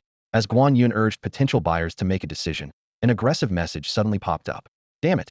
Isn't that one of our great Han Chonghua Palace's Sejong-class warships? It even has our national Taiguchi flag on it. Are you seriously trying to sell my warship back to me? Nonsense, this is my warship. Guan Yun retorted without hesitation. The other party, enraged, shot back. You little punk. You dare steal our warship and then sell it? Choi Ganglai from the Heavenly Star Society. Choi Ganglai, what are you, some green onion from a vegetable patch? Selling it, what can you do about it, idiot? Guan Yun responded just as provocatively. Furious, Choi Ganglai immediately posted a warning in the platform's main hall. The warship being sold by ID 9527 was stolen from our Chonghua Palace. Anyone who dares to buy it will be making an enemy of the great Han's 10 families. He then secretly arranged for associates to pose as buyers and managed to extract Guan Yun's location near Suyin Reef, within Xia's territory. As the news spread, many initially interested buyers backed out. While the Great Han's reputation in Xia wasn't great, its combat prowess ranked among the best globally. Some suggested buying the ship and repainting it immediately, but upon learning that Choi Ganglai was a first-stage true core master who wielded My Legion's latest extreme flame suppression technique, they wisely withdrew. However, a few days later, ID 9527 stunned everyone with a new listing. 2 warships for sale, 170 new with some damage, 180 new and intact. Both feature flame flow metal construction. A damaged set of Cow systems included as a bonus. One for 5 billion, the other for 8 billion. Bundle deal, 10 billion. The buyers were left speechless. Unbelievable. Did Choi Ganglai go there to deliver gifts? Hey man, is there after-sales service? No after-sales. What if they come and take it back? Not my problem. Finally, one buyer gritted their teeth and said, "They'll take them. Give me the coordinates. Bring the warships to the location and they'll verify via satellite. Once confirmed, we'll transfer the money immediately." Deal. Guan Yun agreed without hesitation. 10 billion has been credited. Guan Yun showed the account details on his phone screen to everyone, a simple and honest smile spreading across his face. Su Shaoan stared at the staggering number in disbelief and clicked his tongue in amazement. No wonder they say selling arms is ridiculously profitable. The margins are terrifying. He turned to Pang Ci. This is a great business, Brother Zong. We should keep digging deeper and aim to grow it even bigger. Not good. Wei Zichong suddenly spoke up, his voice stuttering slightly. Hearing this, Pang Ci frowned and turned his head, then chuckled. Zichong, if you don't speak, no one will notice you're a stutterer. Just nod or shake your head. That's enough. Wei Zichong fell silent. Just as the others were about to speak on his behalf, he slowly nodded. Guan Yun continued his report. In addition to the battleship, there are 50 cubic meters of pure crystals. Also, I unloaded the 10 thunderstorm cannons from above her. These are magical weapons made by My Legion. But I doubt there's room for them on our deck, right? As soon as he finished speaking, Pang Ci strode over to one of the thunderstorm cannons, about the size of a tank, and lifted it effortlessly with one hand. This solves the problem, doesn't it? A mobile turret? Su Shaoan's eyes lit up. Wow, your brain is finally working. By the way, how much does this thing weigh? Probably 60 to 70 tons, Pang Ci replied. Su Shaoan immediately called over the other true martial-level brothers to test it out. 10 young men easily hoisted all 10 thunderstorm cannons. The weight isn't an issue, but I wonder about the recoil, one of the young men commented. Let's try it out over the ocean. Let me do it. Another young man eagerly aimed at the sea and activated the weapon. The 6-meter-long barrel extended, accompanied by a crackling sound of electric currents. A high-intensity lightning net flickered, its roar resembling the cries of 1,000 birds. Wind element magic was activated, unleashing a subsonic-level tornado. The storm passed through the lightning net, instantly transforming into countless lightning-infused wind blades that fanned out, delivering a devastating saturation attack across a 1,000-meter range ahead. The sea surface churned violently under the overwhelming energy, shredded into chaos by the wind blades, sparks flying everywhere. Woohoo! That was awesome! The operator shouted excitedly, his arm muscles bulging and veins popping, while even his face rippled under the immense recoil. 2 minutes later, the ammunition was depleted and the storm subsided. The group marveled at the weapon's power, agreeing that even a first-stage true core cultivator would struggle to withstand it. Yuan Zong ran his hand over the scorching barrel. The power is indeed incredible, but it consumes pure crystals too fast. Half a cubic meter only lasts 2 minutes. If any outsiders had been present, they would have been astonished by the sheer strength displayed by these true martial-level warriors. Not only could they easily lift objects weighing dozens of tons, but they also endured such massive recoil with ease. Meanwhile, chaos erupted within the Tianqing society. The death of Cui Ganglai left everyone in disbelief, with some speculating that it might have been the work of Xian Nation's newly promoted commander. Who cares who it was? Growled a man with claw scars across his face. Even if it was Yuan Zong, so what? This is international waters. Personal strength alone isn't everything. Our Tianqing society's leader was killed. If we don't reclaim our honor, what face do we have left? If it's Yuan Zong, all the better. He has just been promoted to commander, and now he's heading out to sea so quickly. His team must be understaffed. This is the perfect time to strike. A voice filled with ambition echoed in the meeting room. If we can take him down, our Tianqing society will make its mark in history. Jiang Mingho, have you considered the consequences? On the video screen, the expressions of the other leaders looked grim. What do you think the other Dragon Kings or factions in Xian Nation will do when they find out we've killed a Dragon King? So what if they know? Jiang Mingho stood up, his eyes gleaming with arrogance. The 10 great families of our Dahan Nation have already mastered the second-generation tech weaponry provided by my Lijian. Our combat power will soon explode exponentially. Why should we fear Xian Nation? Before he could finish speaking, Jiang Mingho's right arm suddenly turned pitch black before their eyes. I've already completed my transformation and achieved the ultimate Dark Overlord body. Just a few days ago during testing, I easily defeated 3 Stage 1 True Core cultivators in single combat. He laughed maniacally. With my Lijian backing us, we are the strongest nation in Asia. Jiang Mingho, keep your composure, advised Lim Taehan, the eldest leader of Tianqing Society. President Yuan, it's enough if you stay composed. Jiang Mingho sneered dismissively. Don't worry, I can handle him on my own. Just wait for my good news. With that, he cut off the video connection abruptly. Old fool, Jiang Mingho muttered with a cold laugh. We're both presidents. Why should I listen to you? Besides, if I don't achieve something great, how will I step over you and rise to the top? Shortly afterward, a bounty notice appeared pinned to the top of the public trading forum on the open seas. A reward of 1 billion for anyone who can provide the exact location of Cui Ganglai. Guanyin quickly noticed the news. Brother Zong, one of Tianqing Society's 9 presidents, Jiang Mingho, has issued a kill order against us. 1 billion just for coordinates, pretty generous, huh? Pang Ci, give him the coordinates. Let's make some quick cash. Yuan Zong called over Su Shaoan. The sea chart. This detailed map, seized from Cui Gangli's warship, marked Tianqing Society's resource islands and key areas of interest. Jiang Mingho, Star Island. A cold glint flashed in Yuan Zong's eyes. Let's head there and see what kind of big shot he really is. He'll drive. He'll drive. Pang Ci excitedly dashed to the cockpit. Xiaomeng, full speed ahead.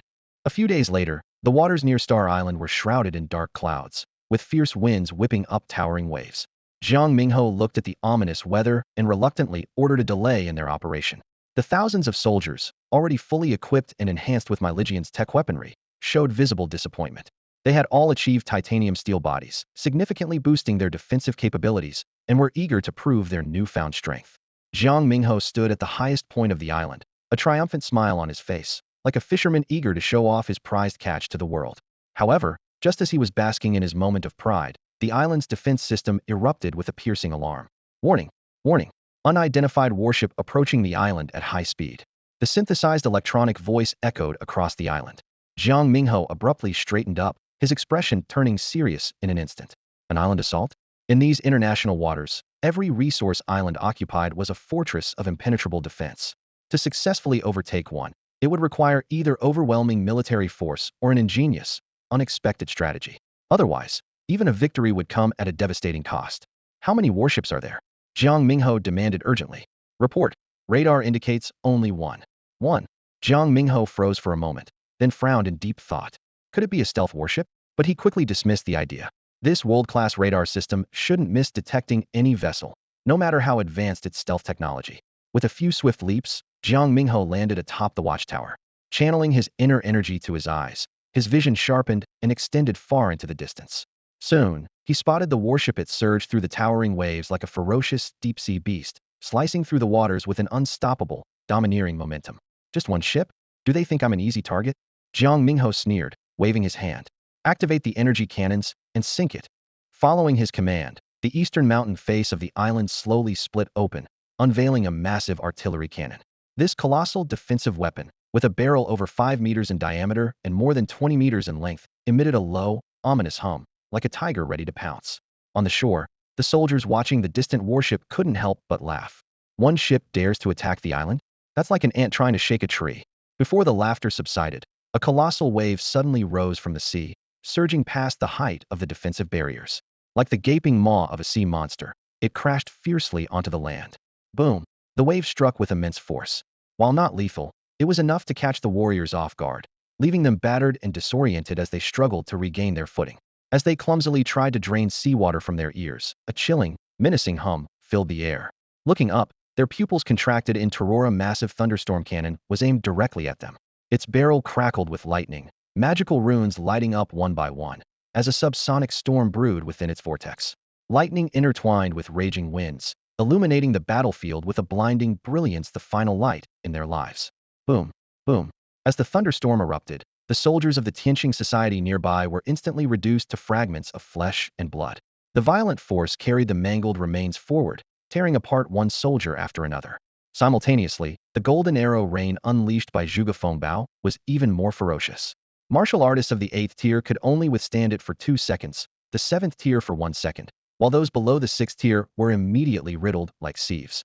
These once feared warriors on any other day were nothing more than cannon fodder on this battlefield.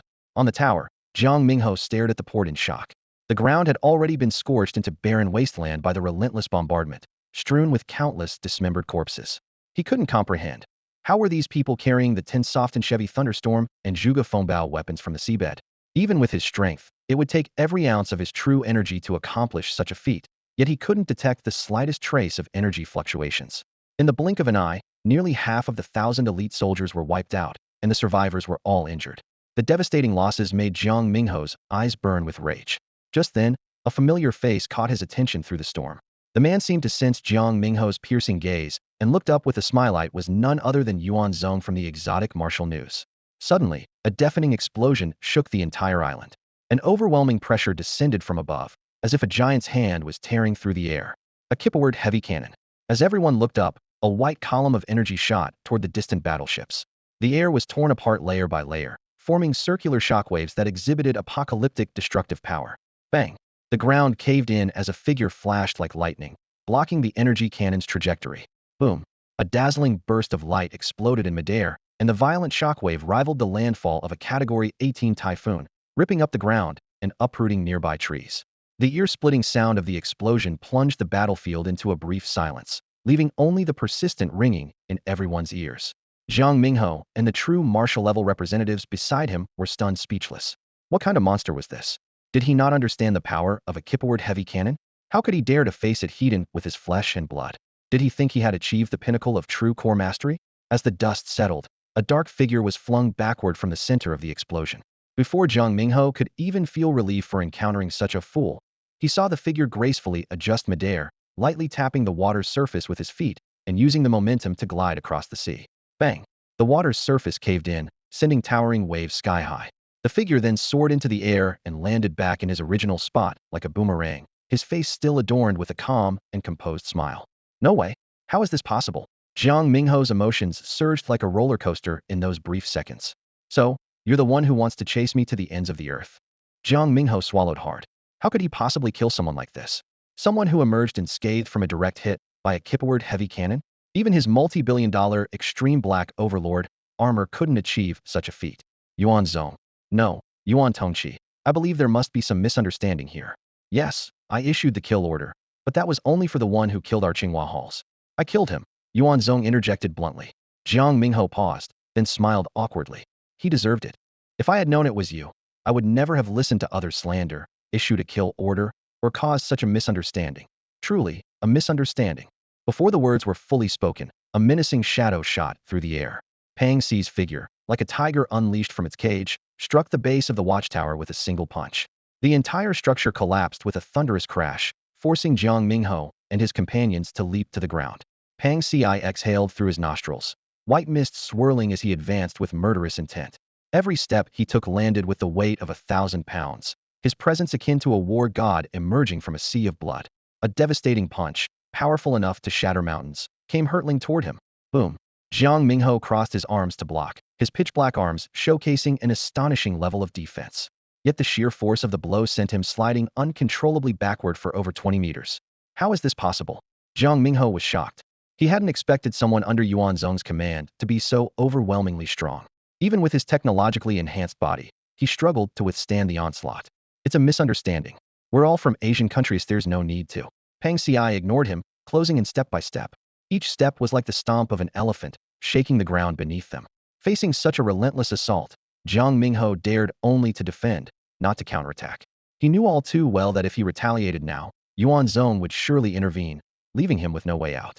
Pang Xi's punches came down like a torrential rain, each one carrying immense force. Jiang Mingho kept retreating, but his eyes began to redden with bloodshot fury, his anger boiling over. Brother, are you really leaving me no way out? I said it's a misunderstanding. Like hell I care if it's a misunderstanding. Pang Xi roared. Do you think only you can provoke us, and we can't fight back? Another heavy punch came crashing down. Finally, unable to suppress himself, Jiang Mingho's gaze flickered toward Yuan Zong in the distance, and his entire body erupted with energy. He shifted from defense to offense in an instant, his movements as swift as lightning, and his skin turned jet black. Extreme Black Tyrant Form, activate. For Extremes Blade, activate. He unleashed the Four Extremes Blade, a unique technique of the Tianqing Society. His limbs became like blades, each strike carrying the force to split the heavens. A razor-sharp leg blade sliced through the air, aiming straight for Pang Xi's head. Pang Xi advanced instead of retreating, using his left arm to block the leg blade, while driving his right fist toward Jiang Mingho's chest. The two clashed in a high-speed exchange, their energy colliding and sending shockwaves through the air. As the battle raged on, Jiang Mingho grew increasingly alarmed. He realized that Pang Xi's strength came purely from training and his unaltered, natural body. This revelation weighed heavily on him. Under the dual pressure of imminent death and psychological strain, his energy surged uncontrollably, and his skin turned an even darker shade of black. Die? Blade of mountains and rivers. Jiang Mingho roared, his right leg swelling with muscle as he swung it with unparalleled speed, creating a storm of blade-like shadows that seemed capable of splitting the heavens and earth. The sudden change in his attack finally tore through Pang Xi's defenses. With the first slash landing on his body, Pang Xi felt his mind tremble violently, and his defenses instantly collapsed. Immediately after, hundreds, even thousands of slashes poured down like a torrential storm, exploding with deafening booms. Each strike forced him to retreat step by step, leaving visible trails in the air from the shockwaves behind him. The relentless rhythm and overwhelming power of the assault made the surrounding youths break out in cold sweat for him. Yuan Zong stood calmly on the side, his gaze steady as he observed the battle. He spoke softly to Su Shaoan and the others, revealing a profound truth. The path of martial arts lies beyond strength. Intent sharpens the blade. True edge is nothing more than defying the heavens and fearing no gods or ghosts. Amid the battle, Pang Xi fell into deep thought. For years, he had relied on the body-refining techniques taught by Yuan Zong to achieve an unrivaled level in his realm. Yet now, watching even Yin Zhen and others touch the threshold of martial intent, he found himself perpetually one step behind, stirring unease in his heart. The countless slashes continued to rain down on him, and his once impenetrable body began to show cracks, blood streaming from his wounds. Yet, under the almost crushing pressure of this dire situation, Pang Xi's mind grew sharper and more focused. He could clearly hear the sound of breathing in his ears, feel his heart pounding powerfully like a war drum, and sense his entire body heating up, as if he were a piece of iron being forged in flames. Die now! Jiang Mingho roared in a near-mad frenzy.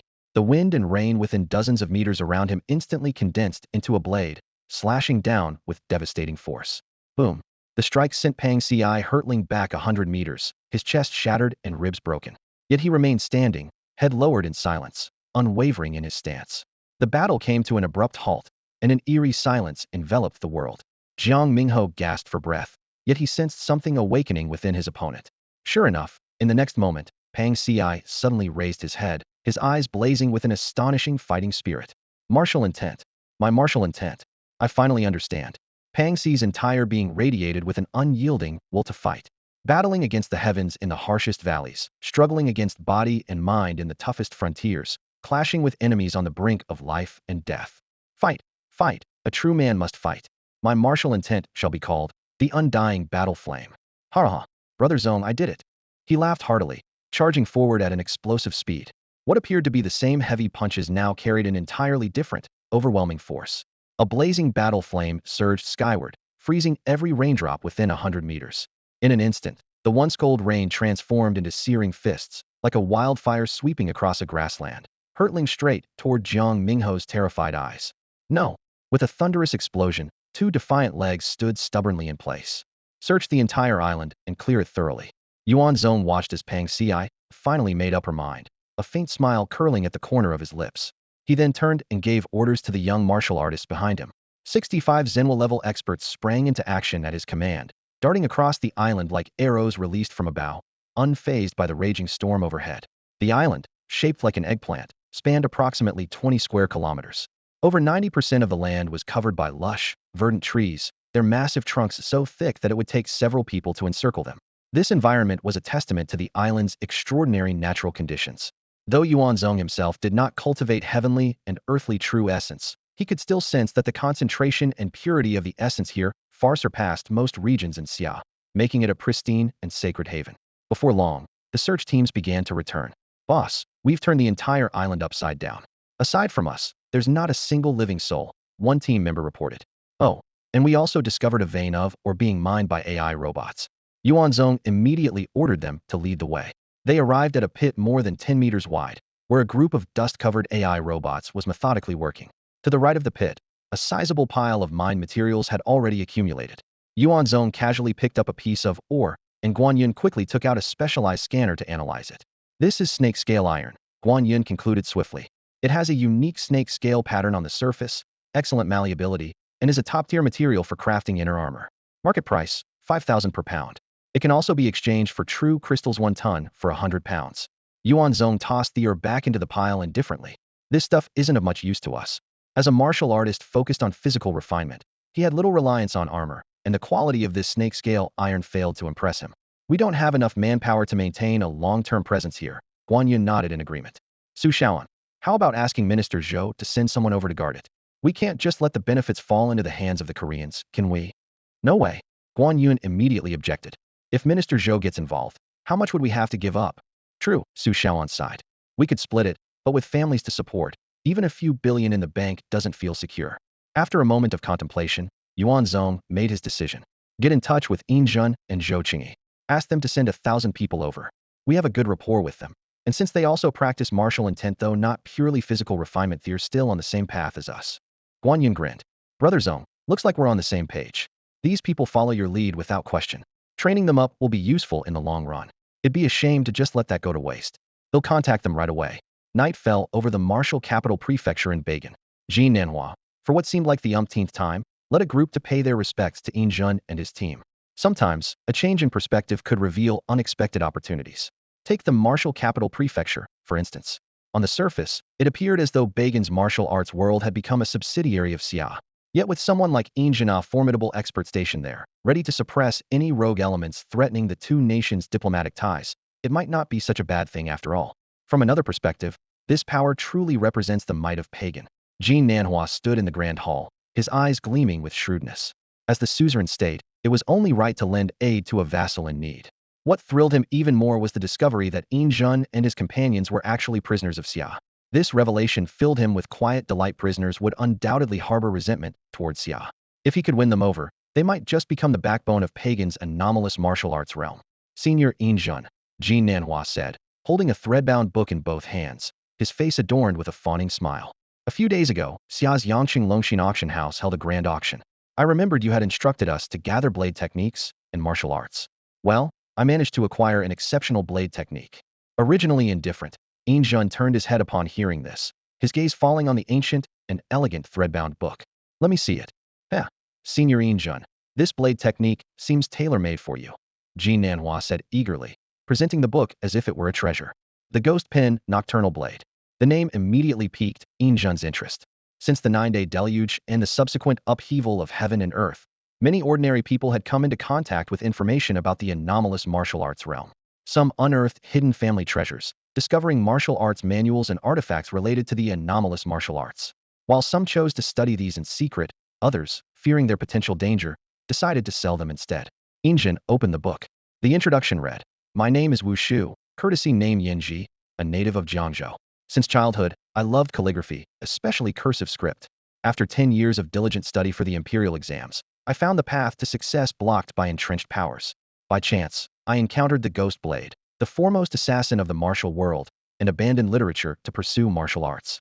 After years of rigorous training, I had a fateful dream one night, hearing a celestial melody that led me to enlightenment.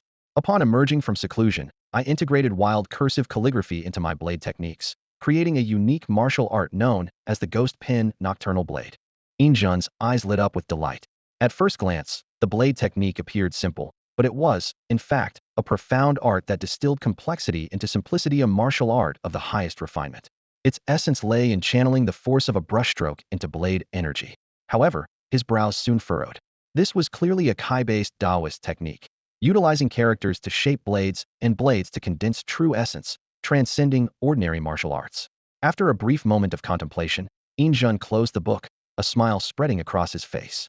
Though it was a martial Dao technique rooted in the true spirit system, its unique and ingenious assassin-style blade techniques were rare and valuable.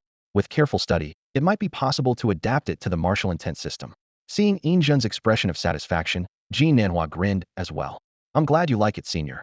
He seized the moment and added, oh, and there's more good news. Speak. I spent a fortune hiring a master hacker from my Legion.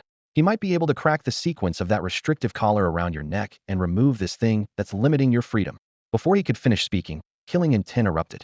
The vermilion bird blade, lying on the table, unsheathed itself in an instant, its edge stopping just at Jean Nanhua's throat. The sharp blade pressed lightly against his skin, drawing a fine line of blood that stained the edge crimson. Chief Jean, if you have a death wish, just say so. Considering you brought me this blade technique, I wouldn't mind sending you on your way. Two meant no harm, senior. Bang! Injun kicked him flying. Get lost. At that moment, Lu Han rushed into the hall. Old Ian, pack your things. We're leaving. Where to? The boss sent a message. Hearing this, Injun leapt to his feet, tears streaming down his face as he touched the restrictive collar around his neck. Finally, the boss finally remembered us. There's a new replacement at the prison. We need to move out immediately. Got it. Jean Nanhua, lying on the ground clutching his chest and coughing up blood, watched the two of them frantically preparing to leave. A deep sense of frustration welled up in him. It was like trying your best to win over a cold and distant woman, only to find out she wasn't aloof at all. The moment her long-absent scumbag boyfriend called, she rushed off to meet him without hesitation. Damn it. 20 billion for a blade technique. All for nothing. I'm going to lose my mind. A few days later, over the skies of Star Island, a transport plane flew low. Several figures leapt from the aircraft, their feet barely touching the ground before rushing toward Yuan Zong, who stood by the sea cliffs. Boss, Injun, Lu Ming, Zhou Qingyi, Lan Yu, and Ah Fu shouted in unison. That's all for today. Thank you so much for watching. I hope you guys enjoyed. If you wish to have another part of this recap, please give us at least 1,000 likes. Please don't forget to comment and subscribe to our channel for more content like this. Until next time.